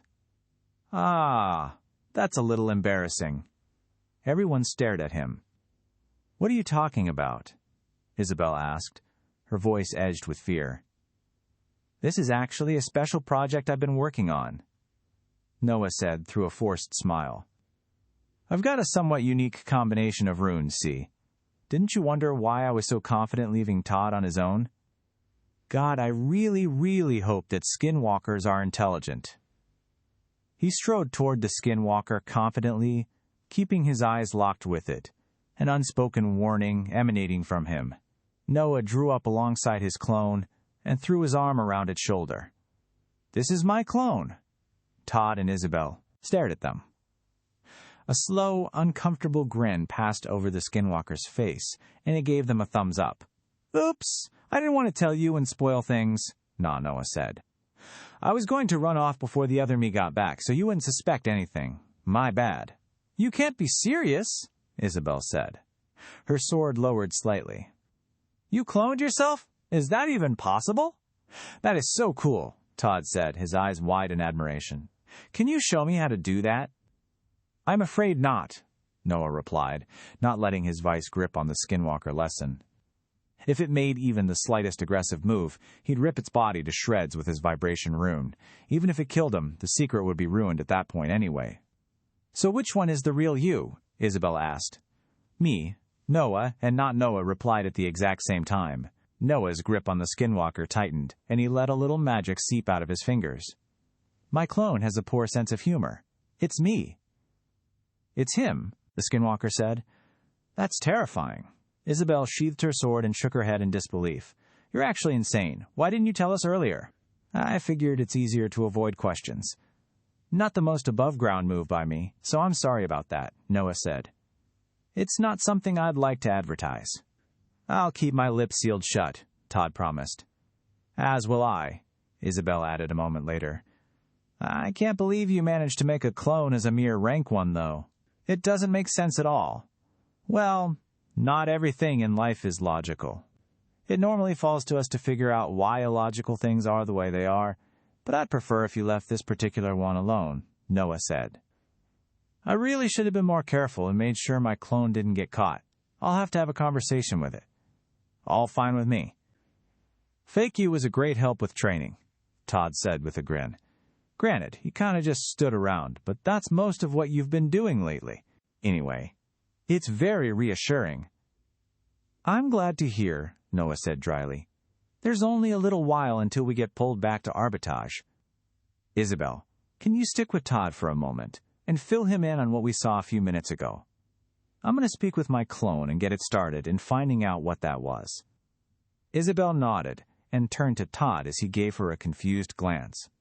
She started to describe the dead chucker, but Noah didn't wait to hear all of it. He pulled the skinwalker away from his students and into the forest a short distance away. "What the hell are you doing with my body?" Noah hissed. "And don't even think about trying to kill me and passing yourself off as the real me. I'd imagine you've figured out by now that death is nothing more than a mild inconvenience for me." "This is impossible," the skinwalker wheezed. "How can you exist?" "I have your body." "One of them." Noah summoned a spike of ash. "Wait! If you kill me, then your students will wonder what happened," the skinwalker said desperately. Noah's eyes narrowed.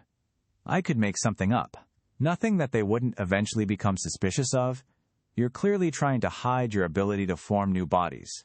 They'd eventually figure out I wasn't a clone, and thereby realize that this was actually one of your bodies. The magic sputtered at Noah's fingertips. He let his hand lower slightly. That is still preferable to letting a monster walk around in my skin and murder people. How long do you think it would be before someone noticed that there were two of me, and one of them had a taste for human flesh? Same result in the end. Better to bury you here and deal with the problem before it can start.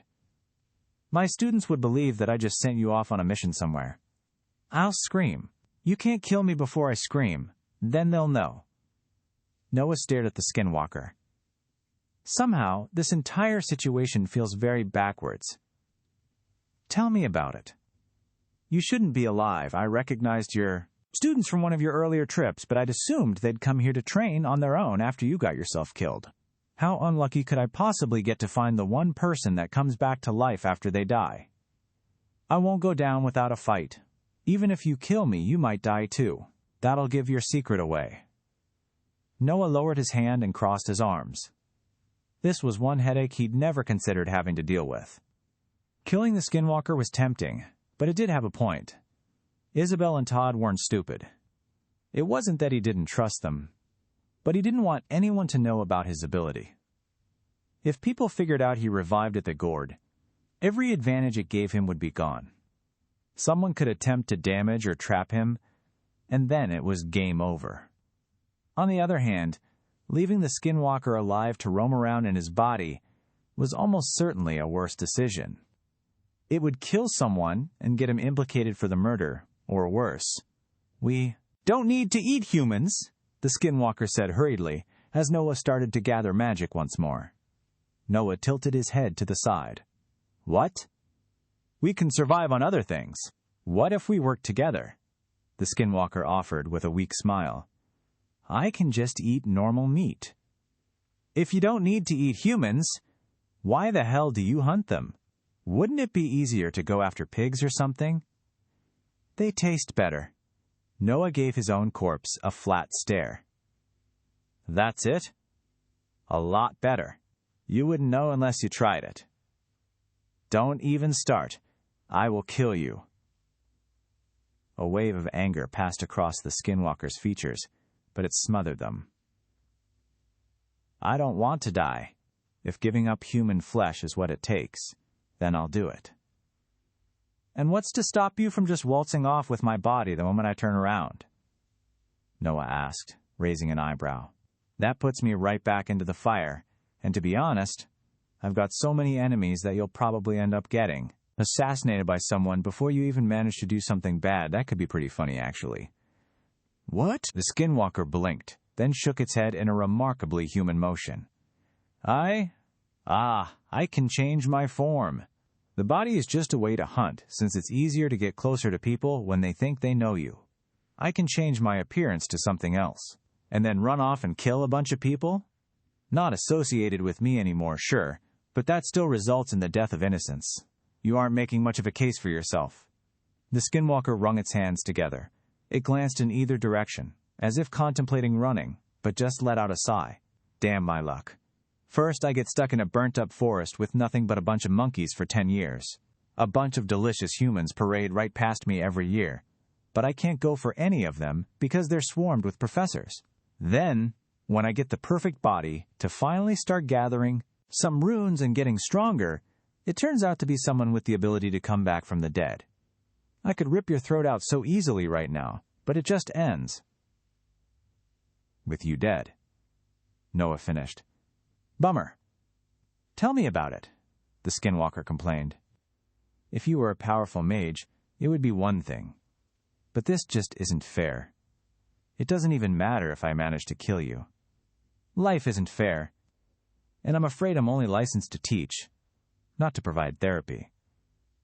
I won't go down without a fight, the skinwalker warned, flexing its fingers. It won't matter, Noah replied dispassionately. And if you kill me, I come back and kill you. Death is a currency, and you won't cost much. Can't you be a little amiable? The skinwalker demanded. You literally can't die. Take a risk. The rest of us don't get that many chances. I don't want to go into the great beyond. It's not that bad, Noah replied instinctively. Lots of waiting, mostly. What? Never mind. Noah shook his head. You haven't given me anything else to work with. I don't mind gambling my own life, but not anyone else's. It won't be long until I'm pulled back to arbitrage. If you can think of any way to convince me, do it quickly. Otherwise, I won't be leaving while you still have my body. The skinwalker swallowed. Its eyes darted around, searching the sky for a solution that wasn't there. Noah tapped his hand on his thigh, watching the sun and the sky above them. He and Isabel had been hunting and practicing for several hours, so it wouldn't be long until they were pulled back to arbitrage, and he still needed to warn his students that there might be people waiting for them on the other end. Time's running out, Noah said, for what it's worth, and I feel very odd saying this to a bloodthirsty cannibal. I'm sorry, you almost seem amicable. I'm not a cannibal. I'm not human. Okay, fair. Still a monster, though. Are you any better? You're slaughtering these monkeys. In droves. They did it to me first. The skinwalker went silent for a moment. Okay, that's a fair point too, but I don't want to die. It's not fair. Maybe you'll get a better role in the next life. Ash gathered at Noah's fingertips. The skinwalker's eyes widened. I'll swear on my runes. It was Noah's turn to look confused. What? My runes. I'll swear on them that I won't betray you. That's enough, right? Why would I trust a promise? Not a promise, the skinwalker snapped.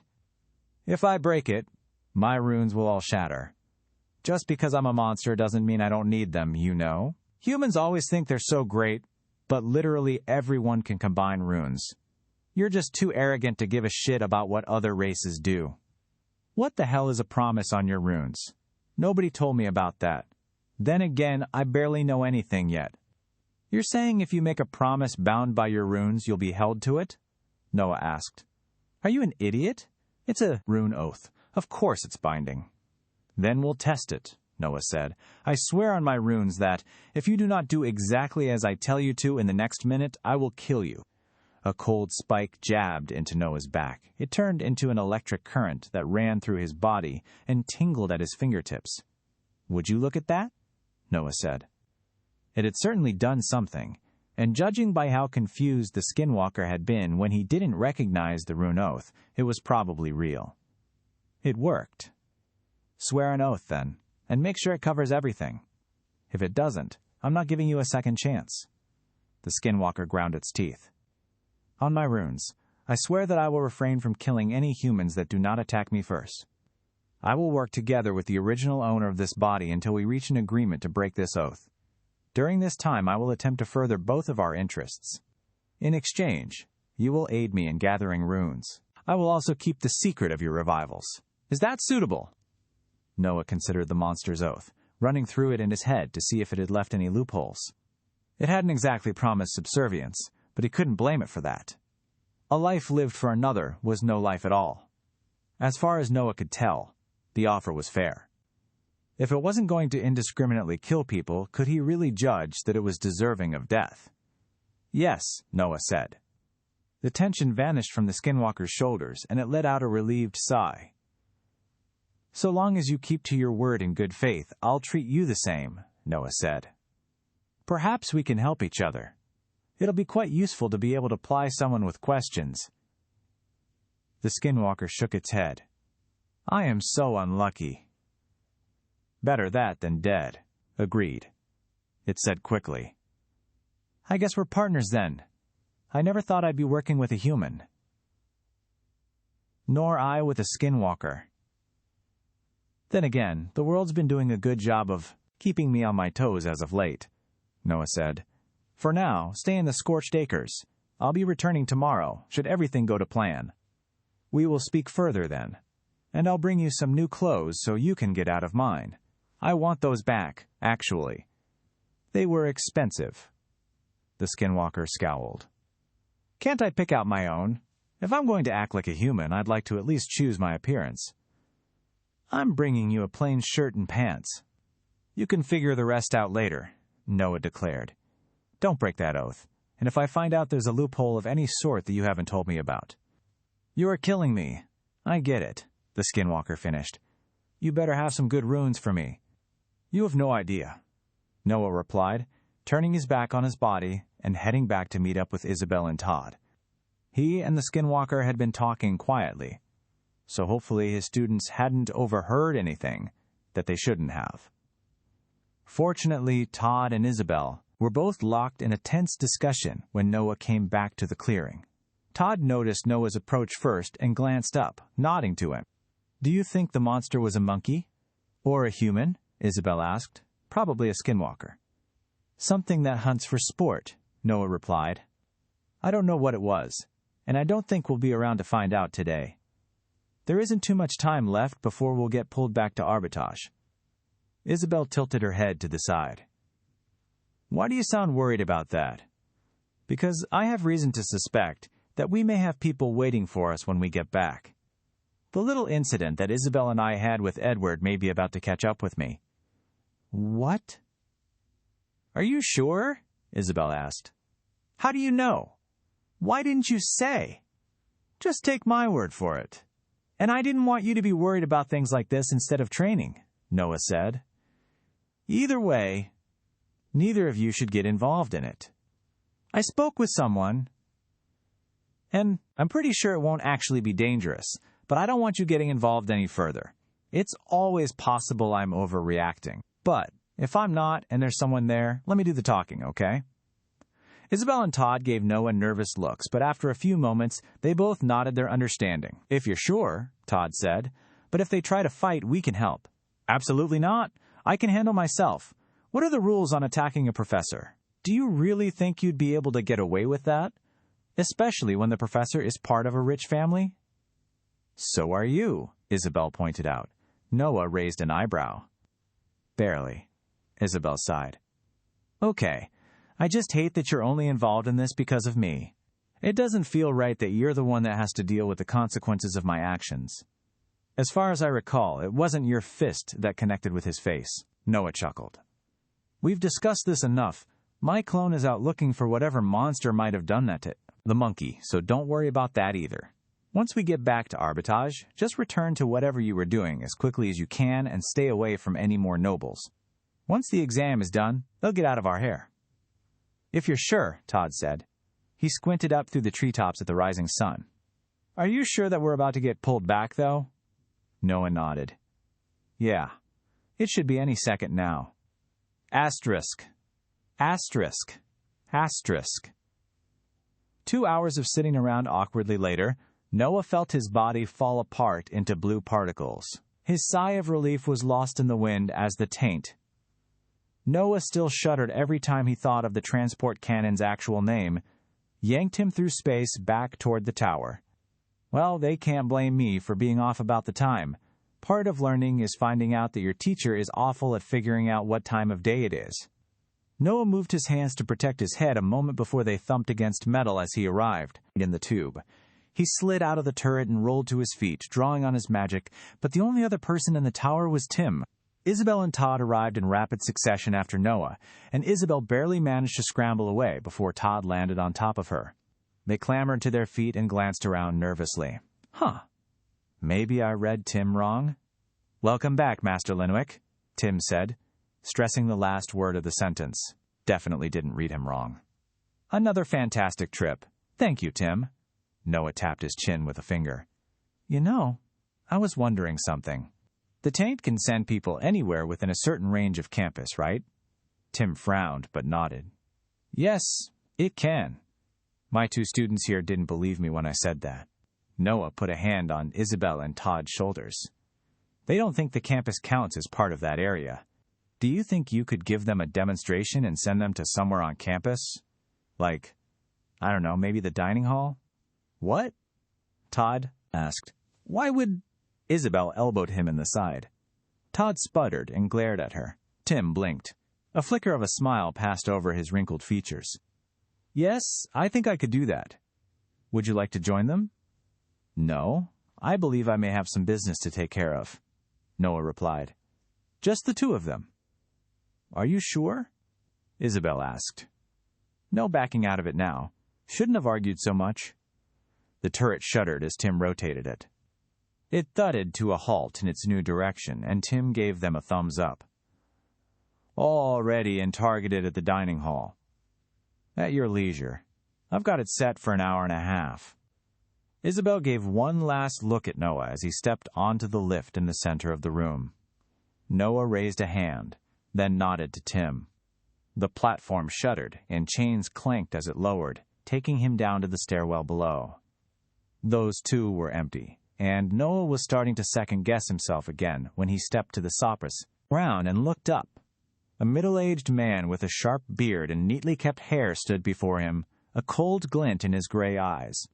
His uniform had 4 golden bands running along its shoulders. Beside him stood Edward, boasting a grin so smug that Noah nearly gave him a second teaching experience on the spot.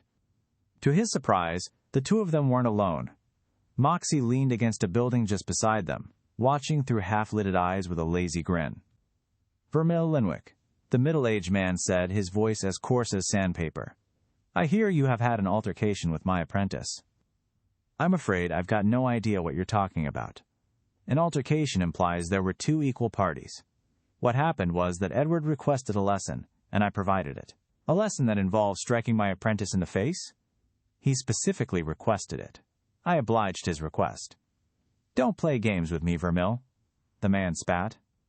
You aren't even part of the main branch. You've let your ego run unchecked for far too long if you think you can hit Edward and bluff your way out of it. See, this is a problem, Noah said. You know my name, but I don't know yours. You appear to have forgotten to wear your name tag. You don't know who Magus Allen is? Edward asked. You really must be hiding under a rock to ignore the rest of the world. Did getting surpassed by everyone else in the family hurt that bad? About as much as your nose did, I'd presume.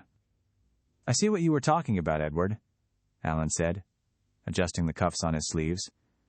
Vermil has sprouted an ego that far eclipses the dirt foundations of his position. Noah's smile fell away. I'm afraid I've lost my patience with your apprentice, Magus Allen. He was actively insulting one of my students. Normally, I'd leave such arguments to them for resolution, but he went to strike my student when she was not fighting back. I find that unacceptable, so I intervened. Allen's scowl flattened. His gaze shifted down to Edward, whose smug smile froze solid. He's lying. Professor, we were just talking. And my fist just happened to be in the space where your nose was. I had no idea you'd walk into it, especially with a shield. It's depressing, really. Vermil, Allen snapped, control your tongue. And Edward, we will speak of this, extensively. For the time being, Vermil has still brought affront to you, and, through you, me. It was not your place to discipline my disciple, Vermil. Noah rolled his shoulders. I didn't realize you were going to stop him from hitting Isabel. Or were you going to bow and ask her forgiveness had I not intervened? The way I see it, I've saved you the humiliation of having to apologize to a girl beneath your station. Allen's eyes narrowed. He studied Noah closely for several moments. Edward gaped at him. Professor, you can't possibly mean to just forget this. He punched me in the nose. It broke. Allen pressed his lips together so tightly that they turned white. I am now left with a sour taste in my mouth, but the family rules are very clear. An affront to Edward's honor cannot be ignored. It was not your place to intervene. Noah curled his lip in distaste. Let's get on with it then. What do you want? A duel, Edward exclaimed. Noah's kept his face identical as he called on his magic, drawing on all the energy his vibration rune had to offer. The moment Allen made a threatening move toward him, he prepared to unleash the entirety of the spell into the man. He doubted that would stop the professor, but he didn't expect it to. All it had to do was distract the man for long enough for Noah to run him through with his flying sword. A duel is not appropriate for this level of insult, Allen said with a scowl. The incident was not witnessed by anyone other than the two of you and Vermil's student. Bring her here. No. I'm sorry? Allen asked. I believe I said no. I will not be involving her in this. She did nothing to require her presence. She's the reason I got punched, Edward said. No, you're the reason you got punched, Noah corrected. I will not be getting her. You refuse a direct order from a superior? Allen's words grew colder. Are you certain? Noah shrugged in response. He adjusted his stance. watching Alan closely for any signs of aggression. From my understanding, this student of yours has no standing in any noble house. What's gotten into you, Vermil?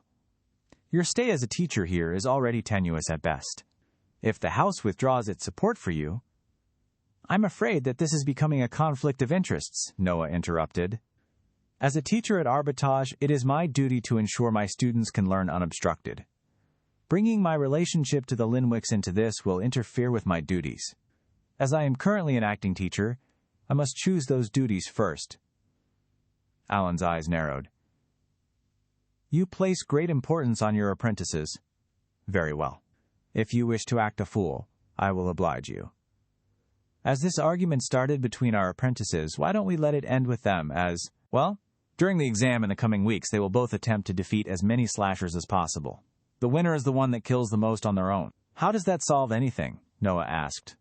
Those with strength are in the right. If your student wins, Edward will admit that he was mistaken and will drop this issue.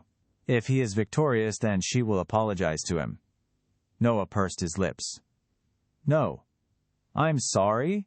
Alan asked, his eyes bulging. My student is already in the right and stands to gain nothing from this. If we win, you give us a greater rune from your collection. Why would I possibly agree to such a deal?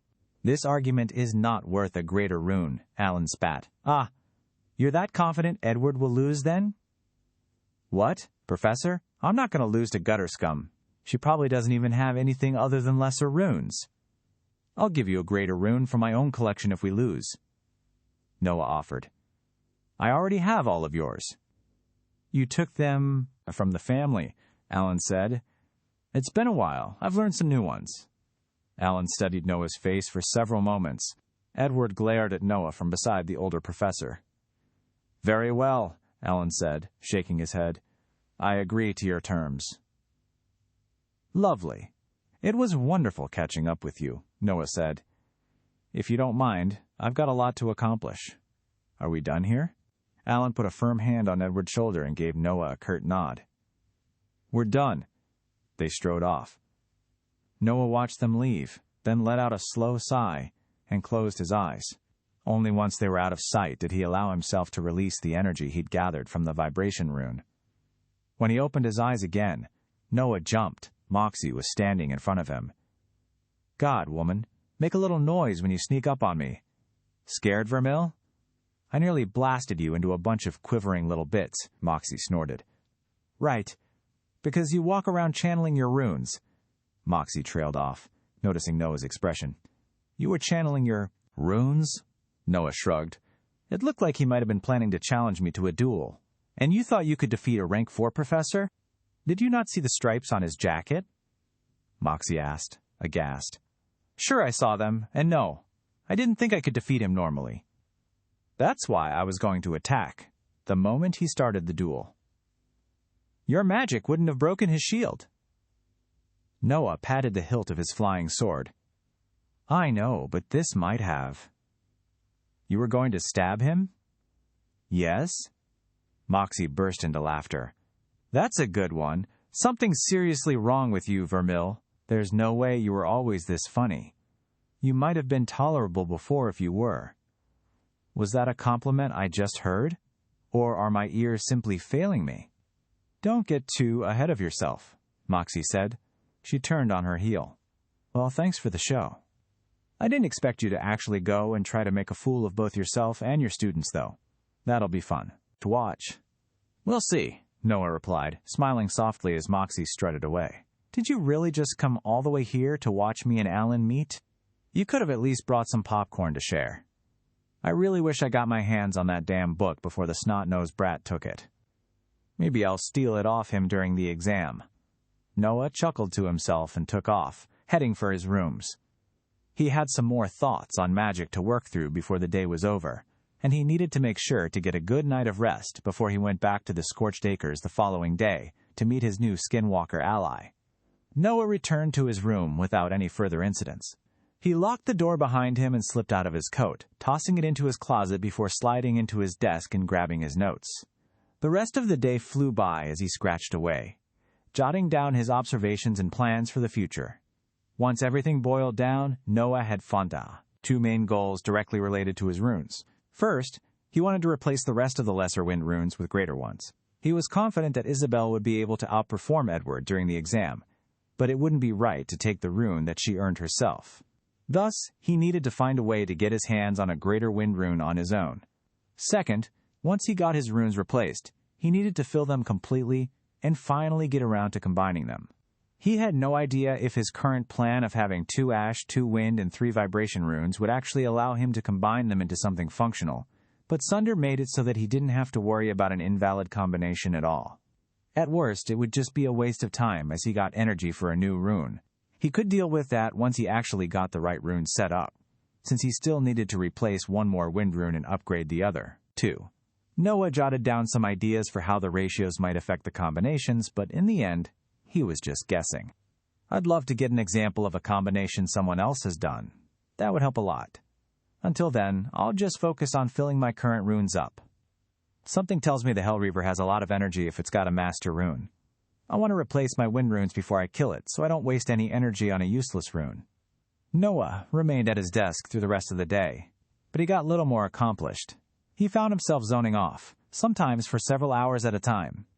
Even after several weeks alive again, it was easy for him to just drift off whenever he wasn't actually doing something. The night came, and Noah went to bed when he realized that no more light was coming through his dirty window. He still needed to clean it, but didn't quite care enough to get around to doing it. And no more. Then, a few hours into it, Noah jerked awake in his bed in cold sweat. His chest felt tight, like steel bands were constricting around it. A massive eye stared down at him from the ceiling, burning with malice. He'd recognize it anywhere at this point. The Hellreaver. It's just a vision. Ignore it, and it'll go away. A second passed. 2. The bands around his chest tightened. Noah hissed in pain, calling on his runes instinctively as he tried to push back against the invisible force. To his surprise, it seemed to work. The vision of the eye above him started to fade, and the bands lessened. Noah gritted his teeth and pushed back as hard as he could. There was one final squeeze, and then the vision flashed with fury and vanished. Noah sat upright, gasping for air. It took him several moments to gather himself again. That wasn't a vision. The Hellreaver realized I'm alive. Shit. This isn't good. Can it just do that whenever? How does it even have access to my mind? Did all that soul damage somehow form a link between us, or is it all the monkeys I've killed? Damn. Doesn't matter. There's nothing I can even do about it now. The exam is too soon. I'll just have to manage. The Hellreaver didn't try anything again that night, but Noah slept poorly. None of the other visions had actually affected him, and this time around, he hadn't even had severe soul damage. The Hellreaver is screwing with me. When the sun rose the following morning, Noah was already out his door. Instead of setting a course for Tim, Noah stopped by the markets to buy the cheapest set of clothes he could find. They resembled his normal outfit, but with considerably less flair and quality, and had been clearly made for training rather than teaching. He managed to get a deal for a set that only cost a single silver, which he happily took before turning and walking in the opposite direction until he was in the large, open gardens near the tea building. He stepped onto his flying sword and took to the skies, nearly performing a surprise trimming on a tree that rudely decided to place itself between him and the open air. Noah jerked out of the way moments before he cut through it, and then he was off. Wind whipped past Noah's ears, and he squinted to protect his eyes as he rose higher. Before long, he could see Arbitrage sprawling beneath him. He wasn't the only person flying around on a sword, but he was certainly the fastest. Several dozen other people also flew around the campus beneath Noah, but they were all moving at much more controlled speeds. Noah suspected that moving at a reasonable pace was probably far more ideal when you had to worry about small things like surviving the landing or mowing down bystanders. Luckily, there weren't any bystanders this high up, and Noah didn't care all that much about the first point. His cheeks flapped aggressively, and he shot through a cloud, weaving as the mist poured into his throat, and he choked. Okay, too high. A little lower. Noah dipped to fly just below the clouds. The sword steadied itself, and he held a hand up, blocking the wind from his eyes as he scouted the ground. Arbitrage sprawled behind him, quickly shrinking in the distance. Beyond a large field stood the scorched acres. Blackened trees poked up like grasping fingers, covering the horizon before him. The sword beneath his feet wobbled as Noah lost concentration for a moment. He dropped, then slammed to a halt as he re-established control. Noah's stomach lurched, and he grimaced, turning his focus to flying. It didn't take long until he was above the scorched acres. Unfortunately, that was the easy part.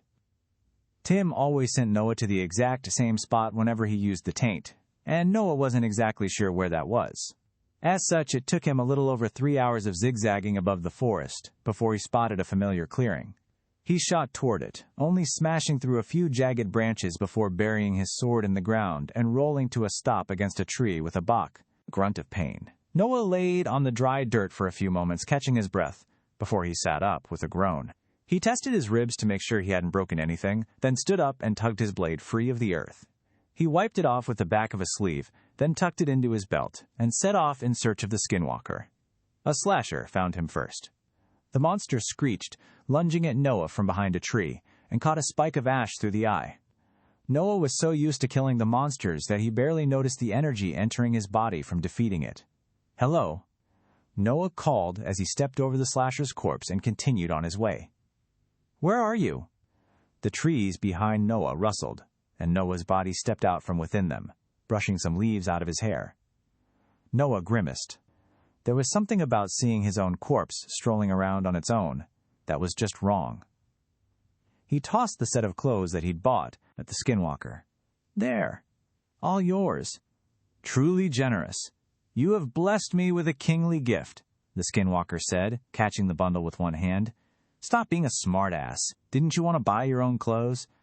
I'm not wasting a bunch of money on something you aren't even going to use. And I'm not selling my collection yet. I want more. Am I a hoarder? I might be. I just really want to sell everything at once and get a bunch of money. I've never gotten a huge paycheck before. It'll be nice to go on a huge shopping spree rather than constantly penny count things out." The skinwalker paused, tilting its head to the side and studying Noah, who shuddered at its gaze. "Please do that body-changing thing. Anything would be better than watching you puppet my corpse around." "I am not puppeting anything," the skinwalker replied with an indignant scoff. "I spent weeks consuming your body and memorizing every single detail so that I could recreate it perfectly. That is better. I'm not sure why." Noah frowned. "But seriously, new appearance, please. Before I have to make some bullshit up for somebody else. I can't shake the feeling that you're more than just a normal skinwalker. What happened to being barely able to hold a conversation and fairly stupid? I wonder if there are greater skinwalkers." The skinwalker let out a dramatic sigh. It stripped out of Noah's clothes and changed into the new ones. Noah had to admit, the skinwalker really did get every single part of his body correct. "What kind of body do you want me to take on?" "As long as it's within reason. I really don't care," Noah said. "It's your body. And do you have a name? If we're going to be working together, I'd rather think of you as more than just a skinwalker." The skinwalker blinked. Its face was unreadable as they stood, watching each other. "What?" Noah asked. "Nothing," the skinwalker replied. "I do not have a name. We are solitary by nature. Typically, I would take on the name of the person who I had consumed. When someone dies, the most repeated memories are burned into their bodies, and we consume them. Names are one of those memories." "Yeah, just like language," Noah said with a knowing nod. "And really strong trauma or feelings." The skinwalker stared at Noah. "How do you know that?" "I reckon I've gone through more bodies than you have," Noah replied, dismissing the subject with a wave of his hand. "They're just all mine. Technically mine. Sorry, Vermil. You should have been less of a prick. You regain your own memories? How would that even work?" "Let's not address it," Noah said. He wasn't about to explain every bit of how he'd arrived in this world. "You still need a name. Do you want to make one, or should I?" The skinwalker considered his question for a second. "I like trees." "Okay," Noah said, drawing the word out. "I would like to be called Tree." "That's not a very human name," Noah hedged. "What about a specific tree? That could be a bit easier too. Make unique. Leaves. Leaves are more unique, and they are part of trees. Noah cleared his throat. What about Lee? Like the first half of leaves. The skinwalker nodded. Lee. That will work. I'm going to change my body now.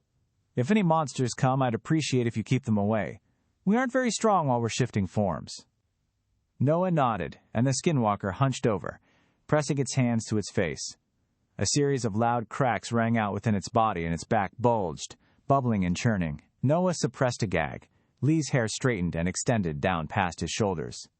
There was a sharp snap, followed by a relieved sigh. Lee stood back up and arched back with a yawn. One thing was for certain. Lee hadn't been lying. The skinwalker hadn't changed its appearance just a little. It had changed everything. Lee's face was softer. The hard lines of Noah's chin turned curved. Lee's formerly dark eyes were now a light blue. His or her, Noah wasn't sure anymore. Lips had filled out and her. Eyebrows had thinned. What do you think? Lee asked, lifting the ratty shirt and peering down into it. Huh. That's fun. Noah rubbed his forehead. You've somehow made things even more confusing for me. I didn't think I'd be asking this, but do skinwalkers have gender? If you can just change shape at will, we merge. Two skinwalkers rip off half their bodies and squish them together to form a new one. Then they reform their bodies. I've heard it's not a particularly enjoyable process. I don't know if skinwalkers have actual genders, but I can't say I was a huge fan of your body. This one seems nicer. That's odd. I could have sworn skinwalkers need the body of the person to transform into them, but Lee's just changing shape at will. I am going to choose not to take that as an insult, Noah decided. And suit yourself. If you're done, we need to discuss a few things. Do I get to buy clothes after? You need money to buy clothes. Lee stared at Noah with wide, hopeful eyes. He grimaced. Stop that. Stop what? The eye thing. I'm just looking at you. You look like a puppy begging for a scrap. I'm basically broke, you know. Lee scrunched her nose in distaste, letting her features return to normal. Figures. What if we kill someone and take their money?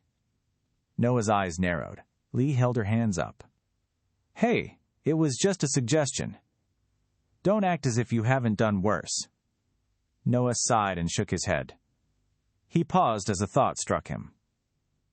Does she have memories of Vermeil? That could be incredibly useful. Skinwalkers get memories from their bodies, right? Say, do you happen to have any useful memories? Noah asked casually. Ones that would help you blend in. Lee gave him a disappointed shake of her head. No, skinwalkers get those from the remnants of the soul that's left in the body, and you didn't leave anything behind, just a sack of meat. Lovely. I should have guessed. So, about killing people for money. If you've done worse, I won't argue semantics, we can try to get you some more appropriate clothes after I fill you in. We need a cover story as to what you're doing with me. You're a teacher, aren't you? Noah nodded. Yes, why? I could be a teacher as well. I've never tried it before, but I just know I'd be fantastic. I'm not sure I have the authority to hire new teachers, but maybe I could get away with saying I hired outside help. But what would you even teach? I was going to get to this later, but it's a good point to bring it up. What runes do you have, and can you teach anything to my students about them? Lee shook her head. Her hair whipped around and slapped her in the face, and she narrowed her eyes. Made that too heavy. 1 second. Her hair rippled, and, though Noah couldn't see any obvious difference in it, Lee nodded in satisfaction. I don't know if humans can use the runes I have. I don't use magic in the way that you do, though I'm capable of learning some of it. What do you mean by that? Lee rubbed her chin. It's been a while since this was explained to me, but before I set off on my own, one of my donators, those are parents in human terms, said that not all human runes work for me. I'd imagine it works in the other direction as well. Noah leaned against a tree and let out a slow whistle. I never even thought about that. So you've got runes unique to skinwalkers? Or just monsters in general? No idea. I don't know that I'd group myself in with other monsters, nor would they group themselves with me. Speaking of, why are we the ones that get labeled monsters? Humans aren't that great. You kill stuff too. Because we're speaking in the human language right now, and every society is going to label their enemies as evil, Noah replied. You can come up with a different name if you want to, but let's stay on topic for now. Can you say exactly what runes you have? 6 shift runes and 1 shadow rune. Shift runes? They're the basis of what skinwalkers use to change shapes. I see. And if someone were to ask you what you taught, what would you answer? You wouldn't be able to say you had the shift runes. This, Lee replied, taking a step toward Noah. Her lips split into a charming smile, and she batted her eyes at him. Then she blurred forward, her hands snaking for Noah's neck. Her distraction hadn't actually caught Noah off guard, but her speed did. Despite being ready for her, Lee's foot whipped out and knocked Noah's legs out from beneath him. She slammed him to the ground, pressing her arm against his neck hard enough to restrict his breathing. Noah summoned his vibration rune, but Lee rolled off him as soon as they hit the dirt. She slipped back to her feet and held a hand out. Noah paused for a moment before taking it and letting Lee pull him back to his feet. What the hell was that? I barely saw you. And why the hell didn't the other skinwalker I fought move this fast? They're like completely different monsters. I'm not human, Lee said with a smirk. I'm much faster than you are. Stronger, too. That makes me pretty good at physical combat.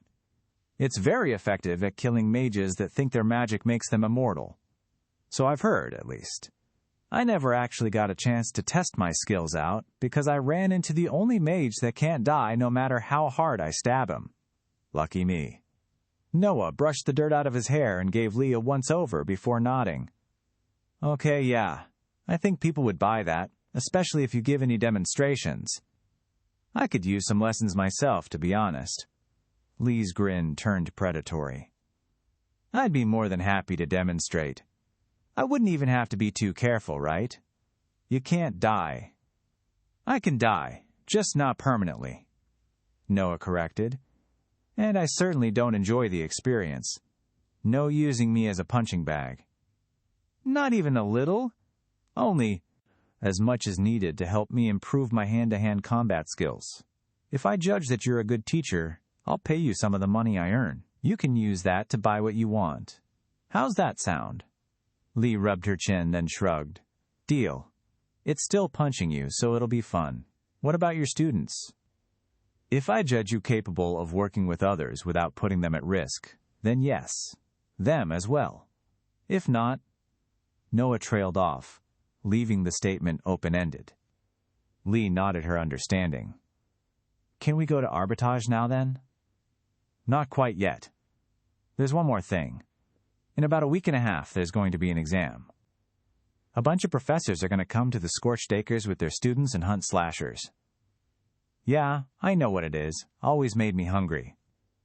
Well, I have an inkling that someone might try to interfere with my students. Particularly Isabel, the girl. I want you to remain here and keep yourself hidden up until the test.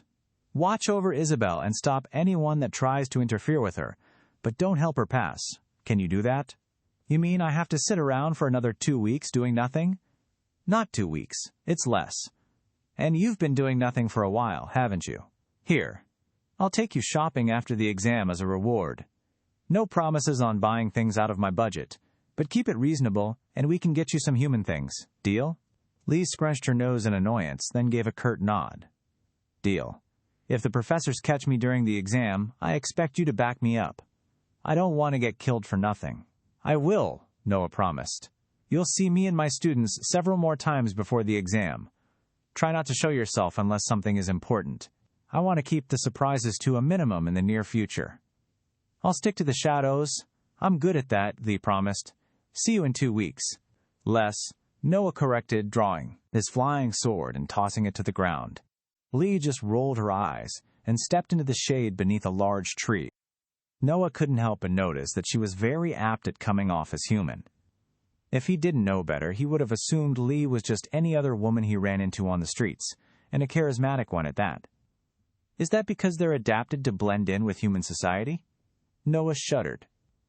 If people had noticed that there was a skinwalker problem, just how many of them could be lurking about that nobody had discovered yet? He didn't want to think too deeply about that. Some things were better off left unanswered. The flying sword shifted, as he turned his attention to it, sending wind magic into the blade. He lifted off the ground and took off, heading back in the direction of arbitrage. There was still a lot to do before the exam, and he didn't have time to waste sitting around here when he could be sitting around somewhere on campus instead. The rest of the time leading up to the exam flitted by, but not in the way Noah had expected. Every single night, the vision of the Hellreaver's eye ripped Noah from his sleep. He wasn't one that felt he needed a lot of sleep, but it was starting to get to him. Sometimes, when he looked into the vision of the eye, he could actually feel the Hellreaver's amusement radiating out of it. By the time he got the vision pushed away and could breathe properly again, his heart was thudding, and adrenaline coursed in his veins. It was starting to escalate far more than just an annoyance. The hatred Noah had for the monster grew with every night, but there was nothing he could do about it. Yet. Unfortunately, the Hellreaver wasn't content with simply striking at night, and Noah found out exactly how petty the monster could be while he trained with his students in the Scorched Acres. The first vision struck Noah during the day, while he was demonstrating some ways to dodge slasher attacks. The eye ripped out of the darkness in the forest with such force that Noah nearly yelped in surprise. His momentary hesitation nearly got him cut in half, but he managed to throw himself to the side and shatter the vision. Noah dispatched the slasher immediately with a spike of ash, then spent the next several minutes telling Isabel and Todd that there was nothing to worry about, and he'd just tripped on a protruding root. Neither of his students had seen the eye, nor did they seem to be affected by it in any way. That confirmed the Hellreaver was targeting Noah specifically, and throughout the rest of their training, it continued to periodically try to catch Noah off guard whenever he was demonstrating anything. It made everything considerably harder, and Noah nearly got killed a multitude of times, only managing to survive by his honed instincts against slashers. Luckily, unlike him, his students were making fantastic progress. Every meeting, both of them improved by leaps and bounds. They'd gotten used to the slashers' moves, just like Noah had, although it had taken them considerably longer. He didn't blame them. Death was a very good motivator. Noah also spent some gold on buying a collection of considerably less expensive clothes that he could go through while he was training. He wasn't sure how the thought hadn't struck him before, but buying some plain suits was less than half the price of a proper outfit, and worked just as well while he was in the forest. Several days before the exam, both Todd and Isabel were capable of handling slashers entirely on their own, and Noah was so weary and worn down by the Hellreaver that he was a step away from stalking over to it that very day to kill the monster or die trying. Most likely, the latter. Even with the Hellreaver's constant interference, Noah was pleased with both of his students. Part of him had been worried that Isabel's performance was going to suffer because of the threat of losing to Edward, but he couldn't have been more wrong. If anything, she threw herself at the slashers with even more gusto, pressing to push herself to her limits. Todd kept pace with her, his superior range giving him a large advantage against the slashers. Even though he couldn't kill the monsters in a single blow, he was ending many of the fights before they even started. And, most important of all, Noah no longer had to step in at all. In the end, the most important thing was that they survived the exam, and Noah was now certain that they'd have absolutely no difficulties doing so. He'd yet to see a single other professor or student practicing in the Scorched Acres, which confused him to no end, but he wasn't about to question it. Noah had come to enjoy their relative privacy within the blackened trees, and had no desire to share it with anyone else. Well, Noah replaced one more of his lesser wind runes with a greater vibration rune as well. All the monsters they'd killed had filled all his wind and ash runes, and his lone vibration rune was rapidly growing, close to full as well. Replacing one of the lesser wind runes didn't do much to reduce his strength, but it made sure that he didn't waste any power from killing monsters, and he wasn't entirely sure what would happen if he filled all his runes. Nobody had said that they'd combine the moment they were all full, but Noah wasn't willing to risk it, even with the powers of Sunder. He hadn't tried touching it since his first attempt, but the last thing he wanted was to find out he still couldn't use its powers and end up with a worthless combination. Thus, he focused on practicing his magic and terrorizing the monkeys of the forest. If they had any sort of local legends, Noah suspected his face now belonged to the bogeyman that the monkeys used as a threat against misbehaving children. Before long, the day of the exam was upon them. He slept poorly that night as well, visions of the Hellreaver's eye ripping him awake twice. When the morning finally came, he was grateful. But, to Noah's surprise, before he could leave his room, there was a sharp knock at his door. He glanced over his shoulder at it, still midway through pulling his coat on, and frowned. Noah tugged at his pants, adjusting his belt, and awkwardly shuffling over to the door while throwing the rest of his outfit on. By the time he reached it, he'd managed to weasel his way into everything and was trying to tame the unruly mess that was his hair. "Who is it?" Noah asked, shifting a few papers into the doorway with his foot as he grabbed the door handle. "Hey, the paper trap worked once already. If it ain't broke, don't fix it." "How many people actually speak with you?" Moxie's voice came from the other side. Noah blinked. He unlocked the door and pulled it open, nudging the papers away. Moxie raised an eyebrow, following the motion. "What do I owe the pleasure?"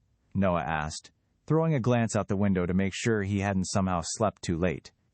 The sun had yet to even rise over the campus, and it was still dark out. Moxie stepped past Noah, practically shoving him out of the way as she entered his room. Noah went to call on his ash magic, then realized he didn't actually have any ash to work with, and summoned vibration instead. "What are you doing here?" Noah asked, closing the door with his foot. If Moxie was about to attack him, he preferred not to have any witnesses. It would make things a lot more difficult to explain. Moxie leaned against Noah's bed and let her eyes roam over the room. Her scowl deepened. "What magic is it that you've got readied, Vermil?" "Why do you ask?" Noah countered. "It would be hypocritical of me to complain about you showing up in my room, but I don't recall quizzing you on what you were doing in your spare time." Moxie grunted. "Sure, just on everything else. If I recall correctly, we had a deal. Also, while you're here, how'd you know that Alan and Edward would show up at the transport? Canon?" "I keep tabs on Alan for my own reasons. When I found out he was going after you, I thought I'd have some fun and tag along. And we did have a deal," Moxie agreed. "Yet one of the many things I've never seen you do since before, about a month ago. Before then, you would have just tried to demand what you wanted. Granted, even you weren't stupid enough to try and demand things from me after the first time you tried that shit, but this is something else." "I'm sorry, I'm afraid I have absolutely no idea what you're talking about," Noah said, giving her an awkward smile and rubbing the back of his head, taking absolute care to make sure not a speck of his actual thoughts came through the carefully crafted mask on his face. "Cut the crap, Vermil. I'll list it out if you're going to make me. After years of stagnation, your magic grows strong enough for you to break a rank 2 shield. You're speaking to others with respect and some actual intelligence rather than being a greasy slime ball. You started showing up to your classes. Your students actually respect you, and you're putting your own comfort at risk to protect them. I told you that I had a head injury. Those can change a man, you know. Completely twist his personality." "Change, sure. But you aren't changed," Moxie said, narrowing her eyes. "You aren't Vermil at all." Noah burst into laughter. "Oh, man. If I'm not Vermil, then who am I?" "You know what?" Moxie rose to her feet. Noah's laughter stopped, and he readied himself to dive out of the way of a spell. Moxie caught the change in his posture and cocked an eyebrow. "I don't care." "I'm sorry?" Noah asked. "You can't just accuse—" Moxie blurred. She slammed into Noah, pinning him against the wall. He instantly released the vibration magic into her, but a bright green sheen flared around her body, and his magic dissipated into it. "And so decisive. You actually tried to use that spell on me. Vermil never would have had the balls to do that. Vermil also would have remembered that I'm a rank 3. I beat that into him. Stop. I'm not an idiot. I'll be honest. I doubt many others would notice your change. Vermil did a great job of alienating just about everyone. But I had the misfortune to be the instructor that was charged with showing him the ropes around arbitrage." Noah gave her a wide-eyed, dumb look. A blade of wind swirled around his hand, and Moxie shifted her stance. Then he sent a violent pulse of vibration magic into the floor beneath Moxie's feet, and flicked the wind magic, sending it over Moxie's shoulder. The ground bucked and her grip on Noah lessened for an instant, while Moxie tried to catch her balance. That was all he needed. Noah shifted his weight and drove his fist into Moxie's stomach. He thrust his shoulder into her collarbone and slammed her to the ground. The air burst from her lungs in a grunt, and Noah pressed his knee against her chest. A vine whipped past. Noah, coiling around his neck in a split second, and he froze. They stared at each other. Mutual loss, Noah grunted. Catching me by surprise doesn't break my shield. You can't hurt me with your magic, but one squeeze and I have you begging for your life. That's your loss, not mine. Noah cocked an eyebrow. Moxie's eyes flicked to the side, where his sword floated in the air pointed in her direction, held by the wind he'd thrown past her. I didn't know if your vines wouldn't reflexively tighten if I killed you, Noah said through clenched teeth. I don't think you were ready for the sword. I'd call that a tie. You were going to stab me? Why do you all sound so surprised at that? How is that any worse than using magic? It's so... Oh, never mind, Moxie snapped. To Noah's surprise, the vine uncoiled from around his neck and slithered back into her clothes. I told you. I don't care what you did to Vermil. Attacking me is an odd way to make your point. Moxie pressed her lips together and turned her hands palm up. If I had seriously attacked you, we wouldn't be having this conversation. That was just to force your hand. Well, you forced it. Care to share why?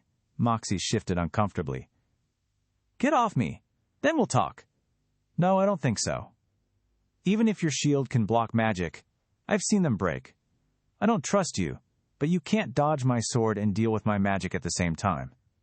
If you're standing, that isn't the case. Thus, I'm not moving. Moxie's eyes narrowed in anger.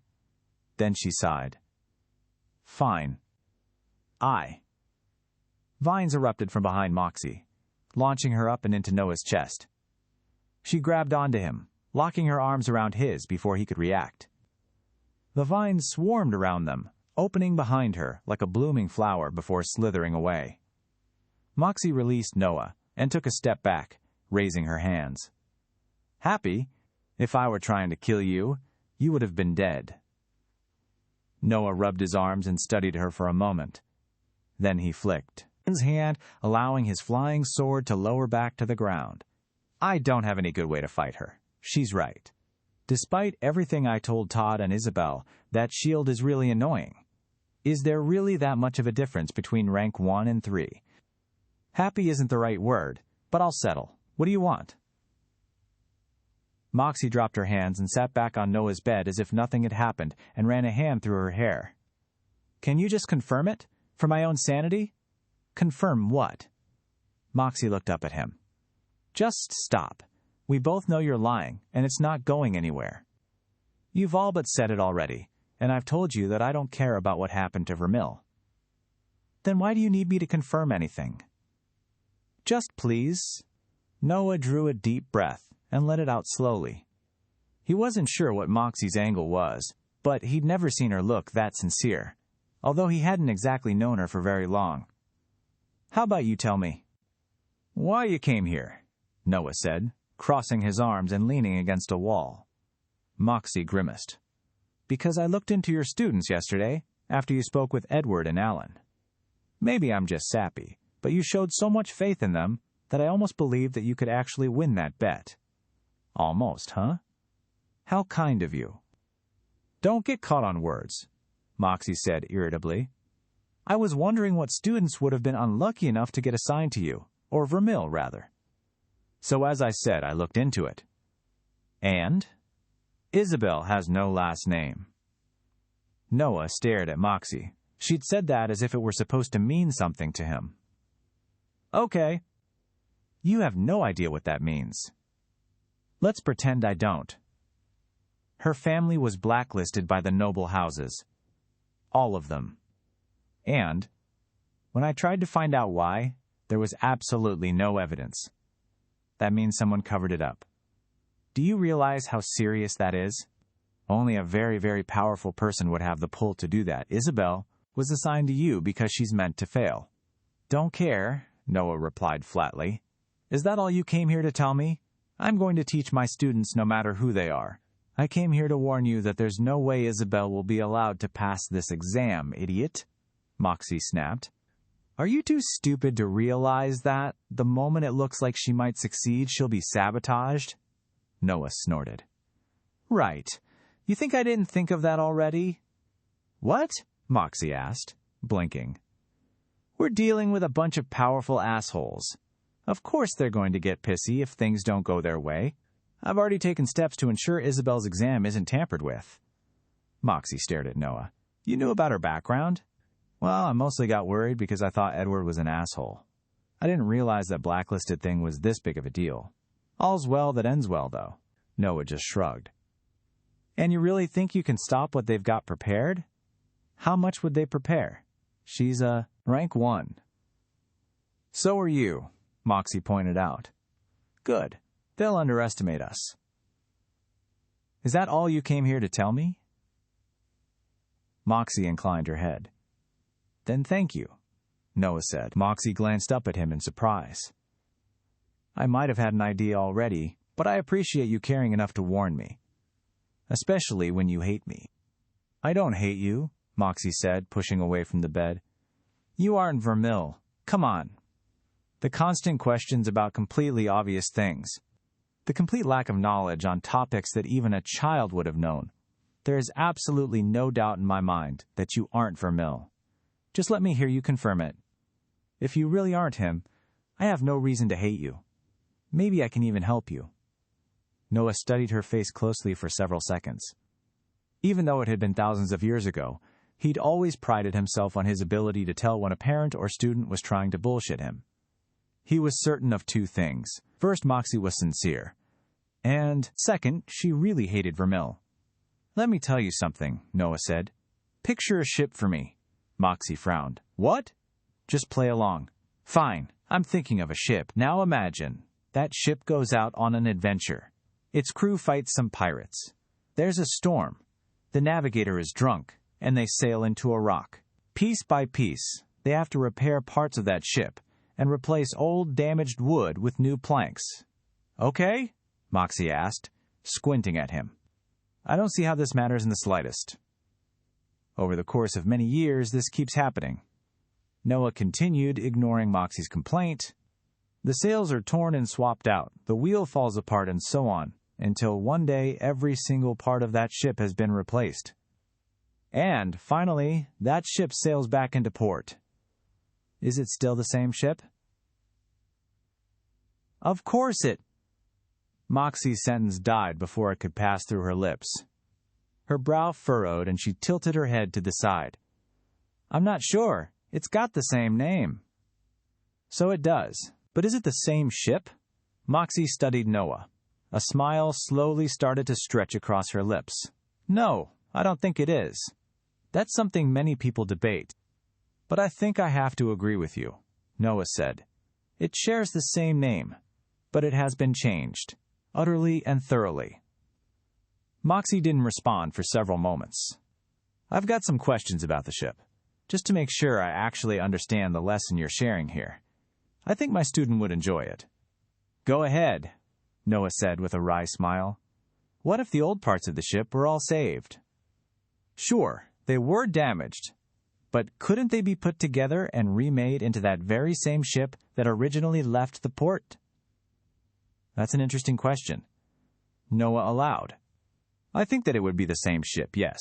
However, finding those pieces would be quite impossible. They were all destroyed, after all. Moxie let a small smile pass over her features. That's a very interesting story, Vermil. Thank you for sharing it with me. I've never seen you in such a light, but I'm glad for your students. You aren't the ship you once were. I have decided to always seek the light of self-improvement. It's been an arduous journey, but I do my best, Moxie smirked. Maybe it's time that you finally repaired that reputation of yours, especially since it belongs to the old ship, not the new one. If you don't mind, I think I'd like to hear more of your newfound wisdom. You aren't the man I once knew. I might be willing to exchange information. It won't be cheap, though. I guessed as much, but I'm much more willing to give a deal to you than... A knock on the door interrupted Moxie. Noah frowned. Nobody ever swung by his room, and now there were 2 people in less than an hour. He grabbed his sword and held it behind his back, walking up to the door and opening it before Moxie could speak. Richard's bored gaze met Noah's eyes. The healer looked every bit as disgruntled and annoyed to see him as he had the first time Noah had arrived to Arbitage. I'm here to collect you for today's exam, Richard drawled. He opened his mouth to say something else, then trailed off as he looked past Noah and into his room, where Moxie stood beside his bed, her clothes badly ruffled from their fight. "I'm over here," Noah said curtly. Richard choked, then cleared his throat, disbelief clouding his eyes. Right. Report to the transport cannon within the hour." "Sounds good," Noah said. "Anything else?" Richard tore his eyes away from Moxie and swallowed. "No." Noah shut the door in his face. "Whoops," Noah said, turning back to Moxie. "I don't suppose he knows how to keep his mouth shut?" Moxie let out a groan. "He's the biggest loudmouth on campus." "Ah, lovely. Well, at least I won't be fixing my reputation too much." When Noah and Moxie arrived at the base of the transport cannon, a dozen other teachers and 3 times that many students had already congregated in the area. Noah quickly spotted Isabel and Todd standing to the side of the group and approached them. Todd raised a hand in greeting. Then he saw Moxie beside Noah, and his eyes widened. He elbowed Isabel, and she whipped her head around to look in their direction. "Oh, crap. Are we in trouble?" Todd asked. Isabel returned the elbow, and he hopped away with a yelp, batting Isabel's hand away. "You two ready?" Noah asked with a grin, ignoring Todd's rhetorical question. They both nodded. "We didn't practice yesterday or the day before, so we could rest a little bit before the fight. Both of us are good to go," Isabel said with a smile that wasn't as confident as her words. "Don't stress things too hard. Just do what you've been doing. This is going to be a piece of cake." "What does cake have to do with it?" Todd asked. Never mind. Old saying. You youngsters wouldn't get it. It'll be easy is what I meant." Todd crossed his arms in front of his chest. "Come on. You're literally a year older than me at most. Maybe 2. I'll accept kids, but youngsters is a bit much." Noah rolled his eyes. "You'll live, Todd. And I'll stop treating you like a kid once you stop acting like one." Isabel chuckled, and Todd sent her a mock glare. She shook her head and gave Noah an appreciative smile. "I'm not worried about passing the test. That'll be easy." "Easy?" Moxie asked, speaking up for the first time. Isabel and Todd sent nervous glances at her. "Don't intimidate my students, Moxie." "I'm not intimidating them, but shouldn't you be making sure they don't get overconfident?" Defeating a slasher isn't a simple task. This is a culmination of everything they've learned this far. There's a reason it's one of the most difficult tests in the 2nd year. Noah just shrugged. "I've seen what they're capable of. A slasher isn't going to be a problem." Moxie stepped closer to Noah and lowered her voice. "If you're planning to kill the slashers for them, you really shouldn't have challenged Alan to anything. He's going to be watching you like a hawk to make sure you don't interfere." "Cheat? I'd never do something like that." Isabel and Todd exchanged an embarrassed glance. Moxie shook her head in befuddlement. "You actually think you're going to win the challenge against Edward?" "I don't know. I'm going to try." Isabel set her jaw. "Why do you care, Magus Moxie?" Moxie opened her mouth. Then she closed it and shook her head. "Never mind. I'm going to go find my own students." "Best of luck, Vermil. I'll see you once we're in the scorched acres." She strode away, pushing through the crowd and vanishing amid the sea of professor uniforms. Todd watched her leave, then sent a sly glance in Noah's direction. "Teacherman, is she—" Todd sputtered as Isabel elbowed him. He glared at her and rubbed his side. "Save your energy for the test," Noah said with a chuckle. "I have complete faith in both of you. Just focus on doing your best. Don't let anything else into your mind during the exam. This is just you versus the slashers. Take revenge for everything they've done." "They haven't really done anything other than get killed," Todd said. He laughed, dodging another one of Isabel's elbows. "Ah, right. That was just to me. I forgot. Doesn't matter in the end. They're going to do great." Noah couldn't help but notice that, of all the students, the ones that were wearing shields were the most confident. There weren't many of them, and he couldn't see the entire crowd, but it looked like a little under a quarter of the kids in attendance had them. The rest of the hour passed by quickly for Noah, but judging by the way Isabel and Todd were shifting around uncomfortably, it was probably agonizing for them. Professors and students continued to pile into the group, all chattering with varying degrees of worry. "Attention!" a sharp voice called. A lanky man lifted into the air, standing upon a flying sword that was clearly far more cooperative than Noah's, considering he had yet to fly into a wall. The man wore a half-cloak that ended just above his waist. It had 6 stitched golden bands running along its back. The talking came to an abrupt halt, and everyone looked up at him. After waiting for a few moments, the man spoke again. "For those of you that do not know me, I am Tenfort, and I will be here as an added measure to ensure our students don't encounter any monsters beyond their ability to handle. All professors will obviously be expected to help should something slip past me, but your main focus should be ensuring that your students are properly evaluated. Please begin making your way up the stairs, but do not leave the area once you arrive in the Scorched Acres until the test officially begins." Tenfort flew back into the crowd as it shifted. Everyone slowly started moving toward the transport cannon and climbing the stairs, one group at a time. It wasn't exactly slow, but Noah couldn't help but wonder why they hadn't just had people enter the cannon when they arrived rather than waiting the entire hour. Unfortunately, he wasn't in charge of the event.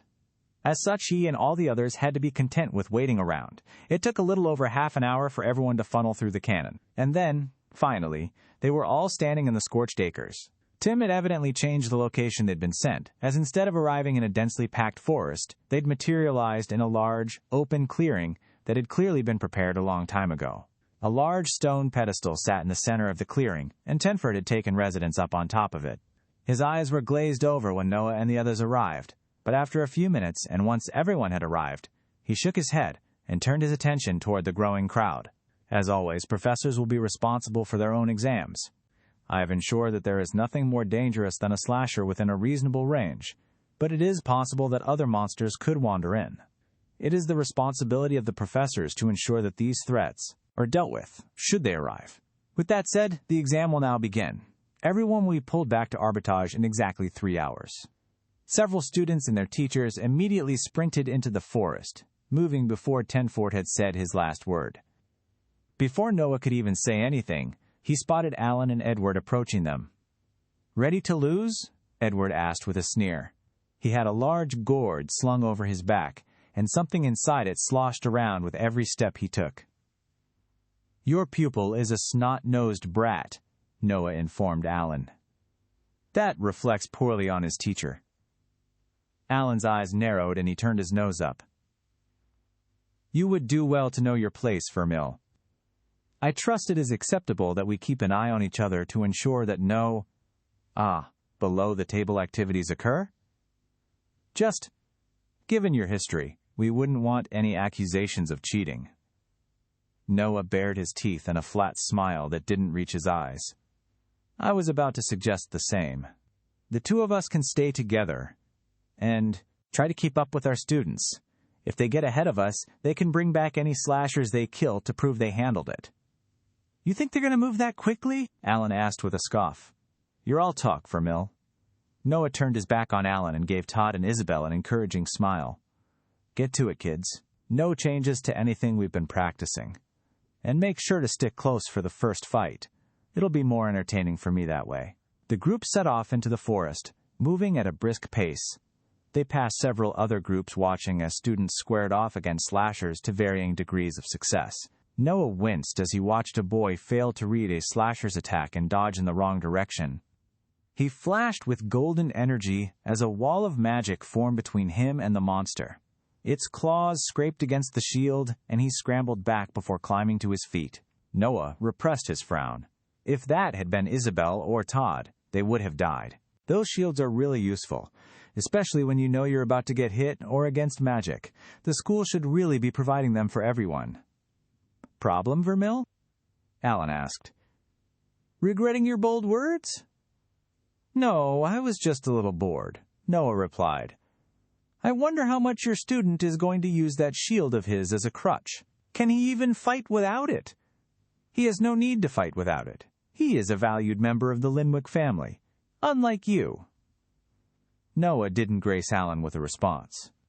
A howl echoed through the trees in front of him, and a second one answered it.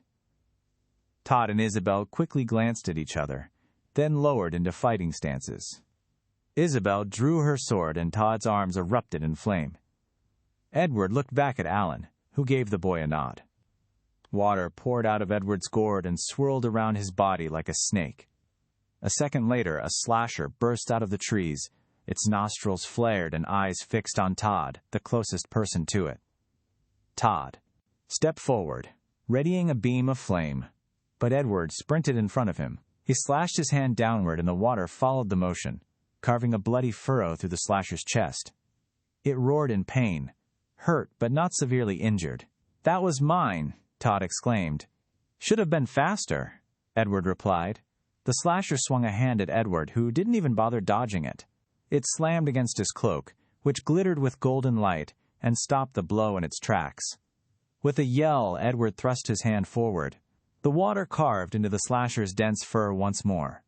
And, once again, he failed to achieve a fatal blow. If anything, he just made the slasher even angrier. It lunged at Edward, but it was like watching a truck drive into a reinforced pole. As long as Edward expected his attacks, the shield was able to block them. At least, to a degree.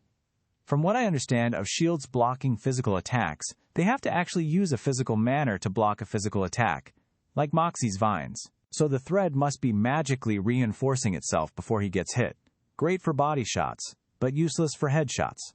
As if it had heard his thoughts, the slasher whipped its hand for Edward's head.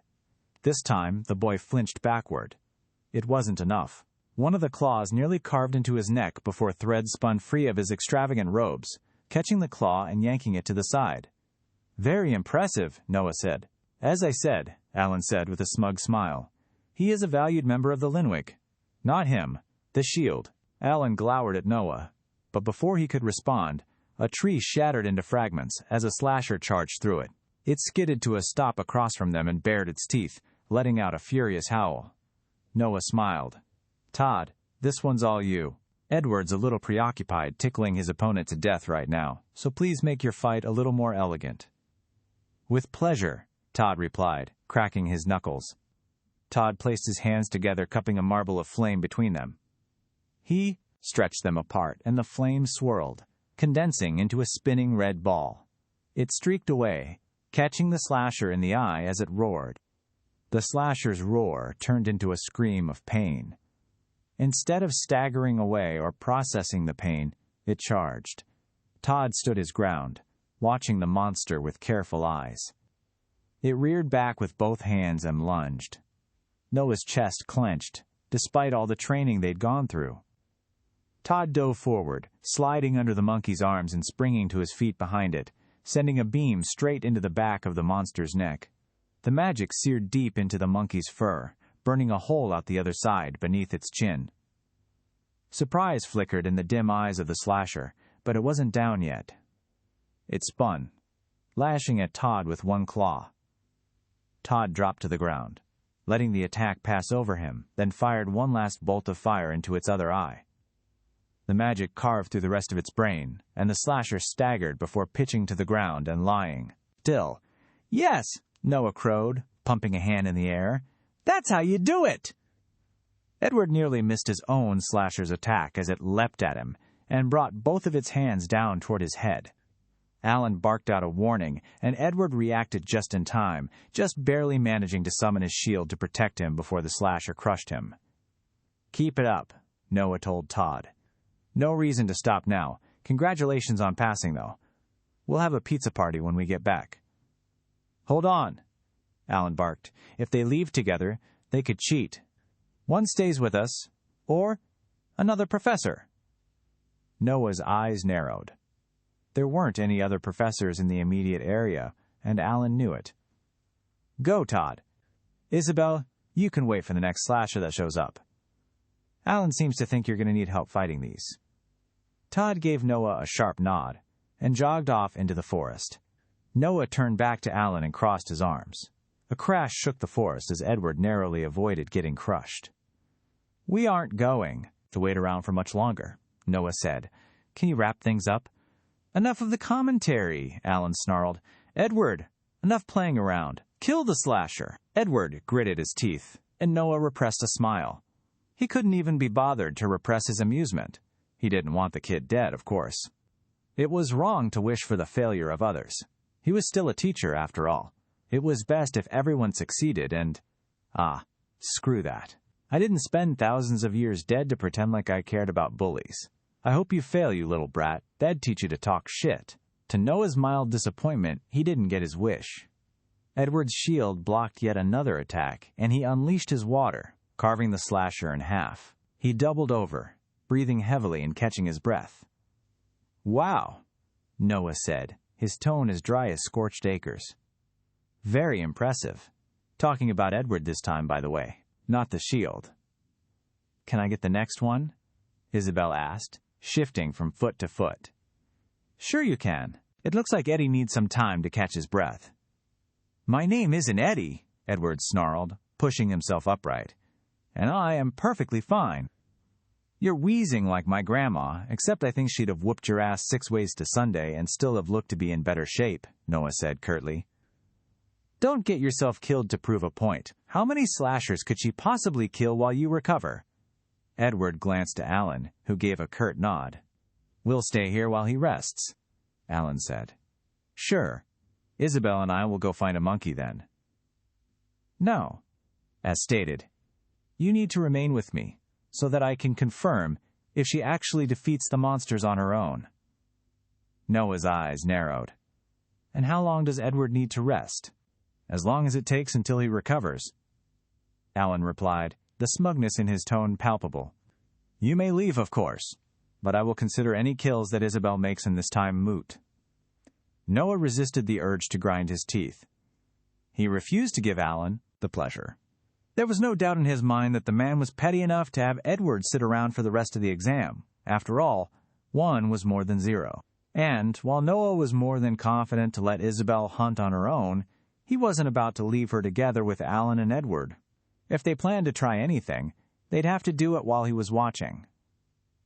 "What about a rune oath?" Noah asked. "They could—" "Absolutely not," Alan said through a snort. "I would not tie myself to them and risk my runes." What is he talking about? Can't really press on it without giving away too much, though. I'll need a different angle. As he tried to figure out how to circumvent Alan's terms, the holler of a slasher came from the forest.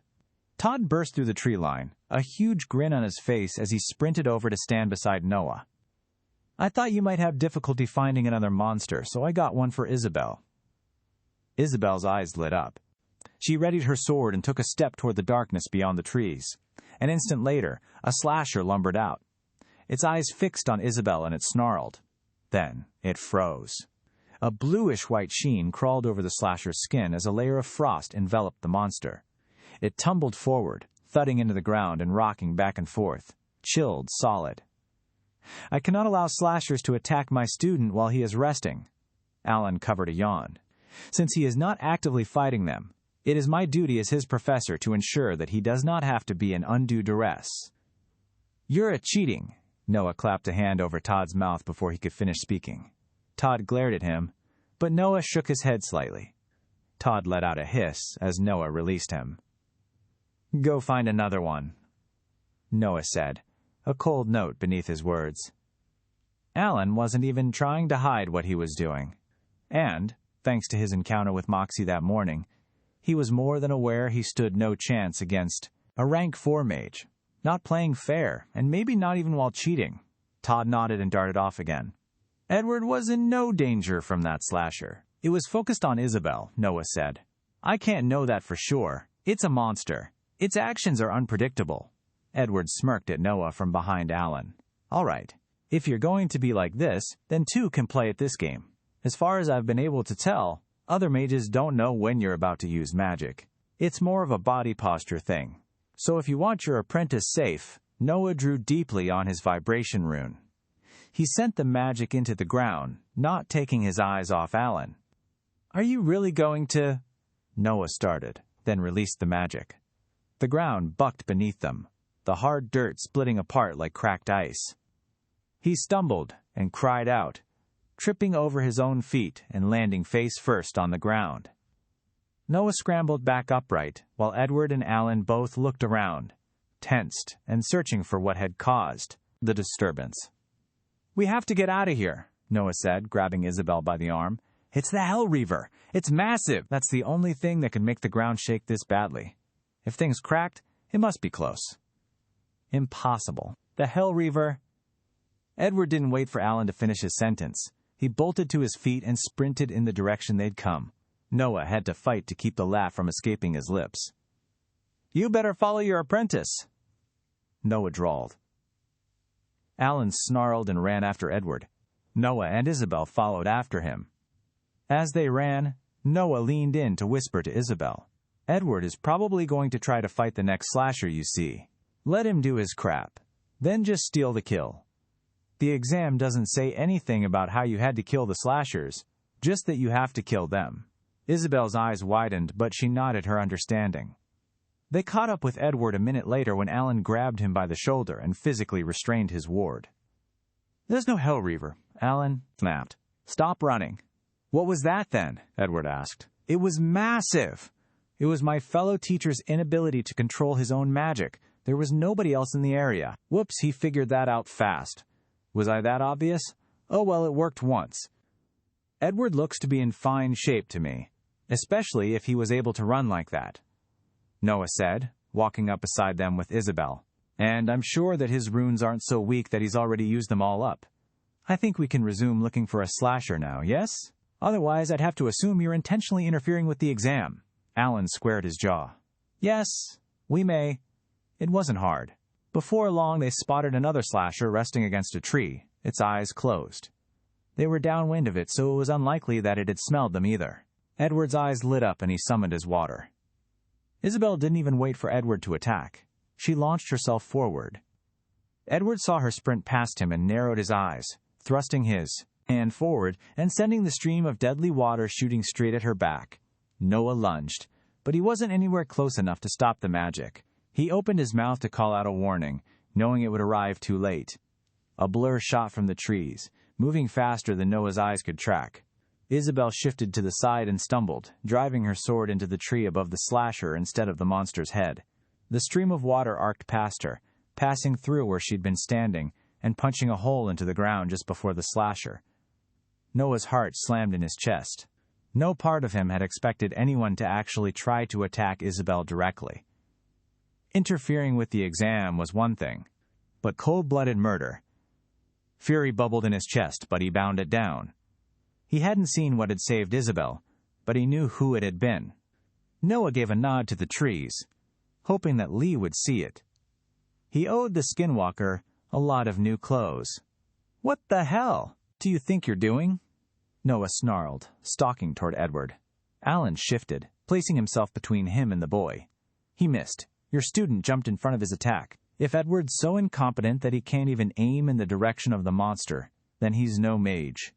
Noah ground out, his hands trembling from the force of will it took to restrain himself. He is a second-year student and already at your rank. He will be a greater mage than you ever were.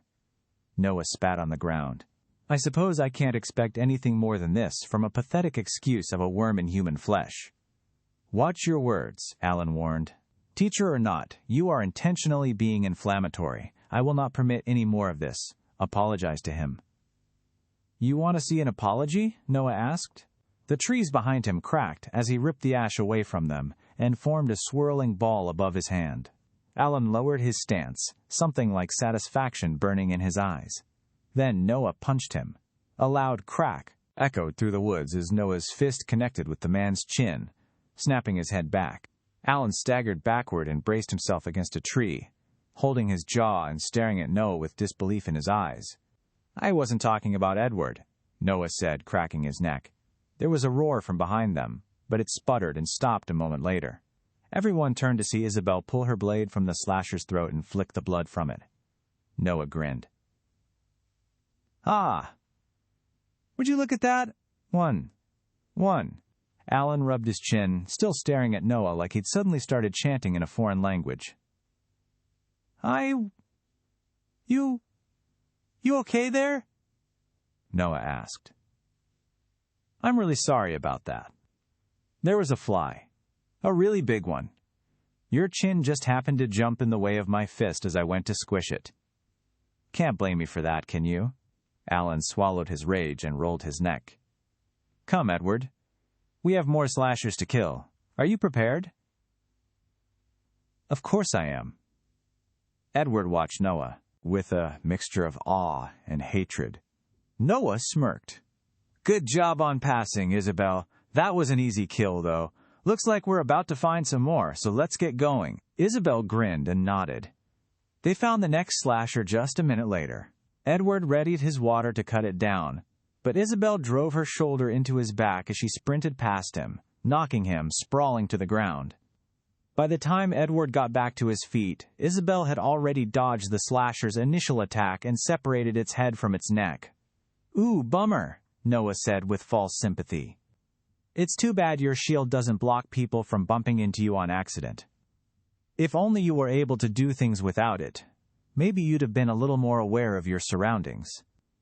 Keep moving, Alan snarled, no longer even bothering to hide his fury. By the way, that's 2-1, Noah said cheerfully. What runes do you have in your book? Just wondering. Alan didn't even bother responding. Todd found them shortly thereafter, breathing heavily. He held up 4 ears, 2 in each hand, as he skidded to a stop before them. Got 2 more slashers, he said proudly, and another one is on my tail. Isabel, I've got this. Edward snarled, shoving past Todd. Todd caught Isabel's eye and jerked his head to their left. Something blurred between the trees. Isabel frowned in confusion, then understanding hit her and she turned, backing up as if to let Edward fight the slasher without interruption. Where is it? Edward demanded, squinting through the trees. Isabel turned and ran toward the direction of the blur. A slasher roared, ripping its claws through the air to cut her from head to toe. Isabel skipped to the side, avoiding the attack, and drove her sword through its throat. 3-1, Noah said. Where's the slasher that was chasing you? Edward asked, looking from Isabel to Todd in befuddlement and anger. Sorry, I must have gotten it mixed up with something else. Todd smiled sheepishly. Whoopsie. Edward snarled and stomped the ground. He stormed into the forest without waiting for anyone to say anything else, and they all ran to keep up with him. Over the course of the remainder of the exam, they ran into 7 slashers that weren't already fighting other teams. Evidently, Alan's willingness to steal kills was limited to only Isabel and Todd, because he never sent Edward after them. The first of the slashers went down to a well-placed beam of condensed fire right between its eyes, crumpling moments before Edward's water got to it. The second and third died to Alan, who killed the monsters before Isabel or Todd could reach them, claiming that they were about to unfairly fight Edward. Noah had no idea what that was supposed to mean, but he was beyond caring. The fourth Edward actually managed to kill, but only because it had already been badly injured, probably by another student who had failed the exam. As for the 5th, 6th, and 7th, all went to Isabel. She killed one while Edward was fighting the other slasher, and stole the other 2 right out from under his nose by executing them in the middle of their fight with Edward. The rules don't say anything about how you get the kill, Noah pointed out when Alan confronted him, and it's not like you or I helped them fight. Are you really implying that Edward would stoop so low as to help Isabel? Of course not. Thus, she earned those entirely on her own merit. Alan had nothing to say to that, and so all he could do was seethe in fury. And, just like that, the 3 hours of the exam came to an end. The transport cannon grabbed all of them, and they fell into particles, pulled back to Arbitage. As Noah's body flew through the blue ether, a rogue thought struck him. I really hope they somehow stagger our arrivals, because there's no way they can get everyone out of that tower in time to make room for us. It'll end up looking like an overstuffed can of tuna. Luckily, Noah's fears were unfounded. Instead of returning within the tower, he found himself reforming on the ground outside it. Other professors and students popped out all around him, many of them falling as they arrived. It looked to have kept the general groups together, because Isabel and Todd were right beside Noah. Unfortunately, that meant that Alan and Edward appeared next to them as well. Congratulations to all of you who passed. Tenfort's voice echoed above them as the proctor took to the air on his flying sword. There were only a few reported incidents this time around, and only 4 severe injuries. None were due to monsters that did not belong in the exam. Instructors, please ensure that you report the results of the exam before the week is over. Students, for those of you that passed, keep up the hard work. This exam was the hardest one you've had so far, But don't get lax. Things don't get any easier. Tenford didn't even bother addressing the students that had failed. He did a loop over their heads and shot off, heading toward the center of campus. Noah watched him leave, then lowered his gaze as the crowd parted and Moxie walked toward them, trailed by a short girl with long, silver hair. Moxie frowned, slowing as she drew close. "Well, that's that." Noah crossed his arms. "I believe we had a deal, Magus Allen." Allen ground his teeth so hard that Noah could hear it. Edward's face was so red that it resembled an overripe tomato. Making enemies of them probably wasn't the smartest move he could have made, but Noah was beyond caring. They'd started the fight. "You cheated," Edward said. Noah cocked an eyebrow. "Cheated? How so, Edward? Please, tell me what tactic I used that you and your teacher didn't. Of course, I can't blame you for suspecting my quality of character. I do have quite the reputation.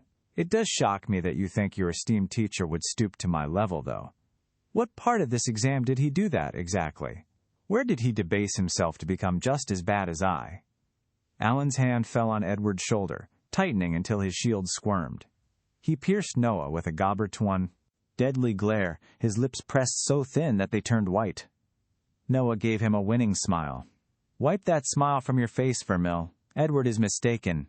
You did not cheat, though your methods are certainly questionable. You may have been able to find loopholes that allowed your student to win this particular challenge, but—" "Isabel." "What?" "My student has a name. She's standing right there," Noah said, nodding to Isabel. "Use her name." "Isabel, then. I will admit that she clawed her way to an irrelevant victory in this, but it will carry no farther. You can only manipulate the odds in your favor so long. When it comes time to advance to the next rank, all this effort will be wasted." Noah shrugged. "We'll see about that. The future isn't my concern.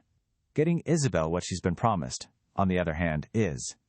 I believe you owe her a rune from your grimoire." Allen's eyes bored into Noah. Slowly he reached down to his side and pulled out a metal-trimmed, leather-bound book. Moving as if he were trapped underwater, Allen forced himself to hand the grimoire out to Isabel. Noah gave Isabel an encouraging nod. She took it from him nervously. "Just tear the page you want from the book," Allen ground out. "I will not stand here for hours while you learn it. They are all replicas anyway. You have 5 minutes." Isabel didn't need to be told twice. She popped the book open and flicked through it, her eyes darting along the pages. After a few minutes of searching, she found what she was looking for and pulled the page out from the binding, tearing it carefully along the edge. She closed the book and handed it back to Allen, who nearly slapped it out of her hand as he grabbed it. He slammed the book back into its holster and spun on his heel. "Come, Edward. We have training to catch up on." Edward scurried after Allen, sending one last dirty glance back at them before they disappeared into the crowd. Isabel folded the page she'd taken up and placed it in her pocket with a trembling hand. Todd slapped her on the back, a huge grin on his face. "Yes! Did you see the looks on those stuck-up pricks' faces? Ha! I'll never forget that. You did well." "Both of you," Noah said. "Isabel, before you do any partying, I'd suggest learning that rune and replacing one of the ones you don't need. We'll celebrate this next class. Until then, dismissed." Isabel finally let a smile creep across her features.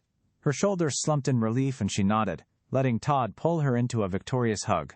As Todd pulled her away, Isabel sent a grateful smile at Noah that spoke more than words ever could. Warmth swirled in Noah's chest. "That's what I do this for. That's the look that every single student should have when they put the work in and get the results of their effort." "I don't believe it," Moxie said, finally speaking up from the sidelines. "You actually did it?" "I didn't do anything. It was all Isabel and Todd," Noah replied with a shrug. Maybe the Linwick family should put a little more focus on training their students instead of pampering them. Moxie shook her head in disbelief. "You're so full of it. Allen is pompous, but he's no slouch. He wouldn't let Edward skip lessons or get subpar education in any way. Tell me something. When you've got an exam, how do you prepare your students for it?" "By training them." "What's that supposed to mean?" Moxie asked. "And how do you train someone to fight monsters?" "By having them practice magic and spar against me." Moxie gave Noah a baffled look. Where's this leading? Wrong. Noah crossed his arms. If you're teaching your students to fight monsters, you train them by having them fight monsters. And that's exactly what we've been doing for the past few weeks. Moxie's eye twitched. You've been bringing your students to the scorched acres? We're not training to be soldiers, Vermil. This is arbitrage. But I didn't see either of them with a shield. Even with them, it wouldn't have been safe, and I find it unlikely that they can form their own shields yet. If we had the funds, I'd love to outfit them with shields, Noah said. After they learn how to fight without them, of course. If you want to be good at something, you do it yourself. Shields look like a fantastic tool, don't get me wrong. But if your entire fighting style revolves around an item rather than your actual abilities, I think you're a pretty poor fighter. That's ridiculous. Moxie's student finally spoke up. You made them fight slashers without a shield? What if they got hit? They could get killed on the spot. It's stupid to fight without a shield. Death is an excellent motivator. I never said I was a safe teacher, Noah said with a cold smile. I'm just an effective one. And, as it turns out, when you lead by example, people learn. I know every single movement the slashers make like the back of my hand. I understand them perfectly. When they can't surprise me, what is there to fear? Moxie stared at Noah. How many slashers have you killed? The sheer amount of them you'd have to go through to understand them that well. Lost count. Hundreds. Maybe more. Noah replied with a shrug. It's literally the only thing I've done for the past month. Every single day? Every other day. I alternated between teaching and hunting, but I spent a good amount of time hunting them before I ever started teaching. How'd you have time to live like that? If you're telling the truth, then you'd have had to spend nearly all of your waking moments in the scorched acres. Noah just arched an eyebrow. Moxie let out a huff of air. You're insane. Do you know what the difference between an idiot and an innovator is? Noah asked. Moxie shook her head. An innovator succeeds. Teaching is all about the pursuit of finding the best way to instruct your students. And, for this exam, my methods worked. I'd call that a successful plan. Congratulations on passing your exam, though. Moxie's student blinked. I didn't say that I passed. Moxie's your teacher. I figured you did. I've got some things to handle, though. Planning a celebration for my students and all that. There's got to be a pizza place somewhere around here. Every good campus has one. I'm going to ask what in the world you're talking about, but I've got a question. Moxie said. Alan looked furious. More than I would have expected him to, honestly. What happened? Noah rubbed his chin. I punched him. On accident, mind you. Moxie's eyes widened. You're kidding. That wasn't the wisest move. He had it coming. I'm not the best at holding back. Honestly, I'm a bit surprised he didn't go at me for that. I half expected to get into a brawl. Vermil, Alan is a rank 4. If he just attacked you, it doesn't matter what you did. Arbitrage would come down on him. Your punch shouldn't be much worse than a bug bite for him. You better expect him to be bringing that up with the Linwick family, though. You're going to pay for that. The only reason he didn't react more is because he's biding his time. That does make a little more sense. I was wondering why he just took it. Well, he had it coming. Bastard was trying to cheat. Noah went to leave, then paused. Say, Moxie, who should I report the results of this exam to? I haven't seen any administrators around recently. Moxie grimaced. Yeah, they're a bit hard to get a hold of. You should be able to report it in the A building. You're the best, Noah said with a wide grin. Moxie just shook her head. Just get out of here. Noah raised a hand in farewell and headed away from the dispersing crowd. Are you going to hold a celebration too? Noah heard Moxie's student ask. He suppressed a laugh. He could practically feel Moxie's glare burning into the back of his neck as he stepped onto the main road and made for the main square of Arbitage. Hopefully pizza both existed and wasn't too expensive. He wasn't exactly swimming in money. Noah's trip to the A building was so fast that it was hardly even worth remembering. After locating it on a map, Noah determined that the A building was actually a small hut with a piece of paper and a quill and ink next to a message box. Several other professors that Noah recognized from the exam were gathered around it. Noah peeked over one of their shoulders to see what they were writing. It was plainer than he'd expected. Just the names of their students, together with either pass or fail. Well, easy is good. It's still hard to think completely straight right now. I need a full night of sleep, damn it. I hate the Hellreaver so much. When Noah's turn in line came, he quickly jotted down both Isabel and Todd's success, then deposited the paper in the box. Then he was on his way. As it turned out, there actually was a pizza restaurant. Noah wasn't sure if that made sense or not. On one hand, every campus he'd ever taught on had pizza somewhere in the near vicinity. It was either on the campus itself or on the street corner right next to it. On the other hand, it was pizza in an entirely different world. Granted, they just called it tomato pie, but it was the same thing. Does this mean that pizza is a common denominator? Wherever there are humans, they'll invent pizza, regardless of the level of technology or the presence of magic. I wish I could have done my thesis on this. Noah was pleased to discover that the pizza wasn't out of his budget. He ordered 2 of them for 2 silver each and asked the chef to make them on the morning of the following day. Beyond pleased with himself, Noah headed home with a smug grin plastered across his face. Now that the exam was over, pathways opened up before him into the future. Each one tempted him in its own way, splitting his attention. He still needed to figure out what to do about the Linwick family, but he was also needed to find a way to replace his lesser wind rune so he could start combining them. Then there was his master rune. He wasn't sure if he could handle it yet, but he wanted to get a handle over it before he actually combined anything. And none of that had even gotten to the Hellreaver, though that would have to wait until he confirmed his control over Sunder. Noah ran his hands through his hair and let out an excited huff. It had been too long since he'd had literally anything to look forward to, and now there were so many things on his plate that he was fairly certain he was going to start forgetting them. Still lost in thought, Noah turned the corner in the hall leading up to his room and nearly ran straight into Moxie. He ground to a halt just in time, stumbling over his own feet. "Smooth," Moxie said. "I wasn't expecting someone to try to bowl me over the moment one got back to my room. What are you doing here?" Moxie raised an eyebrow. "You really think I'm going to leave our conversation from this morning off at that?" "You agreed to trade some answers, so here I am." Noah scrunched his nose and stepped past Moxie, sliding his key into the lock and opening his door. "Impatient, aren't you? Shouldn't you be planning your students' party or something?"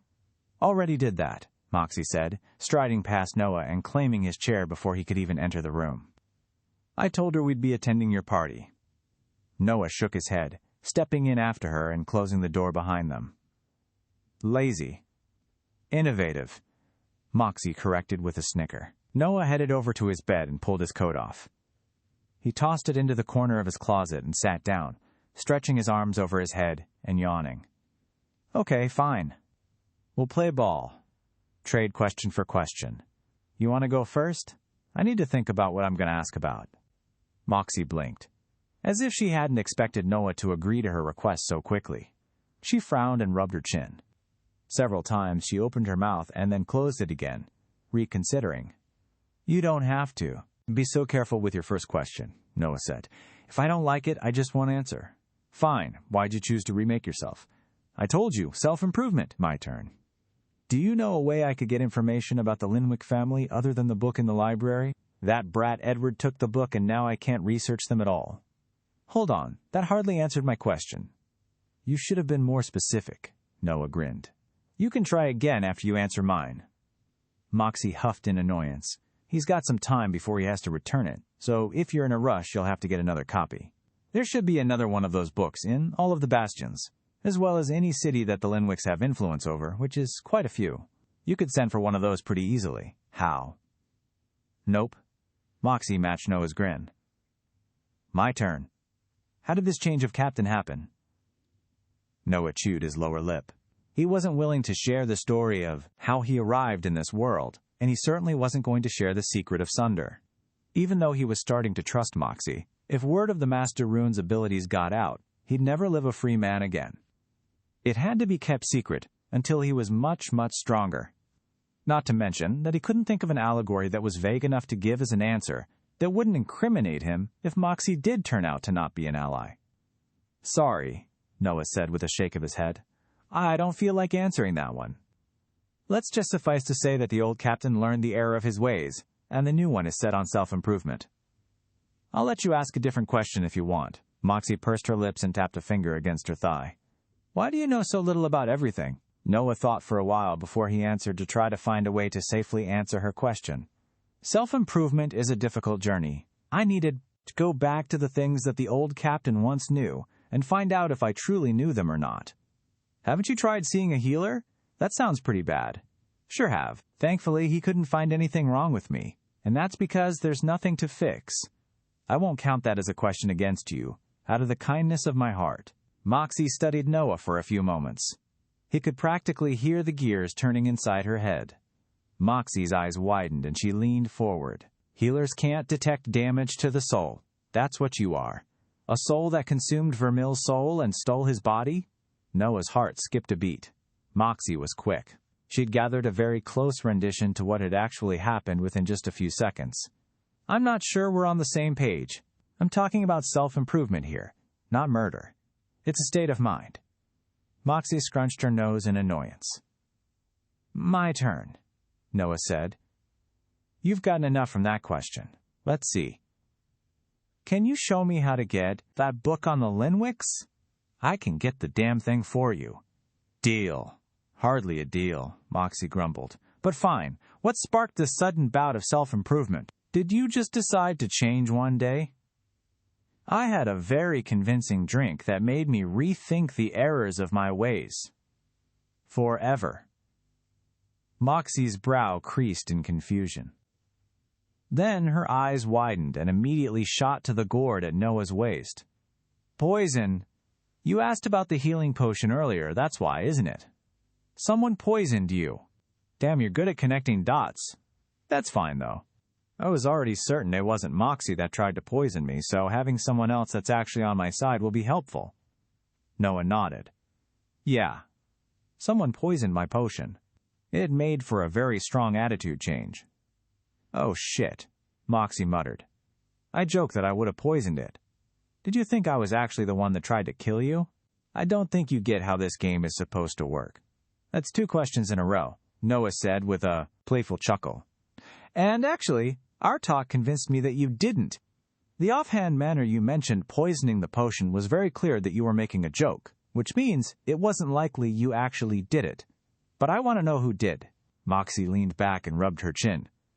I can imagine. I know what your question is, but I don't think I can answer it. I have no idea who gave that to you. There are a lot of people that don't like you. It's too bad you didn't decide to set sail earlier and get that captain changed out a few years ago. Not just the captain. I am trying to improve every part of myself. But, in the spirit of challenging things I once knew, who were you to me? We clearly had history. I was the professor that was hired right before you were. I showed you the ropes around arbitrage. It didn't go well. You were a creep, and the Linwicks only sent you here to get you out of their hair and keep you away from too much attention. Just how powerful are the Linwicks? Noah asked with a worried frown. Nope. My turn. If you're so set on this journey of improving yourself, why have you taken on the tasks that Vermil once did? Because I'm a teacher. I couldn't leave students floundering. Improving yourself doesn't mean abandoning your past decisions. I still have to make up for what was done, even if I'm not the same ship. Moxie nodded slowly. Back to the Limwick question, then. Noah suggested. They're powerful. Not the strongest noble family in the Arbalest Empire, but they're up in the top 10. Not a group that anyone would willingly want to cross. And I finally have a name for the place I'm in. Arbalest Empire. Very medieval. I guess it's a monarchy then. And maybe I shouldn't have pissed Alan off that much. But I refuse to let that prick push Isabel or Todd around. I can't imagine the entire family are all pricks, right? I see, Noah said. What's your next question? Moxie shifted in her chair, thinking for a few moments before she spoke again. Were you serious about how you trained? You've been fighting slashers nonstop without a shield? Yes, it was dangerous, but once I figured out how they fight, it became very good practice. Not to mention that all the energy my runes get for killing them is very helpful. Moxie shook her head. It's just very strange. Taking so much risk when most people could just save up for a while and buy a shield. You're crazy. What if you mess up and die? You're acting more like a soldier than a professor. If Isabel or Todd had noble backing, Their families would be out for blood, Noah shrugged. I suppose it's a good thing they aren't. They needed an option, and this is the only one I could think of that would let them catch up to Edward, and where I presume all the other students are.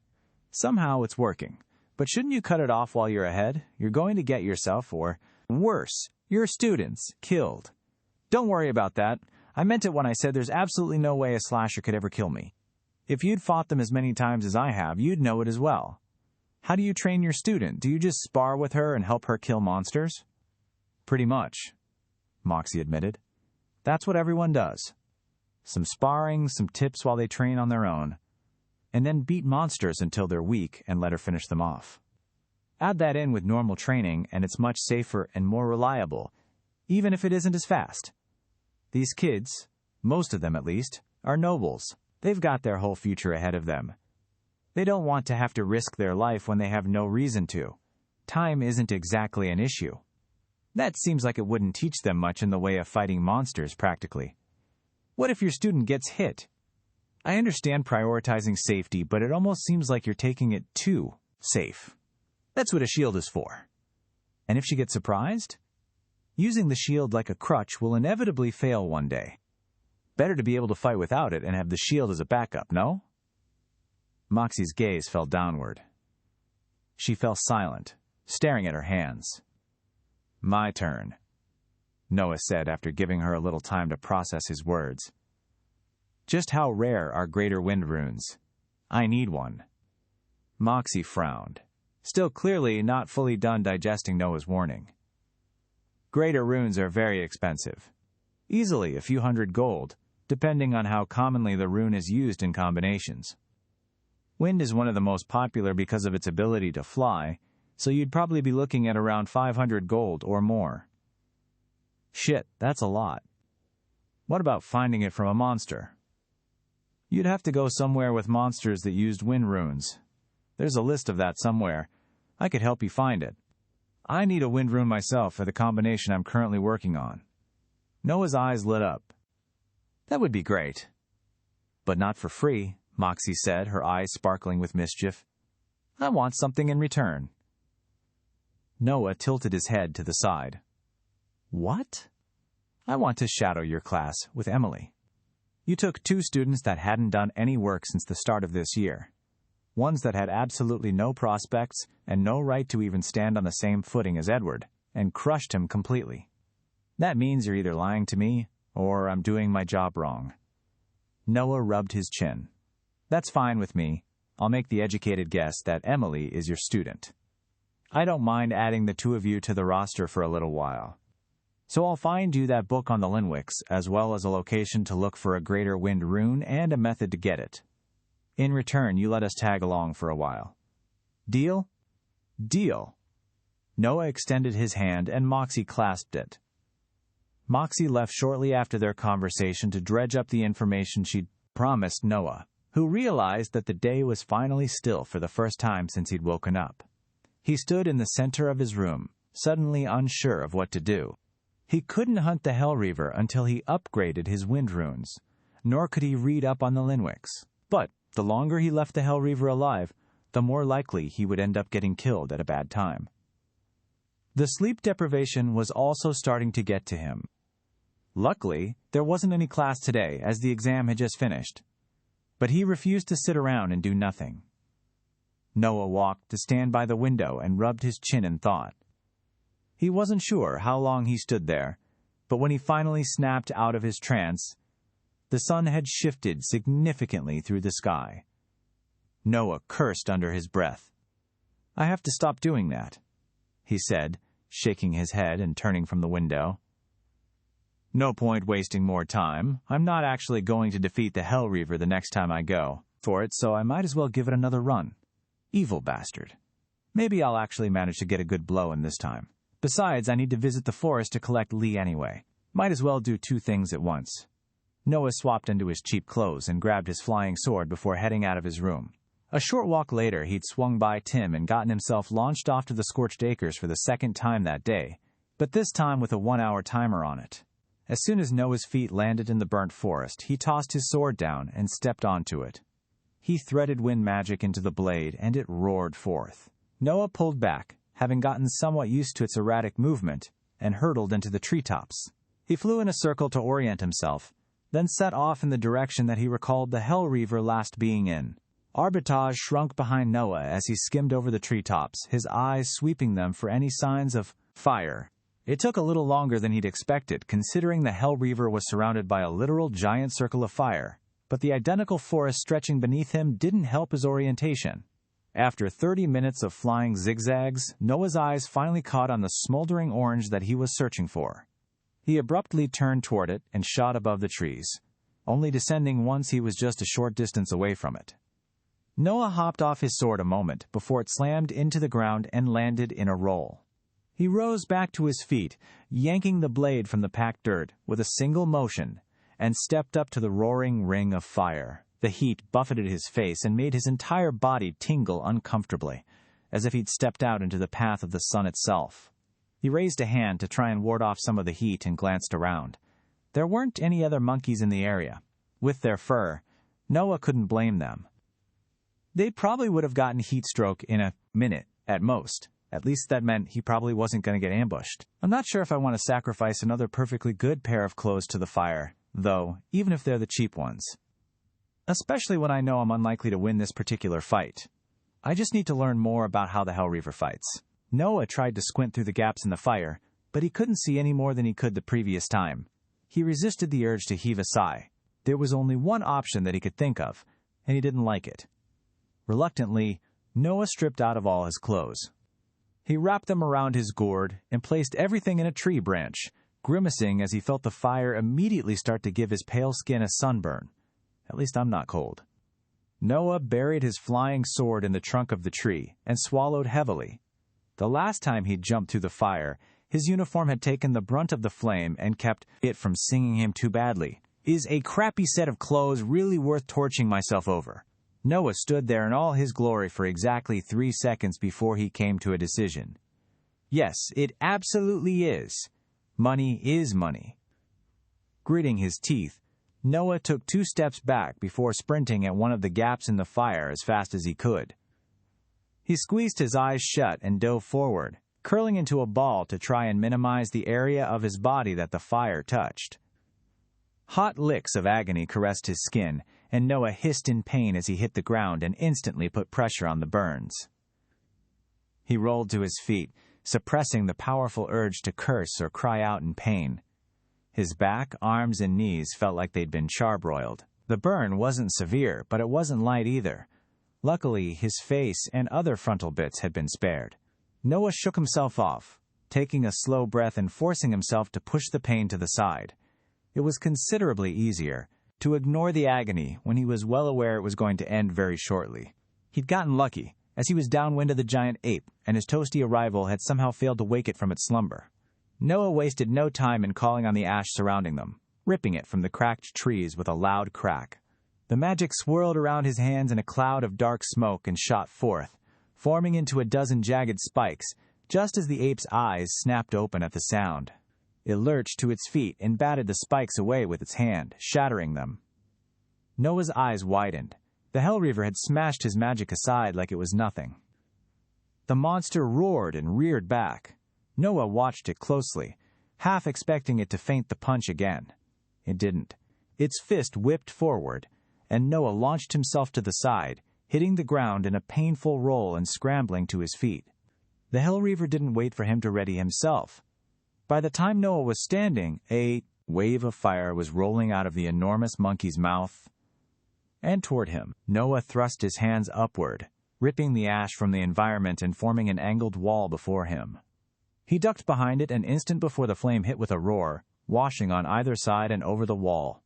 Its heat licked at Noah and he gritted his teeth. As soon as the flames sputtered out, Noah darted out and flicked 2 wind blades toward the Hell Reaver's throat. The monkey raised its arms, letting them absorb the spells in its dense fur, then beat its chest and let out a furious howl. It launched itself toward Noah, stretching out to cut off his path. Noah gathered all the wind energy he could handle and set it off beneath his feet. He shot into the air, flailing as he tried to keep his balance. Flying was considerably easier when he had something beneath him, even if it felt like it was actively trying to buck him off. Noah gave up on righting himself and called on the ash around him once more. His makeshift shield transformed into a needle-sharp pole, and Noah whipped it for the Hellreaver. In an incredible show of dexterity, the monster sucked its stomach in and twisted to the side, letting the spell hurtle past it. The Hellreaver let its gut bounce down and let out a hoot that almost sounded like a laugh. Noah swore, releasing a burst of energy from his last remaining wind rune, to stop himself from splattering on the ground. He landed with a grunt and rolled across the packed dirt, cutting himself on several sharp rocks. Noah staggered to his feet and sent a pulse of vibration into the ground, trying to knock the huge monster off its feet. The Hellreaver didn't even flinch. It didn't even look like it had noticed the magic at all. Noah called on the ash around him, forming another angled wall before him, as the Hellreaver drew in a deep breath. An instant too late, he realized he hadn't seen the fire coming yet. Noah threw himself to the side, and, not a second too late, the monster's fist crashed through his defenses, smashing them to dust. Noah's victory was short-lived. By the time he got his feet out from beneath him again, the Hellreaver's fist was hurtling toward his body once more. Noah tried to call on his wind magic, but it was completely spent. "God damn!" the fist crunched into his body. Noah's soul ripped free as his corpse pinwheeled across the clearing and collapsed near the edge of the flaming ring. The Hellreaver reached down, grabbing his body and popping the entire thing into its mouth. "Net!" Noah finished. The Hellreaver chewed once before swallowing. It huffed in approval and lumbered back to its resting spot. Yawning, it plopped back down and scratched its stomach before closing its eyes and falling back asleep. 0-2, Noah muttered, glaring daggers at the uncaring monster. "But I lasted a lot longer this time around. Next time, I'm going to give you something to remember me by. Send more visions, will you? I don't care how tired I am, I'm going to kill you." A familiar band of energy formed around Noah's throat, and he didn't bother resisting as it yanked him out of the circle of fire and back into his body just outside it, where he promptly fell out of the tree he'd set up in. Noah's hand shot up, even despite his blaring headache, and he grabbed onto the branch to keep himself from face-planting. He groaned and forced himself to unravel his clothes through squinted eyes. Sweat trickled down Noah's back as he shuffled into them, flinching at every flicker of light that bit at his vision. He eventually managed to get into all of them and tugged his sword out of the tree, strapping the gourd to his waist before trudging away to find somewhere shadier to rest. Noah was so focused on doing everything he could to avoid thinking about his headache that he nearly bowled straight into Lee when the skinwalker suddenly appeared before him. Or rather, he would have, had Lee not stepped to the side. "What are you doing?" Lee asked. Noah flinched at the noise. He straightened and peered at Lee. "Oh, crap. Forgot. Should have spoken to you before doing stuff." Lee glanced over Noah's shoulder, in the direction of the Hellreaver. "You just tried to kill the Hellreaver," Lee said. Noah couldn't tell if she sounded more impressed or baffled. "How'd that go for you?" "Poorly." "I could have guessed that myself," Lee said dryly. She poked at Noah's shirt beneath his coat. "You've got this on inside out." "It's a new fashion." "Sure," Lee said with a smirk. "You all here? You don't look that great." "I'm fine," Noah replied with a grimace. He hadn't expected the skinwalker to find him that quickly. "How'd you find me?" "I thought we'd meet at the normal spot." "Took me a bit since you zipped off right after arriving," Lee replied with a scowl. "I wish you'd waited for me to show up. I'd have loved to see you fighting the Hellreaver." "I bet that would have been fun. Need to be more careful. Got lucky Lee wasn't here when I revived. Idiot. Think more. Just so hard to string thoughts together with the exhaustion. If I don't take care of the Hellreaver soon, it's going to blow my cover one way or another." "I'm sure you'd have liked that," Noah said with a forced chuckle. "You did good with the exam." Lee grinned. "I did, didn't I? I even shifted back to your form to get Todd to work with me. I've got no idea who that kid and the old guy were, but pissing them off was hilarious. Can we do that more?" "No promises." Noah grimaced, then shook his head. "Probably, though. I owe you clothes." Lee's grin stretched even wider. "Yes. Do I get to pick?" "Within normal stuff." "Yes." Noah rubbed his temple. trying to push the headache away. Not today, though. I'm about to go back to arbitrage. Seriously? Lee asked. You really came here just to get your ass handed to you by the Hell Reaver? Noah cleared his throat. Do you like it or something? What? No. Could have fooled me. Lee muttered. Fine. Do I have to wait out here until you get back? Noah shrugged. No. Can you just walk into arbitrage? Lee nodded. Can't see why not. I wouldn't know what to do, though. I've never been in a big city. School, not a city. You can just come to my room, Noah said through a frown. Don't get too caught up with anyone, though. Just go straight there. Building T. It's got my name. No? Ah, Vermeil. Magus Vermeil. Noah couldn't tell why, but the headache felt more violent than it normally was. He shook his head, pushing the pain back. It would only be for a few more hours, and it was a poor idea to show weakness in front of a predator, even one he was allied with. I can do that.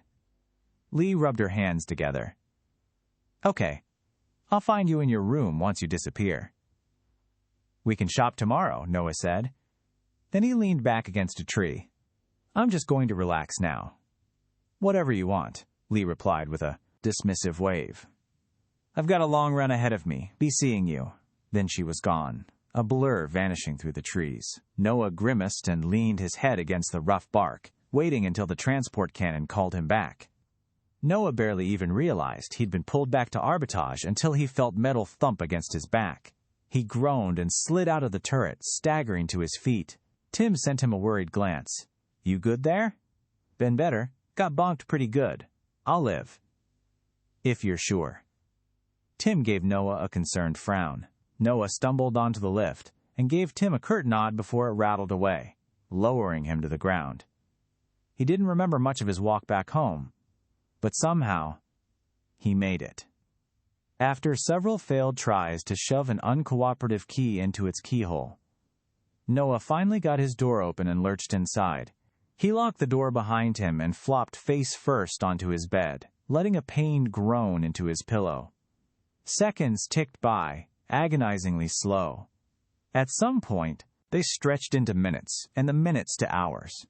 Noah kept his head in the darkness of his pillow, waiting the pain out. It finally started to lessen deep into the night, only completely fading away a while after that. Noah wasn't exactly sure how long it had been. His sense for time was already bad, and it was worse when he couldn't even think. Noah shifted and wiped his eyes with a grimace. He blinked carefully, making sure the headache had actually completely vanished, before he dared to swing his legs over the edge of the bed and sit upright. I could have sworn that headache was worse than the other ones. What was that all about? Noah plunged into his mind space, and darkness swallowed his room. Runes flickered to life around him, and the Sunder rune rumbled above his head. Noah ignored it and cast his gaze out to the edges of his vision. A large chunk of white burned in the darkness, far larger than any of the other soul wounds he'd taken. Noah's eyes widened and he approached it warily. Much of the soul damage he'd taken previously had healed over, though he still had damage from the deaths to the Hell Reaver. But this was new. It wasn't as bad as it had been when he'd started seeing hallucinations of the normal monkeys everywhere, but it was far from great. Why did I take so much damage? What happened differently? I don't get it. Noah ran through the fight in his mind, trying to see if something out of place had happened that set it apart from the first time he'd fought the Hell Reaver. The only thing that came to mind was that, the first time, his body had been burnt to cinders and there was nothing left, while the second the Hell Reaver had eaten him. Even as the words mentally rose to his head, Noah cursed. That bastard stole energy from my soul by eating me, didn't it? If monsters get energy from kills too, it wouldn't make sense for them not to get energy from me when I died. I've never lost any progress in my runes, which means it's got to come from my soul. That's an uncomfortable realization, actually. Does that mean I'm basically stealing monsters' souls to get stronger? I'm over it. Shouldn't have tried to kill me. Still, I want my damn soul back, Hell Reaver. And I also need to make sure you don't get any more snacks the next time we fight. Noah let himself slip back into the real world. To his room, where Lee was sitting in his chair, rocked back on two of its legs and balanced precariously. She raised a hand. Hello? Noah blinked. He rubbed his eyes, then bolted to his feet when Lee was still there. What?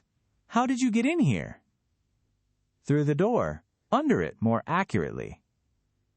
Noah looked at the door. It was still locked, and the key was in his pocket. The gap at the bottom of the door couldn't have been more than half an inch tall. You fit through that? Lee held a hand up. Her fingers flattened and extended, turning paper thin and flopping. Around, she raised an eyebrow, and her hand returned to normal. Noah's eyes narrowed. Can all skinwalkers do that? Lee shrugged. No clue. I can, though. Does it matter? Yes, Noah replied testily. It does. And I don't believe you.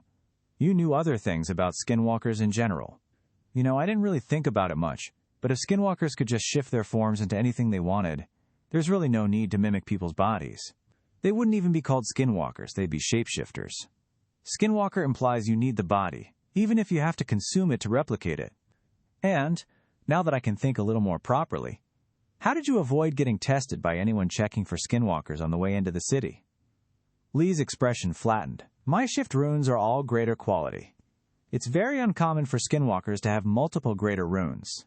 Having 6 of them lets me essentially hold any shape I want to for an indefinite period of time. Eating the body helps me learn every single part of it perfectly, but it isn't strictly needed with the strength of my runes. Most skinwalkers would lose control of their bodies within a few minutes if they tried to do this. Why didn't you just say that? Because you aren't the only one with secrets to keep.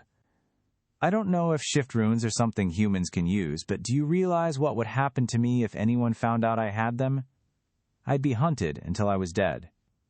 More greater runes means more chances to steal it from me when I die. Noah grimaced. Getting hunted down by a bunch of bloodthirsty animals was something he could relate to far more than he wanted. That's understandable. We've got our secrets. As long as you avoid killing anyone, then I don't care. I'm still not convinced you're even giving me half the story. But as long as you follow your word, I don't care for the time being. I need allies. And it's not like I'm being particularly upfront with my own secrets either. That was the deal, wasn't it? No humans. Or anything noticeable, Noah said, looking down the bridge of his nose at Lee. She scoffed and nodded. I'm not an amateur. Did you ever leave the Scorched Acres? Well, no. Then yes, you are an amateur. Lee rolled her eyes and crossed her arms. Whatever. Not all of us get to get themselves killed over and over without any recourse. So, when do I get my new clothes? Do you see how the sun isn't out yet? Nobody is awake yet. The stores are closed. Seriously? Lee picked at her baggy shirt in distaste. It's perfectly good out. Nice and dark. Not too hot. Why would anyone choose to want to be outside in the hot sunlight voluntarily? Because things like you are roaming around at night. Lee snickered. Good answer. What do we do then? I'm already bored. There wasn't anything interesting in your room. How long have you been in here? Were you watching me sleep? Noah asked. No, I was watching you roll around with your head in a pillow. I don't think you were doing much sleeping. Noah nearly laughed, but he stopped himself. The one thing he didn't need to do was encourage Lee to be even more sarcastic. How old are you, Lee? You seem like a teenager. I've been living in the Scorched Acres for about 16 years, and it took me about 4 years to properly form a body. So, 20, I guess. Just a little older than Todd and Isabel, huh? Interesting. Good timing. Maybe you should be a student rather than a teacher. As if you could teach me anything about runes. I don't use them like humans do, remember? I'll have a lot more fun beating you up. Noah grunted. His sleep was well and ruined, so he rose from his bed and grabbed a jacket, slinging it over his shoulders and adjusting the name tag above his breast so that it was squared. He headed over to his bathroom, and Lee followed behind him. Do you know anything about Master Runes? Noah asked as he stood in front of the mirror, trying to untangle his long hair. Lee peered curiously over his shoulder. She grabbed the top of her head and stretched it out until it was twice as long, then stuck her tongue out. Noah shuddered, and Lee let her head snap back to its normal shape. This is the best thing in your room. It's like a perfectly still lake. I love it. It's a mirror, Noah said wearily. Master runes? Right. You mean the Hell Reavers? Lee's eyes rotated around in her head, and she lengthened her legs until she was taller than Noah. You look short from up here.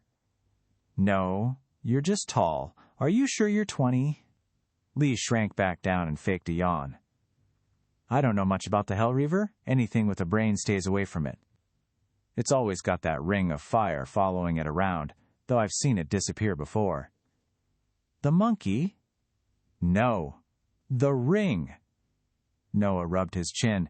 It takes the ring of fire down? Why? I noticed it left gaps in the fire big enough to jump through, but I didn't think it was intentional. Lee shrugged. I don't know. Maybe as an invitation for things stupid enough to try to fight it, so you can deliver it a piping hot meal in its bed. I've seen it happen pretty often, though. Always from a safe distance, mind you. I don't have a death wish. That's exactly what I've been doing, isn't it? Is the Hell Reaver literally using this link to my soul to do the equivalent of place a delivery order on a takeout meal? And other monsters stay away from it as well? Was it mages then? Lee shrugged once more. Maybe.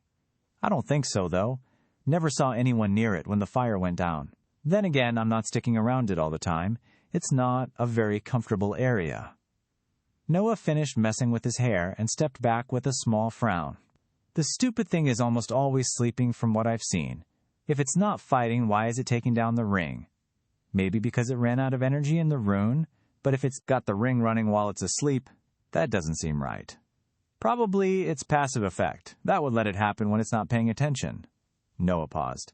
Passive? Yeah. One of the main differences between normal lesser and greater runes and master runes, Lee corrected. At least, kind of. Everyone wants one for themselves at some point, and they're one of the few runes that work on literally everything. Kill a monster with a master rune, now it's yours. That's how it works. It's a much easier dream than getting a bunch of really powerful, normally combined runes, since there are a lot of master runes sitting around that are more weird than powerful. While getting strong combined runes is almost impossible for the average person. They're also completely unique, though they range in power a lot. Unique doesn't always mean strong. Some master runes are borderline worthless, while others are obscenely strong. And? Noah gestured for Lee to continue. Well, master runes aren't just fancy runes. That's why they've got master in the name. They're the pinnacle of whatever concept they are, but they're so powerful that things usually wrap back around and they get an inverse effect. When I asked my donators, they said that the inverse effect was called a passive. Noah drummed his fingers on the sink. The back of his neck prickled as one more piece slipped into the ever-growing puzzle. That's it! Lee flinched at the sudden sound.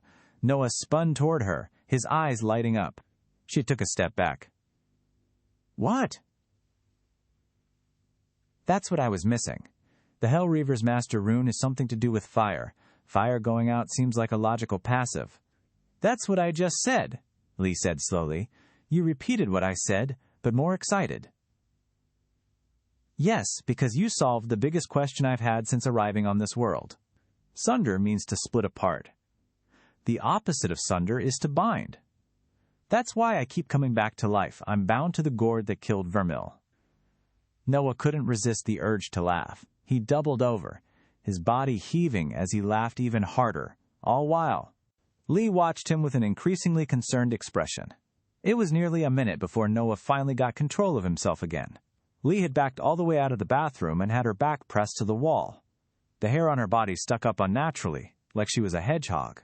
Noah wiped the hysterical mirth from his eyes and shook his head, straightening up and letting out a slow sigh, barely pushing down the urge to start laughing again. The demon didn't somehow bind me to this body. I'm not cursed, and the power doesn't even belong to someone else anymore. It's all my master rune. Sorry about that. You just gave me the answer to something I've been thinking about for a long time. I grew up in a place with very little information about runes. Noah looked into the mirror and grimaced. His small fit had made his eyes completely red. Oh well, Lee watched him through narrow eyes. What? Why are you looking at me like that? I was just laughing. It was unsettling, Lee replied. You didn't smell right. Smell? You were sniffing me while I was laughing? And you have the audacity to be judgmental? Most humans are prey. You already smelled off, Lee said, pressing her lips together as she searched for the right words. a mixture of confidence and vulnerability. It didn't make sense. Noah shook his head. Never mind. I already promised not to poke too deeply into your passings as long as you keep your end of the deal up. You might want to get control of your hair, though. You look like a pencil.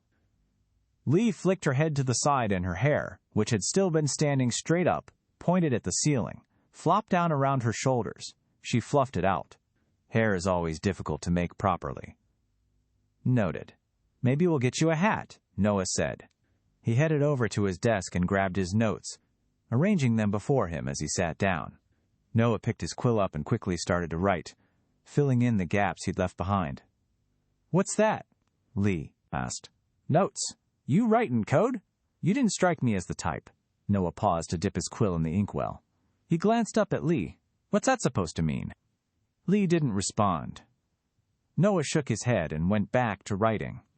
He'd never quite gotten used to rushing his work after coming out of the afterlife, so he was still writing by the time the sun started to rise. "How much longer are you going to do that?" Lee asked with a groan. "Come on, I'm bored." Noah set his quill back in its spot and blew on the papers before laying them out on his desk to let them properly dry. He stretched his arms over his head and yawned. "I'm done. We're going to need to make a stop before we go shopping." "Oh? There's someone I need to introduce you to. Before I start passing you off as a teacher, I'm going to need to make sure that doesn't somehow get me into trouble. If we want things to work safely, I'll need to share your secret with her. Otherwise, I don't think I can pull this off." Lee pursed her lips, then nodded. Noah pushed back from the chair and rose to his feet. Lee trailed after him as he headed out the door, only pausing to lock it behind them. They made their way down the hall and up to Moxie's room, where Noah rapped on the door several times. It was silent. He peered out the window in the hallway. The sun was already rising. Well, he could see a little bit of its orange hue just poking over the horizon. That counts as rising, right? There was a loud thump from within Moxie's room. Noah turned back to her door as it creaked open, revealing a very messy-haired and more than mildly displeased Moxie. "What?" Moxie asked irritably. "Did something happen?" "Something like that," Noah replied. "If you're going to be shadowing my classes, this is going to affect you as well. I need some rules clarified. Did I show up too early?" Moxie squinted past Noah.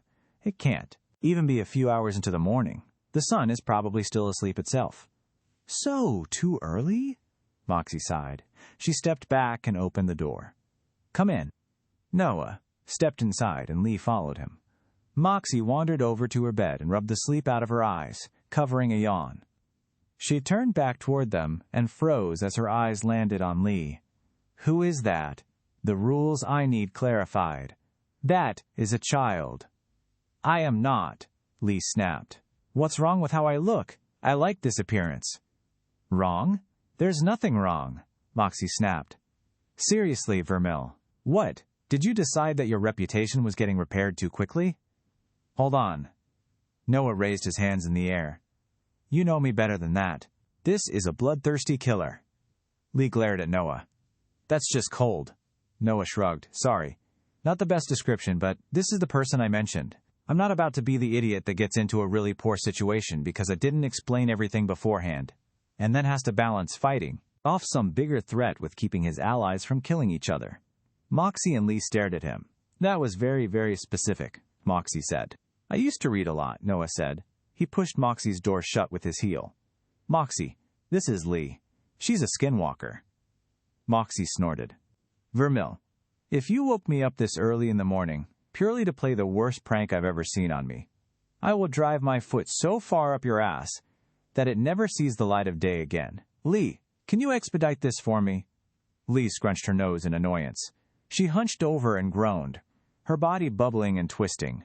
It ballooned outward, gaining mass and transforming into a perfect copy of Noah. Lee straightened back up. "Hello." "Shit," Moxie breathed, reaching for a metal band on her dresser as her eyes widened. She pressed it onto her wrist and it snapped shut. A green hue washed over her bedclothes. "Vermil, why do you have a skinwalker in my room? And why are you friendly with it?" "Because she's working with me." She swore a rune oath. "A skinwalker? You got a skinwalker to agree to a rune oath? First. How? Second. Why? You're insane. That, Lee replied, her lips stretching into a cold smile, is not your concern. Yes, Noah said, flicking Lee in the back of the head. It is. Don't do that coy shit with Moxie, please. I'm doing enough for both of us. We need her help. And Moxie, what do you mean by why? It's just an oath she can't break, isn't it? A rune oath takes something from both parties, Moxie said, pressing her lips together. You're literally binding your runes and souls together. If someone kills the skinwalker now, your runes will take damage. Nothing permanent, but more than enough to be a step beyond an inconvenience. Take too many rune oaths, you'll pull your own soul apart. And, I don't know if you've noticed, but skinwalkers don't tend to live long in human societies. The same obviously goes in the other direction, though. Ah, damn, well that explains why people don't just go around swearing rune oaths willy-nilly. Runes are part of my soul, not my body, so she shouldn't be negatively affected by my deaths, since the runes are still perfectly fine. Lee let her shoulders slump and sighed. Every day, I regret this even more. First, you make me sit around for 2 weeks, then you won't even let me have fun. Are you even going to take me shopping? Moxie's hands slowly lowered. She looked from Noah to Lee. Then she tilted her head. Noah recognized that, look, he was starting to get used to it. It was the one Moxie made right before she figured out something he wasn't quite about to tell her. This was your backup plan for the exam? Worked like a charm. Moxie ran a hand through her hair. It looked like she couldn't tell if she was supposed to be surprised, impressed, or disappointed. In the end, she managed a little bit of all three. Okay, right. You're sure you swore a rune oath? Lee and Noah nodded. No more eating humans for me, Lee promised. Only large animals that won't be noticed when they go missing. Moxie cocked an eyebrow. Noah cleared his throat. It's a work in progress. She's on our side, though. Moxie considered Noah for a moment, then gave him a small nod. If you say so.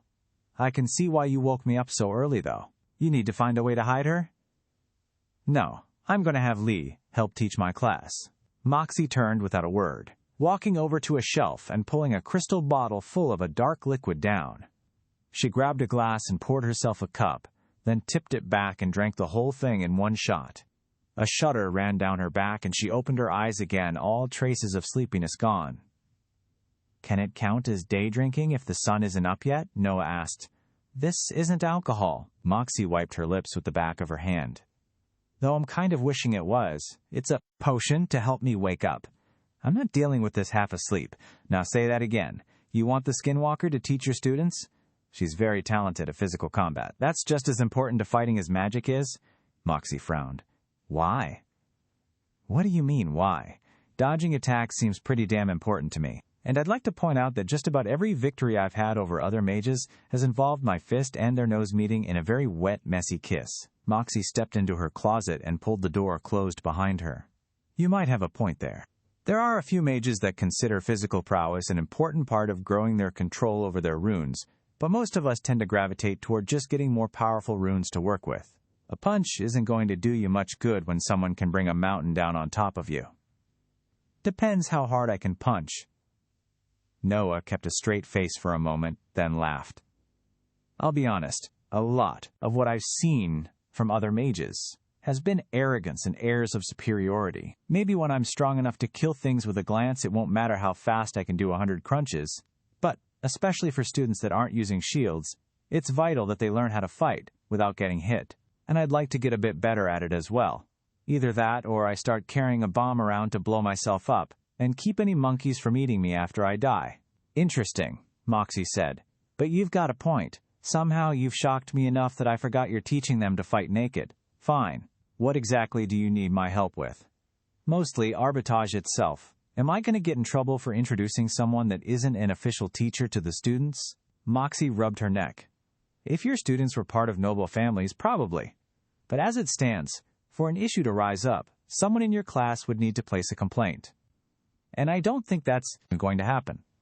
Arbitrage doesn't care what happens to Todd or Isabel either. You should be good to go. That's simultaneously depressing and great news, Noah said. Great. One more question. How invested are you in working with me? Working is a bit of a stretch. A temporary partnership. Moxie started, then sighed and shook her head. Never mind. I'm too curious at this point. What do you want? I promised Lee I'd take her shopping for clothes. She's been looking forward to that. Unfortunately, I find myself unaware of where to go for that kind of thing. Care to save us some time? I want to see everything. I've only heard stories, Lee said. You call them skinwalkers, but you also walk around wearing other animal skins. Let's start with that. Yeah, I know some places that are probably unfortunate enough to be open already. Moxie poured herself another shot of her potion and downed it. She put the bottle back on the shelf before snorting and muttering to herself under her breath. Shopping with a skinwalker. Who would have thought? As it turned out, finding a pair of new clothes for Lee was far easier than Noah had expected. The walk over to the store took a little over 10 minutes, which was considerably longer than the 3 seconds it took Lee to point at the first thing she saw. A plain-looking set of tanned leather armor. That one. What? Noah asked. I want that. You realize I can only afford a single thing, right? I'm not getting you a whole wardrobe. Just that is fine, Lee said. Noah shrugged and caught the shopkeeper's attention. He wasn't particularly worried about if it would fit Lee. She could always just change sizes until it did. The armor was cheaper than his own uniform, coming in at only 5 silver. In total, it took under a minute between walking into the store and walking out. Well, Moxie said. That was fast. I'm not sure what I expected, Noah agreed. I want to know why armor is cheaper than our uniforms, though. What's up with that? Because the material in the uniform is expensive. Most people don't need to buy more than a few sets and rarely need to replace them. Maybe because they actually remember to use their shields. There's no forgetting involved. Noah grumbled as they headed back down the road and away from the shopping district. Noah waited to speak again until they were a good distance away from any passers-by. I'm going to start thinking on what we're going to cover after the party today. Lee, I don't know if you want to hang around or roam, but make sure you don't get waylaid anywhere. You don't want anyone to figure out who you are. Lee gave him a thumbs up. That would require me standing still long enough to get scanned. I saw some nice trees. I bet they're comfortable to lay in. I'm going over there. Shouldn't I show you where we're going to be first? Lee shook her head. I know what you smell like. I'll find you. She flitted off before Noah could respond. Darting down the road and hopping a fence, Noah and Moxie watched her leave. She's not just any skinwalker, Moxie said. She transformed into you so easily. That isn't normal. She's something more. About that, I've gathered that much. I'm going to give her the benefit of the doubt right now, especially since she's bound with the rune oath. I think she really does just want to relax. I suppose it's possible. I've never heard of a skinwalker this intelligent. Normally, they just pretend to be the person whose body they've taken and keep at it until they get killed. She seems just as intelligent as we are. Every day, I learn new things. Once you get used to constantly being in a state of learning, finding things that are out of place doesn't bother you as much, Noah said. I trust her to follow her word. Then that'll have to be enough. What are your plans after this class? The next exam isn't in the Scorched Acres. Is there a list of these exams somewhere? Noah asked. I never found one of those. Must have gotten misplaced. Moxie rolled her eyes. I'm sure. I'll make a copy of mine. The next exam is in 4 months. It's the team survival test. They reached Building G. Moxie's nose wrinkled in distaste, but she followed Noah into its dark corridors. That's self-explanatory. I take it they've just got to camp out for a few days? Yep. They haven't decided where it'll take place, but it's usually an area that has a high monster population. If you interfere with anything your students do, it'll count as a failure. Nothing new there. So we'll have to make sure they know how to get food, water, and shelter in addition to defending themselves. That shouldn't be too much of a task. How long does the test last? 3 days, Moxie replied. They reached the door to room 100, and Noah pushed it open with a creak. He stepped inside, sniffling slightly as a little dust entered his nose. Moxie cast a critical gaze around the room. You don't look like you approve of my accommodations. Your room is disgusting. Noah walked over to the podium and leaned on it. Blame the school, not me. I didn't choose it.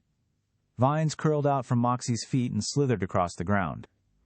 They gathered the piled desks from the corner of the room and arranged them back in their proper positions, separating the mostly undamaged desks from the unusable. Moxie extended a hand and the wood from the useless desks peeled away.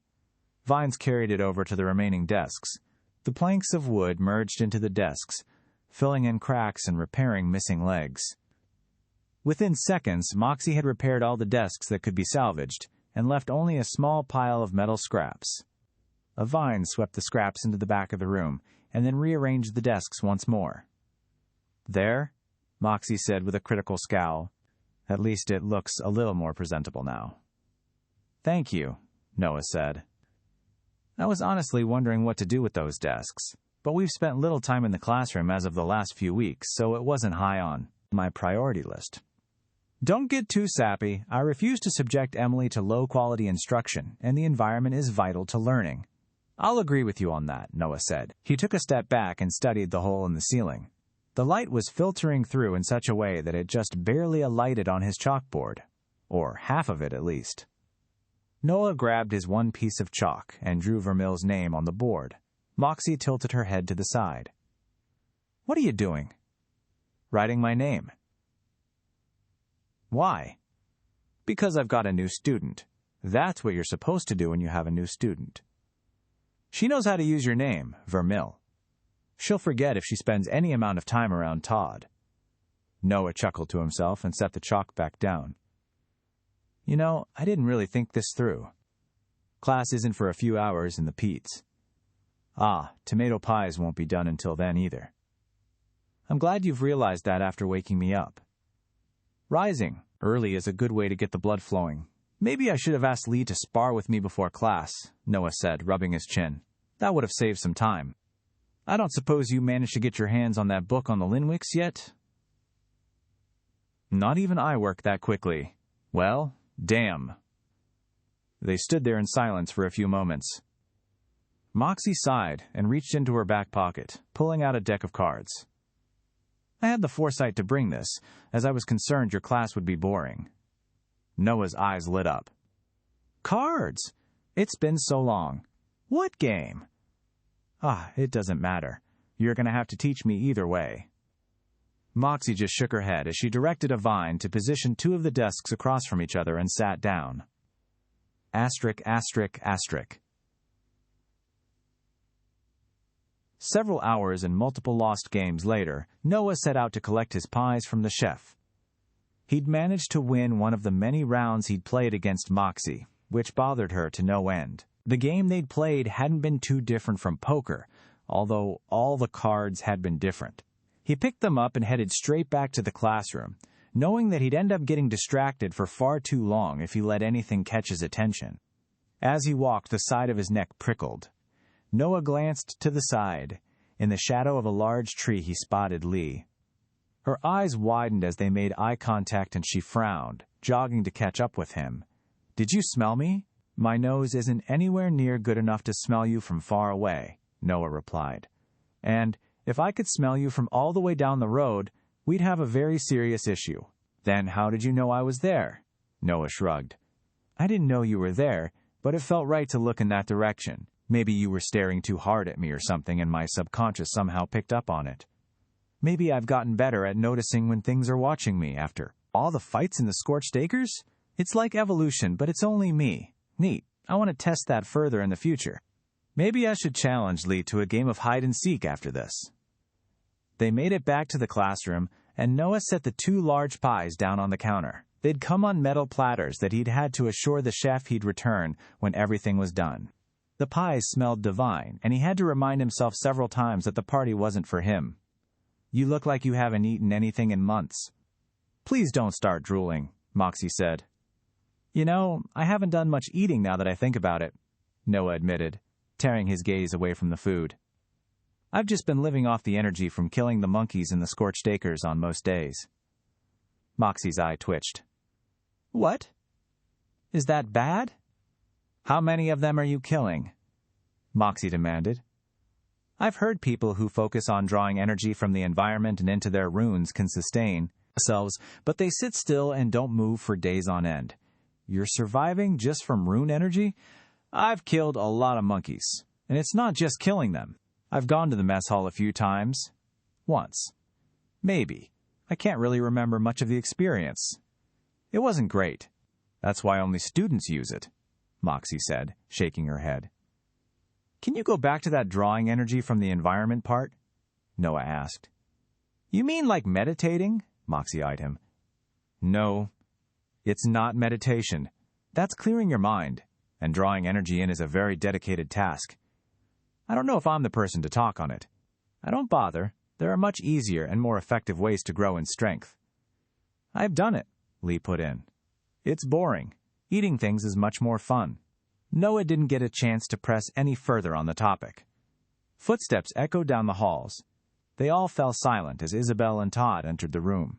Their eyes widened as they spotted Moxie beside Noah and took in the refurbished room. Todd opened his mouth, then sent a pointed glance at Moxie and closed it. There's nothing to be concerned about. Noah waved to the pizza behind him. Help yourselves, please. Moxie, is Emily coming? I'll have to go collect her. It shouldn't take long, Moxie replied. I'll be back soon. Save me a slice. She slipped past the students and headed into the hall. Once the sound of her footsteps had faded, Isabel raised an eyebrow at Noah. What? Noah demanded. Don't give me that look. She's scary, Todd said, walking up and claiming a slice of pizza. Thanks for the food, teacher man. And for the, well, you know. Everything so far, Isabel finished. Well, most of everything. Wait, not that either. The last month. Especially the last month. Noah laughed and shook his head. Just eat, would you? You both earned this. After today, we're hitting the road running again. Our goal isn't for you to just pass these exams. You're gonna smash them. Noah was glad that the pizzas had turned out to be larger than he'd expected. Moxie returned with Emily a little over 10 minutes after the other professor had set out. In that time, they'd only managed to go through a little over half of one of the massive pizzas. It had tasted every bit as good as Noah had hoped, but he'd been struck with a very unfortunate realization that he'd forgotten food tended to go best when you had something to drink together with it. So, when Moxie walked into the room beside Emily carrying several water skins, his eyes lit up in delight. You brought drinks! Moxie just sighed and shook her head, tossing 2 of them to Todd and Isabel. She handed the last one to Noah. Thanks, Noah said. He nodded to Emily. Congratulations on passing your exam. Nice to formally meet you. Help yourself to some food. The next 30 minutes went without much of anything other than eating. Between the 5 of them, they had eaten everything other than a bit less than a quarter of the last pizza. It was the first memorable meal that Noah could recall having in a very, very long time. Are we going to do this after every exam we pass? Todd asked, slumping back in his chair. He wiped some tomato sauce from his mouth and grinned. I don't think I'm going to fail a single one if you do. I think I can agree to that, Noah replied. Let's focus on getting there first, shall we? Deal, Todd said. He glanced at Moxie out of the corner of his eye and straightened up slightly. Not that I've got a problem with it or anything, but why is Magus Moxie here? Why does she get the honorific when I'm just teacherman? Noah complained. And Moxie is going to be shadowing my class with Emily for a little while. Emily's eyes widened and she shot a look at her teacher. What? He's got some interesting methods, Moxie said with a shrug. I think a little variation would do you well. I might have overlooked some things. He makes his students fight monsters without shields, Emily exclaimed. I don't want to get killed. Todd and Isabel exchanged a smug glance. We're done with monkeys for the time being, actually, Noah said with a reassuring smile. That was mostly just for this exam. Now that it's over, we're going to be moving on. Emily let out a relieved sigh. Oh, that's good. Moxie looked considerably less convinced. When you say that, do you mean you're done with the shieldless training? Or do you mean it's getting worse? Worse. Definitely worse, Noah said, his grin turning predatory. He clapped Todd on the shoulder. My students here are determined to shoot for the top, you see. That's the only way they get pizza parties. It's a good motivator, right? Why do you keep calling it pizza? Moxie asked. I've never heard that word before. Come on, Noah muttered, the wind falling from his sails. That was supposed to be a cool moment. You were supposed to be impressed. I'll be impressed when I see results. What are we going to be doing? Isabel asked. Are we going to be training in a different area now? At some point, yes. But there's something more important that we're going to start with, Noah said. And it's something that I need to work on just as much as you do. We're going to be splitting our classes from here on out in half. Every other one will be taught by a different professor. Everyone turned toward Moxie, but she shook her head. Not me. It's me. Lee sprung up from behind the desk she'd been napping at. Isabel, Todd, and Emily all flinched, nearly jumping out of their desks. The shade here is so nice. Very comfortable. Todd looked from Noah to Lee. Then he exchanged a knowing look with Isabel. They both just leaned back in their chairs, content to see what was going on. Emily looked considerably less convinced. I don't mean to cause any offense, but is this a joke? Emily asked, looking to Moxie in befuddlement. I get wanting to see what Vermil is doing, but that can't possibly be a professor. She's not even in a uniform. Sure I am, Lee replied. I'm wearing armor. That's a uniform. No, it isn't. Uniforms are things a lot of people wear. Do you see anyone else wearing armor? Lee pursed her lips. Just because they aren't here doesn't mean there aren't people that wear armor. Lots of soldiers wear it. We're mages, not soldiers. We haven't joined the army. Magus Moxie, come on. Tell me if you're playing a joke or not. I'm afraid not, Moxie said. I'm sure that Vermil plans to demonstrate just how effective his friend is. Of course I do. Noah crossed his arms. It does strike me that it would have been wiser to introduce her at any time other than right after we ate, but too late for that. This is Lee, and she's going to be instructing all of us in hand-to-hand combat. Emily glanced over her shoulder at Isabel and Todd. You're just taking this at face value? Do you still have the slasher claw? Todd asked Noah. He blinked, then nodded. Somewhere in my room, yes. Why?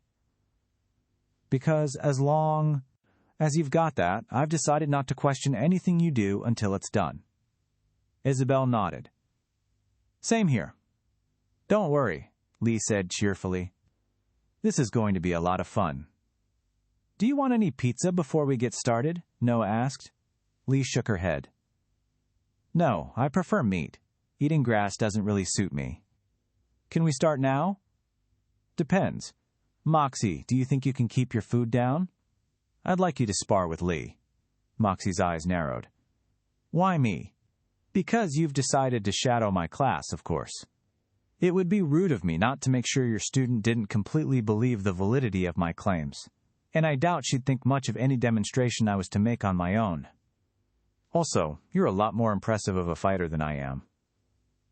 Moxie heaved a sigh and rose from her table. Lovely. Let's get on with it then. Outside, please, Noah said quickly.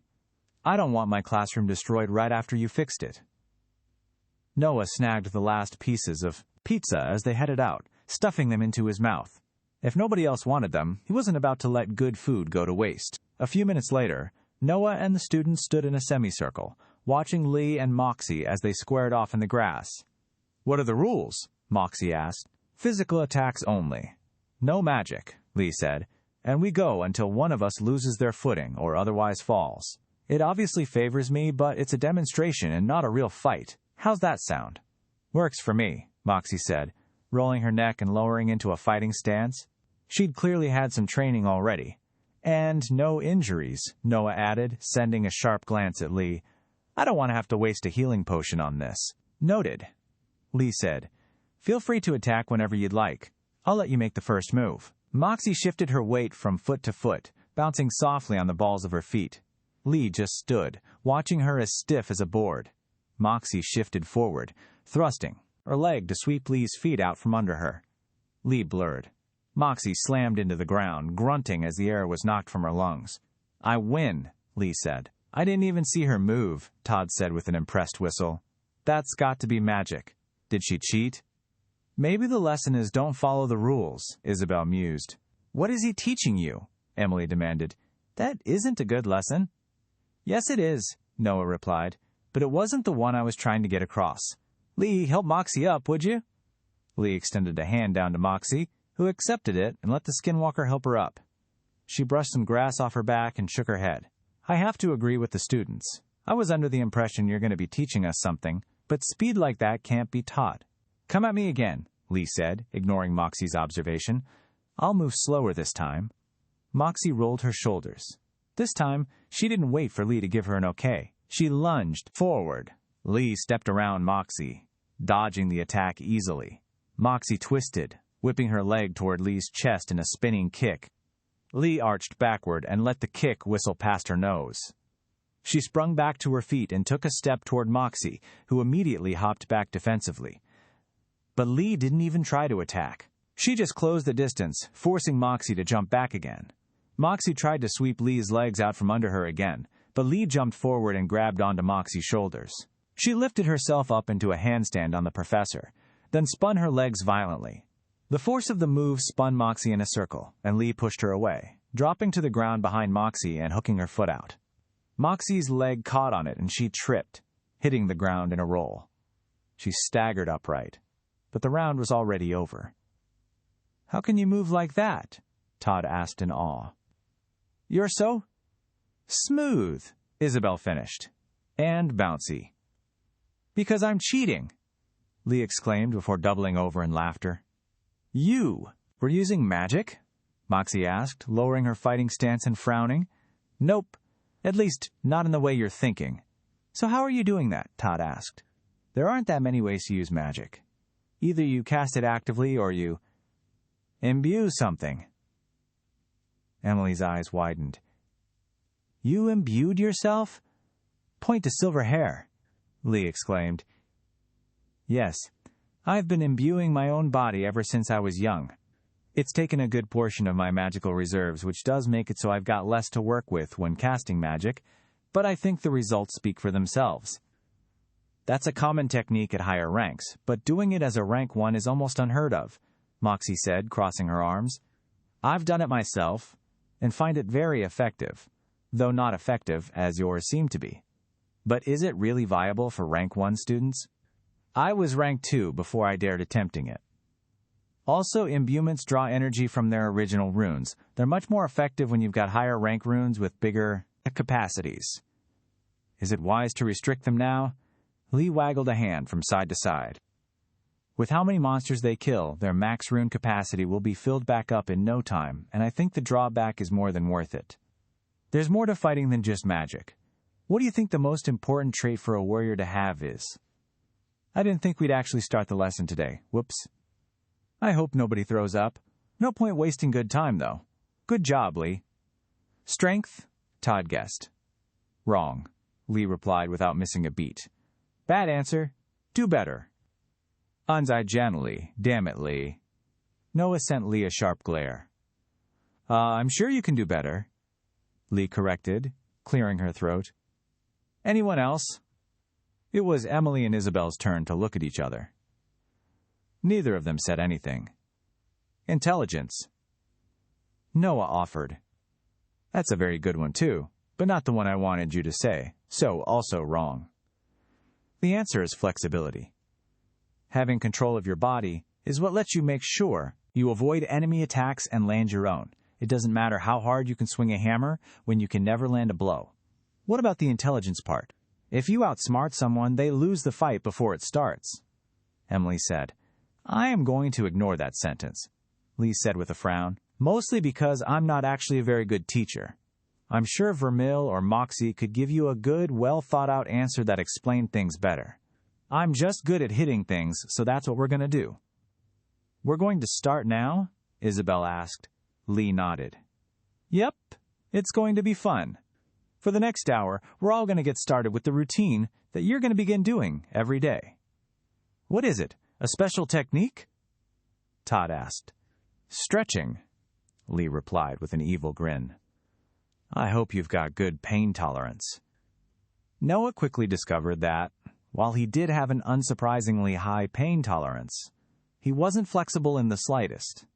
He was about as stiff as a board. In the desert, Todd and Moxie weren't in much better spots. Isabel and Emily were considerably better off, but their victory was short-lived as Lee immediately doubled the intensity of their stretches, pushing them harder than Noah would have dared. He wasn't sure if it was because Lee just didn't understand or care about the ways the human body was actually supposed to bend, but she consistently managed to press them into positions that were just a step beyond what Noah thought possible before stopping. Lee ran them through a dozen different stretches, swapping to a new one whenever they were all unable to go any further. She kept at it for several hours, cycling back to the first set of stretches when she apparently ran out. When the time for class to finally end, Noah's entire body felt like one long, overcooked noodle. He was simultaneously sore everywhere, and also the most relaxed he'd been since he'd gotten into a body again. "This feels weird," Todd said, dangling his arms at his sides. "I feel light. And sore. Mostly sore." "Do the full rotation of stretches when you wake up," Lee instructed. "If you go at it with this intensity and duration, you'll make progress very quickly." "Assuming we don't seriously tear something first," Emily said. "That's what healing potions are for," Lee replied. "You're going to need to do this on your own time, though." "I'm not going to spend entire classes on stretching anymore. We'll still stretch at the start, but we'll be focusing on imbuing and fighting. I'll make sure not to eat any time before class from here on out," Todd declared. He shook a leg off and shuddered. "Ugh, that's tingly. I still don't know if I like it or not." "Don't be a baby," Isabel said. "Thanks for the class, Lee." "Likewise," Moxie said. "That was educational. I can't say I enjoyed it, but it highlighted just how much I've been neglecting some aspects of my training. And well done bringing her in for help for Mill. She seems very capable. That's probably the most approval Moxie's going to give a skinwalker. Can't ask for more than that. I knew she'd be a valuable addition to the class. On some personal business, have you had any luck with the location of other thing we were looking for?" Moxie inclined her head. "We can talk once the students leave. You're dismissed, Emily. I'll see you day after tomorrow." "In our normal room?" Emily asked hopefully. "No," Emily sighed. "This one, then. Thanks for the class, professors." She trudged off. Isabel and Todd waved before heading off as well.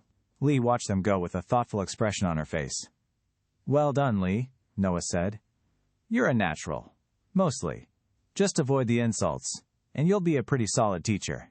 "I've never taught anyone before," Lee mused. "It's kind of like bullying, but they appreciate it." "That is definitely the wrong attitude," Noah said. "We'll call it a work in progress. So, Moxie, about that request." "Yes, I found where it is," Moxie said. "Is there a rush?" "Any time I'm waiting around is time I'm not getting stronger. So yes, not a major one, but there's still a rush." Moxie reached into a pocket and pulled out a folded piece of parchment. She held it out to Noah. He reached for it, but Moxie pulled her hand back before he could grab the paper. Noah tilted his head to the side. "I can't go today," Moxie said. "Why not?" "I have some work for my noble house I have to take care of. I was planning to go later. Are you sure you can't wait until I can come with you?" Noah scratched the back of his head. He didn't want to outright say it, but going on his own was the best possible outcome. If Moxie went with him, he'd have to completely hide Sunder's abilities, and, if it was a new area, there was a pretty good chance something caught him off guard and he died. "I'd rather not wait, if it's all the same to you." "Figured. In that case, I'm not giving this to you for free. If you're going to take my work, I expect payment." "I don't know if you've forgotten, but I'm pretty much broke. I figured you knew with how you tried to get me in your debt by loaning out too much money to me." I still thought, never mind. "Sorry about that." Moxie reddened and averted her gaze. She held the paper out and Noah took it from her. "Can you just promise to share the Greater Wind Rune if you get your hands on it?" "Sure, that's fine with me," Noah replied. He paused for a moment. "Ah, you don't know how to get it, do you?" "I didn't say that." Moxie arched an eyebrow. Noah cleared his throat. "Let's pretend you're teaching a class," Noah hedged. "And you've got a student that has forgotten that particular aspect of runes. There are a lot of aspects to it, you know. Easy to forget. Can't blame the student, really, right?" Moxie said. She pulled a second piece of paper out of her pockets, a smug grin playing across her lips. Lucky you. I had a slight inkling that I'd run into a student, such as the one you're describing. If I did, hypothetically of course, I'd remind them that they just have to have a piece of catch paper on them when they kill the monster that has the rune they're looking for. Noah's brow furrowed. Catch paper? They couldn't think of a better name? How does it work? Don't ask me. I don't make it. I just use it. So do you. It's what your grimoire is made out of.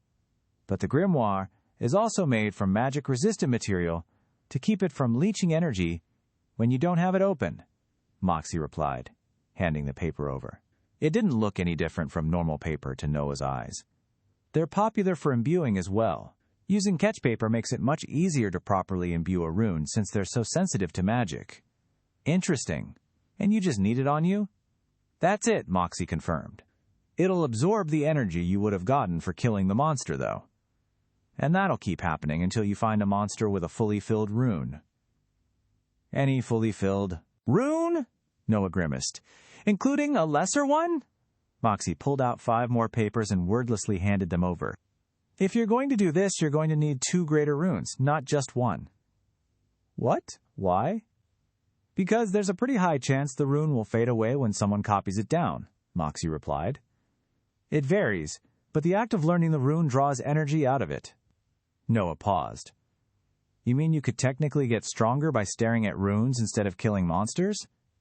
There are a lot of ways to gain runic energy, Moxie said with a snort. That one would only work if you were spending hours copying or drawing runes. I don't think it would be worth it. I see. What's the rate of that happening? Roughly 50%. Noah pulled his grimoire out and flipped through it, struck by the realization that he hadn't actually looked at it since giving Isabel and Todd their runes. His eye twitched as he flipped to the page covered with information about the Greater Fire rune. The words still remained, but there was no trace of the rune itself. The paper had warped and burnt around where the rune had been, ruining it. A quick glance at the stone rune that Isabel had taken revealed that it had remained. Welp, I really hope nobody checks this. I should probably try to get a new Greater Fire rune sometime soon. Maybe I'll get one from the Hellreaver ape? Make those catch papers last, Moxie said, unaware of Noah's dilemma. If those aren't enough, come back and let me know. And please, don't lose them. Even if you only get lesser wind runes, they could be worth a good amount of coin. We'll split the money we earn from selling those, but don't expect too much. Fair enough, Noah said with a shrug. He tucked the papers into his pocket. I'll do my best. Good, Moxie replied. See you day after tomorrow, then. Moxie headed out of the room. Noah watched her leave, a small frown creasing his face. Lee peered at it from where she'd been standing, silent. You planning to come along? Noah asked. No, Lee replied. I don't really have any desire to wander around fighting things right now. I'd much rather relax, don't get killed. Or do. I guess it doesn't matter. Noah rolled his eyes. Just don't get caught. Don't worry. I'll hang around Moxie to make sure I've got backup if something goes wrong. I'm not so sure she'd appreciate that. Who said she'd know? Lee snickered and slipped into the hallway, vanishing without a sound and leaving Noah alone. He unfolded the first slip of paper that Moxie had given him. It had a rough map of a large, cliffy area. Labeled at the top of the page as Windscorned Plateau, it looked like she'd torn the parchment straight from a book. Noah added the paper to the growing collection taking form in his pockets and left the room as well, making for the transport cannon. There was still a lot of good time left in the day, and he saw no reason to delay any further. Asterisk, asterisk, asterisk, scorched acres? Tim asked, looking up from his desk as the lift rattled to a halt and let Noah off. Surprisingly, not today, Noah replied. Finally done with them, eh? Not quite. I've still got some business there, but it's been put on hold for a little while, Noah said with a chuckle. I'm on an errand in the Windscorned Plateau. I don't suppose that's in range of the taint? Let's stick to calling it the Travel Anywhere in No Time or Transport Cannon, Tim muttered. I wasn't the one that chose the name. It's a curse. Transport Cannon it is.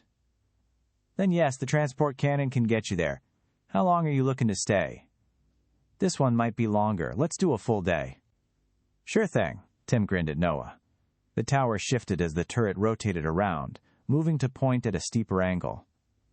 "Whenever you're ready, have a safe trip." "I don't know if I can promise safe. Let's go profitable instead." "Can't go wrong with profitable." Noah entered the turret and laid down on the cold metal. His head thunked, a little harder against it than he'd planned, and he frowned. "I don't suppose you've got any plans of getting some padding in this thing? I think it's done more damage to me than some monsters." "Messes with the imbued magic," Tim said apologetically. After a moment he snickered. "Also, it's funny." Noah's response was lost in an explosion of blue light as his body was blasted into particles and sent hurtling through the ether toward the wind-scorned plateau. Noah slammed into the ground and bounced. He flailed his hands as he was launched nearly a foot back into the air. Shifting his momentum, Noah managed to land in an awkward roll. He rose to his feet, spinning to see if he'd mistakenly popped out on top of some unfortunate creature. Instead, he found himself looking at a large blue petaled flower. It was, for lack of a better word, plump. The flower had a stubby gray stem, and its petals were dotted with bright orange, like someone had flicked a paintbrush on top of it. A pulse of blue energy ran along the ground and up its stem, bright enough to light the roots up even beneath the dirt. Noah stared at it in wonder. One part of him wanted to take a giant bite out of the plant, but the other part screamed that it was almost certainly poisonous, and having to waste 12 hours with a pounding headache was not worth the feeling of eating the tastiest-looking flower he'd ever seen. Probably not. Noah shook his head and tore his gaze away from the plant. Unlike the scorched acres, he could see everything around him, and it was flat. More of the blue flowers were dotted across the landscape. Towering cliffs rose up on two sides of his landing area. Noah could just barely see their tops, where several more of the blue flowers were growing. Aside from that, he couldn't see much of anything else. The nearest edge without a cliff was only a minute of walking away. Noah approached it, slowing as he reached the edge, and peered down. Far below him was another large, flat plateau. It was surrounded by several other plateaus of varying height. Some rose far above his current position, and some were so low that he couldn't even make any details out of them. Slow, shambling forms trudged between the flowers on one of the platforms beneath Noah. He couldn't make out much of them from where they stood, but they walked on 4 legs and had long, spindly trunks. Their bodies were made of what looked to be thick, fluffy gray wool. The monsters would occasionally stop beside a flower and stick their trunk inside it. "Whoa," Noah breathed. "I wonder how bouncy those flowers are." "No, don't even think about it. I'm not going to jump off a cliff and hope I bounce off a flower instead of splattering like an idiot." He pulled the flying sword out and set it gently on the ground. The dirt was slightly wet and spongy to the touch, almost like what he would have thought a cloud felt like when he was still a kid. Noah pressed on it, again, smiling to himself, then stepped onto his sword. Once his business here was done, he'd come back and just bounce around a little. The sword hummed to life beneath him, and Noah shot away, making a sharp arc through the air before shooting down for the populated plateau. Wind whipped past his face and stung his eyes. Noah leaned back, keeping himself from driving the sword point first into the ground, and made a wide circle around the monsters, keeping a healthy distance from them. Not one of them even glanced in his direction. At least, Noah didn't think they did. It was difficult to tell at the speed he was going at. He aimed at a flower and pulled the energy from his sword, launching himself straight into it, and grabbing the hilt of the blade as he fell. The flower absorbed the shock of his landing, folding in around him like a cocoon, before launching him back out. Noah couldn't restrain his laughter as he flew through the air and landed on his feet, taking several steps to keep from pitching over.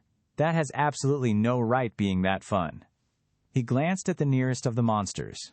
It really did look like a shorter, fluffier elephant. 2 puffy ears hung low on either side of its head, and it rooted around the stamen of one of the blue flowers.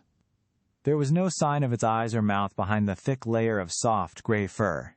It also didn't seem to care in the slightest about Noah's springy arrival. He glanced over his shoulder to see if any of the other monsters had taken interest, but they were all busy either lounging around or otherwise ignoring him. "Are these the right things?" Noah asked with a frown. He pulled Moxie's map out and glanced over it, trying to place himself. It wasn't particularly useful.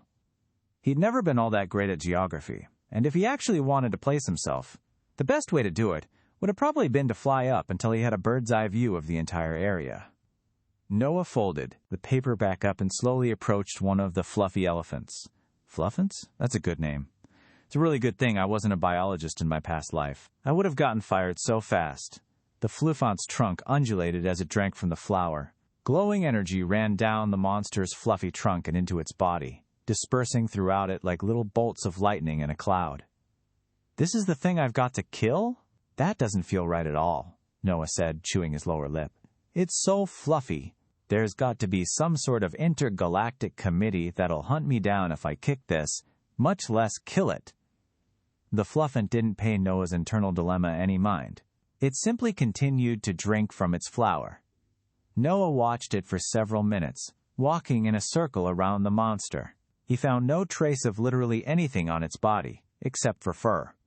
Finally, the fluffant pulled its trunk free of the flower with a pop. It slowly turned its head. At least, Noah suspected. It was its head. He couldn't see a mouth. Toward him. Noah tilted his head to the side. "Hello! You don't understand me, do you?" The fluffant lumbered toward Noah. He stepped to the side and it went right past him, heading for a flower. Noah watched it leave, then walked over to the flower that it had been drinking from. It looked considerably less plump than the others he'd seen. The luster had left the plush petals, and the dots had faded in color, shriveling slightly. Noah scratched his cheek and looked back over his shoulder at the fluffant. "Welp, this is a cruel joke. I almost would have preferred if you were a scary bastard," Noah said. "You know, maybe there are other monsters here. You don't even look like you've got much wind in you, friend. A wind monster would probably be flying around in the sky above us." Noah set his flying sword on the ground and sent a strand of wind energy into it. A tremor ran down the fluffant's back. Instinct was the only thing that saved Noah. He threw himself backward, abandoning his sword on the ground. A shrill whistle cut the air as the fluffant's trunk screamed past where Noah's body had been. He hit the ground in a roll and shot to his feet. Staring at him, two tiny red eyes open and full of molten hatred, was the fluffant, though it took Noah a moment to realize that it was the same creature, and not some demon that had suddenly appeared in place of it. A long, pointed tip had emerged from the tip of the fluffant's trunk. It dripped with blue liquid that gave Noah the strong impression that it wouldn't be good for his health. The fluffant raised its trunk into the air and trumpeted, revealing a large, circular mouth full of long, needle-like teeth. The fluffant's trunk whipped at Noah again. He rolled to the side, boosting himself with a burst of wind magic, and the blade tip punched into the ground with a thud. Noah leapt to his feet and grabbed at his magic, sending a blade of wind at the monster. Ignoring his attack completely, the fluffant stormed toward Noah. He darted to the side, sending another wind blade into it. Both spells sank into its soft, fluffy fur and vanished. Noah had absolutely no idea if they'd actually damaged the monster, or if it had somehow absorbed them.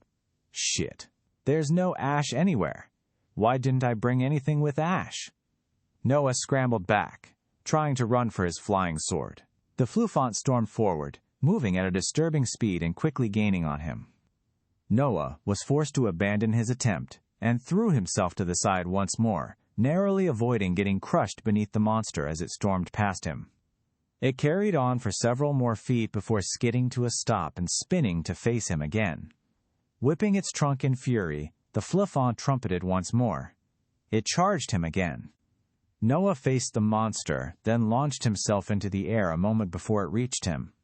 He flew over the monster's head and shot back down with another burst of wind magic, hitting the ground with a grunt and sprinting for his sword. Behind him, he heard the fluffant roar in anger and skid to a stop, spinning toward him. They charge fast, but it takes them a second or so to stop and turn around. Noah lunged for his sword, jumping onto it with both feet and sending a pulse of wind into it. The blade shot forward, yanking him away from the path of the fluffant's charge just in time. He shot into the air and flew in a tight circle above the fluffant. It thrashed its trunk around in fury, but it didn't seem to have any way to get Noah when he was in the air. His heart pounded violently in his chest. Holy shit! I don't feel bad about killing you in the slightest anymore. Once I figure out how to kill you, that is. Noah studied the monster as best as he could at the speed he was going at. It was tracking his motion, turning in circles and roaring at him every few seconds. Did it detect my usage of magic? It takes more energy to activate the sword than it does to keep it going, and I had it basically deactivated by the time I landed. It doesn't look like my wind magic did much to hurt it either. With no ash, that leaves just vibration, which isn't going to do anything against something that fluffy, unless I can actually get close to it. Noah pressed his lips together. The monster continued to rotate in circles, following his motion. It started to slow slightly, its steps becoming more unsteady. The monster stumbled over its own leg before catching itself. Wait, is it getting itself dizzy? Noah flew in another 2 circles around the monster. Sure enough, it was steadily getting queasy. He resisted the urge to laugh. At this rate, it would knock itself out for him. Noah adjusted his angle, lengthening the circle. Even if it's dizzy, I need a way to kill it. And, unfortunately, I think I've got an idea. Noah finished the loop and accelerated toward the fluffant. The monster's eyes locked onto him as he approached, and it pointed its trunk toward him, staggering drunkenly. Noah didn't slow. He didn't even veer. He leapt off the flying sword, tucking himself into a roll as he hit the ground. The blade continued onward, driving itself straight into the fluffon's forehead. The monster's trumpeting call was silenced instantly by a wet thunk. It staggered, then crashed to the ground. Noah staggered upright, slightly bruised but unhurt. He was more than a little dizzy himself from the constant loops in the air. He staggered over to the dead fluffon and pulled his sword out of its head with a squelch. He stared at the bloody blade, then shook his head. You've ruined my perception of cute things forever. Even though the monster had fallen, Noah didn't feel any energy enter him. Moxie had warned him about it, but he'd gotten so used to the sensation that it felt odd. He reached into his pockets to check on the catch paper and see if the fluffon had been carrying the greater rune he was seeking. Then he froze. Every single fluffant on the plateau was staring in his direction, beady red eyes locked onto him, and needle teeth bared in ghastly scowls. Noah swallowed. Oh, shit!